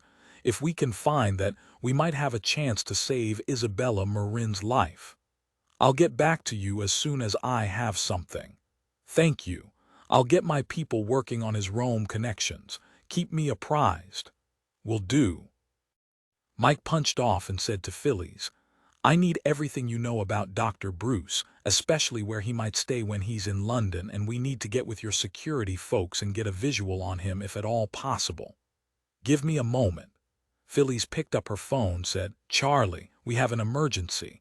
We need all the video pulled from 2 o'clock to 3 o'clock Tuesday afternoon for the third-floor corridors and my office. Thank you. We're on our way down. Phillies, where is your boss? He was, well, honestly, he was distraught. I encouraged him to go home, or we would have been sobbing together all afternoon. I see. Oh, and Phillies, can I see the pages Isabella found? We will need to photograph them for evidence. Of course, let's get them. It will give Charlie a moment to pull together the video. She led Mike down the hall. Isabella's office is small and cramped, but at least she has one. Many of our people share or are in cubicles upstairs. It's a requirement that I have access to all the associates' safes. She consulted her notepad, then knelt down and inputted the combination, following with a key. The door opened and she reached inside. Mike watched her riff through the papers inside, then she frowned. They aren't here. Surely she didn't simply file them. Mike started going through the paperwork on Isabella's desk while Phillies checked the filing cabinets. Perhaps they're in Percy's safe. I have the combination. Let's check, shall we? They hurried back to Dr. Wynne Jones's office. She unlocked the safe hidden behind a beautiful Renaissance nude statue. She spun the dial, opened the safe. The pages weren't there. But this doesn't make sense. She wouldn't take them with her. They are far too valuable. Phillies looked at Mike. But she must have. Now that I think about it, I thought something was wrong with Isabella after her conversation with Dr. Bruce. Do you think he took Isabella? Do you think he might have the lost quires too? Chapter 57. Scotland Yard. The name derives from the location of the original Metropolitan Police headquarters at 4 Whitehall Place, which had a rear entrance on a street called Great Scotland Yard. The Scotland Yard entrance became the public entrance to the police station, and over time the street and the Metropolitan Police became synonymous. Wikipedia: New Scotland Yard, 4 Whitehall Place, Westminster, London. Armed with the videotapes Charlie had recorded for her at the British Museum, and a trove of Lawrence Bruce's scholarly papers Phillies had printed out for them, Mike took a taxi to Scotland Yard. She called Nicholas to fill him in on what had happened. "I'm meeting with Gareth and his team. Can you make it?" "Sorry, Mike. Remember when Adam and I accidentally hit the kill switch and all the systems fried? Some are still on the fritz. Keep me posted." She stood under the rotating silver sign for a moment, then headed in. Gareth Scott was waiting for her in the lobby as promised. He got her signed in and through the extremely tight security, then took her upstairs, walking her through a crowded bullpen that made her feel right at home. She relaxed. Cops were cops regardless of the locale. Where she wondered were the donuts and bad coffee. Not a whiff of either. People were on Mike's heels, ready to be briefed. Gareth showed everyone into his office, standing room only for most of them. She saw files stacked everywhere and a whiteboard organized by case numbers and dates. Gareth said, "No word yet on from our friends in Rome. They're tracking down everything they can find about Lawrence Bruce." Mike said, "Phillies called while I was on my way over. She thinks Bruce stays at the Savoy when he's in town. Said he likes their afternoon tea. We should get an officer over there right away to see if perhaps he was stupid enough to take her there." "On it." He pointed a finger and a female officer peeled off. Gareth's mobile rang and he picked it up. He punched off a moment later and Mike dropped the rest on him. "Bad news, the lost choirs are apparently lost again. They weren't in either Isabella's or her boss's safe. You didn't see anything related to the museum in Isabella's apartment, did you?" "No, but I wouldn't know what to look for." "There were a ton of pages on her desk, but she's a scholar. I will call and have them cataloged. The last thing we need is losing something stolen from the British Museum." The female cop stuck her head back in. "No one by that name at the Savoy, but I'll take a run over and have a look at their registration, show his photo around. Also, nothing remotely ancient on the desk at the crime scene. Everything was basic correspondence, pay stubs and notes. Nothing relating to the Voynich." "Thanks, Ingrid. Keep us informed. And to the rest of them, you've all met Special Agent Michaela Caine. For those who might not know, she inherited Drummond from us, so we all owe her a huge debt of gratitude." Laughs all around, and she relaxed a little more. Mike said, "Yes, it's as bad as you think. He's insufferably good at being an FBI agent." Gareth raised a hand. "Moving right along, here's what we know. Dr. Lawrence Bruce came to the British Museum Tuesday to see the lost choirs of the Voynich manuscript that Isabella Marin discovered. We'll have to track down his movements once he left the museum. Did he look up her address before he left Wynne Jones's office or do research on her afterward? I don't know, but it might help us discover if this is a crime of passion or one of motivation. The killing of Gil Brooks might have been an end goal. He might have been an impediment, or he could have been the target all along. Though my instinct says Isabella was the target and Gil was an unfortunate bystander, we need to look at all angles. The second issue is the choirs the museum announced are now missing, as well. Logic says the two are related, since Dr. Marin is the one who discovered the choirs and did the press conference. Since both are now missing, we're going to work from the premise that they're tied together. A bit of background. The Voynich manuscript was stolen from the Beinecke Rare Book and Manuscript Library at Yale University last year. At the end of her press conference, Isabella Marin made a plea for the thief to return the manuscript so it could be reunited with the lost pages. I believe Dr. Bruce stole the manuscript and decided he wanted these papers too. Why did he graduate to murder and kidnapping? We don't know yet. Gareth paused a moment. As you already know, there was a very strange signature at the crime scene, the dual holes in the victim's neck, directly into the jugular vein. It matches a number of European murders by someone Interpol calls the vampire killer or Dracula. All the victims were exsanguinated. However, in this instance, Gil Brooks wasn't. Didn't the killer have time? We don't know. Dr. Bruce is now our leading suspect for these crimes as well. Mike said, Gareth, do you have access to a facial recognition system? I'd like to run the photograph of Bruce through and see if anything pops. Something about him feels familiar to me. Gareth nodded. We do, but our police national database is more limited than yours in the FBI. Though if I have a direct match, I can certainly use it as confirmation. That said, I'd be happy to let you send the photo to your folks if you'd like. I would, Gareth, thank you. The NJ database is cutting edge and can work with a profile shot. I'll send it in immediately if you have a computer I can use. Use mine. He unlocked the machine and Mike got to work. The photo was uploaded into the system in a matter of minutes, she said, and now we wait. They didn't have to wait long. The computer flashed a match 2 minutes later. No wonder the photo of Dr. Lawrence Bruce in profile felt so familiar to her. The falcon on the windowsill, it all made sense. Gareth was looking over her shoulder when the match appeared. Holy crap! They looked at Roman Ardelian. Chapter 58. Mike called Nicholas immediately. Roman Ardelian murdered Gil Brooks and kidnapped Isabella Marin.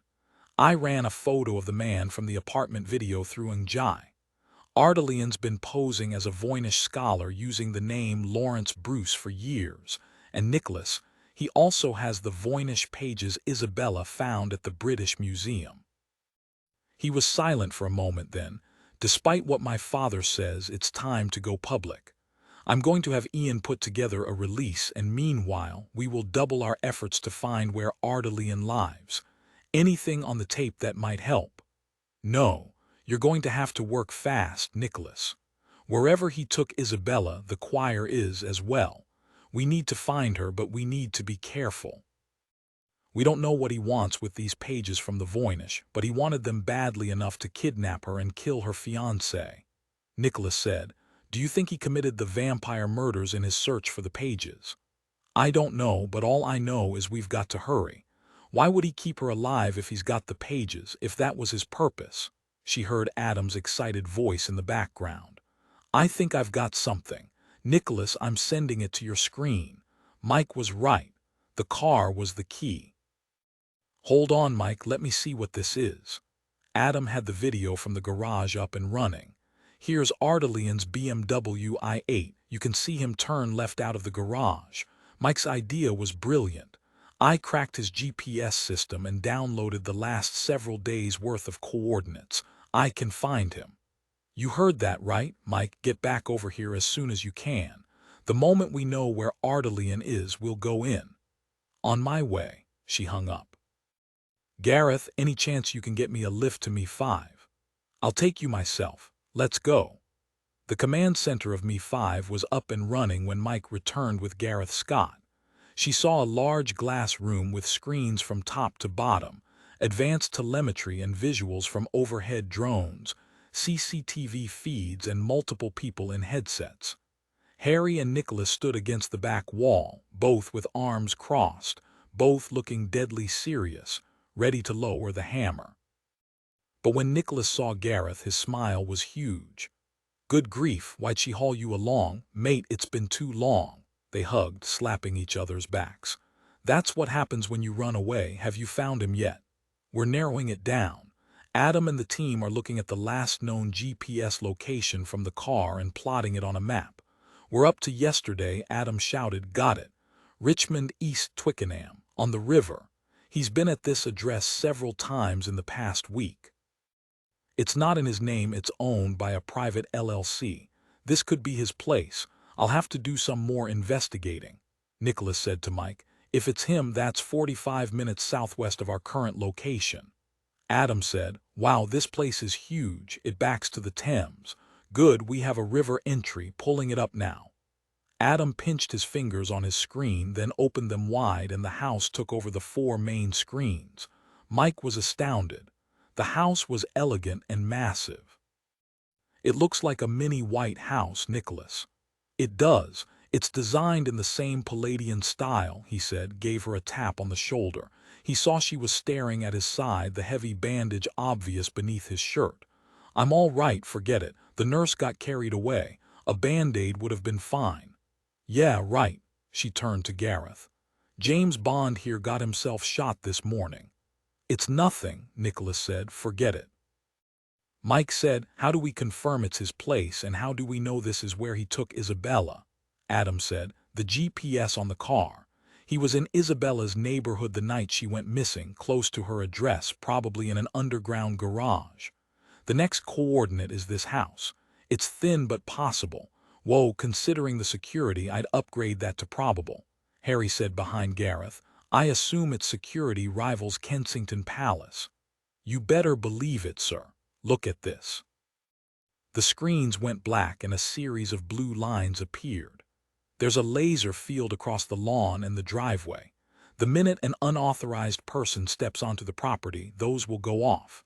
The walls are concrete and there are cameras all over the place, though they're well disguised in trees and bushes, which means they have video and I'm going to guess thermal as well. You wouldn't go to this extent unless you had something to hide." Nicholas said, "I don't see dogs, that's good." Mike was shaking her head. "But a place like this, it's going to be fortified inside too. We have to confirm Marin's there before we try an assault." Gareth had a screen open on a desktop. "CCTV from the Richmond Bridge shows someone in the car. Can't tell if it's a male or female, but for sure he wasn't alone." "It's got to be Marin," Mike said. Nicholas turned to Harry. "What do you think, Father? Enough to go in?" "Yes." His dark eyes glittered.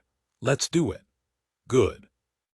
If we go in pre-dawn attack, we'll have enough time to prepare and find out who else might be in there."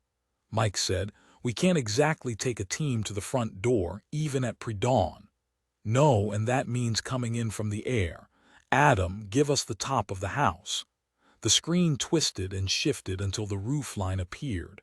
Nicholas shook his head. "Not good enough. We'll need to get a better look. Let's get a satellite pass." Harry snapped his fingers at one of his techs, who immediately grabbed a phone and made a call. "Nicholas, if it's this well guarded electronically, wouldn't they have physical security as well?" "You'd think.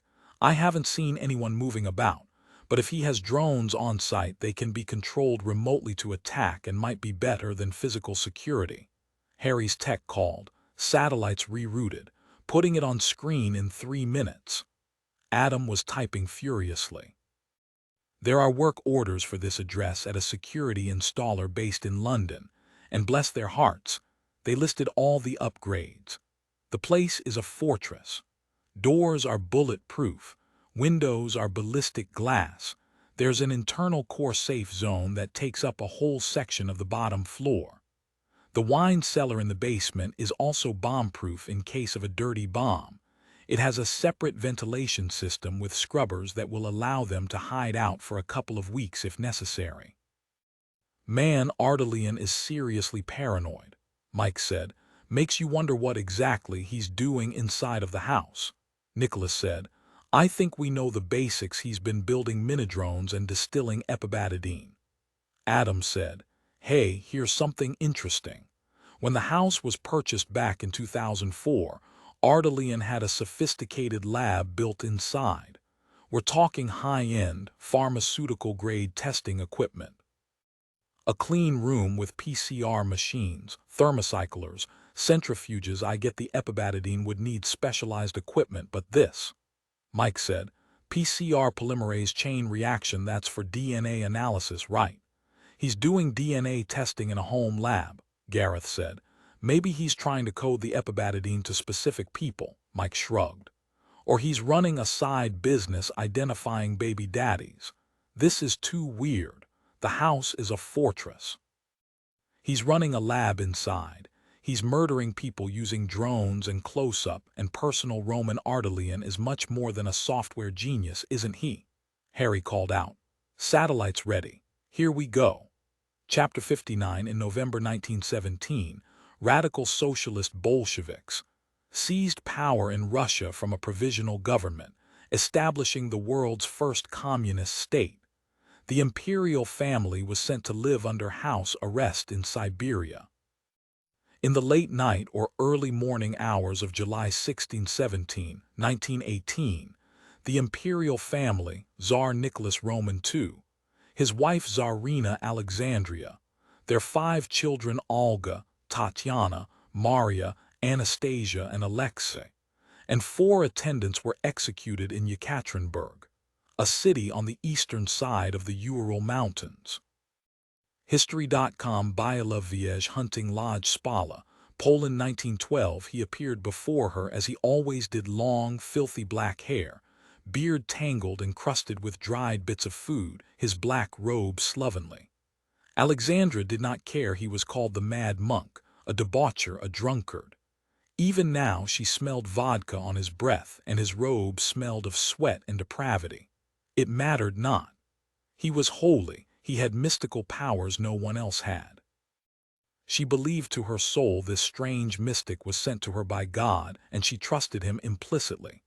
Rasputin bowed low to her. It was an improper audience, he knew, but the Tsarina had bid him to come alone to the lodge and in secret away from the Tsar. She gave him her pale hand. He said in his soft, deep voice, "I understand the Tsarevich is ill from the journey." Her hand tightened in his, and he saw the fear in her eyes, a familiar sight. But he saw now she was even more frantic than usual about her son. Her words burst out. "A friend, a trusted friend, has told me you have a new method to help Alexei." "Is this true?" Rasputin said slowly. "Yes, I have learned I can do more, perhaps heal him entirely." He'd saved Alexei before through his prayers, at least temporarily, and now he could heal him. Her heart leaped. "He is the future Tsar, my only son, among all the gaggle of girls. You know the physicians say there is no cure for his hemophilia, yet you say you can cure him. They say there is no hope, that soon he will die." She clutched his black sleeve. "I cannot bear it. He must live. He is our country's future." She leaned close. "Tell me what you mean. What is this method you say will cure him? Is this really true? Why did you not tell me sooner?" So many questions tumbling over each other. Instead of answering, Rasputin pulled a sheaf of papers from his coarse woolen bag. Alexandra saw Alexei's head snap up, his eyes on the papers.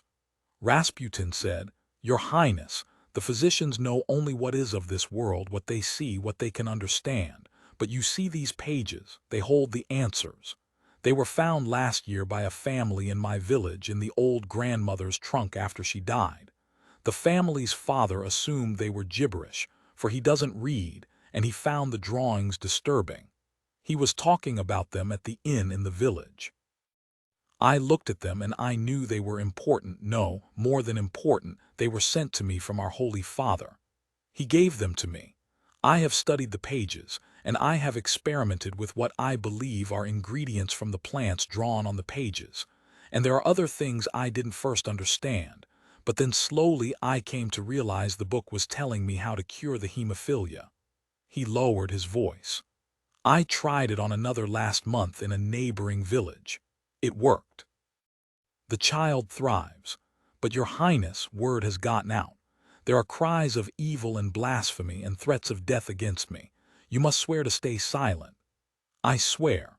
Of course I will not put you in harm's way, but what do the pages tell you to do?" Rasputin looked over at the boy, precocious, studious, too old for his age. The fear of death around every corner had made him thoughtful beyond his few years. Rasputin saw Alexei's eyes were still fastened on the pages he held in his hand. He said nothing, merely turned to show the Tsarina the pages. She couldn't understand the symbols, the letters, of course, and the strange drawings in muted reds and greens resembled nothing she had ever seen. He hadn't been able to read the strange language or understand the symbols, the bizarre drawings either, until one night when he was nearly insensible from drink. He'd thought of the Tsarevich, and suddenly he saw meaning in the strange letters and had recognition for the drawings. He saw herbs he'd never seen before, and he recognized them. It was further proof the pages were from God. The next day he'd collected the herbs and begun to experiment, and he came to understand that whenever he thought of the dying boy, the pages somehow made it possible for him to read and understand and learn. He said to the Tsarina, his voice even softer, lowered now to a near whisper, "My method, it is unorthodox, but it will work. Your son will not only grow strong, he will live a very long life." She whispered, "Is it witchcraft?" He immediately reassured her. "No, no, it is not, my lady. It is science, proven science." But she was shaking her head at him. "You misunderstand me. I care not what you call it. I do not care if it is witchcraft. Will it save my son? And saving him will save Russia." "How does it work? What must you do?" Rasputin leaned close and whispered to her. She jerked back, her face draining of color. "No, that is worse than witchcraft. That is blasphemous, barbarous. It is evil." Only at rare times had he seen her go stubborn, not that he could blame her, not this time. He found it exciting, the passion in this beautiful woman. He set out again to soothe, to calm her. "Your Highness, I will admit the cure is esoteric, yes, but it cannot be evil because I know God sent me the pages." Still she sat frozen, staring at him. He said, "There is a potion first, and it is not dangerous, nor is it witchcraft. Then we will do what we must. As I said, I have witnessed its results. I will be discreet, naturally. No one will know but you and me. And Alexei, he's the one who will be taking this treatment. He will not abide such a thing, he won't. Even to be healed once and for all. To know that he must rule after his father, so Russia will grow in strength and power under his hand." The Tsarina paced, at last coming to a stop at the window. She looked out upon the courtyard. Only her coachman was there, feeding the horses. If she agreed to this, would she be cursed into eternity? Yes, she knew she would. It was horrifying. How could she allow such a thing? How? The young boy said from the chaise set close to the fire, "Mother, I do not want to die, and you know I will. One careless prick and I will bleed to death. Please, mother, I do not know what this method is, but I wish to try it. Let him." She hadn't heard Alexei speak with such passion for a very long time, her poor boy, weak, pale, his skin stretched so tightly over his bones. To look at him smote her.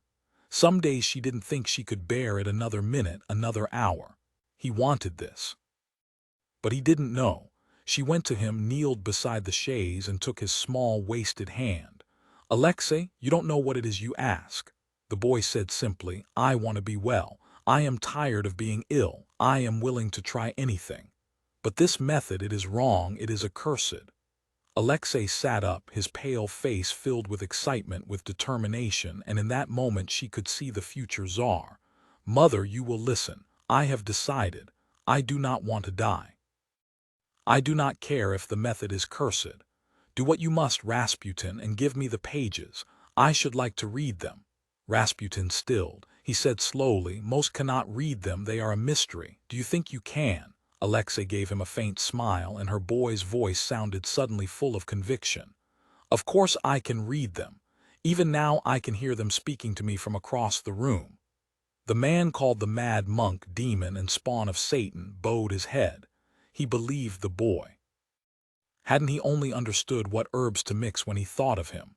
And the blood, its directions so clearly coming into his mind. He watched the Tsarina slowly get to her feet. She looked at him. Slowly she nodded. Rasputin bowed to her. "It will be done. I will come to you at midnight." He was aware the boy stared at the pages as he placed them back into his black bag. It was only after Rasputin left that Alexandra explained to her son what Rasputin would give him.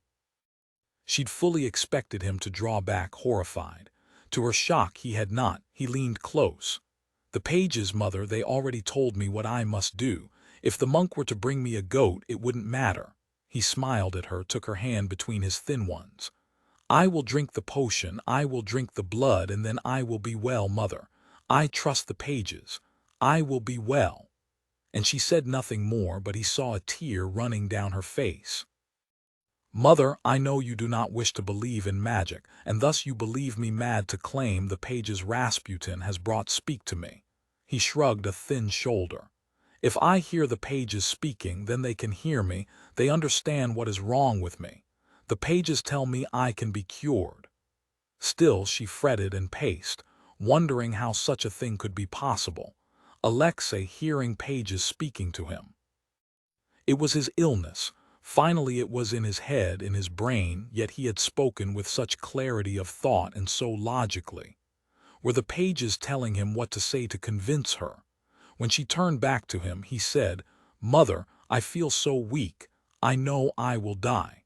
How can I lead our magnificent country if I am dead?" She had no more arguments. Though her fear, her revulsion, was great, at the appointed time she took her son to a small room in the basement of the lodge, far away from the servants and the guards. Rasputin was there. The girl with him was pale as fresh cream, with dark hair and fear in her glazed eyes. Alexei stared at her, felt something deep inside him stir. He heard the pages softly singing to him. He knew what he would do to her, and suddenly he wanted it very badly. He said in a formal voice, "Mother, I wish you to wait outside. When it is done, I will come out to you." Rasputin opened the door, waited for her to slowly walk from the room, one last look at the girl and her son. When she was gone, the door locked, Alexei said simply, "Let us begin." Her blood was so warm, like heated silver and salt. Rasputin had fed her opium to keep her calm, and so she was. The very pretty young girl leaned against Alexei as he drank, and drank, and drank from the cut in her neck. The opium in her blood went to his head, making him dizzy with swirling colors bleeding into each other, colors so bright they burned his eyes, and suddenly he was flying in bright skies filled with low-lying clouds dripping golden drops of rain to the fields below. And birds, so many he didn't recognize, in all colors and shapes, were all singing to him. And it was beautiful, and he was happy. Just as suddenly, Alexei felt himself thrown from the present back into the past, where a French soldier, no, he was far more important than a simple soldier. He was a long-dead emperor, and he was listening to an old man with a white mane of hair and brilliant blue eyes telling him a tale of two boys, twins, one strong and one weak with the blood disease, like him. And then he saw piles of dead and fires burning entire villages, heard screams and saw the emperor's face, pale as death, and he was riding away, surrounded by soldiers. Then he was thrown into the future, but he saw nothing at all, only whiteness, but he heard clearly the pages singing to him as he drank. Of life, of death, of simply being, and he rejoiced. It seemed to take forever, but perhaps it was only moments. Alexei did not know. When it was done and the girl was dead, Alexei didn't want to let her go. She was part of him, her lifeblood filling him, giving him a future. He rocked her against him, kissed her white slack mouth. Rasputin finally pulled her away. He studied Alexei. So little amazed him, but this did. The pages had wrought this miracle. The boy glowed with health, his cheeks were fuller, his eyes bright, his shoulders straight. He was weeping. "Please, don't take her away, not yet." "I must," Rasputin said. "I will see she's properly taken care of." Rasputin then examined Alexei, listened to his heart and lungs, checked his pupils. He stepped back, nearly tripping over the girl's body. "It is good, Tsarevich. You are healed." And he carried the young girl over his shoulder, past Alexei's white-faced mother, through the back of the lodge, deep into the forest. And for some time Alexei was healed. He was strong and able to play without worry of falling and having blood flow out of him and not stop. Eventually, though, he sickened again. He came alone, not telling his mother. Rasputin brought another girl, a blonde china doll this time, younger than the first. Alexei didn't like the taste of her as much. He much preferred the third. Even with the drug Rasputin had forced down her throat, she fought and screamed. He thought of her as the fighter with raven hair and blue eyes. Rasputin finally bound her. She was helpless, and the horror of him and what he was doing made the blood taste tart and rich. And he flew again back to a long-ago castle in a faraway land, and he saw two young brothers, one well and one sick like him. And they had the pages.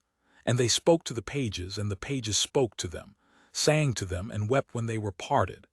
And then he was flung into the future, only this time there wasn't only blank whiteness.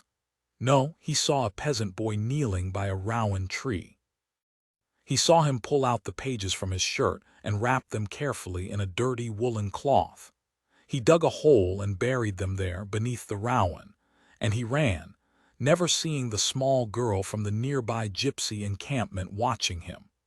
2 years later, Rasputin, fearing the nobles had discovered what he had done, knew he had to rid himself of the magic pages.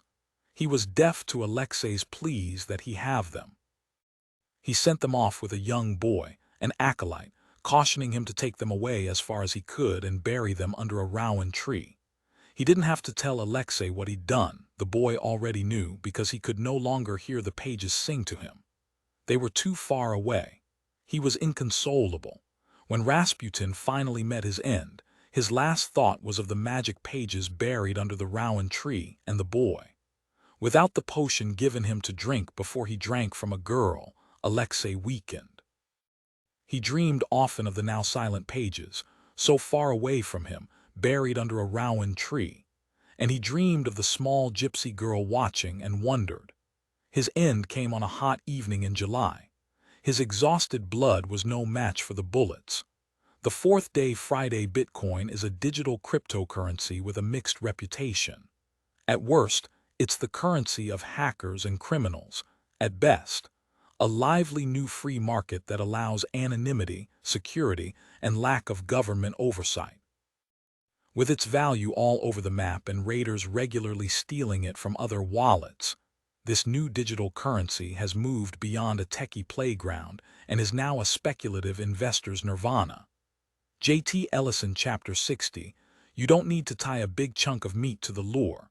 A tidbit the size of the end of your finger will do. Start by putting your hooded bird on the floor inside the house. Put the lure, garnished with the tidbit, on the floor about a foot away from it, then pop the hood off.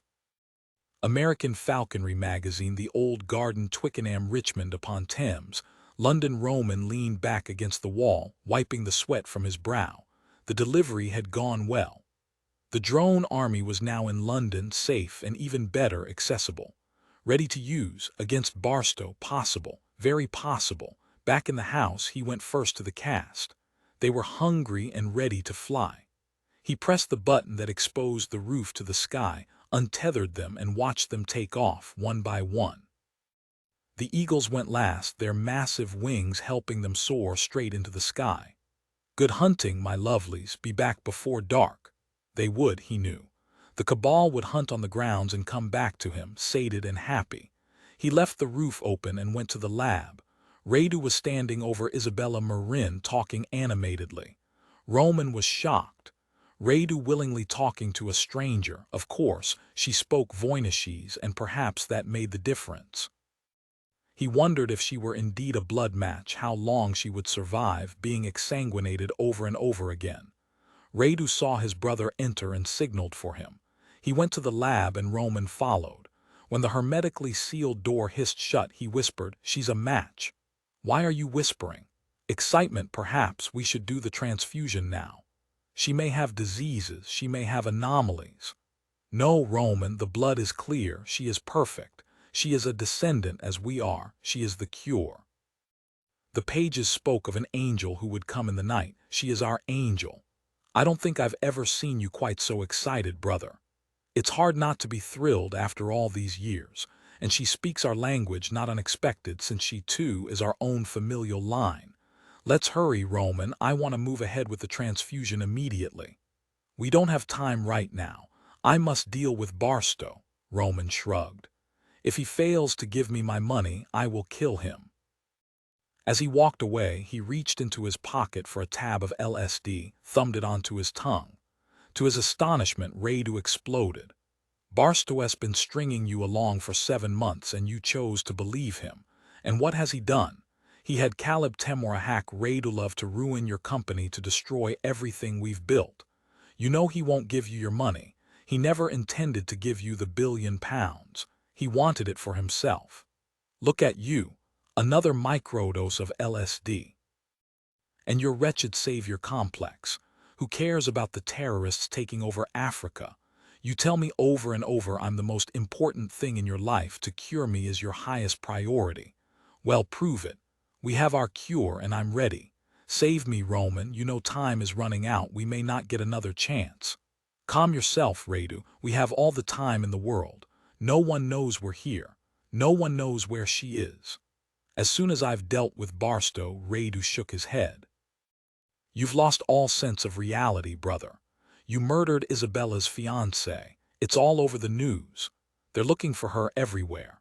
Looking for you too, though they only know the name of your alter ego, Lawrence Bruce. I refuse to lose my chance to be cured because you've acted recklessly yet again. We're going to do this my way. I know exactly what I'm getting into, and I want you to give me this one small thing. And then you can go after your filthy money, I care not. Rage built inside Roman. That filthy money is what's allowing you to have this home, away from all stimulation that might upset you. It's what paid for your lab to search for this cure. Do you not understand, Radu? All I do for you. Everything I've done always is for you. He was panting, he was so enraged, nearly beyond himself, and now his brother was questioning him. Radu touched his brother's arm, his voice calm again. Then hook us up. I can hear her blood singing to me, Roman, like the pages sing to both of us. I've never felt this before. She is my life's blood. She is the cure. We've been wrong all along. The Voynich, the pages, they're only part of the story. It is Isabella. She is what we've looked for all this time. Roman, listen to me. Blood doesn't lie. Isabella's blood will save me. Now stop making excuses. Stop putting everything above me and start the transfusion. Iago can watch over me while you go play with Barstow. Will take hours. You will have plenty of time. She really is my gift from God. Roman stared at his brother. He was right. All right, Radu, prepare yourself. I will ready Isabella. When Radu hurried out of the room, Roman rubbed his forehead, then slipped another dose into his mouth. He stopped by his office for his notebook. Like Radu, he kept notes on every experiment, on every observation. And this one would surely be the most important. A small red light was flashing on his computer screen. He bumped the mouse and saw camera footage, knew immediately it was the flat in Belgravia. The flat's perimeter sensors were activated. Someone had gone inside, something else to make him crazy. He calmed himself, scanned the flat, but saw nothing. A system failure, a short circuit. No, he knew better. He flashed to the external cameras. There were two men in a black SUV sitting across from the entrance. He said aloud, Barstow, what are you up to? The light flashed on his desk phone, the speaker turning on with a gentle click. His brother said, where are you? I'm coming. He turned off his computer screen. If what Radu said was true, it didn't matter what Barstow was planning. Roman had plans for this man he'd once believed was a patriot like himself. A man he'd realized too late who had drawn him to a vast humanitarian project that was all based on lies. £1 billion, that was Barstow's only goal. He rather hoped Barstow would kill Temora, save him the trouble. As he left his office, he saw the shadows flitting through the sky. The cast was returning. He detoured up the stairs to the falconry, waited for his brethren to land back in their places, claws and beaks red with blood, then closed the roof and went to give his brother the potion, then Isabella's blood. Two strong brothers, not one strong and one weak. Not after tonight. Chapter 61, Me5 Headquarters, Home Office Thames House 12 Millbank, Westminster, London. The satellite is going overhead right now. We will capture as many shots as we can. Harry's technical team was top-notch. Nicholas enjoyed listening to them run through the satellite imagery. When they had it all uploaded, they started tearing it apart. We have a helipad up there, not a huge surprise for a house of this size. I'm not seeing any anti-aircraft battery that would be bad news. So we should be able to fly in, but we'll have to shut down the security systems first. Knock out their power grid. Though I'm sure they have generators, we might have a few seconds opportunity when the power goes down before the backup turns on. Gareth pointed to two rectangular openings. Are those skylights? Can you get closer? The satellite imagery enlarged. Definitely glass. Even if it is ballistic grade, do you see those hinges? He circled the two spots with a red laser pointer. If we hit it right, it will pop. Nicholas, remember the house in Cambridge we infiltrated from the roof? We could do it again the same way. I remember, you hit it with a depth charge and we fast-roped in. That would work. But in case it doesn't, we need another ingress. Find us one, Adam. Working on it. Hey, look at this huge concrete building over here. It has the massive security too, but it's all external. Might be a safe room on steroids. Or he's keeping something nasty inside. Adam ran through what he had found of the house's schematics. He would kill for a decent set of blueprints, was searching online the whole while but hadn't found the right ones yet. Nicholas, I'm not seeing any other ingress, but the estate is huge. 17 acres of land around it too. We don't have enough time to map it all if we want to go in tonight. What's this right here? Freeze frame, please. Nicholas pointed to an area to the right of the helipad. There are edges here. Uniform edges. What is this? Can we get the cameras to pan in? Gareth said. Wait, it's opening. The roof is opening. They watched in silence as a section of the roof slid back. In the eerie silence of the massive screens, a black rectangular hole gaped open and birds began flying out of the roof. Nicholas asked, bloody hell, what is this? Mike grinned.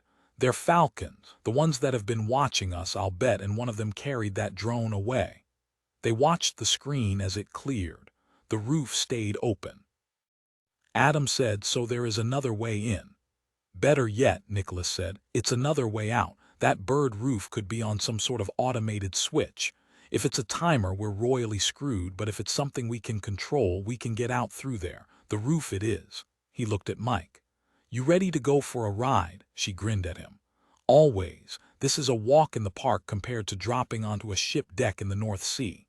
Harry said, I want to try and confirm 100% this is his home. Get Barstow in here. Let's have him try to make the call again, see if we can pull Ardelean out of the house.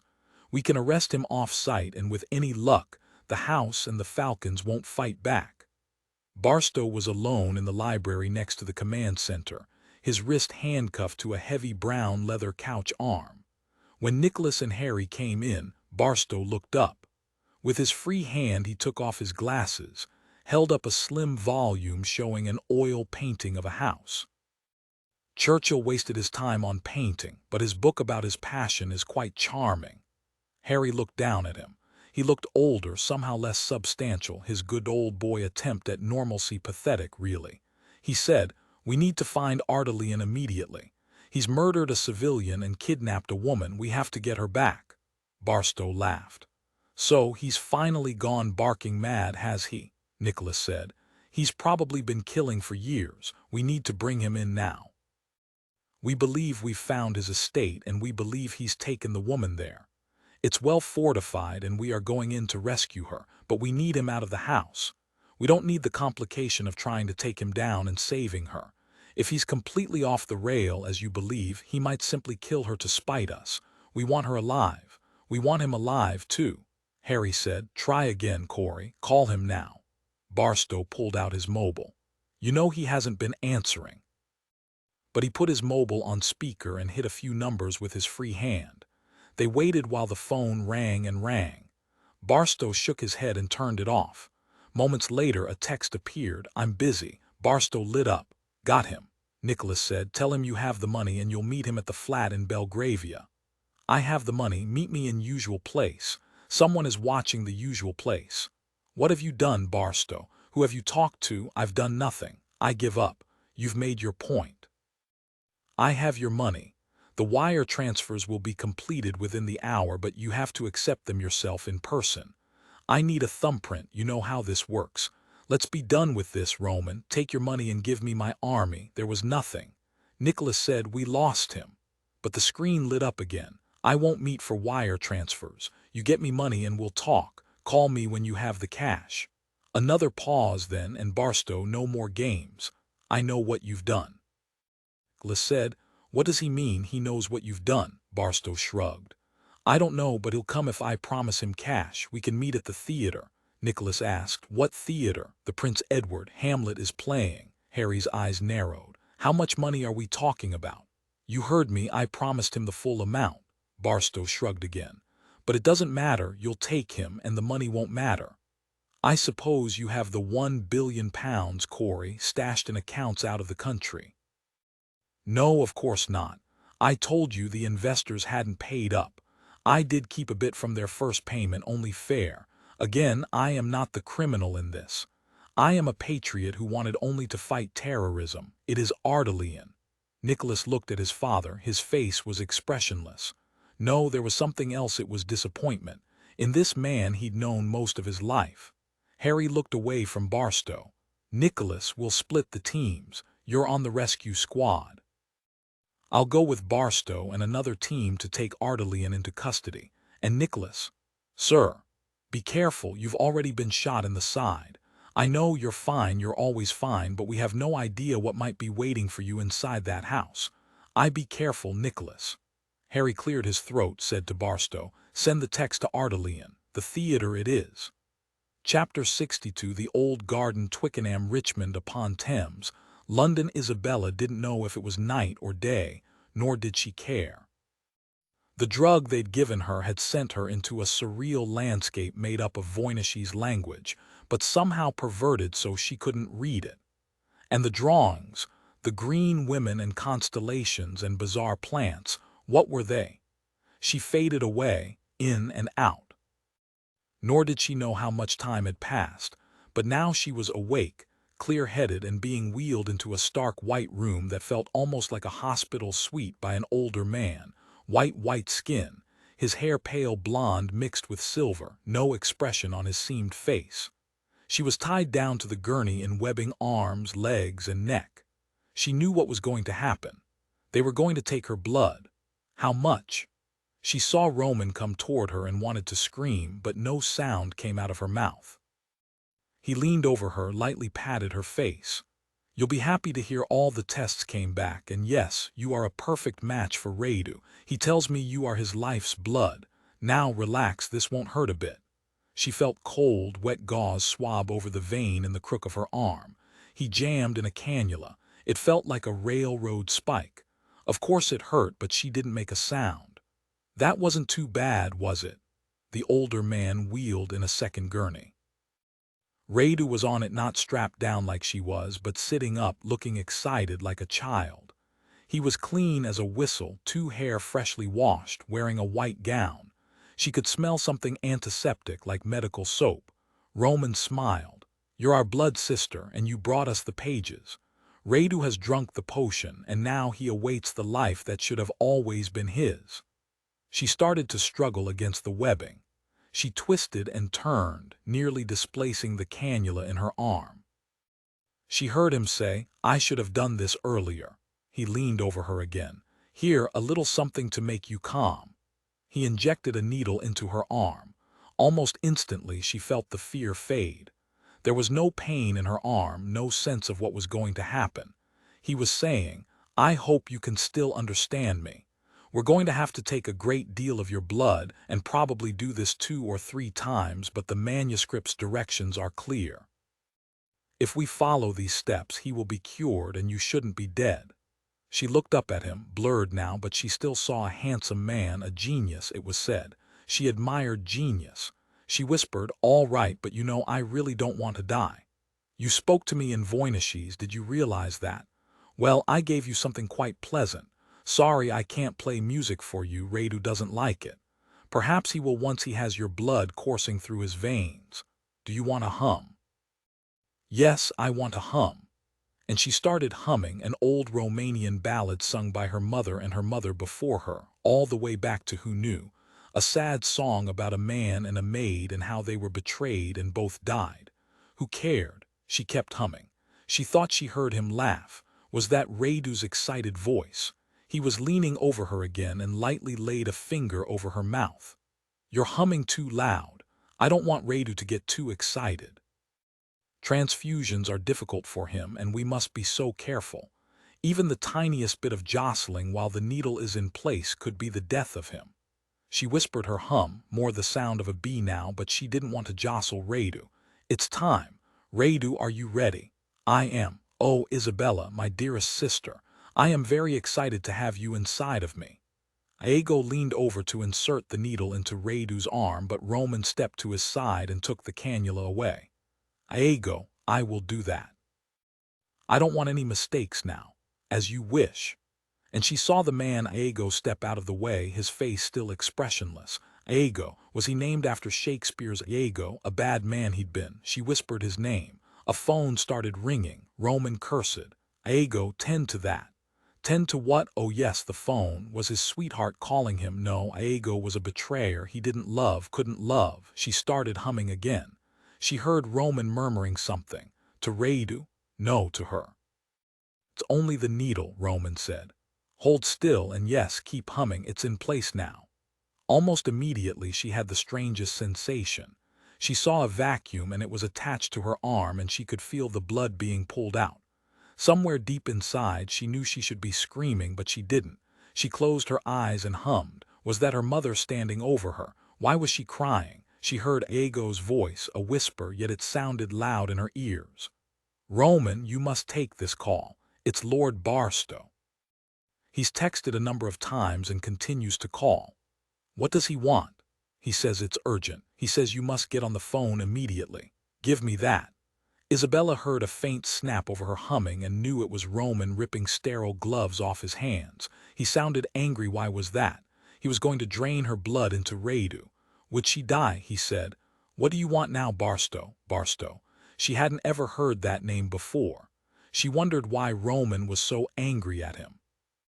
"Yes, I'll come. I will meet you at the theater. If you don't have the entire amount in cash, I will kill you. Do you understand?" He hung up, and Isabella saw through a pleasant haze that he was smiling. "And then Radu the bastard finally took me seriously and is paying up. All of it. It's a great day, brother. You will be healthy and the drones will go to Africa. Iago supervised the remainder of the blood transfer. I must go meet Barstow." He laughed again, and both Radu and Iago laughed too. She wondered about the money. Why give it to him? Barstow, who was he? She wanted to laugh too, but all she could do was hum. She saw a shadow out of the corner of her eye. It was Roman, and he was leaving. Well, that was all right, wasn't it? She started humming again, and the world was vague and quite lovely. Chapter 63, Me 5 Headquarters. Home Office, Thames House, 12 Millbank, Westminster, London. The team was soon in black tactical gear, strapping on Kevlar vests and securing M4 assault rifles to their backs. Once Mike was fully armed, she tucked a pair of sticky gloves in her tactical belt, then stashed both a small first aid pack and 3 extra 30-round magazines into her bag. No one knew what they were jumping into, so they were prepared for everything. She felt focused, calm, adrenaline on a low simmer. She was saving the big burst of energy for the jump. She was ready to get Isabella back. Mike prayed she was still alive. Once everyone was geared up, they gathered around Adam for a briefing. "I found the plans from Ardelian's last renovation. The lab is on the 3rd floor. There's an attic that opens onto the roof on the 4th. If that's where the falcons flew from, I suppose it's the aviary. There is an entire suite of rooms on the 2nd floor. I can't tell if it's a guest suite or this is where the mythical brother lives. Maybe servants too, it's roomy. The 1st floor is reception, kitchen, dining room, and several large open spaces, living room, den, I suppose. The backyard opens to a pool and gardens. The path down to the river comes off the east side of the house." Gareth picked it up. "Should something happen, bolt for the river. We'll have Zodiacs waiting. Air reconnaissance will be monitoring for drones and those birds too. They aren't back yet. The sky door is still open. The chopper is at Battersea Heliport and ready when you are. Faster than taking you out to Northolt. We're going to put you in a Gazelle. It's quieter, less chance of being spotted too early. They've plotted a path down the H4 to the house that keeps them in the London Heli lanes, but allows for a last-second deviation out toward Twickenham. Heathrow AC has been notified we're doing a training exercise." Nicholas said, "Too bad it's dark. Flying a helicopter down the Thames can be quite romantic." Mike rolled her eyes. "You have a bandage over a gunshot wound in your side and you're thinking about romance. Well, what are you waiting for? Let's go do it." Nicholas and Gareth burst out laughing. "I meant let's go get Isabella, you idiots." Adam called out, "I've sent the schematics to your comms. You'll be able to see what's what on your wrist cams, and I'll be here with Ian. We'll be in your ears. Good luck." The Gazelle was cramped compared to other choppers she'd been in. Only the two pilots and Mike, Nicholas, and Gareth could fit. But the benefit was the Gazelle was indeed substantially quieter, as advertised. Since they were wearing helmets with headphones, she could hear the pilots' technical talk as they lifted off and started their run down the Thames. She tuned them out, tuned in her father's deep, calm voice. "You know what you're doing, you're ready to move. Now make sure you're ready mentally. Focus, Mike, make sure you're focused." She didn't tune in what her mother, the gorgeous Rebecca, would say. The pilot said in their ears, 10 minutes to drop, and Gareth gave them a thumbs up. They were approaching their target fast, the river a shining ribbon in the darkness below them. Mike said, "I can't get my bearings. I barely know the city in the daylight. At night, from the air, I'm lost." Gareth said, "We're over the botanical gardens." Nicholas said, "Let's run through once more. Mike will go first and cover me as I come down with the explosives. We'll set them on the window hinges and blow them inward, then rope in. The chopper will bank back to the river and be waiting for our call to get us out, hopefully with Isabella." Gareth said, "It sounds so easy when you lay it out like that." "It's exactly how things will go. Trust me." The pilot said, 3 minutes to jump." The co-pilot said, 5 minutes to explosives, if you please." "Copy that," Nicholas said, and Mike heard the banked excitement in his voice. He was even a bigger danger junkie than she was. She checked her weapon once more, tightened the straps of her Kevlar vest, then pulled on her gloves. The pilot said, 1 minute, take your positions." Nicholas opened the door and the cool night air rushed into the cabin. Mike felt the helicopter slow, then hover. She looked down to see the roof glowing white below her. She grabbed the thick black coil, got a good grip thanks to the sticky gloves. She thought of her father and smiled. "All set, Dad." "Ready," the pilot said. She leaned toward the door. Gareth patted her arm and said, "Luck." The pilot said, "First jumper, fast rope on my mark, 3, 2, 1, jump, jump, jump." Mike went straight down and landed lightly on the roof. She felt the rope tug, saw Nicholas come out the door behind her fast. She pulled the weapon off her back and began scanning for trouble. With no warning, the helicopter lurched to the right, hard, its nose dipping, the rotors twisting counterclockwise, pushing for air. Nicholas whipped past her head, only one hand on the wildly swinging rope, yelling, "Move, move, move." The chopper was burning, red and orange flames shooting into the sky above her. She heard the boom, realized it was about to land on her. Everything happened in an instant. Nicholas's horrified face, Mike sprinting hard across the roof, the helicopter tail lashing wildly around toward her. She couldn't get away, so she went down flat on the roof, hands over her head, and prayed. She felt the harsh wind as the tail rotor passed only a few feet above her and smashed into the concrete ramparts on the roof. She smelled fuel, looked up to see the helicopter tip over the edge, the metal screaming, and fall, upside down, out of sight. The fire on the roof was burning fast and hot. "Please," the pilots got out, "please. Wait, where is Nicholas?"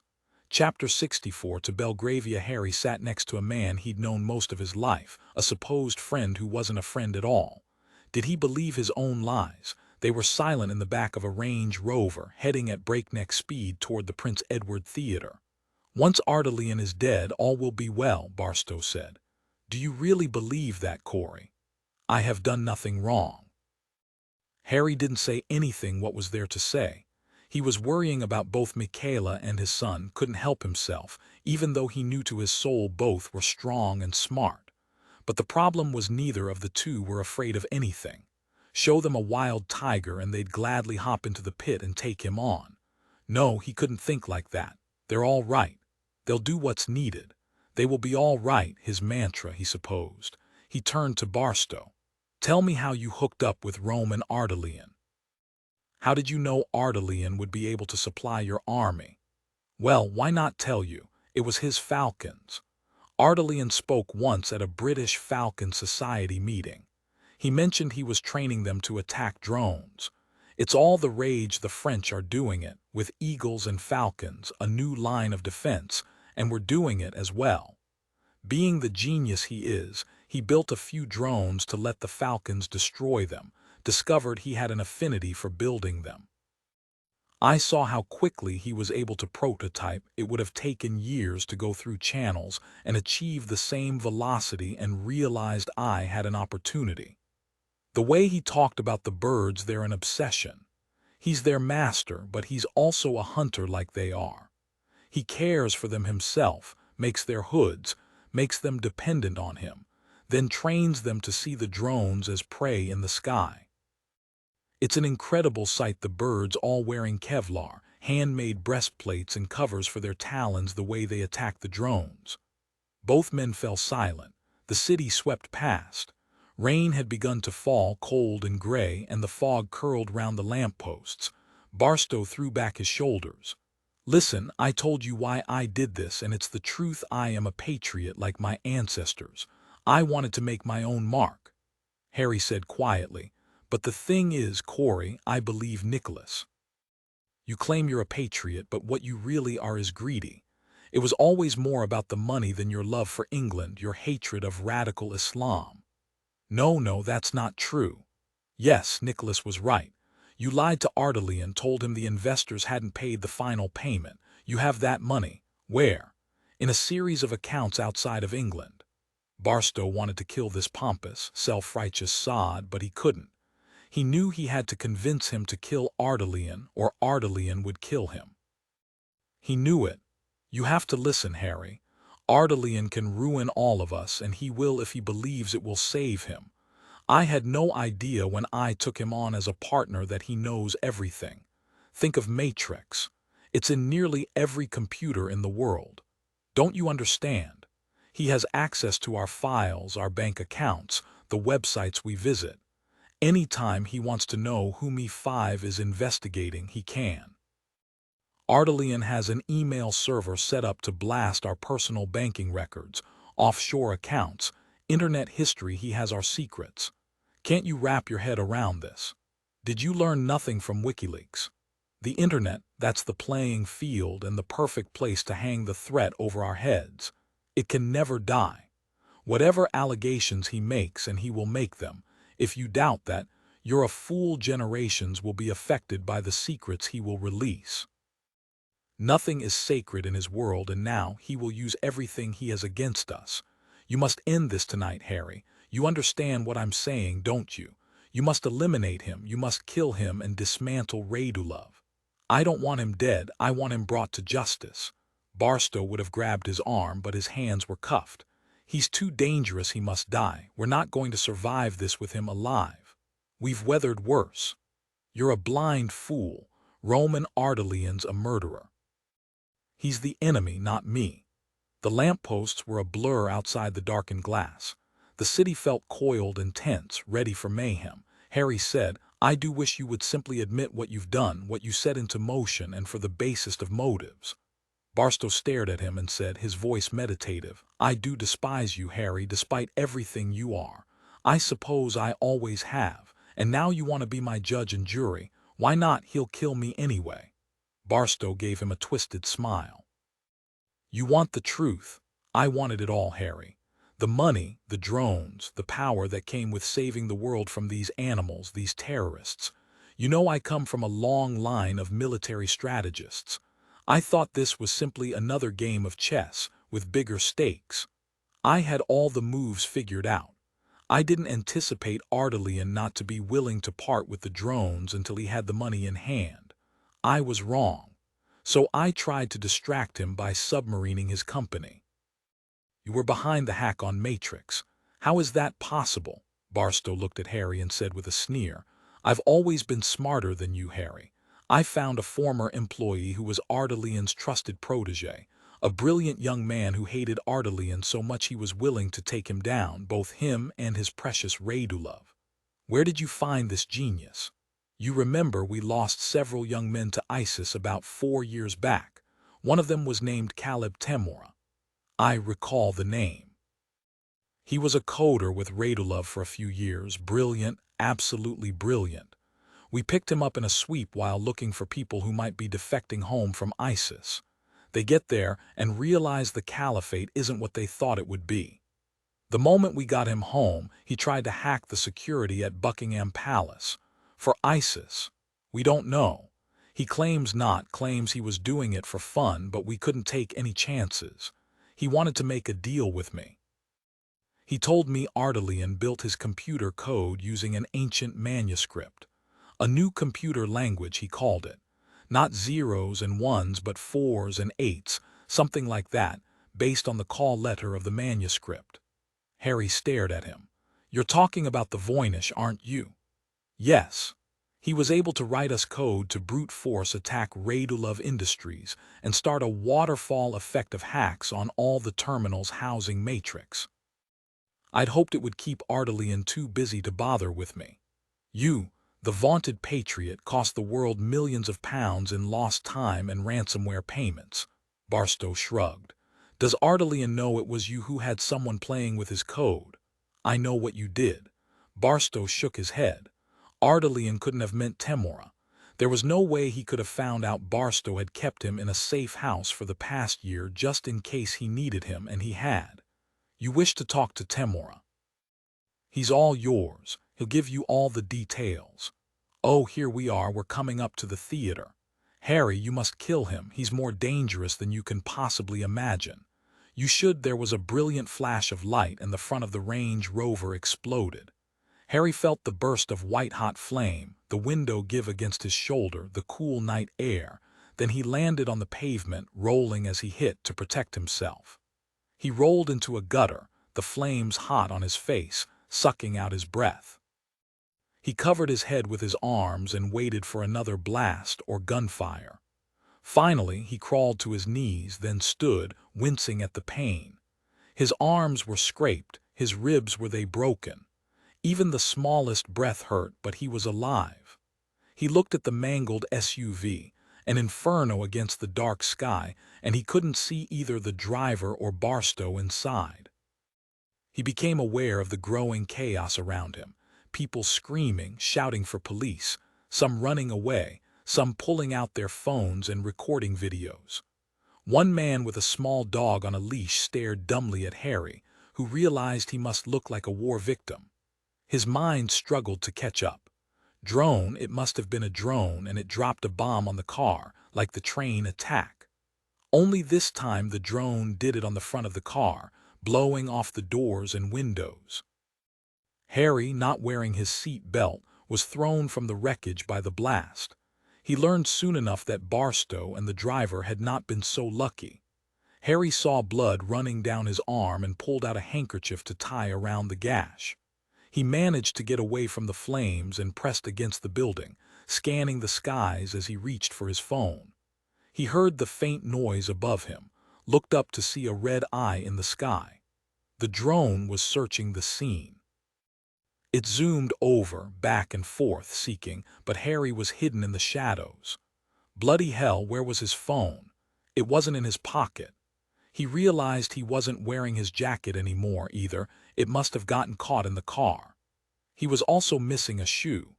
He leaned his head back against the building, hiding from the drone, listened to sirens wailing as they grew nearer and nearer, and the noise from so many people as they watched the car burn. He heard the faint hum of the drone flying away now, its pilot satisfied it had done its job. Fury filled him. This was war.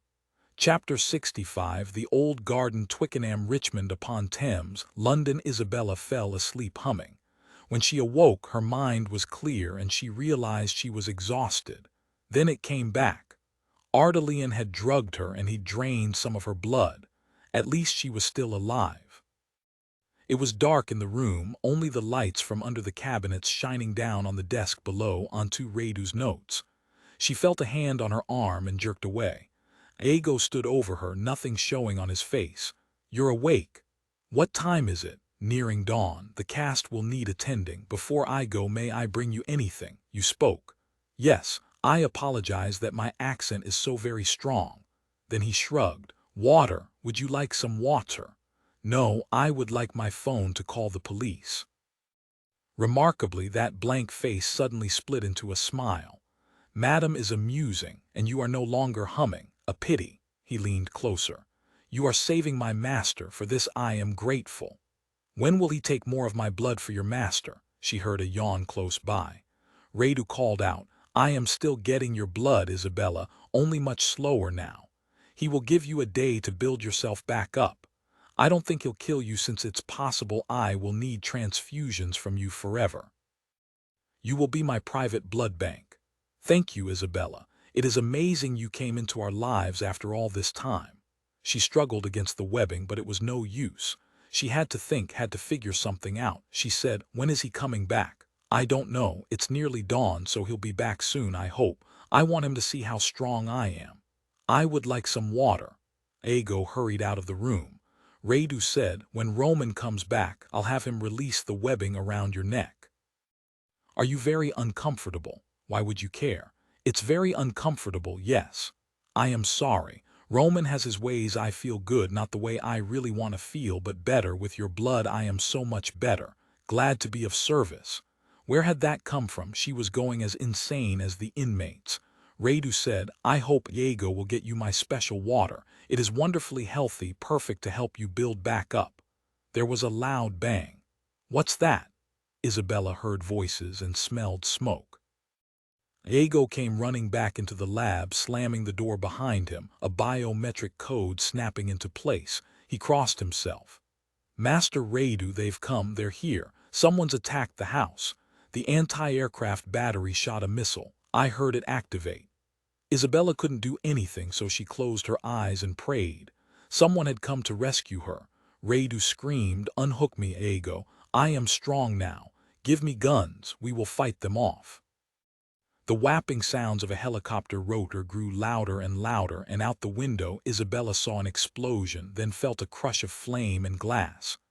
"Diego, unhook me. We cannot let them come in. We cannot let them take her."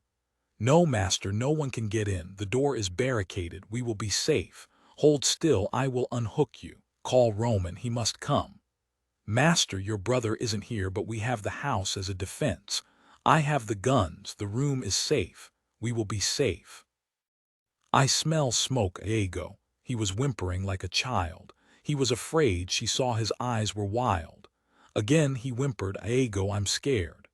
"Don't worry, master. You know Master Roman installed a chemical fire suppression system throughout the house and in these rooms, so there could never be any harm to the equipment.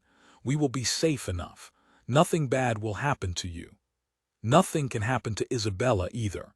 They can't take her from me, Diego. I must have her." She saw Diego had been moving around the room, setting switches into new positions, filling the magazine of the handgun.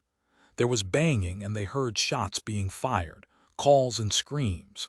"Prepare yourself, master. Here is a gun. All you have to think about is pulling the trigger. That's right, put your finger just there." The sound of automatic gunfire came through the doors. They all froze, waiting. Isabella prayed harder than she ever had in her life. Diego and Radu had their guns aimed at the door. She heard a noise on the other side of the door and yelled as loud as she could, "Please be careful, they have guns." Chapter 66. The sky around Mike was on fire. As she dodged flying debris, her mind focused on only one thing: Nicholas. She shouted his name again. "Nicholas!" Nothing but the roar of the flames. She remembered an orange glow moments before the helicopter jerked wildly. She realized it had been a missile shot into the fuselage. She thought of Gareth and sent a prayer. She stood on the roof of the immense house. Where was he? A man's voice. "Mike!" She ran to the western edge of the roof to see Nicholas dangling off the side, his body sideways, one arm on the fast rope which had miraculously hooked onto a window frame. Gareth was alive and cursing, a blue streak hanging on to Nicholas's hand. Both of them had fallen. Below them, the chopper was burning on the grounds. Nicholas's face was black with smoke. He gave a laugh and a beautiful white-toothed smile. "Hey, so much for a surprise attack. Mike, Gareth and I went over together. Only one problem, I don't know how long this rope is going to hold, and Gareth is getting concerned." "Hang on." Mike unwound a tactical rope in her kit and looped it twice around an air vent. She leaned over the roof edge. "The rope won't be strong enough for the two of you at once." She wrapped the rope around her waist and threw the last 15 feet over the edge. "Gareth, you come up first. Yell when you've got a good hold."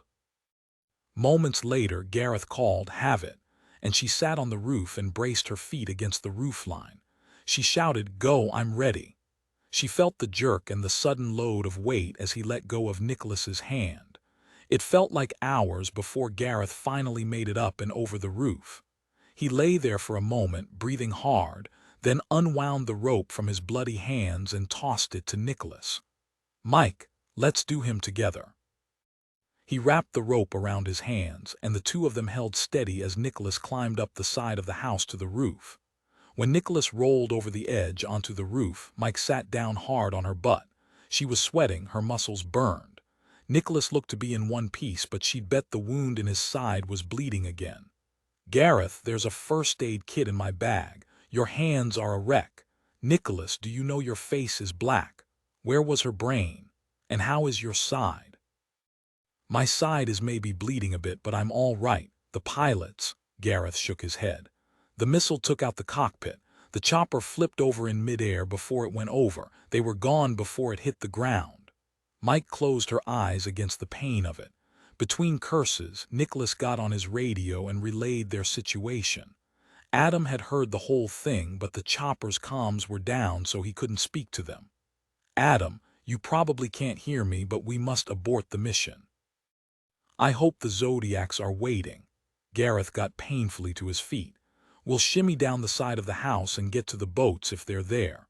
Mike said, furious, "Stop it, both of you. We are not aborting this mission. There haven't been any more attacks. We can't let the pilots' lives be wasted by giving up now. Nicholas, give me the shaped charge. We're going in." Gareth eyed her like he would a wild animal. "Mike, listen. Someone in that house shot a missile at us and took out the chopper. There may be more missiles at the ready, you know that. The only reason there haven't been more attacks is they think we're dead. They'll kill Isabella if we don't get to her, if they haven't already. Give me that frigging shaped charge now." Nicholas handed it to her. "Gareth, whoever told you this job was a walk in the park?" Gareth laughed, got his hands bandaged and taped. Mike nodded, walked over to the glass skylight and pressed the shaped charge into place. She stepped back and activated the trigger. The explosion was hard and fast. The glass skylight shattered inward perfectly as it was supposed to, and Mike tossed them the rope. "Gareth, can you climb down that rope with your hands?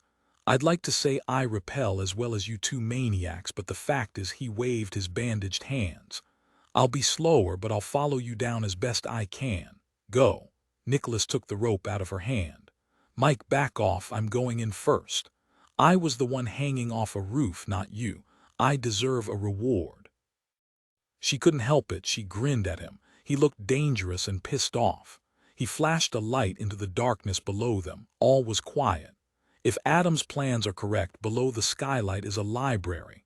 He pulled his weapon into place across his chest and went down the rope, hand over hand. Mike did the same, and Gareth came last. Mike heard his sharp intake of breath, knew his hands had to hurt. She thought of the bleeding wound in Nicholas's side. She kept quiet and repelled. They landed lightly on a hardwood floor. Nicholas flashed his light on the walls. They were in a massive room, every wall covered with floor-to-ceiling shelves filled with books, thousands of them. Once they'd crept out of the library, the house looked different. Nicholas whispered, "They must have had work done since Adam's blueprints." "Yes, but the aviary still has to be to the west, stairs to the lab to the east, down one floor," Gareth said. "Wait, do you hear something?" They heard a low shriek. "The aviary," Mike said. "There must still be birds in there." Gareth said, "They're safe enough. The fire is outside. They must be scared. The stairs are ahead. I wish there was a separate set. I hate to go down the main staircase like this." No choice, Nicholas said, so let's do it. They stuck to the walls, inching down the stairs, one step at a time, guns held at the ready across their chests. They heard another cry getting louder. That's not a bird, Nicholas said. That's a person. It sounds like someone's keening. Gareth put a hand on Nicholas's shoulder. SHH, listen. There were words now, but they couldn't understand them. What language is that? Mike said. I don't know. Ardalian is Romanian. Nicholas was shaking his head. It's not Romanian. It's not like any language I've ever heard before. Faintly, in the background, they heard an all-too-familiar sound, the unmistakable metal snick of a magazine being slammed into a gun. Before anyone could react, bullets sprayed the staircase. Chapter 67. They ducked. It seemed like forever before silence came again. There, Nicholas said. That's the final spray. That's the whole magazine.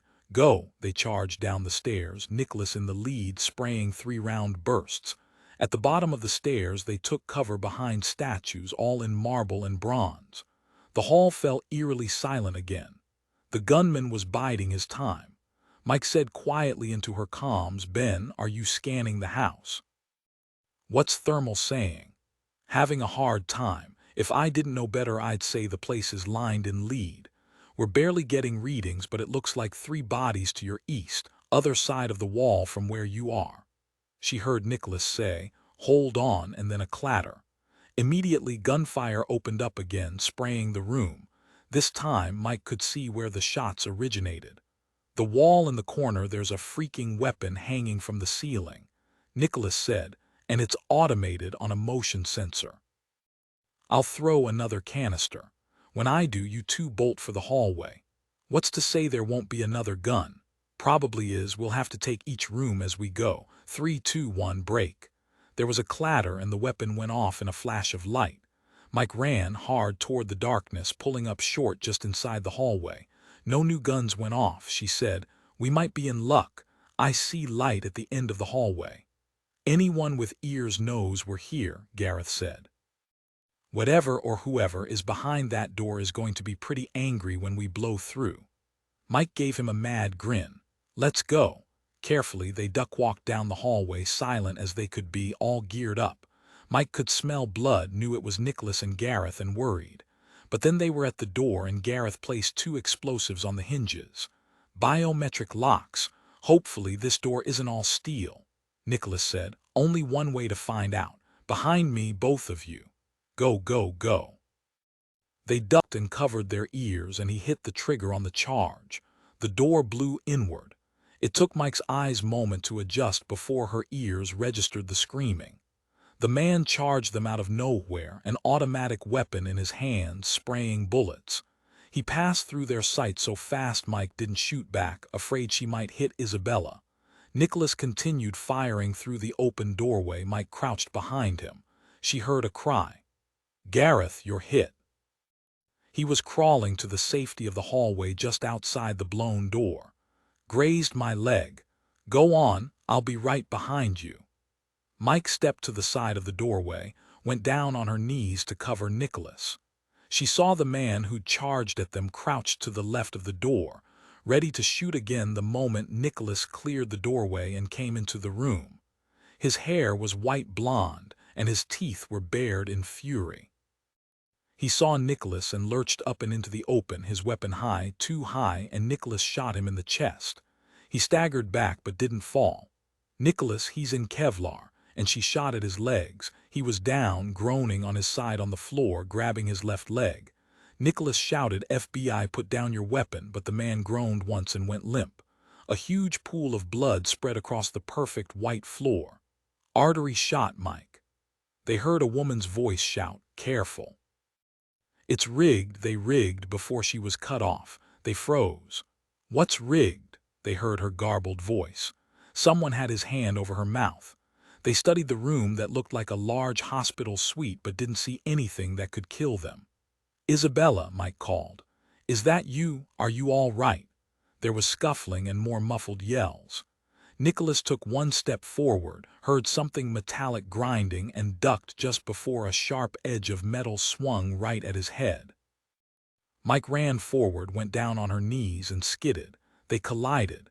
Nicholas grabbed her arms to hold her steady. What the bloody hell was that? I don't know, but it nearly took off your head. She was right, the place is rigged. Mike leaned up, whispered against his ear, the defenses must be on motion sensors. Maybe if we stay low, we can get them to go off without killing us. They crawled. After 10 feet, they saw Isabella, wearing a hospital gown, her legs webbed to the bed. But she wasn't alone. She was sitting up and a man was holding her in front of him. They were tethered together, connected by a long tube running from her arm to his. It was dark red. What was going on here? A blood transfusion. This man was taking Isabella's blood. Was this Roman Ardelian's brother? Tall, pale as death, and he looked like he wanted to vomit. He'd flattened one hand over Isabella's mouth and the other hand held a scalpel to her neck. What was his name? Radu. Yes, Radu Ardelian, and he was ill, Barstow had said. Mike whispered his name to Nicholas, but he already knew. They knew Radu had seen them, but he wasn't looking at them. No, he was looking over to where the older man lay on the floor behind them, an ever-spreading pool of blood snaking toward them. There were tears in his eyes. He spoke to them in a language they didn't understand. Then he shook his head and said in stilted English, "Don't come any closer. I don't want to kill her. She is my life, but I will if you make me." Isabella bit his hand and he flinched. He stuck the scalpel into her neck, drawing a drop of blood. Mike sat back on her heels, her mind racing, but when she spoke, her voice was calm and soothing. "You are his brother, aren't you? You're Radu Ardelian." "Yes, but it doesn't matter. If you leave us, we will be fine. We belong together. She is my blood sister. She'd tell you that, but she's scared. Why don't you let your blood sister speak to us?" Mike crawled a few more feet, then a few more, sat back on her heels again. Nicholas stopped behind her. She felt his hand on her leg. Slowly, Radu took his hand from Isabella's mouth, but the scalpel remained against her throat. They saw another drop of blood. Mike would swear his nostrils flared as if he was breathing in that blood on her neck as he whispered, "Tell them, sister, tell them we belong together, that I will die without you." Isabella couldn't get any spit into her mouth. She was still weak and light-headed from the loss of blood, but she had to get it together, had to. She swallowed and swallowed again, aware Radu was behind her, breathing hard, nearly over the edge. He was so frightened, so desperate. She wasn't about to try to shove him off. She said quietly, her voice infinitely calm, "Yes, Radu isn't only Roman Ardelian's brother, he's his twin. He has an untreatable hemophilia that runs through our familial line. He's right. With the recipe from the Voynich and my blood, he could be cured." The scalpel eased out of her neck and she swallowed again. He whispered against her neck, "Tell them you belong with me, always." Nicholas heard him, of course, and said, "Radu, we can't leave her with you. You have to let her go." He continued to crawl forward until he was next to Mike. Radu's face hardened, then he looked again toward the older man's body, and suddenly he seemed to fold in on himself. He whispered, "No, no," and his voice was filled with soul-deep grief. Yet again he pricked her skin with the scalpel. She flinched but didn't make a sound. Blood trailed down to stain her white hospital gown. Mike raised her hand. "Stop, don't hurt her. She's innocent in this, and from what we see, what she said, we know you are too." Nicholas said, "Radu, please, put down the scalpel and we can talk about this civilly." He rose slowly to his feet. "You killed Iago." "We didn't want to, but we had no choice. He was trying to kill us. He was protecting me. Iago always protected me since I was a little boy. Don't come another step closer." Mike stood as well, moved to stand beside Nicholas. Radu said, "I'm telling you, you want to stop walking right now. You really should pay attention." Nicholas stopped, but Mike took another step, and another. She saw Radu reach out his hand and touch something at the side of a counter, and the whole world disappeared. Chapter 68. She was falling, a black maw below her. She couldn't think, couldn't begin to understand. She heard Nicholas shout her name, but she couldn't stop. She was falling, something was choking her. "Nicholas, Nicholas, I'm so sorry." Her neck slapped to the side hard, and she was jerked to a stop like a bungee cord, only she wasn't dangling in space. She banged into a hard wall, the breath knocked out of her. She realized she was choking and pulled hard at the gun strap now twisted tight around her neck. She couldn't loosen it, it was cutting off her air. She heard Nicholas yell, "I have you." She dangled in the darkness, Nicholas's hand holding the gun strap, and she was tearing at it, trying desperately to loosen it. She realized the strap was pressing against her jugular. She couldn't breathe, spots started to dance in front of her eyes. She struggled, but nothing worked. "You're okay, Mike," he called down to her. "Breathe, your wind's been knocked out, little sips of air, I have you, you aren't going to fall." He quickly pulled her up through the darkness back into the white room. Her gun clattered against the metal edge of the hole, ripped free of her body. It was a long time before it hit bottom. She landed on the floor, arms and legs splayed out, wheezing for breath. Nicholas saw what was happening and grabbed the strap he'd caught and pulled it away from her neck. "Breathe, breathe." She did. A great shuddering breath went through her and she rolled up, pulled her knees to her chest, rocking. He was rubbing her back, her sternum. She wheezed out, "That's better. I can nearly breathe again. Did I break my neck?" Nicholas quickly looked back to see Radu hadn't moved. He still pressed the scalpel to Isabella's throat. He was watching them, a strange expression on his face. As for Isabella, she looked frozen, probably too terrified to move. "No, your neck's fine." "Sorry, I didn't see I was choking you." Instead of saving her, he could have killed her. He brought her clothes, continued to rub her shoulders, her neck. When she was breathing easily once again, she looked over at Radu Ardalian, but he wasn't looking at them. He was looking at the empty expanse between them. She looked down. There wasn't a floor between them, it was gone. It had opened and she'd fallen through. Radu said, nodding, "Oubliette. It goes down a good 30 feet to a stone floor. Remember, I did tell you to stop." She stared into that huge black hole, at least 10 feet by 10 feet, 30 feet to the bottom. If Nicholas hadn't caught her by the gun strap, she would have died, or her body would have been so broken she swallowed. A gift, a miracle. She felt Nicholas's hands now resting lightly on her shoulders. She was alive. She drew in a deep breath and lifted her hand to squeeze his.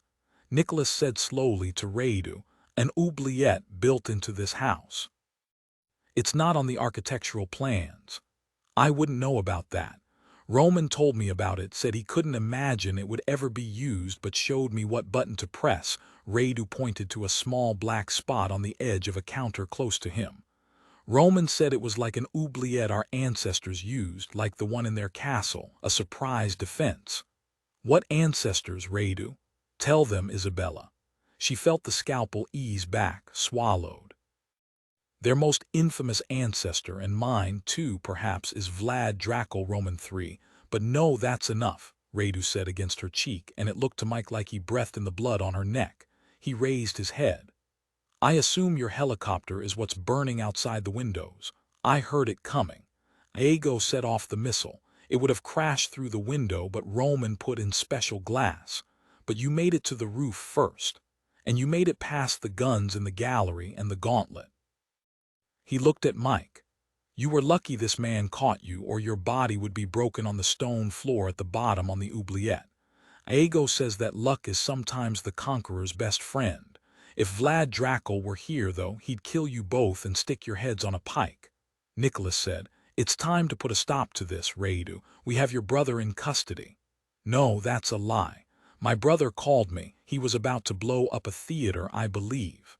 Nicholas felt the blood drain from his head. He called over his shoulder, "Gareth, you and Mike cover him." And unspoken was, if he tries to kill her, shoot him dead. Gareth was sitting on the other side of the oubliette, one of his socks tied around his wounded leg. He raised his gun to point at Radu. "I'm okay." Nicholas turned away, tapped his comms. "Is anyone there?" There was silence. He pulled his mobile out of his zippered thigh pocket and dialed his father's number. It went to voicemail. He called Adam, who answered on the first ring. "Nicholas, are you and Mike alive?" "Yes, but it's very complicated, my father. We lost comms with your dad. Nicholas, there's been a bombing at the Prince Edward Theater. We don't have any information yet, but I'll call the moment I get anything. Keep your phone close, okay? Your dad, I'm sure he's okay." Nicholas pushed down the rage and the fear, pushed away the sight of his father's body, dead, burned. His mother's face, he felt the fear clog his throat then. "You call me the moment you know something." "We're talking to Radu Ardalian, Roman's twin brother. Do you know where Ardalian is?"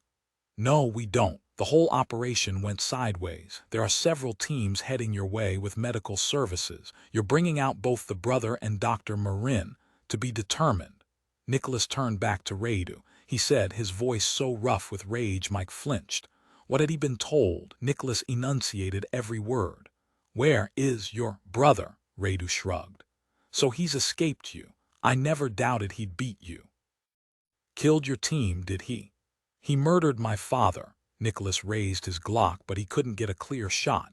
He couldn't run at him. The oubliette was in his path, but Isabella saw her chance. She drove her elbow into Radu's belly and he went flailing backward. The tubing in both their arms tore free. There was a moment of silence, then Radu cried out. He was looking at his arm, watching blood begin to well at the sight of the needle. He pressed down so hard his knuckles whitened with the pressure, but it didn't stop the blood. He had to compress the vein so no more blood could get through. It was physically impossible, only it wasn't. Radu said, his voice strangely calm, remote, "There is hemostatic gauze in the drawer. I need it." Mike said, "We can't get to you. The oubliette is in the way." "On the wall to your left. There's an override switch." "Please hurry." Gareth slapped at the button and the floor closed. Nicholas rushed to Radu, rolled him onto the hospital bed. Radu cried out in pain and curled into a ball, moaning. "No, don't touch me, I can't stand it." Mike came up to his side.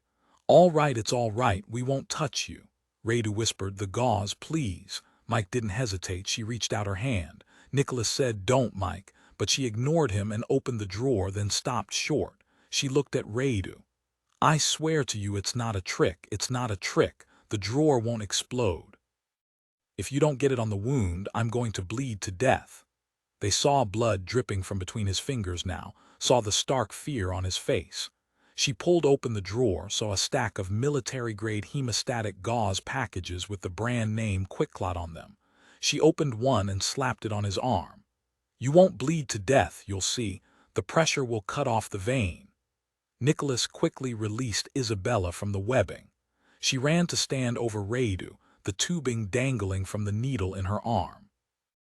"What he has, it's a different kind of illness." Radu answered, his voice remote as he stared down at his arm. "Most hemophiliacs can't simply bleed to death. It's true, I have a disorder that isn't treatable. My blood simply won't clot. Even with the vein compressed, it doesn't matter." Mike said, "What else can we do?" "Pressure and the medicine on the counter. The green self-injectable tube. It's still in development, experimental, but it's my only chance." She had the tube in her hand when she saw the edges of the hemostatic gauze were already red and pooling. "Inject that into my neck, please, just here. Please do not touch me with your skin while you do so. I don't like being touched, except Isabella, she's my sister." He pointed at the artery. He bent his head and she jammed the auto-injector pen against his neck and depressed the button. He winced but didn't make a sound. "This is experimental, how exactly?" she asked. "As in I've never tried it before. I haven't had a bleed in years." He lifted the edge of the now soaked gauze. Even Mike knew this was bad. The QuickClots were designed to stop bleeding, to save lives on the battlefield, but for Radu, it wasn't enough to stop a simple Roman 4 needle removal. And he believed Isabella's blood would cure him. She pressed down against the site with all her strength, but it didn't help. Blood still poured out of the wound in his arm.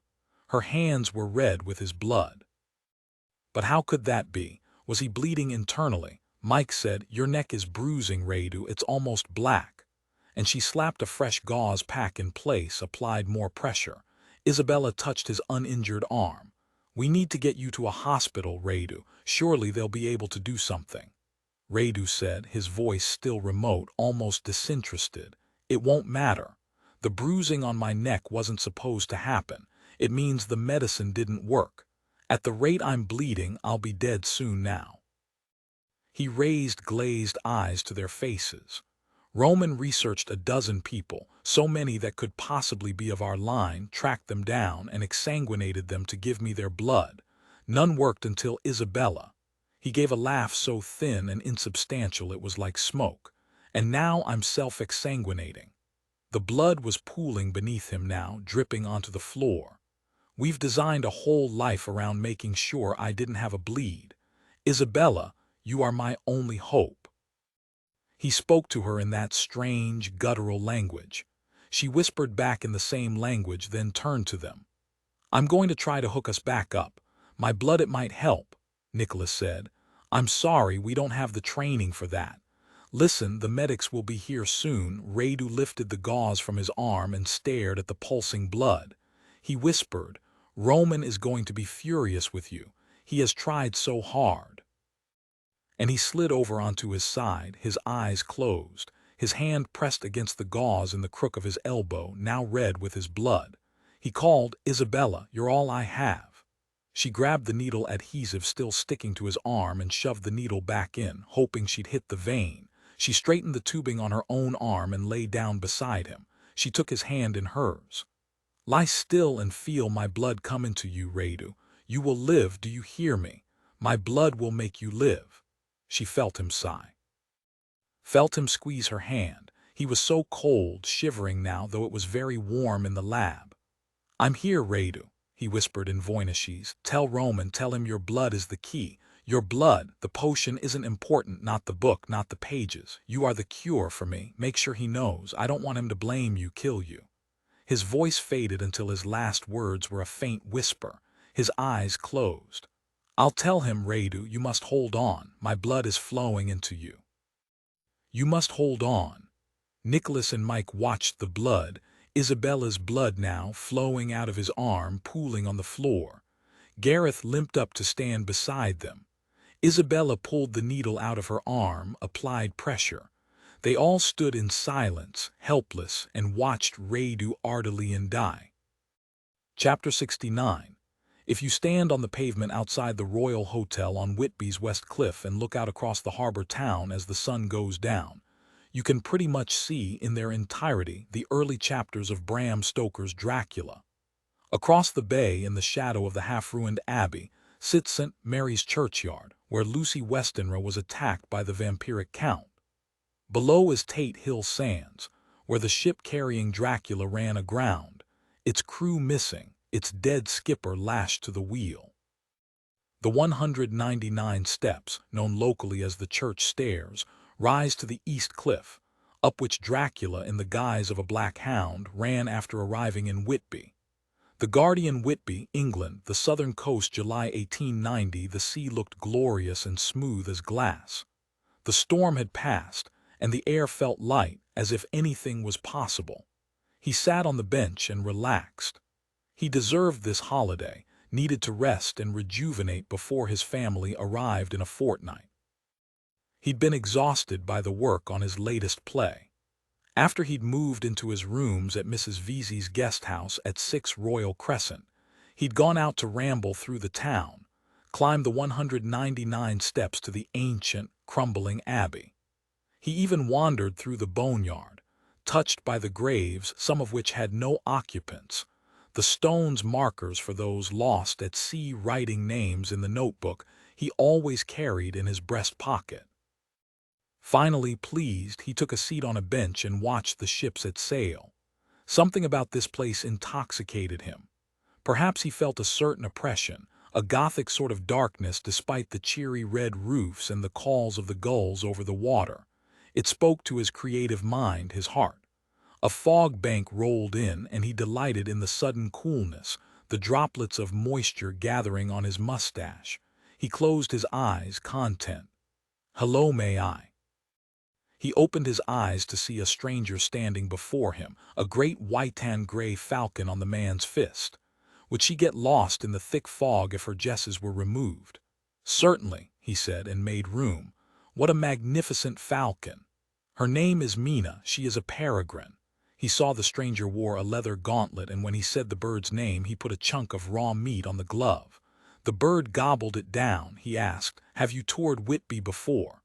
"Oh, I live here, over there." The stranger waved a negligent hand toward the cliffs. "I am called Reuben Stowe." "I am Bram Stoker. It's a pleasure," Stowe asked. "You're up from London." I'm a writer, well, and a producer, a financier." Stowe's eyes seemed to glow. He leaned toward Stoker. "You are?" "I am. I wanted to spend some time alone, to relax, to let errant ideas slip into my brain until my family arrives." He grinned at what he'd said, shrugged. "A writer is always on the lookout for ideas, for inspiration, I suppose." Stowe threw his arm forward and the bird launched into the sky. She pirouetted in the air above them, the long strokes of her wings taking her out of the sea. They watched her dance in and out of the clouds. Stowe said, "Mr. Bram Stoker, writer, for your inspiration, I suggest you look in the Whitby Library at the end of the street below. There you will find a book written by a fellow countryman of yours. Wilkerson and his travels will give you what you seek. It will spark your imagination, and the rest of the story will come to you then." "What I seek? No, you misunderstand me. I'm not looking for anything." "Yes, you are. A writer is always seeking. My beautiful Mina is a wonderful example. She seeks the hunt, fresh meat, the ability to fly and to sleep safely. I provide her with all of these, and so she stays with me. You, my new friend, are very much like the falcon. You seek a story to make you famous, a story to both delight and terrorize, a story to make your friend Irving happy." Yes, Stoker was unnerved. How did this stranger know this? He felt vaguely alarmed, not a little afraid. "I suppose I am always looking for a good story," he said stiffly, and he rose. "Perhaps it's time for me to be off." "I know a good story." Stoker stopped, couldn't help himself. "You do?" "Oh, yes. It is the story of brothers bound by blood. They walk the earth together, never at rest." "Oh, I see. They're ghosts." "No, no, not ghosts. They are something very different indeed, something very old. It is the blood, you see. They have pages from a long-lost book that gave them the knowledge they needed to use blood as food. It's quite a gruesome tale. I can tell it to you if you like." Stoker relaxed. He knew this sort of fellow. He would wait for his prey in the boneyard of the Abbey, scare the tourists with a ridiculous tale, then demand coin. He was a modern-day bard. Still, there was something about this man that made him uneasy, ran little skitters of alarm up his arms. Stoker stood. "I imagine it is quite a story. Sadly, it's getting late and I must be off." Stowe looked away from him, out to the sea. He whistled once, sharp and low, held out his arm. "Good day to you, Mr. Stoker. Do not forget to visit the library. It is really critical to you and your career." The bird landed hard on the man's fist. He gave her a treat and bowed his head toward Stoker, then stood and turned away. Stoker shook his head, rubbed his eyes. Impossible, impossible. It seemed from one moment to the next the man and falcon were simply gone, disappeared. He was tired from the journey, exhausted from managing Irving. He was hungry and thirsty, and now he was seeing things. Yes, he needed a rest. He took a last look around the Abbey and started toward the stairs. Supper and sleep, and he'd explore the rest of the town in the morning. He felt eyes on him, and he whirled back to look at the bench, at the grounds of the Abbey, at the cliff, but no one was there. He saw a mist move through the boneyard, obscuring the gravestones. It moved toward him, closer and closer. He was frozen until the mist began to curl around his feet. As if released from a trance, he ran down the stairs, not looking back. Later that evening, as he made plans to visit the town's library, he was compelled to record a name in his notebook. Why? He didn't know. Mina. And I will name my heroine Mina. The Fifth Day, Saturday, Dracula, a 1897 Gothic horror novel by Irish author Bram Stoker, introduced Count Dracula and established many conventions of subsequent vampire fantasy. The novel tells the story of Dracula's attempt to move from Transylvania to England so that he may find new blood and spread the undead curse, and of the battle between Dracula and a small group of men and a woman led by Professor Abraham Van Helsing. After Dracula learns of the group's plot against him, he attacks Mina on 3 occasions, and feeds Mina his own blood to control her. This curses Mina with vampirism and changes her, but does not completely turn her into a vampire. Wikipedia Chapter 70 Sky News London 6:00 a.m. We're coming to you live with breaking news. There was a bombing last evening outside the Prince Edward Theatre, resulting in the death of Corinthian Jones, Lord Barstow, prominent consultant to Me 6. Also, a military helicopter was downed on the grounds of the home in Twickenham of the genius scientist and founder of Radulov Industries, Roman Ardelian. Mr. Ardelian is being sought by police to answer questions for a variety of charges, including the assassination of Lord Barstow last night. We start the news now. Chapter 71, a feather-perfect hawk, sitting on a clean perch, with well-greased jesses and a clean leash in proper accommodation, is a pleasure to behold. Hawks wearing poor and ill-kept furniture, sitting on filthy blocks and perches and in no proper accommodation are a disgrace to the falconer and indeed to the sport. Emma Ford Falconry, Art and Practice. The Savoy Hotel Strand, London. Roman Ardelian called Radu's personal line. There was no answer. He called Diego's phone. No answer. What had happened? Had he taken all of Marin's blood in his greed to be cured immediately? He called one of the house lines, but it appeared to be dead. He felt fear begin to thrum deep, and then he turned on the television to see his face plastered at the bottom on the newscaster's desk. And he heard about the helicopter crash at the old garden. They'd found him. They'd found Radu. Where was his brother? Had they taken him into custody? How to find out? Roman had killed Barstow, the sodding bastard, so that was something, but now he didn't care. Where was Radu? Would they find him here at the Savoy? He'd used the Lawrence Bruce disguise and a fake name. But they'd found out everything else. He listened to the news talk about the man with Lord Barstow who had escaped serious injury, Harold Drummond, consultant to Me 5. He kept dialing both Diego's and Radu's private phones. Still no answer. He was worried, too, about his cast. He had instructed the cast to fly north to the estate, but Arlington refused to be parted from him. She'd flown to him last night without his calling her, her talons digging into his arm, drawing blood, and he'd had to smuggle her into the hotel under his coat. What did she know that he didn't? Did she have some sort of extrasensory ability to sense danger to him? She sat now on the back of a chair, her talons gripping the silk, watching the television as he was. He'd ordered room service for them both, asked for pheasant, raw, and a juicy steak, rare.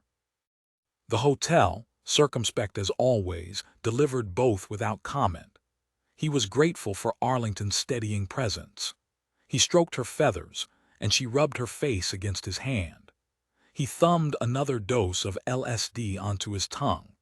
He wondered if Barstow had confessed all to Drummond, if he'd admitted to his role in screwing over Radulov using Temora, and if Roman had met him at the Prince Edward Theatre. He knew he would be dead or in custody now. He had to assume that Drummond, that his son, Nicholas, that all of them knew everything. He couldn't afford not to assume that. Where was Temora? Could he find him? Find out if he tried to warn him by sending the video or taunt him? He didn't know. It didn't matter. In the end, Temora was the tool Barstow had used to destroy Roman. He thumbed another microdose onto his tongue, then another. A strong, hard voice filled his head, his voice. Screw Temora, he was always jealous of you, he was taunting you, not trying to save you. No, you have to save yourself, you have to save Radu. His company was in ruins, the stock price plummeting, his drone army was unpaid for, his brother deathly ill, but they had Isabella and the pages. She would cure Radu, but it was time to flee. They'd take her with them and she'd be his permanent blood bank. All would work out. He thought of the bill in pounds he'd never get now. Where had Barstow stashed the money? In foreign accounts, of course. He'd never find them. Still, none of that mattered anymore. They were hunting him now. Why wasn't Radu or Diego answering their phones at the old garden? Finally, he tapped into the house server on his mobile, only to find someone had locked him out. of his own server, his own house. What was happening? He patched in through a coded back door they wouldn't be able to follow. From what he could piece together, Drummond, Caine, and a D from Scotland Yard had dropped onto the house from a helicopter, and Roman's elaborate defense system had worked perfectly. The anti-aircraft missile hidden in the chimney had shot down the helicopter. The guns, Gauntlet, and Oubliette had all been triggered. All his defenses had worked as they should. But what had happened? Had Drummond stopped Isabella from giving her blood to Radu? Worry clawed and dug deep. He thumbed another microdose to slow his heart rate, to allow him to think clearly. The internal cameras mounted inside the walls of the house had never been used before, and he'd forgotten all about them until now. Radu hated the lack of privacy, but Roman had insisted there be a way to check on him when he wasn't there, when he was traveling, or when he was hunting with the cast. In case something happened. In case he had a bleed and they couldn't control it. In case Radu felt the pressure of his loneliness and opened a vein. In case. What he saw he couldn't comprehend, couldn't accept, but it was true the lab was in shambles. Strangers shifted through the room, in and out of the view of the cameras. Tyvek-clad, they seemed to dip and glide around the space, their dance making it look more like a level Roman IV biohazard lab, one that dealt with research on hemorrhagic fevers and other extreme-risk biological hazards. They moved as if in outer space, slowly, carefully. At that moment, he knew he couldn't handle what he was about to see and slid 2 more tabs of LSD in his mouth to keep him calm, to keep him centered, to keep him distanced from this horror he was viewing. He shut his eyes and allowed the drugs to take effect. When he felt his heart slow and his breathing deepen, he reopened his eyes. Arlington watched him with great curiosity, love in her yellow eyes. As if she knew he needed her strength, she flew to the back of his chair. Her jesses trailed on his shoulder. She stood carefully, not allowing her talons to hurt her master. Roman swallowed once more and looked. His brother was small in death, curled on his side, his legs drawn up like he had slept when they were children. They'd slept that way together each night, with legs drawn up to their stomachs like 2 small commas back to back. Radu was dead. Drummond had murdered him. Where was Isabella? Roman grew light-headed and so cold his teeth began to chatter as if it were he who'd lost his blood, not his brother. He realized he was keening, like Radu when he was so upset he was beyond control, Arlington beside him, cheeping through her nose. Radu losing him was something he'd fought against for their whole lives. He'd protected his brother, created a safe space for him, studied everything he could. Harassed, stolen, murdered, no life had been as sacred as Radu's. Arlington cheeped again. He swung out his arm and she went straight to the fist. He pulled her to his chest. His arm was a mass of scars from years of falconry. Roman didn't like the gauntlet, loved to feel the talons of his birds against his bare skin. But Arlington was gentle. She nestled her beak under his neck, and they stayed together for a very long time, the man lost in misery, the bird his comfort. In the end, he stood, shut off the cameras so he wouldn't see them touching his dead twin. He set Arlington gently back onto the chair and started to plan. Run? By himself. But for what? To save and rebuild his company. To grow old alone with only his cast. Everything he cared about was gone. He was wanted now, he was the hunted. He'd heard a legend that the lost pages of the Voynich were cursed, and that's why they were torn out. Did he believe the legend now? He thought again of all the people sacrificed in his search to find a blood match for Radu, all his intellect and enthusiasm he'd brought to bear on building Barstow's drone army.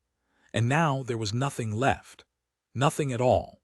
Barstow, so high in the British government, one of their favored sons, had proved himself a self-serving, greedy monster. Roman saw all of those arrogant cabinet members gathering together, scheming how to use him to steal from him. They'd stolen everything from him. He would not let them win. Roman stood tall, brought the bird to his fist, looked deep in her yellow eyes.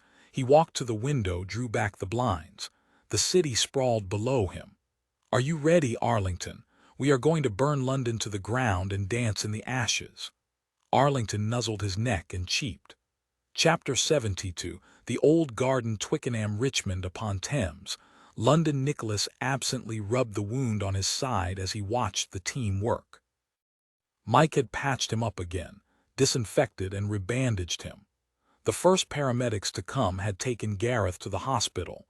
They'd recommended Nicholas come as well, but he'd only shaken his head. Isabella hadn't said much since Radu died. She'd been silent when the paramedics had removed the tubing from her arm and applied a pressure bandage. She continued silent as they tended to Radu. Nicholas knew she was in shock, but he wasn't concerned until she began shaking uncontrollably. He lightly laid his hand on her shoulder, looked up to see the second responding paramedic watching them. "Go with him to the hospital. They'll take care of you. We'll speak later when you're ready." He and Mike watched her be carried out in the arms of the medic, her head on his shoulder. She was accompanied by 2 Metropolitan Police officers to stand guard just in case. Knowing Roman's resources, Nicholas didn't doubt he now knew his twin had died, and he would blame them. What would he do? Nicholas immediately called his father's mobile, and to his profound relief, Harry answered immediately. "I'm all right, Nicholas, only a bit fried at the edges. You probably know what happened. A drone dropped a bomb on the Range Rover nearly in front of the Prince Edward Theatre. Barstow is dead and my driver Higgins as well. Before you ask, no, we haven't yet found Roman Ardelian. Tell me what happened at his house." After Nicholas was done, his father was silent for a long time. Finally he said, "A tragic conclusion, but Isabella is safe and on her way to hospital. Now Barstow told me a great deal more before the bomb. He confessed everything, but only because I think he knew Ardelian was going to kill him. I'll tell you the whole of it later after you finish going through Ardelian's house." "Father, wait. Why did Ardelian kill Barstow before he'd gotten the money?" "Ardelian isn't stupid. He knew it was a trap. But the biggest reason. He had to have found out it was Barstow who ruined Radulav. Others are working, Father. Tell me the rest of it. What did Barstow tell you?" "He said he used a young man named Caleb Temora. You asked for the list of Radulav's terminated employees.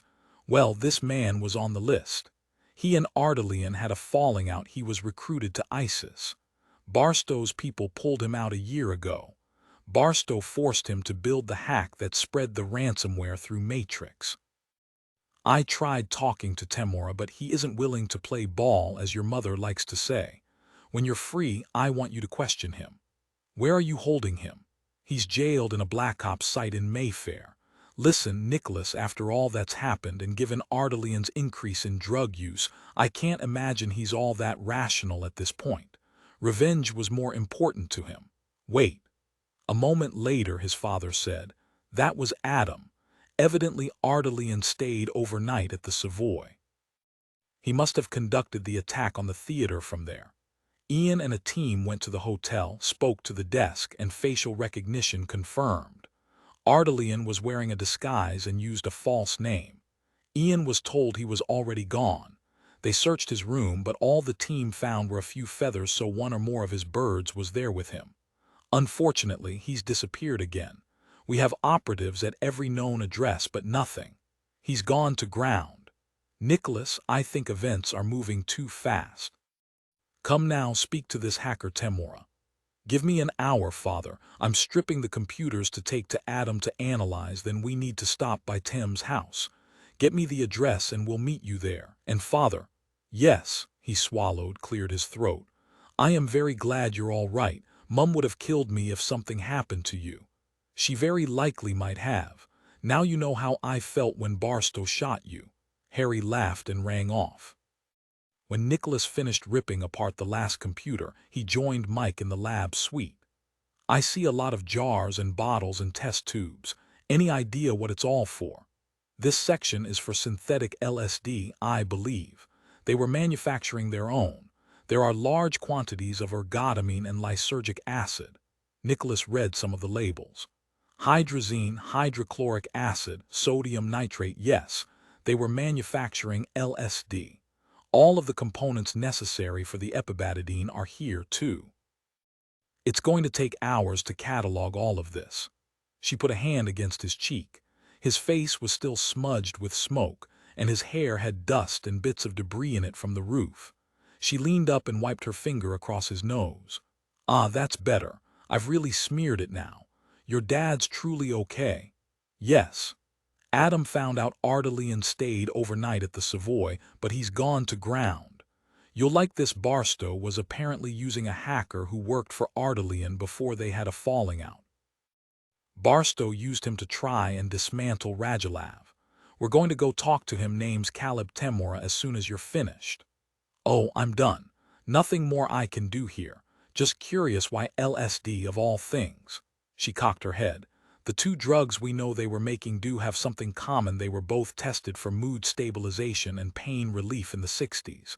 And microdosing is popular again. Small doses stabilize your mood. Nicholas said. Evidently Ardalian was using more and more. From what I've read, too much and he'd go off the rails, lose objectivity, lose sight of what was real and what wasn't, and paranoia, to list only a few things that could happen. Isn't that all we need? A genius who's gone crazy. He waved the hard drives at her. If you're done here, let me show you something else interesting, a pilot's nest for the drone system. Then we'll go talk to this Caleb Temora. Ardalian's homemade air traffic control center was a room at the end of the long hallway. Nicholas pressed some keys and huge screens whirred to life. Aerial maps, weather forecasts, the flight paths of all of London lit up in reds and greens. There was a cockpit as well facing the screens with a huge gear shift. He said, this is how they were flying the drones. Remote access, they can fly one from the other side of the world with this setup. It's military grade like our folks have. At least we know where the drones were being piloted from and how. Mike could only marvel. To think this was in the hands of a civilian practically in the middle of London. At least we can feel safe that the drones are grounded. Nicholas said, we can't know that Ardalian doesn't have another flight command. He studied the keyboard, said, I think their pilot was Radu and he's lying dead in the other room. See, all the software is coded to him. Unless Roman pilots them himself, which is obviously possible, he shrugged. At least we've shut down one level of his operation. Now let's get these hard drives to Adam. I'd like a shower and some food. Then we need to go talk to this mystery hacker my father is guarding. She followed him. I want the Mi-5 physician to check your wound again. He shook his head. Not necessary, don't you remember? A medic went over me, pronounced me good to go. He did no such thing. He stared at you and shook his head. You know what I really want?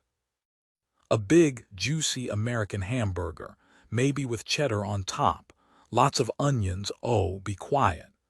I know you won't eat or sleep as long as we have a drug-addled genius with a drone army on the loose. Sadly, you're right. Chapter 73, the Federal Aviation Administration projects that by 2020 there will be 7 million small drones occupying U.S. airspace. GCN Mi-5 Headquarters, Home Office, Thames House 12, Millbank, Westminster, London. Adam bounced up from his seat like a cork when they came into the room. You guys look like you've been in a war. You okay? Mike patted his arm. We're okay, we promise. Good, because that wasn't cool. Do you want to see the video of what happened? Nicholas nodded. We missed something rather major on the satellite pass. I'd like to see where the missile battery was hidden. Adam had the video queued up. He didn't tell them he'd already watched it 50 times, heart in his throat every time. He hit play. Here's your chopper, comes in quiet, perfect, hovers. Mike goes down, and as she does, look here. The surface-to-air missile came out of the chimney. It was disguised to look like a piece of brick. The whole section slides free and it launches, a direct hit on the windshield of the chopper. We think it was on a motion sensor. Bloody hell. Exactly. Nicholas, there you go. Your jump coincides with the missile launch, and as you can see, the helicopter goes ass over tea kettle, barely misses Mike's head with the rotors and flings you into the air as it flips, catapults Gareth to the edge of the roof, where he falls and you catch him and goes down the building. Serious acrobatics ensue, and then Mike saves you and Gareth. I'm so sorry about the pilots. They didn't know what hit them, literally didn't change their speech patterns. It was so quick. His voice cracked, and Nicholas put a hand on Adam's shoulder. It felt like 1,000 years up there. Thank you for this. Now, he dropped a waxed canvas bag in Adam's lap. Here are all the hard drives from Ardelian's house and laboratory. Yeah, what was the laboratory about? Manufacturing drugs, epibadidine and LSD for starters. But I'm sure there's more. There was an entire genetics laboratory there, high-end stuff. You let us know what you find, okay? Copy that. You're heading to meet your dad. Here's the address. That's where they're holding the hacker Temora. And guys, you've just aged me nearly a year and I don't want to be 21 yet, too adult for me. So be careful, okay? Ardelian has to be royally pissed. I'll bet he plans to give a new meaning to being on the warpath. Once Adam was alone again, he set up a pipe directly to Gray in New York, and the two of them began communicating through a separate, secure video feed. How are the bosses? They've been better. It was a long night, but they're both alive and in one piece, so that's an upside. Nicholas brought me all the hard drives. Good, Gray said. How about we divide and conquer? You take half the terminals. I'll take the other half. See what we can find. Sounds good. Adam spent 20 minutes setting up all of the hard drives on their dedicated terminals before he started pulling data out of them as fast as he could. Gray, remotely accessing his half of the terminals, whistled quietly to himself. What are you seeing? There's a lot here, Adam. Most of it is encoded. It's going to take ages to sift through it all.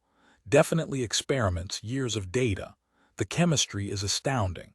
If they'd been doing this in a government or university lab, they'd be Nobel contenders. I count 3 separate genome-related medications that they've developed. 2 didn't work in human trials, but the 3rd showed promise. I assume that's what Radu had Mike inject into him. So when you say human trials, Radu was the guinea pig. My God, he could have killed himself 10 times over if any of this went wrong. This server is all artificial intelligence generating information on the Voynich manuscript. We're talking years of data and papers and footnotes. But the language itself, this is artificial intelligence at a whole new level. They were even starting to experiment with drones flown by AI instead of pilots. Now that's a dangerous thought. These guys are geniuses. Yes, they are. Imagine if they'd shared with the class. Here's yet another new programming language, but I've never seen anything like it. I can't make heads or tails. Adam said, that one I've seen. It's based on the Voynich. They used it to build a completely new system that would allow them to infiltrate every computer that houses Matrix. Gray whistled. You know how dangerous that is.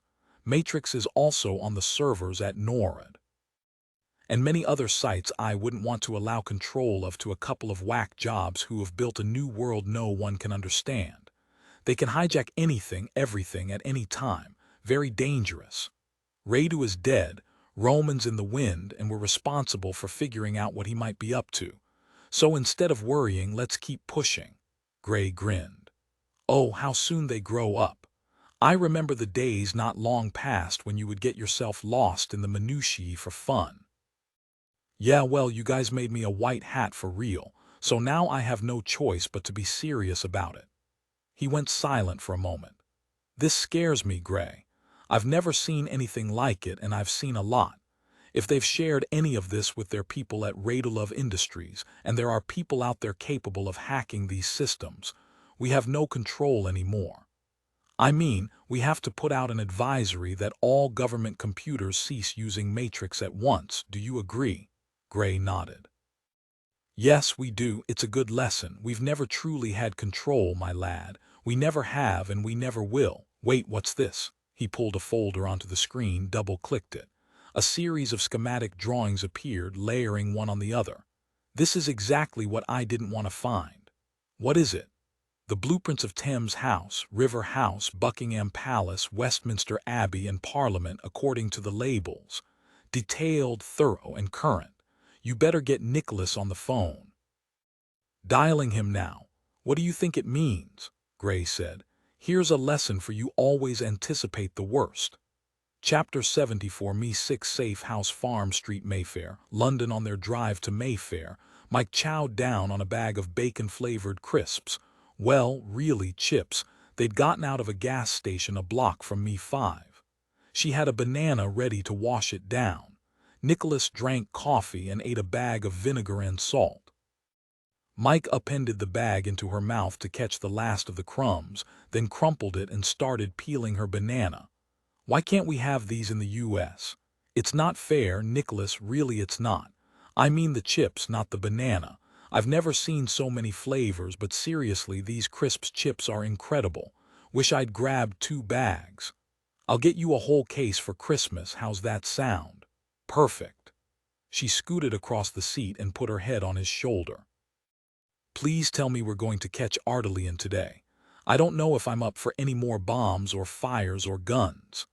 I have a good feeling about this meeting with Temora.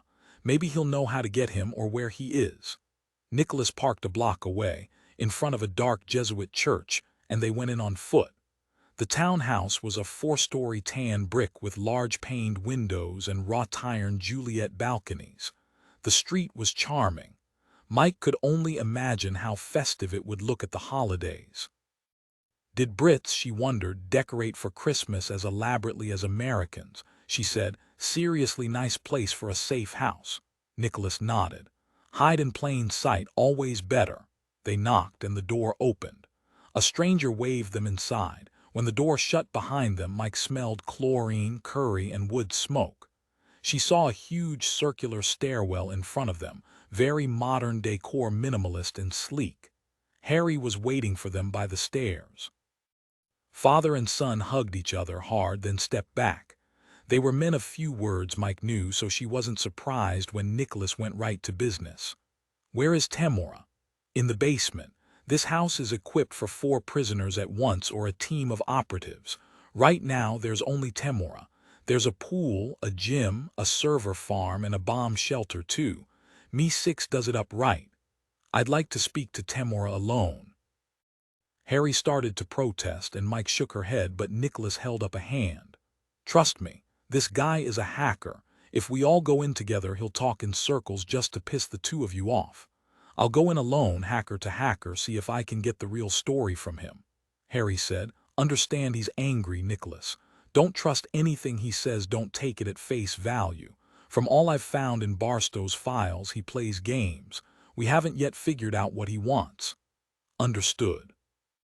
Harry walked them to the back of the house, where the glorious center stairwell gave way to a set of metal stairs with rails that reminded Mike of a submarine. They went down carefully and through a door into a metal hallway, where the claustrophobic sense of being underwater continued. The basement was unlike the upper floors. It was utilitarian, cement walls and reddish lantern lights. The interior of the prison was cool and felt empty. The cells were quiet. Nicholas had no idea who had been kept behind the thick steel doors, nor did he want to know. He'd left this world behind years ago, and it made his skin crawl to have to work his way back in, even for a short time. Harry stopped in front of a steel door on the right of the hallway. We're right here if you need us. The mic is on in his cell. We'll be in the central room at the end of the hall just there. Call out if there's trouble. Thanks, I'll be fine. Nicholas stepped through the thick gray door. He wasn't a fan of tight spaces and was relieved to see the basement prison was roomier than he'd expected. A guard waited silently halfway down the hall. When Nicholas nodded, the guard opened another thick door and Nicholas slipped inside, ignoring the crawling sensation of being locked inside a steel cage. The man sitting on the bench was thin, pale, and his head hung low. His long, lank hair hung around his face. He raised his head, and Nicholas saw the fierce, burning intelligence in his eyes. Temora wasn't more than 25. He was studying Nicholas closely. Nicholas didn't move, didn't speak. Finally Temora said, "You're Nicholas Drummond." He sat back, crossed his arms, and said with a sneer, "So the big man's come to gloat. If you know my name, then you know me better than that. How did you end up here, held by security services? Tried to go to the dark side, did you?" I did no such thing, and those bastards upstairs know it. I'm innocent. Nicholas sat down across from him. Come now, Caleb, a private messaging system built expressly for ISIS operatives says differently. If you'd warned our government about the latest attacks, perhaps they'd believe you weren't working for the other side. Temura shook his head, his long hair swinging back and forth. He muttered a curse, then said, "Do you have any idea how hard it is to serve two masters?" "No, because I've never thought there were two masters to serve, only one. Our government." Temura looked away, licked his cracked lips. "Water?" After a moment, Temura gave a tiny nod. Nicholas looked up at the camera in a silent demand. A minute later, there was a knock at the door and a bottle of water was handed in. Nicholas cracked the top and gave the bottle to Temura, who drank it down in a few gulps. "Thank you. You're welcome. Care to tell me why the bloody hell you're here, Drummond?" "I'd like to talk about an old friend of yours, Roman Ardalian." Nicholas could have sworn Temura sneered. "I figured. I need to know how to stop him, Caleb. He's killed 4 important people here in England, not to mention a couple of dozen innocent people across Europe. He's planning something, an attack of some kind. We need to know what it is." "I haven't talked to that egomaniac in years. I have nothing for you. You know him better than we do. You worked for him, earned his trust, he respected you. Barstow forced you to hack into his company's computer systems. You're our best chance at stopping him right now before he burns down the city. You help us and I'll get you out of here. Talk to his freak of a brother. He knows him better than I do." "His brother is dead." Temura's eyes narrowed. "You say Radu Ardalian is dead?" "Yes." "Did you kill him?" "In a way, I suppose. I was part of a raid on Ardalian's house to save a woman he'd kidnapped, a twin like himself who could read and speak Voynishese. Unfortunately, there were complications. He bled to death. Well, it's a bloody miracle he made it this long. It's taken serious cash to keep that man alive. His hemophilia was off the charts bizarre. Nothing in modern medicine touched it. Imagine not being able to close off a vein, unheard of. I thought it really wasn't hemophilia at all. Something else. How about something in not-so-modern medicine? You mean Roman's ridiculous idea that the Voynish held the key to curing all of Radu's ailments? Yes, I know all about their attempts to find the missing quires. If Roman and Radu could truly read the Voynish, then they must be the only two on the face of the world. I couldn't read it, and I can read any code. It's not a code, it's a language. Only certain twins can read it. Yeah, so you said. Do you know I even saw the original manuscript? Barstow had it stolen from Yale. Ah, I see you didn't know that. Here's another freebie. The original Voynish is at his house in his safe. He bragged about it. Thank you. Whatever else the Ardalians believed, they trusted the instructions in the manuscript to cure Radu, that and the right blood. I don't suppose you know they also used it as the basis for their encryption, believing they were only ones who knew the language and so no one could ever crack their systems. I do, actually. Tell me, you can't read the Voynish, yet you cracked their systems. I had a leg up. Being on the inside of the company was a help for Barstow's mission, wasn't it? They may have been crazy, but Radu and Roman knew how to design bulletproof code. How'd you get in then, if it's bulletproof? Drummond, you of all people know all code is designed with a back door. I simply opened the one I'd left behind and walked in, made their lives a living hell for a bit. Does Ardalian know you went into ISIS as an operative? Of course, he always could find just about anything he wanted to know, but he couldn't catch me. He shrugged. Sure, I helped them out for a while, but I didn't like it. Too strict for me, the violence too senseless. I'm an anarchist, not a zealot. How did you manage to send me the video of you and Barstow, and why? Barstow had planted a camera in here. Look over your shoulder. Nicholas looked up, saw the red eye beaming down on them. The exact view in the video. When I agreed to tamper with Ardalian's code, Barstow gave me a computer. Piece of cake to send out a video telling all. It was time to out the old bastard. It helped, thank you. Nicholas said nothing else, waited, and Temura started up again. Look, I have no idea what Roman's planning. I can't help you. I think you can, Caleb. You said it yourself. He has a bone to pick with you. The moment he finds out you're involved, he's going to come for you, and he's going to make you wish you died in one of those coded hellholes you crawled out of. He is bent on vengeance against everyone he feels is responsible for ruining him and killing his brother. He has the tools to accomplish this, too. Yes, he does. His software resides on 90% of the computers in the free world. A few keystrokes and he could shut it all down. Power grids, air traffic control systems, satellites. Without phones and power, money or food, the world would descend into chaos. He could close the doors of the grocery stores and open the doors of the prisons. He is omnipotent, so he controls the computers. What else does he have? What else does he need? With a brief glance at the camera and a raised eyebrow, Nicholas said, he has a weaponized drone army. Temura started to laugh, shaking his head. Amazing, absolutely amazing, but I'm not surprised, not really. Roman has this strange patriotic streak in him, wants to wipe out terrorism, arm poorer countries, so he did it. I wonder why Barstow never told me. Nicholas shook his head. I'm asking you nicely to tell me what you think Roman's going to do next. He's already killed Barstow. Is he going to run, hide, or attack? Temura's eyes lit up. He killed Barstow, good for him. I wish I could have killed the old monster, but I couldn't. Temura paused, then said, I'd say Barstow was pretty close to being crazy, crazy evil. You want to know what's sad? The old bugger believed all the lies he spewed. Where is Ardalian, Caleb? What does he plan to do for revenge? Sorry, I swear I don't know what his end game might be. But whatever it is, it will be big. Huge. Since you people killed his brother, he's not going to run. He's going to come after all of you with everything he's got. It's always personal to him. Very, very personal.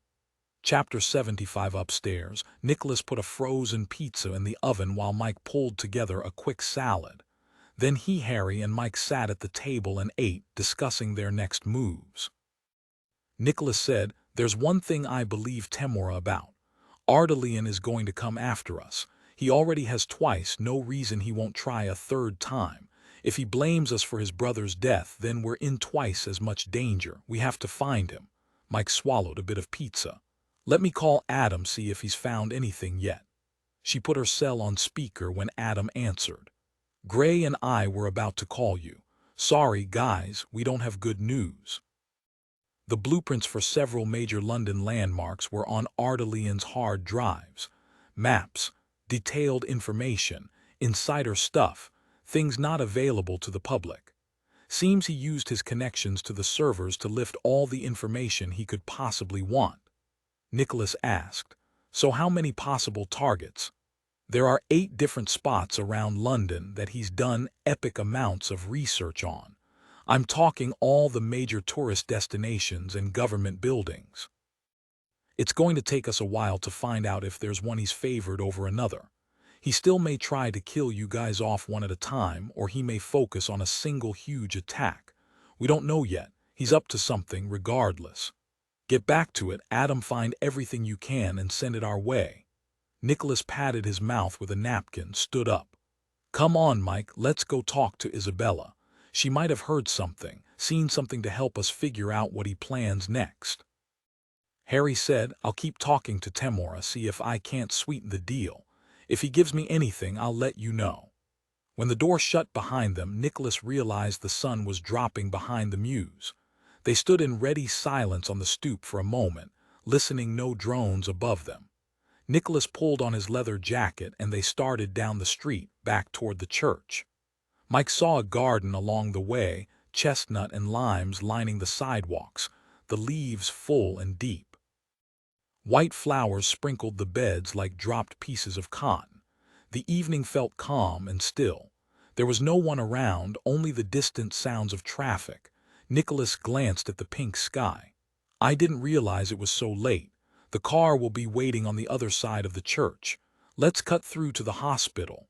A man's deep voice said from the shadows to the left, and ask that lying bitch why she let my brother die. Mike's hand went immediately to her weapon. Roman Ardalian said very quietly, Don't even think about it. But she didn't pause, and she was fast, her Glock out in instant. Even as she opened her mouth to tell him it was over, he said in that same quiet voice, "Tusk," followed by a strange word that sounded like obscene. Mike felt a flash of air and a sharp sting in her hand. Her Glock clattered to the ground, and the tail of a falcon disappeared into the tree-lined street. She started to duck toward the weapon, but the bird took the corner at speed, turned in her wings, and shot between her and her Glock like a missile. The voice from the shadows called out, "Stop! Arlington does not approve of weapons. She's been trained to take down drones, but she sometimes acts on her own where handguns are concerned." He turned to Nicholas. "Wise of you to stay still, Drummond. I believe she would go for your eyes."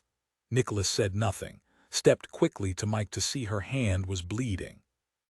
He said to Ellison, "A handkerchief to staunch the bleeding," and he slowly pulled one from his breast pocket. As he did, his other hand reached the gun under his arm. "Now, Drummond, do be careful where you put your hands." Nicholas didn't move.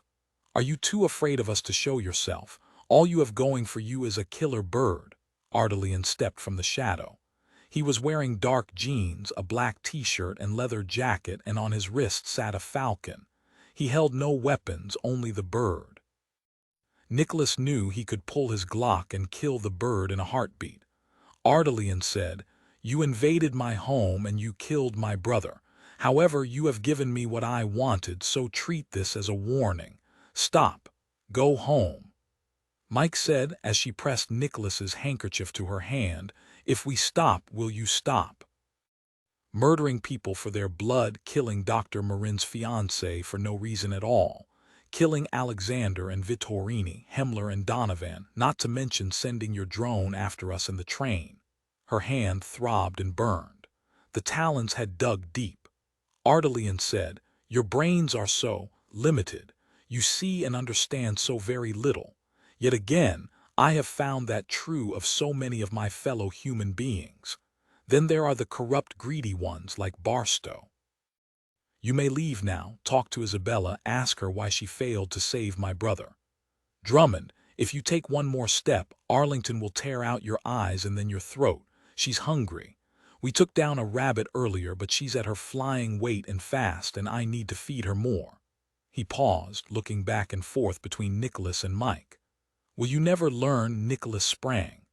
Ellison tossed the bird forward, right at Nicholas, but the falcon didn't go for Nicholas's face, it veered off. Ellison was ready. He slammed Nicholas's leg with a roundhouse kick, smooth, fast, deadly. So he was trained in martial arts, but Nicholas was as well. Could Mike get her Glock before the falcon attacked her again? She had to try. She grabbed it off a patch of flowers and turned to shoot, but Nicholas had already fought him back into the trees, his hands a blur, his fists hitting Ellison's forearm, his leg striking down toward the man's thigh with such force he almost lost his balance when Ellison managed to jerk out of his way. He punched Ellison in the breastbone with his palm, making the man stagger backward, but he was on Nicholas again, his fist in his kidney. They were well matched. Mike was afraid to move closer. The bird was perched on a limb right above her head. They were too close. She couldn't take a chance shooting Nicholas. Mike suddenly had a clear shot. She brought up the Glock and the bird, screaming, hit her arm as she fired. The shot went low, splitting a branch from the tree. The bird turned on Nicholas. Ellison disappeared into the trees. The bird screeched and flew after him. "There, there," Mike called to Nicholas, pointing. Ellison was in a full-out sprint heading west through the gardens, past iron benches, the bird circling back to cover his retreat. They gained on him. Ellison suddenly turned and shouted out that strange word again, obscene. The falcon whirled into motion in front of them, wings out, attacking with a shriek. Mike threw up her arms to protect her face and lost sight of Ellison as she fought off the bird. Nicholas grabbed it by a tail feather, going for its jesses, but its sharp feet were no match for his flesh. The bird dug in, launching herself into the air off Nicholas's battered hands, wings beating hard as she flew away. They were suddenly surrounded by silence, the city around them holding its breath. "I don't know which way he went," Nicholas said, turning in a full circle, then stopping and listening. Nothing. Mike was bending over, panting. "I should have shot it, but I just couldn't make myself do it. I'm an idiot." A heartbeat later, a motorcycle roared to life. "There, he's on a bike, go, go." She started to run, but Nicholas grabbed her arm. "No, Mike, we can't get him now." She looked up to see his nose was bleeding and he had a small cut above his right eye. Mike's hands were bloody, her arms cut from tree branches and the bird's talons. "I should have shot that wretched bird, I should have." He lightly touched his finger over her mouth. "It's all right. Ardelian's already too far away. I'll never catch him." "Nicholas, what did he mean that this was just a warning because we gave him what he wanted?" Nicholas felt fear ice his belly. "Listen." The unmistakable whir of a drone's rotors. Nicholas yelled, "The safe house. He's going to attack the safe house. He must know about Temora." As Roman sped away, his bruised ribs began to throb. He looked up to see Arlington flying overhead, always watching him. "All is well," and he laughed. He used his headphone to make a call. "Do it," he said. Chapter 76. They hurried back to the safe house, eyes to the sky. Harry opened the door, stared at them in shock. "What happened? Are you all right?" "Father, Ardelian wants to kill Temora. He's going to send a drone to bomb the house. We have to get him out now," and Nicholas bolted for the basement door. Harry sounded a silent alarm that Mike saw start to flash on the wall, a blinking red light. She could feel the house come to life under her, heard shouts as Nicholas reached the cells. And then she heard the unmistakable sound of a drone and a loud whoosh. She threw herself toward the basement stairs, pulling Harry with her. The two of them tumbled down the metal staircase, just as the missile burst through the ballistic glass window and exploded in the sitting room. The concussion made her eardrums pop. She cried out, felt blood start to trickle from an ear. She realized she and Harry were tangled together at the base of the metal stairs. The flashing red light strobed over Harry's face. His eyes were closed, blood snaked down his face. "Oh no, Harry." Vaguely, as if she were underwater, she heard Nicholas shouting for her. "I'm okay. I have your dad. He's hurt." He was there in a heartbeat, first gave her a quick once-over, then touched the blood on his father's head over his right ear. "Dad, can you please wake up?" Harry's eyelids fluttered and Nicholas let out a shaky breath. "Tell me you know who I am." Amazingly, Harry smiled, not much of one, but it meant everything to Nicholas. "Ah, are you the Prime Minister? Come, Nicholas, I'll live to fight another day." Nicholas gave a laugh. "Good, but we need to get you out of here. I smell smoke coming from upstairs. There's a back door. Dad, can you stand?" Harry managed a nod. "There's a back door." He was weaving as Nicholas pulled him up. Mike felt wobbly herself. Her ears hurt and she had the oddest sensation of vertigo every time she looked to the side. It was odd, but her hands didn't hurt anymore. "Nicholas, look." They saw flames licking the opening to the basement. "Let's collect everyone and get out of here." Temora was in the hallway between the two guards she'd seen earlier, eyes wide, scared to death. "What do you want us to do with him, sir?" Harry managed to say. "We're all going out the back door, Connor. Bring him along and take care." Temora said more to himself than to them. "Why is Roman attacking me, trying to kill me? I helped him. I let him know Barstow was using him. I sent him the bloody video, showed him what Barstow was really like, that old monster. He should be thanking me, not trying to kill me." Nicholas paused only a moment. "You said it yourself, Caleb. With Roman it's always personal. You betrayed him and he never forgot it." Nicholas led, holding up his father. The guards followed with Temora, and Mike took up the rear, ears ringing, keeping her weapon up. At the end of the hall was a steel door and farther down another. They secured the doors behind them as they went, and within 5 minutes they were stepping up a flight of metal stairs into the garden off Farm Street. Nicholas said, "Connor, take Temora to Tem's house to me 5. Keep him safe. We'll take Harry to hospital." Mike watched the skies for birds or drones, but it was quiet, business as usual, trees ruffling in the night breeze and pigeons cooing.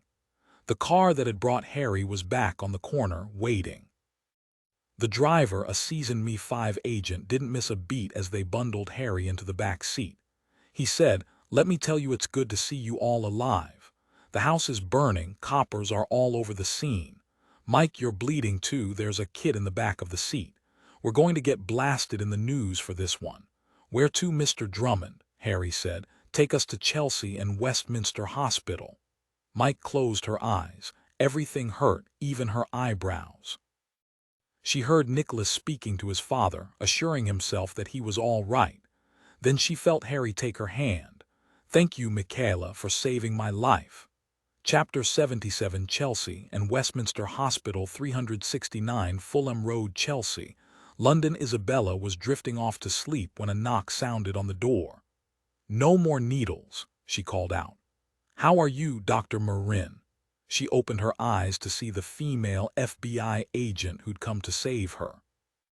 Her blonde hair was in a ratty ponytail and she wore black-framed glasses. From 12 feet away, Isabella could see dark bruises on her wrists and arms, see how pale she was, the thick white bandage wrapped around her hand. "What happened?" Mike knew her voice was too loud because of her eardrums, but who cared? "Well, let's see. Since I saw you last, a crazy falcon attacked me, artillery, and shot a missile into a house I was in, and I fell down a flight of stairs." She came forward. "My name's Michaela Caine, Special Agent FBI, but none of this compares to what you've been through. May I call you Isabella?" "Yes, please." "I'm Mike. Now tell me the truth. How are you feeling?" "I guess I'm okay, really. I keep telling them I'm fine, but they won't leave me alone. A missile, like the one they used to shoot down the helicopter." "Yes, don't worry, no one else was hurt." Isabella licked her tongue over her dry lips. "It seems like a nightmare now, like something so horrendous it really couldn't have happened. But I know Gil is dead, at least in my head, but not here yet." She touched her heart. "I know Radu is dead, too." She swallowed tears.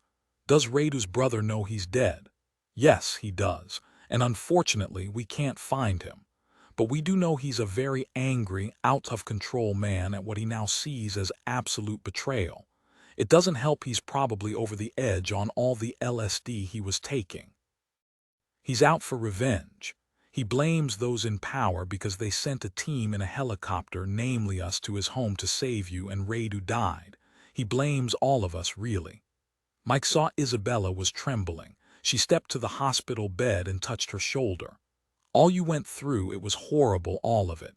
I don't know everything Ardalian did to you, but still, Isabella, you tried to save Radu. No, his death wasn't your fault. You were heroic. But what about the Voynich?" "It was about a recipe in the Voynich, part of it in the missing pages that I had.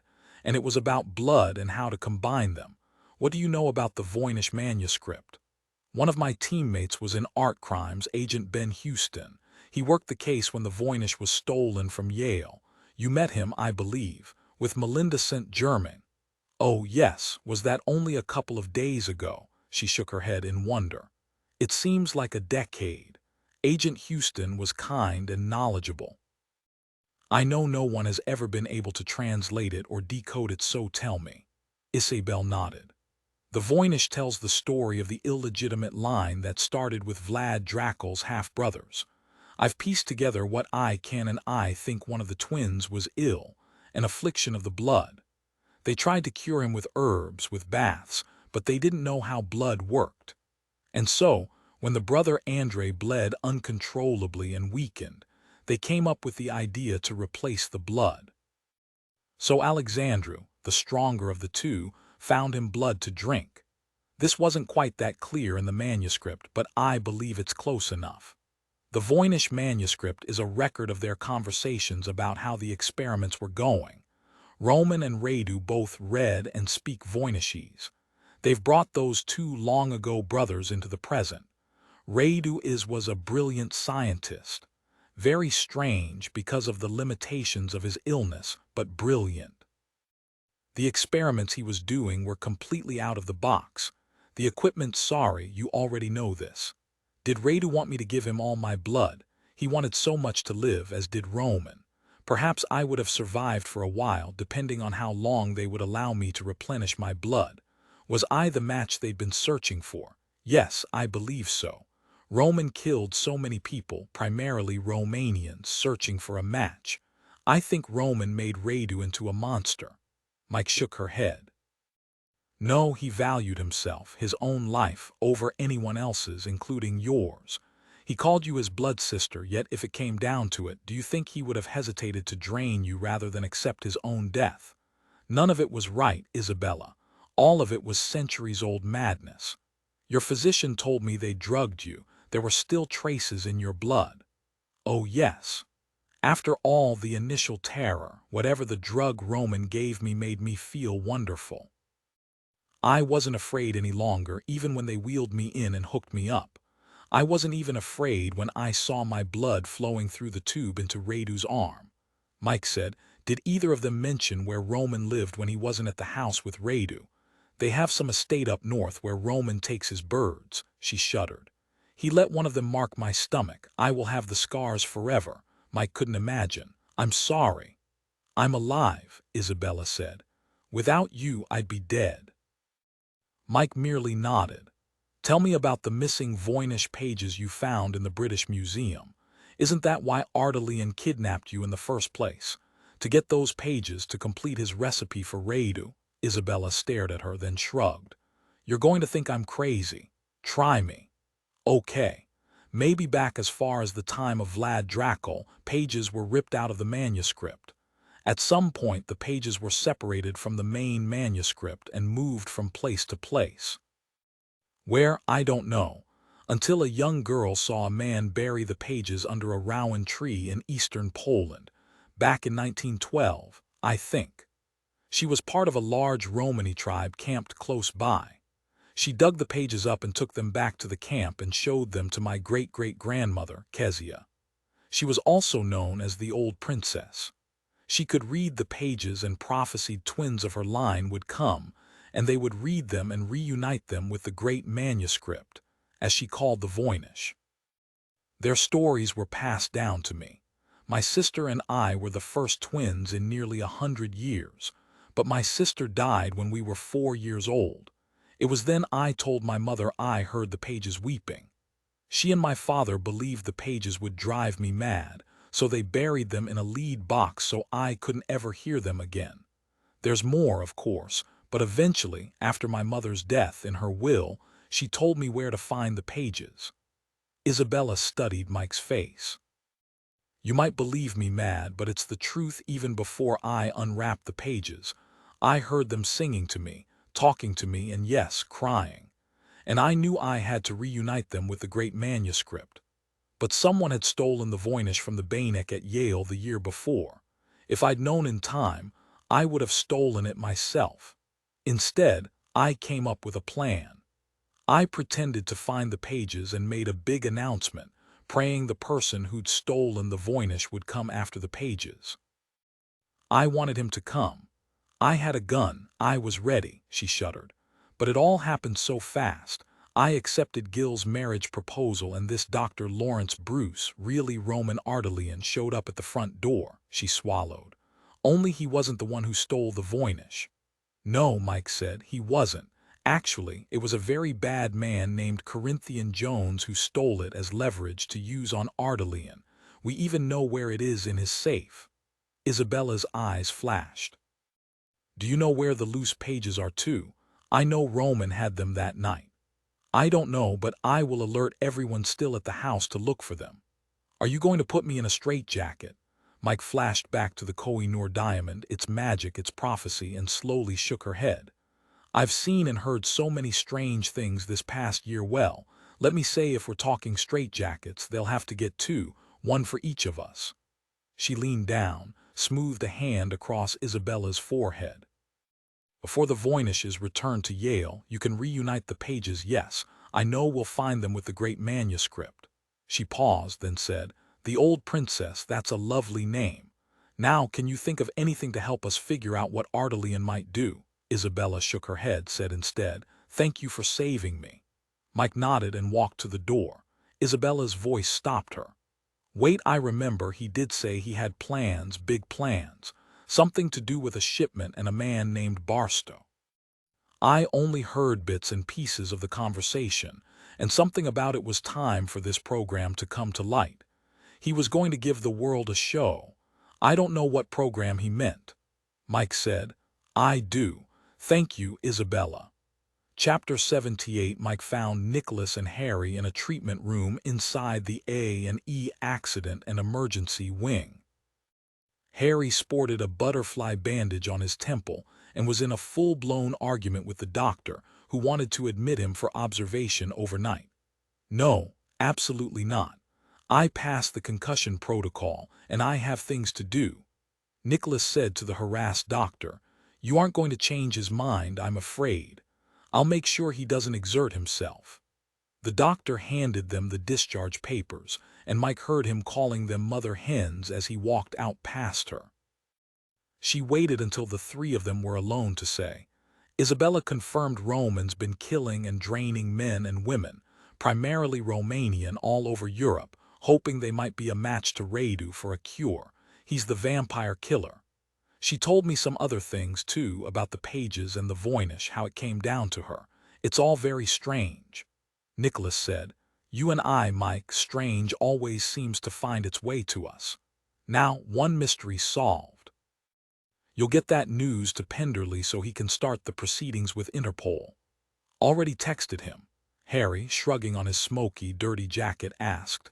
No ideas from her where Ardalian might be or what he might be up to. She says no, outside of overhearing him tell his brother a shipment had arrived and he was going to bring the program to light. The drones, Nicholas said. Probably, but how and when? She didn't know anything else, and I believe her. To make her cooperate, he left marks on her stomach with one of his birds. She told them the rest, Harry asking questions, many of which she couldn't answer. Harry said, We all need food and sleep and no more drone or falcon attacks. Ideas, Nicholas said. The Connaught, Harry nodded. Why not? Ardalian can't be scoping out all the hotels in London, can he? I'll get us a large suite, have Adam and Ben meet us there. I'll put it under the name Oliver Kittredge. He chuckled. They'll know what to do. Mike yawned and her ear cracked. Her head cleared. Finally. What happened? You okay?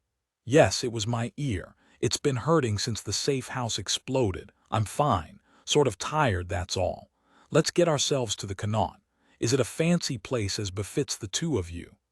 The three-bedroom suite at the Connaught was beautifully appointed, with a marble fireplace, exquisite blue velvet sofas, and floor-to-ceiling living room windows looking over the sleeping occupants of Mayfair. They set up the computers on the dining room table and ordered fancy pizzas, club sandwiches, warm tomato basil soup, a whole cheesecake, and a separate order of fish and chips for Adam, who swore he wasn't going to eat anything else for the rest of his life. Melinda joined Ben and brought news from Downing Street. The U.S. president's trip is not going to be canceled. He'll be showing up tomorrow as scheduled. First stop, Downing Street, then a press conference at Lancaster House. Then he'll do Buckingham Palace, then he speaks to Parliament. A private dinner is last on the agenda at Winfield. I'm telling you, every stop is a target. We've warned them it's not safe, but he's stubborn. Nicholas laughed. You don't know the half of it, Melinda. Mike and I learned that the hard way at Camp David. Problem is, Adam said, chewing a fry drowned in vinegar, every single place except the dinner is on the list of blueprints we found on Ardalian's hard drives. So Ardalian could be planning an attack on any of them, Nicholas said, or none of them, bringing the program to light. And what else did Isabella say, Mike? Give the world a show. She took a sip of soda, continued. Look, he's lost the one thing that mattered to him, his brother, and he believes everyone in the government is responsible, and that includes the Prime Minister. He could fly a drone up to 10 Downing Street and shoot off a missile right through the windows like he did at the safe house, and no one could stop him. Harry said, He wants to give the world a show, and to me that means he wants to make a big splash, make a definitive statement, kill as many people as he can. And the sites with the extensive blueprints are the most likely targets. Ben asked, So then, what do you think would bring him the biggest bang for the buck? Buckingham Palace or Parliament? Melinda said, "I forgot they're going to be having a barbecue at Buckingham Palace like they did with President Obama. It will be outdoors. The PM and the president manning the grill." Nicholas jumped up from his seat. "That's it. Adam, bring up the plans for Buckingham Palace. What better way to show off his army than attacking the president and the prime minister and blowing up the Queen's house?" Chapter 79, Sky News London. There are now more allegations against Corinthian Jones, Lord Barstow, who died last night in a bombing near the Prince Edward Theatre. We've received information that detail an array of allegations, from money laundering to sexual harassment to coercion and entrapment. The list of names involved is long. Many of them are dead after being attacked over the past few days, and we are endeavoring to separate allegation from fact. As you already know, we at Sky News are not going to release charges until we're able to confirm the leaks to us are real, and these we will report as we get them. Meanwhile, a home in Mayfair was destroyed today, where witnesses say the residence exploded. A gas leak is given as the official cause. No one was injured in the blast, and the fire has now been put out. The owners were on vacation in the Seychelles and say the house has been empty for the past few months. In other news, the U.S. president comes for his first state visit tomorrow. With a long and busy day, Londoners can expect road closures and other annoyances. Chapter 80, a 2012 study, published in the journal Cell Biology, analyzed genomic data from 13 Romani communities across Europe. The researchers concluded that the Roma people left northern India about 1,500 years ago. Those Roma now in Europe migrated through the Balkans starting about 900 years ago. These data confirm written reports of Roma groups arriving in medieval Europe in the 1100s. Live Science, Florida. 1 year ago, Nadia lay in a dream sleep. She heard people moving around, speaking in quiet voices, occasionally touching her, but when they bothered her, she simply willed herself to sink deeper in this luminous place where anything seemed possible. She let the years and the decades sweep her back like a slow, gentle tide. She saw faces, some making her happy, others not. She smiled when she recognized her great-grandmother, so old her face so seamed by the sun, she looked like lovely old leather. She loved to tell Nadia the favored story back in the olden days when Alina, a young girl in their tribe, had come upon a man burying something beneath a rowan tree.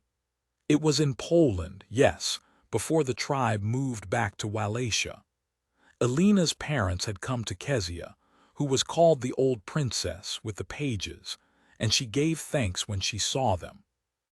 She'd formed the strange words in her mind, then spoken them aloud to all, and showed them strange red and green pictures, had taken a stick and used it to scratch more of the strange plants and figures in the sand next to the fire pit. No one understood the words or the strange drawings, but all marveled at her gift, for she was above and beyond them. She told them the pages were from a great manuscript. Nadia knew the story so well, passed down from mother to daughter for 2 generations. The old princess had prophesied that one day special twins would be born into the family, twins who would read the strange words and understand the strange drawings. But Nadia's mother hadn't given birth to twins, only to her, Nadia, and the old princess had died at nearly 90 years old. Before she breathed her last, she'd whispered again to Nadia's mother, "Wait, wait." She floated through the years, her memories, watched her mother grow ill and die, saw herself young, limber, very talented, a gymnast for the Romanian Olympic team, and she was very good at it, winning, always winning. But then she'd wanted to leave Romania to be free, and managed to be granted asylum in the United States. She moved to Florida, a flat land of endless sun and water, but she missed the mountains of her birth. Years, decades, floated like clouds, showing her mother's memories, maybe others' memories too, and she'd catch one and linger and savor. She saw Jackson's hard face, a man of few words who'd loved her deeply, but she saw he was sad because Isabella's small twin sister, Christiana, had died. He and Nadia had wept together, though he'd said little. Time rolled forward, still slow and easy, but she was aware of its passing, aware of herself in the passage of time.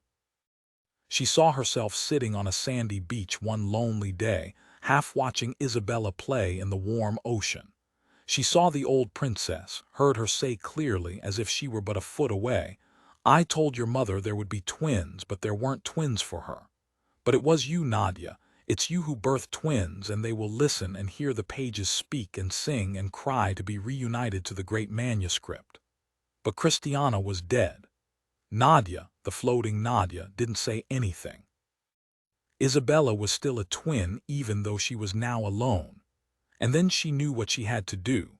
She saw herself young, still supple and vigorous, pawing through an ancient trunk in the attic of that small house in Florida, finding the box that still held the linen-wrapped pages, all of them torn on the edges, all save one that someone had cut from the great manuscript.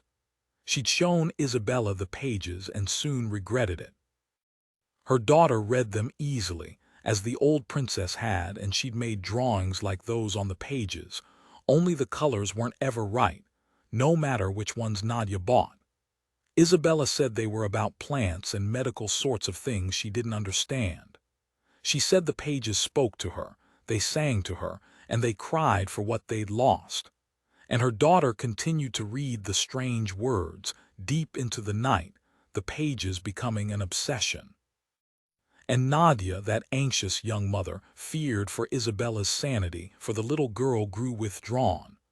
That long ago Nadia had grown frantic, as had Jackson. He'd wanted to burn the pages, but Nadia could not. They'd been passed down from the old princess, generation after generation. To her, to Isabella, a twin.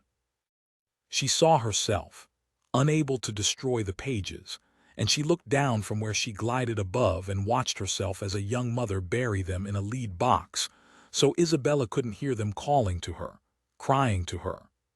Then, coming through a seam in time, was the old Princess Kezia, and Nadia saw herself trying to explain, telling her over and over she wanted to protect Isabella, that her precious child was going mad and it was because of the pages. She saw the old princess, heard her speak, her voice hollow and so very old even in that lovely dream sleep, and she saw a soft breeze that surely wasn't really there softly ruffle her snow-white hair around her face. Nadia said to the old princess, "Isabella is a young girl, not of the same ancient superstitious world as you. In this modern world there are no ties to magic or mysterious words or languages or unknown drawings." Where had the old princess gone? She drifted, seeing things and people from a great distance or up close. It didn't seem to matter. Some of them were deep inside her, locked away forever, her memories of them soft as long ago sunlight on her face. When had Isabella become enamored with the Voynich manuscript? Then there came the day, that single day, so clear she wondered if the old princess had sent it to her now, in this soft, wonderful place where nothing bothered her, where nothing could really touch her, the day she'd told Isabella, "The pages, they're lost, gone forever. You must forget. Forget." She lay there, as if cushioned on soft white clouds, saw herself begging Isabella to swear she would never tell anyone she could read the great manuscript, the Voynich. Promise, promise, because Nadia knew it would lead to tragedy and Isabella had agreed. Nadia saw the old princess hovering beyond her, and she turned and saw her old wrinkled face had smoothed out. She nodded and whispered to Nadia, "Do not be afraid, my beautiful one, soon you will be with me." "Soon, but first you must tell Isabella where you buried the pages. She is the only one to reunite them to the great manuscript. You cannot fail, my beloved, you cannot." And for some reason no one at the hospital could explain, Nadia Gabor Marin came out of her morphine-induced coma and asked to write another single line to her will. and she wrote in a surprisingly strong hand to Isabella, where she'd buried the loose pages and page 74. The sixth-day Sunday Westminster Bridge is 252 m long and 26 m wide. It's an arch bridge with 7 iron-ribbed elliptical spans, the most spans of any of the Thames bridges. Westminster Bridge was painted green in 1970 to match the seats in the House of Commons, the part of the Palace of Westminster closest to the bridge. Lambeth Bridge, further upstream, is painted red to match the color scheme in the House of Lords. The first Westminster Bridge featured semi-octagonal turrets at intervals along the crossing to provide shelter for pedestrians. But these cloistered cubbyholes soon became haunts for vagabonds, muggers, and prostitutes. In the end, 12 night watchmen had to be hired to guard travelers as they crossed the river. Londonist. Com Chapter 81 Air Force pilots near Las Vegas can fly drones 7,500 miles away in Afghanistan. The Air Force has 65,000 people working to process all the data and footage it's currently collecting from drones. Forbes magazine drone flight facility, warehouse on Thames, North London. The room was pitch black. The screens lit with tracers of red and green, like a demented Christmas decoration, overlaying on a topographical map of central London. There were 5 pilots at the ready, hands on controls, and the drones were amassed on the makeshift runway, the camouflage canopy stretching for hundreds of feet above them, sheltering the fleet from prying eyes. Roman needed to get them in the air and keep them low, away from the radar so they wouldn't be seen before he was ready, before it was too late. Cyrus Wendell, captaining the fleet, said quietly, "You were right, sir. The threat worked.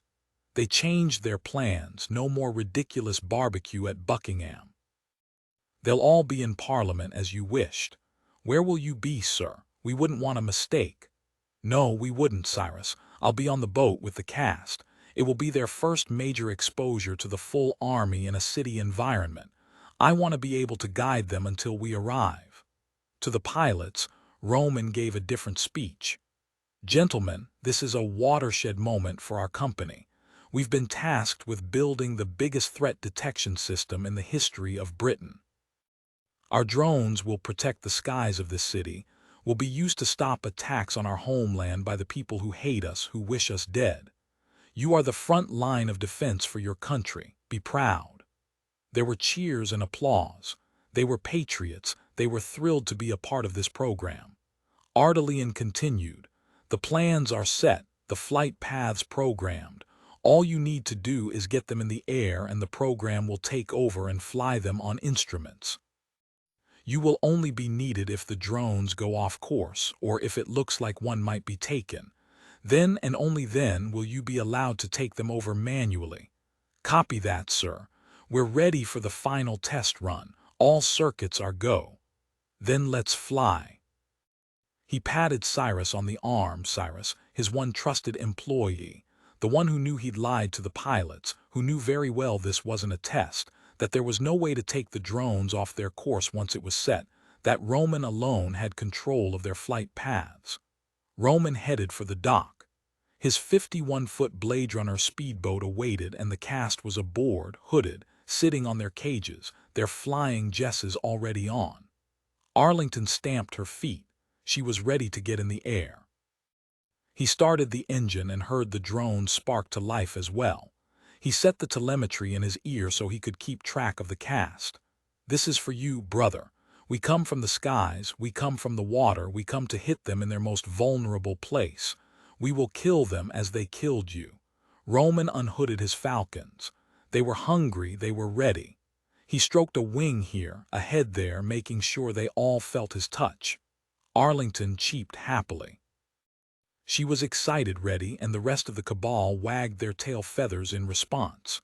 Roman smiled at them, his beloved children. "It is time, my lovelies. Conserve energy, it will be a long flight. Now fly." Chapter 82 The Connaught Hotel, Carlo's Place, Mayfair, London. Nicholas woke with a sense of unease he couldn't shake. Something was wrong, but what? The sun was up. Mike lay next to him on her back, one arm flung over her head, her beautiful hair spread across the pillow. He lay still, thinking, reassessing everything they'd done.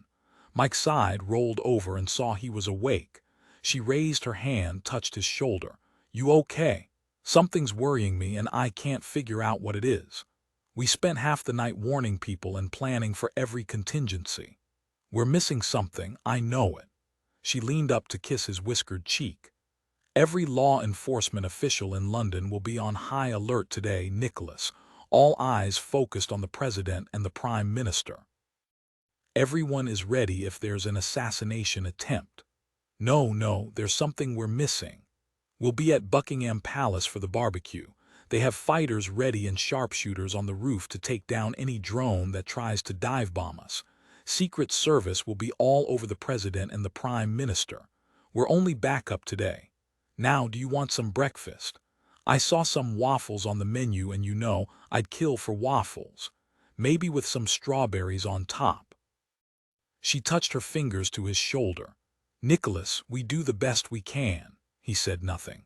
Mike looked around, saw her nightgown draped over the bedpost and pulled it over her head.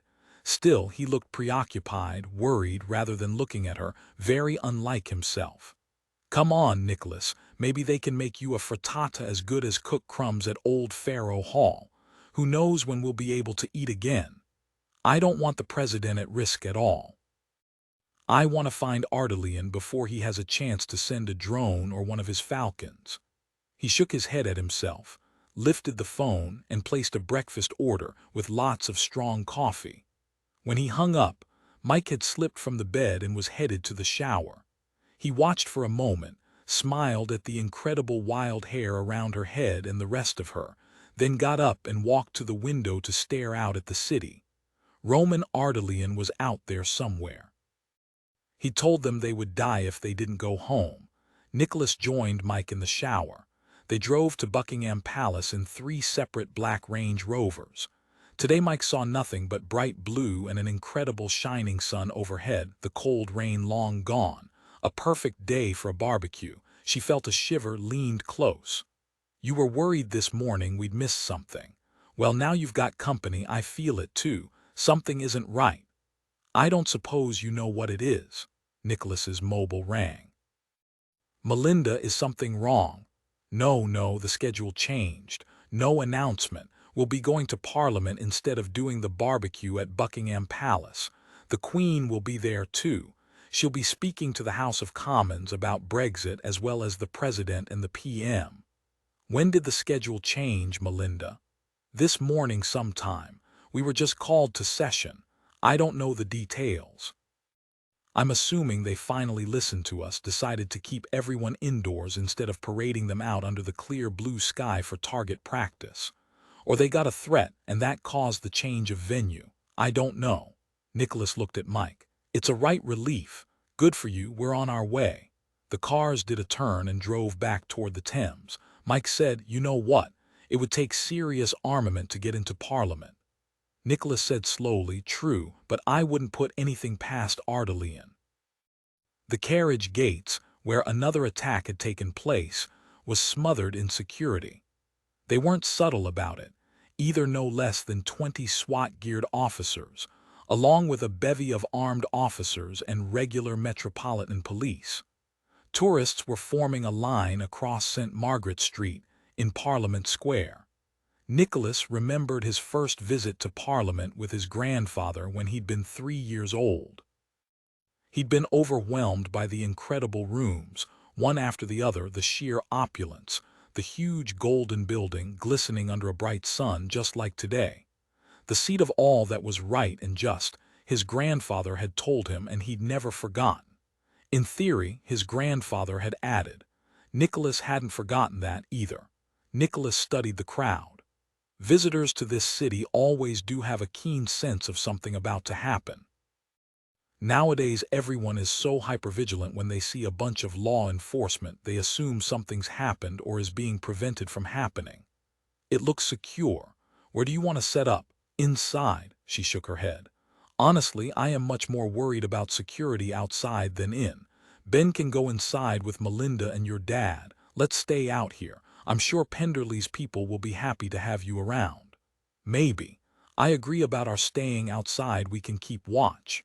They were expected. The Range Rovers were ushered through the gate into the courtyard, then thoroughly examined.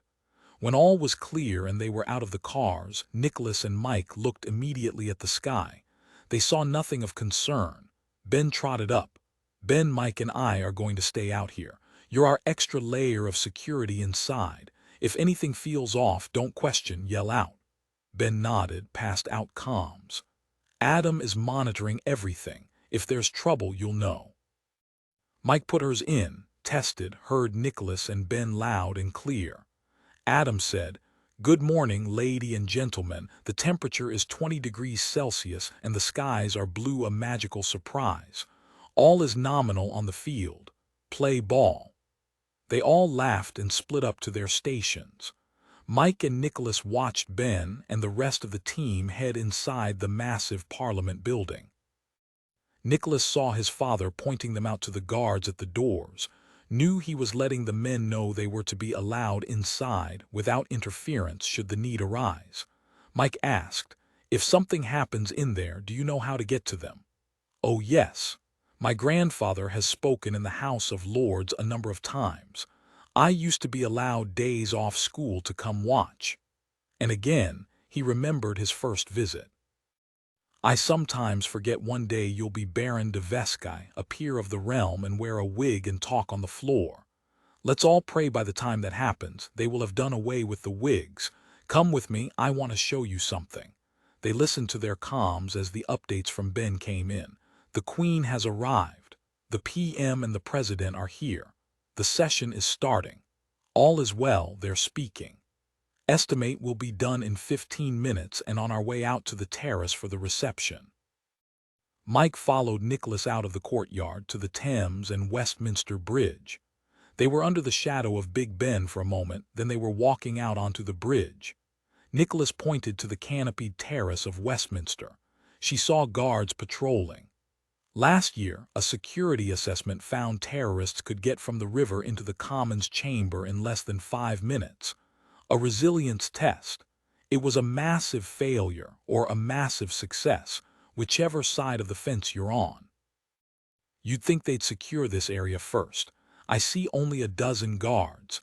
Anyone could come up with a boat or a drone," he shrugged. "I know I'm being paranoid, but for some reason it still doesn't feel secure. It's Nicholas, look, there at 10 o'clock. They saw a dense cloud moving toward them, impenetrable like a thick fog bank spilling down the river. Only it wasn't a cloud. Nicholas tapped his comms, shouted, Alert 1, a sky full of drones. Ardelian is coming." She vaguely heard the responses and calls begin, everyone going on alert. Mike watched the mass grow closer, heard the massive whine of thousands of rotors. "Go, go!" Nicholas pulled her from the rail, but she couldn't help it. She looked back as they raced across the bridge toward the Parliament courtyard. They saw a nightmare. The cloud was becoming more detailed as it drew closer. Soon they saw the birds, then the drones of every size, rotors whirring, flying in lines 10 drones wide. They were being led down the Thames by Ardelian's falcons, flying in a V, and Mike would swear the lead bird was the one who'd attacked them yesterday. She heard shouts and looked west, more drones coming in fast, and from the east and south even more. She saw the water churning beneath the northernmost cloud of drones. She pointed, pulled her weapon. "Look, Nicholas, the speedboat, it's Ardelian. He's leading his army." Mike started shooting at the boat, emptied her first magazine before Ardelian got within range. "We're surrounded," her heart sank. There was no way to win this fight, and she knew it. It didn't matter. She slapped a fresh magazine in place, yelled in her comms, "We need as much air power as we can get out here. Every weapon needs to be trained on the skies. The drones are coming in too fast for us. We need real armament." She heard voices, shouts, orders. She shut her eyes, praying, then started firing into the sky. Hot metal rained down as bullets hit drones. Mike, Nicholas, SWAT teams, armed police, everyone was shooting into the sky. Nicholas slapped an M4 into Mike's hands and she went down on one knee beside him. "Nicholas, the terrace, look. They're wiping out the security there." They ran toward the center of the bridge, dodging the barrage of bullets, the grenades. Her ears rang with the incredible battle sounds, the screams, and her eyes watered at the acrid smell of smoke. She jerked at his arm. "Nicholas, how do we stop them?" he yelled into his comms. "Alert One, be advised Ardalian is coming in from the river through the terrace pavilion entrance." Harry shouted. "That leads to Westminster Hall. We are barricading in the Commons. They've activated the security protocols. Everything's being shut down. There's no way he can get in here. What's happening out there?" "The drone army is killing everyone in sight. Ardalian is controlling them." "Nicholas, look, the birds." Ardalian's cast of falcons was flying the length of the terrace, swooping, diving in and out like bats after mosquitoes, and several smaller drones joined them, patrolling. Mike could see the bodies of the guards now, their blood spilling into the Thames. She yelled into her comms, "Terrace, all guards down, all guards down." Nicholas said into his comms, "Father, we can't come from outside. Those drones will tear us apart before we get anywhere near them. We're going to have to get to him from inside. How do we do it?" "Nicholas, do you remember the tunnel? I showed it to you a long time ago." Yes, I remember. We'll be bringing the president and the PM out that way, but be careful. No one's used the tunnel in almost a century." They took off toward Big Ben. The sky was dark with smoke. Fires raged along the edges of the building. There were bodies strewn on the ground amid smoking chunks of drone. First responders were racing into the nightmare scene, police firing into the sky. They saw a double-decker bus on its side, people crawling out through broken windows, heard screams, crying, and bullets, so many, deafening. They were in the middle of a war zone. Finally, they heard the throaty whine of a typhoon jet.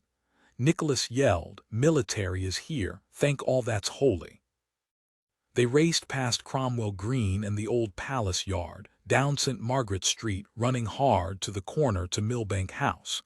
They dashed inside, badges out so the security wouldn't toss them to the ground, ignoring shouts and cries of "What's happening?"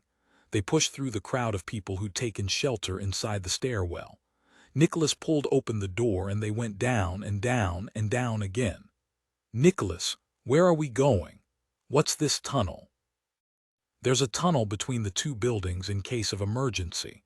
It's ancient, shut down after World War II. Part of it collapsed. It wasn't deemed safe." Mike said with absolute conviction, "It'll be safe enough." He sent her a mad grin, led her through the basement to a dark, cobwebbed corner to an old, wooden door with a gleaming lock and a "No Trespassing" sign. "Step back." Nicholas shot off the lock. He kicked open the door and a great gust of dust hit them in the face.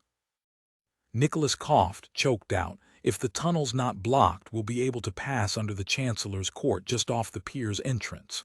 The terrace pavilion is on the opposite side of the building. You ready? Let's go." He took a small maglite off his vest and shined it into the darkness. "Careful, there's still rubble and who knows what else in here. Watch your step." She nearly stumbled on a pile of rocks, righted, and jumped over a huge chunk of timber. The air was dank, smelled of long-ago dirt and long-ago death, entombed and left to rot. They dodged and ran. Nicholas swiped a spider web from in front of his face. He grabbed her as she stepped down on a chunk of wood and her foot rolled. She knew immediately she'd hurt her ankle, but it didn't matter. She took a step and another. "I'm okay, keep going." Adrenaline masked the pain enough so she could continue on. It hurt a lot, but no choice. She moved with him forward, ever forward into the darkness. "Here at last," he said, and started up a decrepit metal flight of stairs. They were 3 stories down. She counted over 100 stairs, aware of pain tearing through her ankle, and then the door was in front of them. It was locked. Nicholas banged the door, shouted, "Father, if you're there, a little help, please." With a massive creak, the door opened. There stood Harry Drummond, backlit by the interior of Westminster Palace. "Took you long enough." Nicholas grinned and stepped through, pulling Mike with him. They scarcely heard the battle rage outside. The walls were so thick. The room wasn't large, but it was clean, neat, and at the moment full of a dozen very serious men and women bristling with weapons. Coming toward them, surrounded by guards, came the Queen. They hustled her into the dark tunnel without a word. The president went next, cocooned by Secret Service. He stopped when he saw Nicholas and Mike. Nicholas said, "Sir, it is good to see you again, though I apologize for the circumstances." "Nicholas, Mike, I always wondered about an escape hatch from Parliament," and he shook both their hands.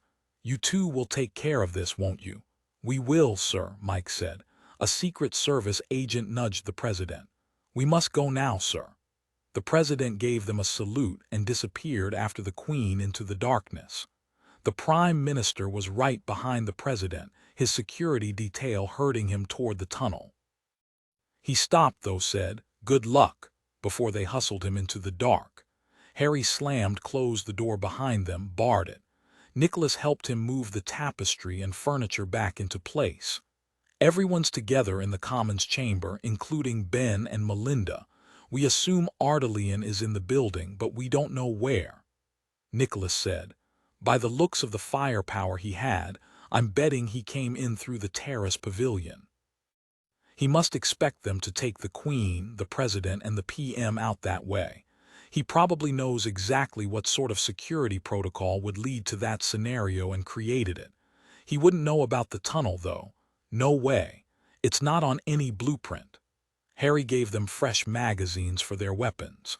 "Then let's go get him." Mike looked behind her as they left the small, beautifully furnished room.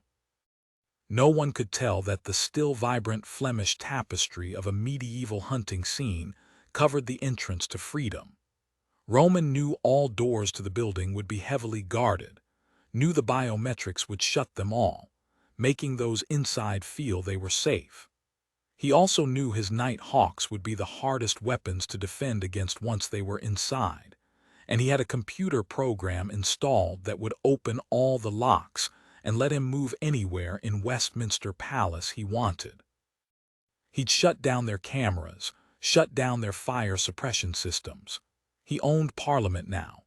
The drones had worked perfectly, taking out all the exterior river guards. He thumbed a microdose onto his tongue, waited a moment, felt the punch of it, thumbed another. Barstow was dead, and that gave him a shot of pleasure. But Barstow was only one of the dissolute power-mongering monsters who believed they could do anything, betray anyone, and get away with it. They believed themselves immune from justice, above any laws they themselves had made. His own government had killed Radu, and now they wanted to destroy him. And after all the technological advantages he'd provided them, the drone army he'd gladly built to help shut down terrorism. All a lie, a joke. Betrayal rang in his head, gnawed in his belly, and he fought back a scream of rage. No, another microdose to steady him. His heart was pumping hard, his brain sparking with power, tunneling the world, making it narrow to a pulsing red point. It was time to prove who and what he was. It was time for payback. He held out a fist and Arlington came to land. He nuzzled her head and she cheeped at him. "Tired, my love," she cheeped again, agreeing with him, he knew. "I am as well, we're almost there." He gave her a grouse neck from his jacket and went inside Westminster Hall, the drones and birds buzzing all around him. It was almost quiet, if you could call the panic of hundreds of people silence. He knew everyone was looking out at his birds doing their mad dance before they dive-bombed the windows, scaring the people inside to death. It was a deception he'd learned from them. They loved to distract, to get their prey ready to move in the wrong direction. A game his falcons played when they were hunting on the estate. Enough fuss outside, and he would be able to slip in the back. He could smell smoke, feel the concussions of the missiles outside. He couldn't keep up the onslaught forever. He would eventually run out of ammunition. Once it was all gone, the drones were programmed to divert back to base if they survived the attack, of course. And these degenerates, these self-serving criminals, he would punish them, kill them all. What made him so confident was the fact they didn't know his limitations.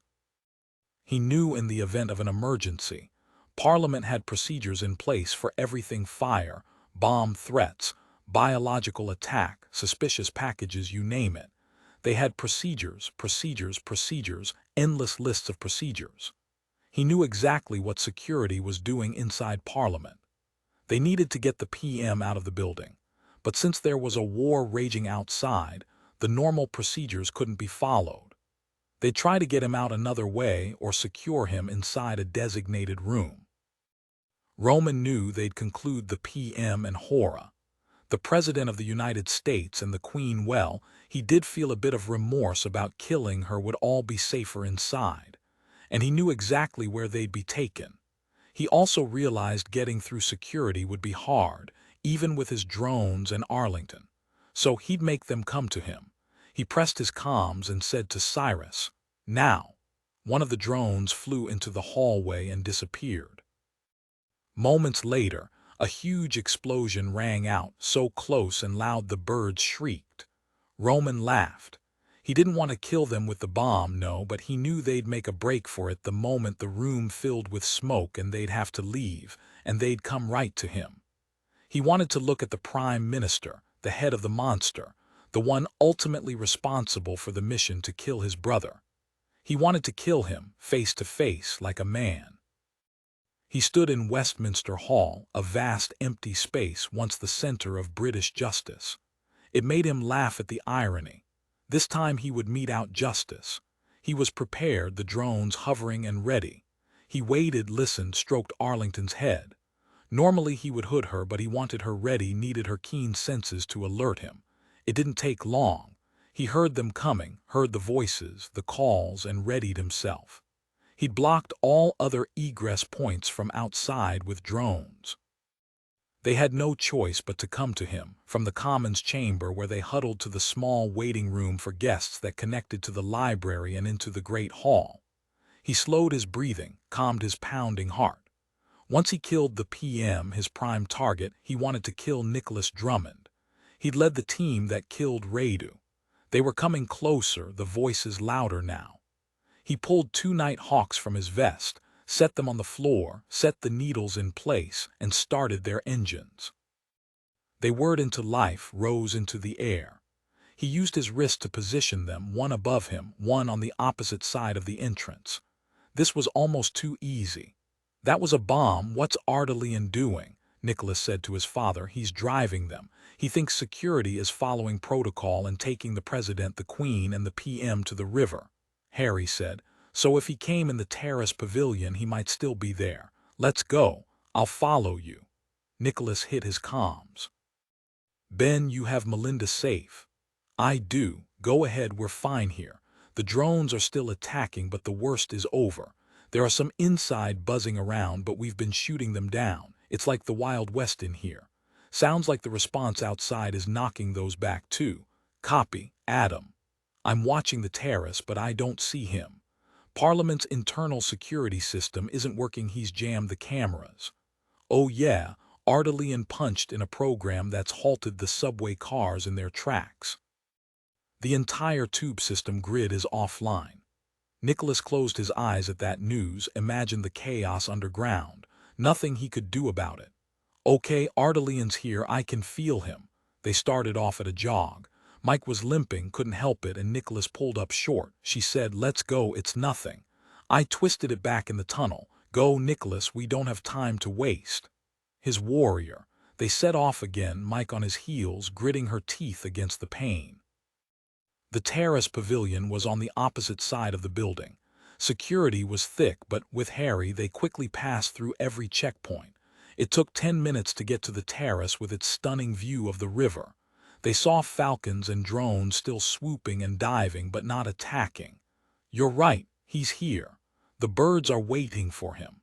Nicholas took them to a door tucked away in the corner of the Commons library. "If I'm right, he's going to be on the other side of this door." Harry said he'll have those small drones with him. They heard the loud voices of people coming. Nicholas quickly called Ben. "Keep everyone back, stay in the Commons chamber." Too much smoke, people are freaking out, we need to get them out. Then don't come toward the river, lead people south toward the House of Lords and watch out for drones. Copy that. Okay, now we need a diversion. Mike pulled a thick book from the nearest shelf. Sir, is this one really important? Harry shrugged. They're all important, but it's better than sticking our heads in. The terrace river entrance was on the bottom floor. They crept down the library stairs into a kitchen that fed onto the terrace, Mike with the book in her hand. At the door to the terrace, Nicholas raised his hand. He took the book from Mike, waited for her to get into position with her Glock, her back against the wall. An M4 would be better, but it would be too unwieldy in the tight space. He motioned his father to stay back. Nicholas put a hand on the door handle, signaled with his fingers 3, 2, 1, then threw the door open and tossed the book into the dark space beyond. Mike came through right after him, her gun up. It was dark, too dark, but she heard the faint whir of a drone. She shot toward the sound into the dark and the whirring stopped. One down. She heard the flap of wings and was ready when the falcon slammed into her. She struck it in the chest with her fist. The bird wheeled back, not hurt but surprised. Suddenly there was light in the room, the switch turned on by Harry, and they saw Ellison wasn't there. And then Nicholas realized where he was. Westminster Hall, he's in the hall. He's got a whole army of drones with him. He was trying to herd everyone there. Up the stairs, up the stairs. Nicholas took off, straight up the stairs into Westminster Hall. Ellison was standing with his back to them, arms spread wide. Above him, motionless, were hundreds of drones. His falcon saw them, though, and shrieked a warning. Ellison turned slowly, stared at Nicholas. He said, "Drummond, how nice of you to come before all those rapacious, grasping criminals come flooding in here, believing they'll be safe from me. It saves me the trouble of tracking you down. Do you know, I believe it's time for you to die, like my brother." The small drone moved into position by Ellison's shoulder, but before it could fire, Nicholas shouted a command at the falcon, a word he'd overheard Ellison scream to his falcon that made it attack Mike. "Obteen! Obteen!" The falcon wheeled in midair and went after the small drone, shrieking, talons out. She whipped the drone to the floor, then flew after another, then another, before dropping to the stone floor, exhausted, wings spread. She looked to her master for a reward, confused when there was no fresh meat coming. Instead, Ellison screamed in rage. "No!" He yelled for the falcon to attack, but the bird faltered, confused by two masters yelling at her. Ellison pulled a stiletto and hurled it at Nicholas, but Mike shoved Nicholas hard. The knife struck deep into the wall an inch from his head. "No!" Roman screamed again, a death cry, and came at them. "Stop!" Mike yelled at him. But he didn't. He was no longer thinking, he was a missile set on his course. Nicholas fired, catching Roman in the throat. He spun in place, then crumpled to the ground almost at Nicholas's feet. Nicholas yanked the wrist communicator off Roman's arm and smashed it to the ground, stomping on it for good measure. The drone army dropped to the floor. "Arlington," Roman whispered, the name slurred in blood frothing from his mouth. The bird flew to his side, cheeping, hovering over him. His arm lifted, and Ellison stepped onto her master's fist for the last time. He stroked the bird once, then his hand fell to his side. His head fell backward, his sightless eyes staring at the ceiling. No one moved as the bird began to keen, a sound that made the hair on their necks stand up. They watched silently as the bird hopped on her master's body, paced up and down, nudged his head, his arm, flapping her great wings as if to protect him. She looked back at Nicholas for a moment, and he would swear he saw something primal and vicious in her eyes before she hopped forward, and her sharp talons ripped a chunk out of Ellison's throat.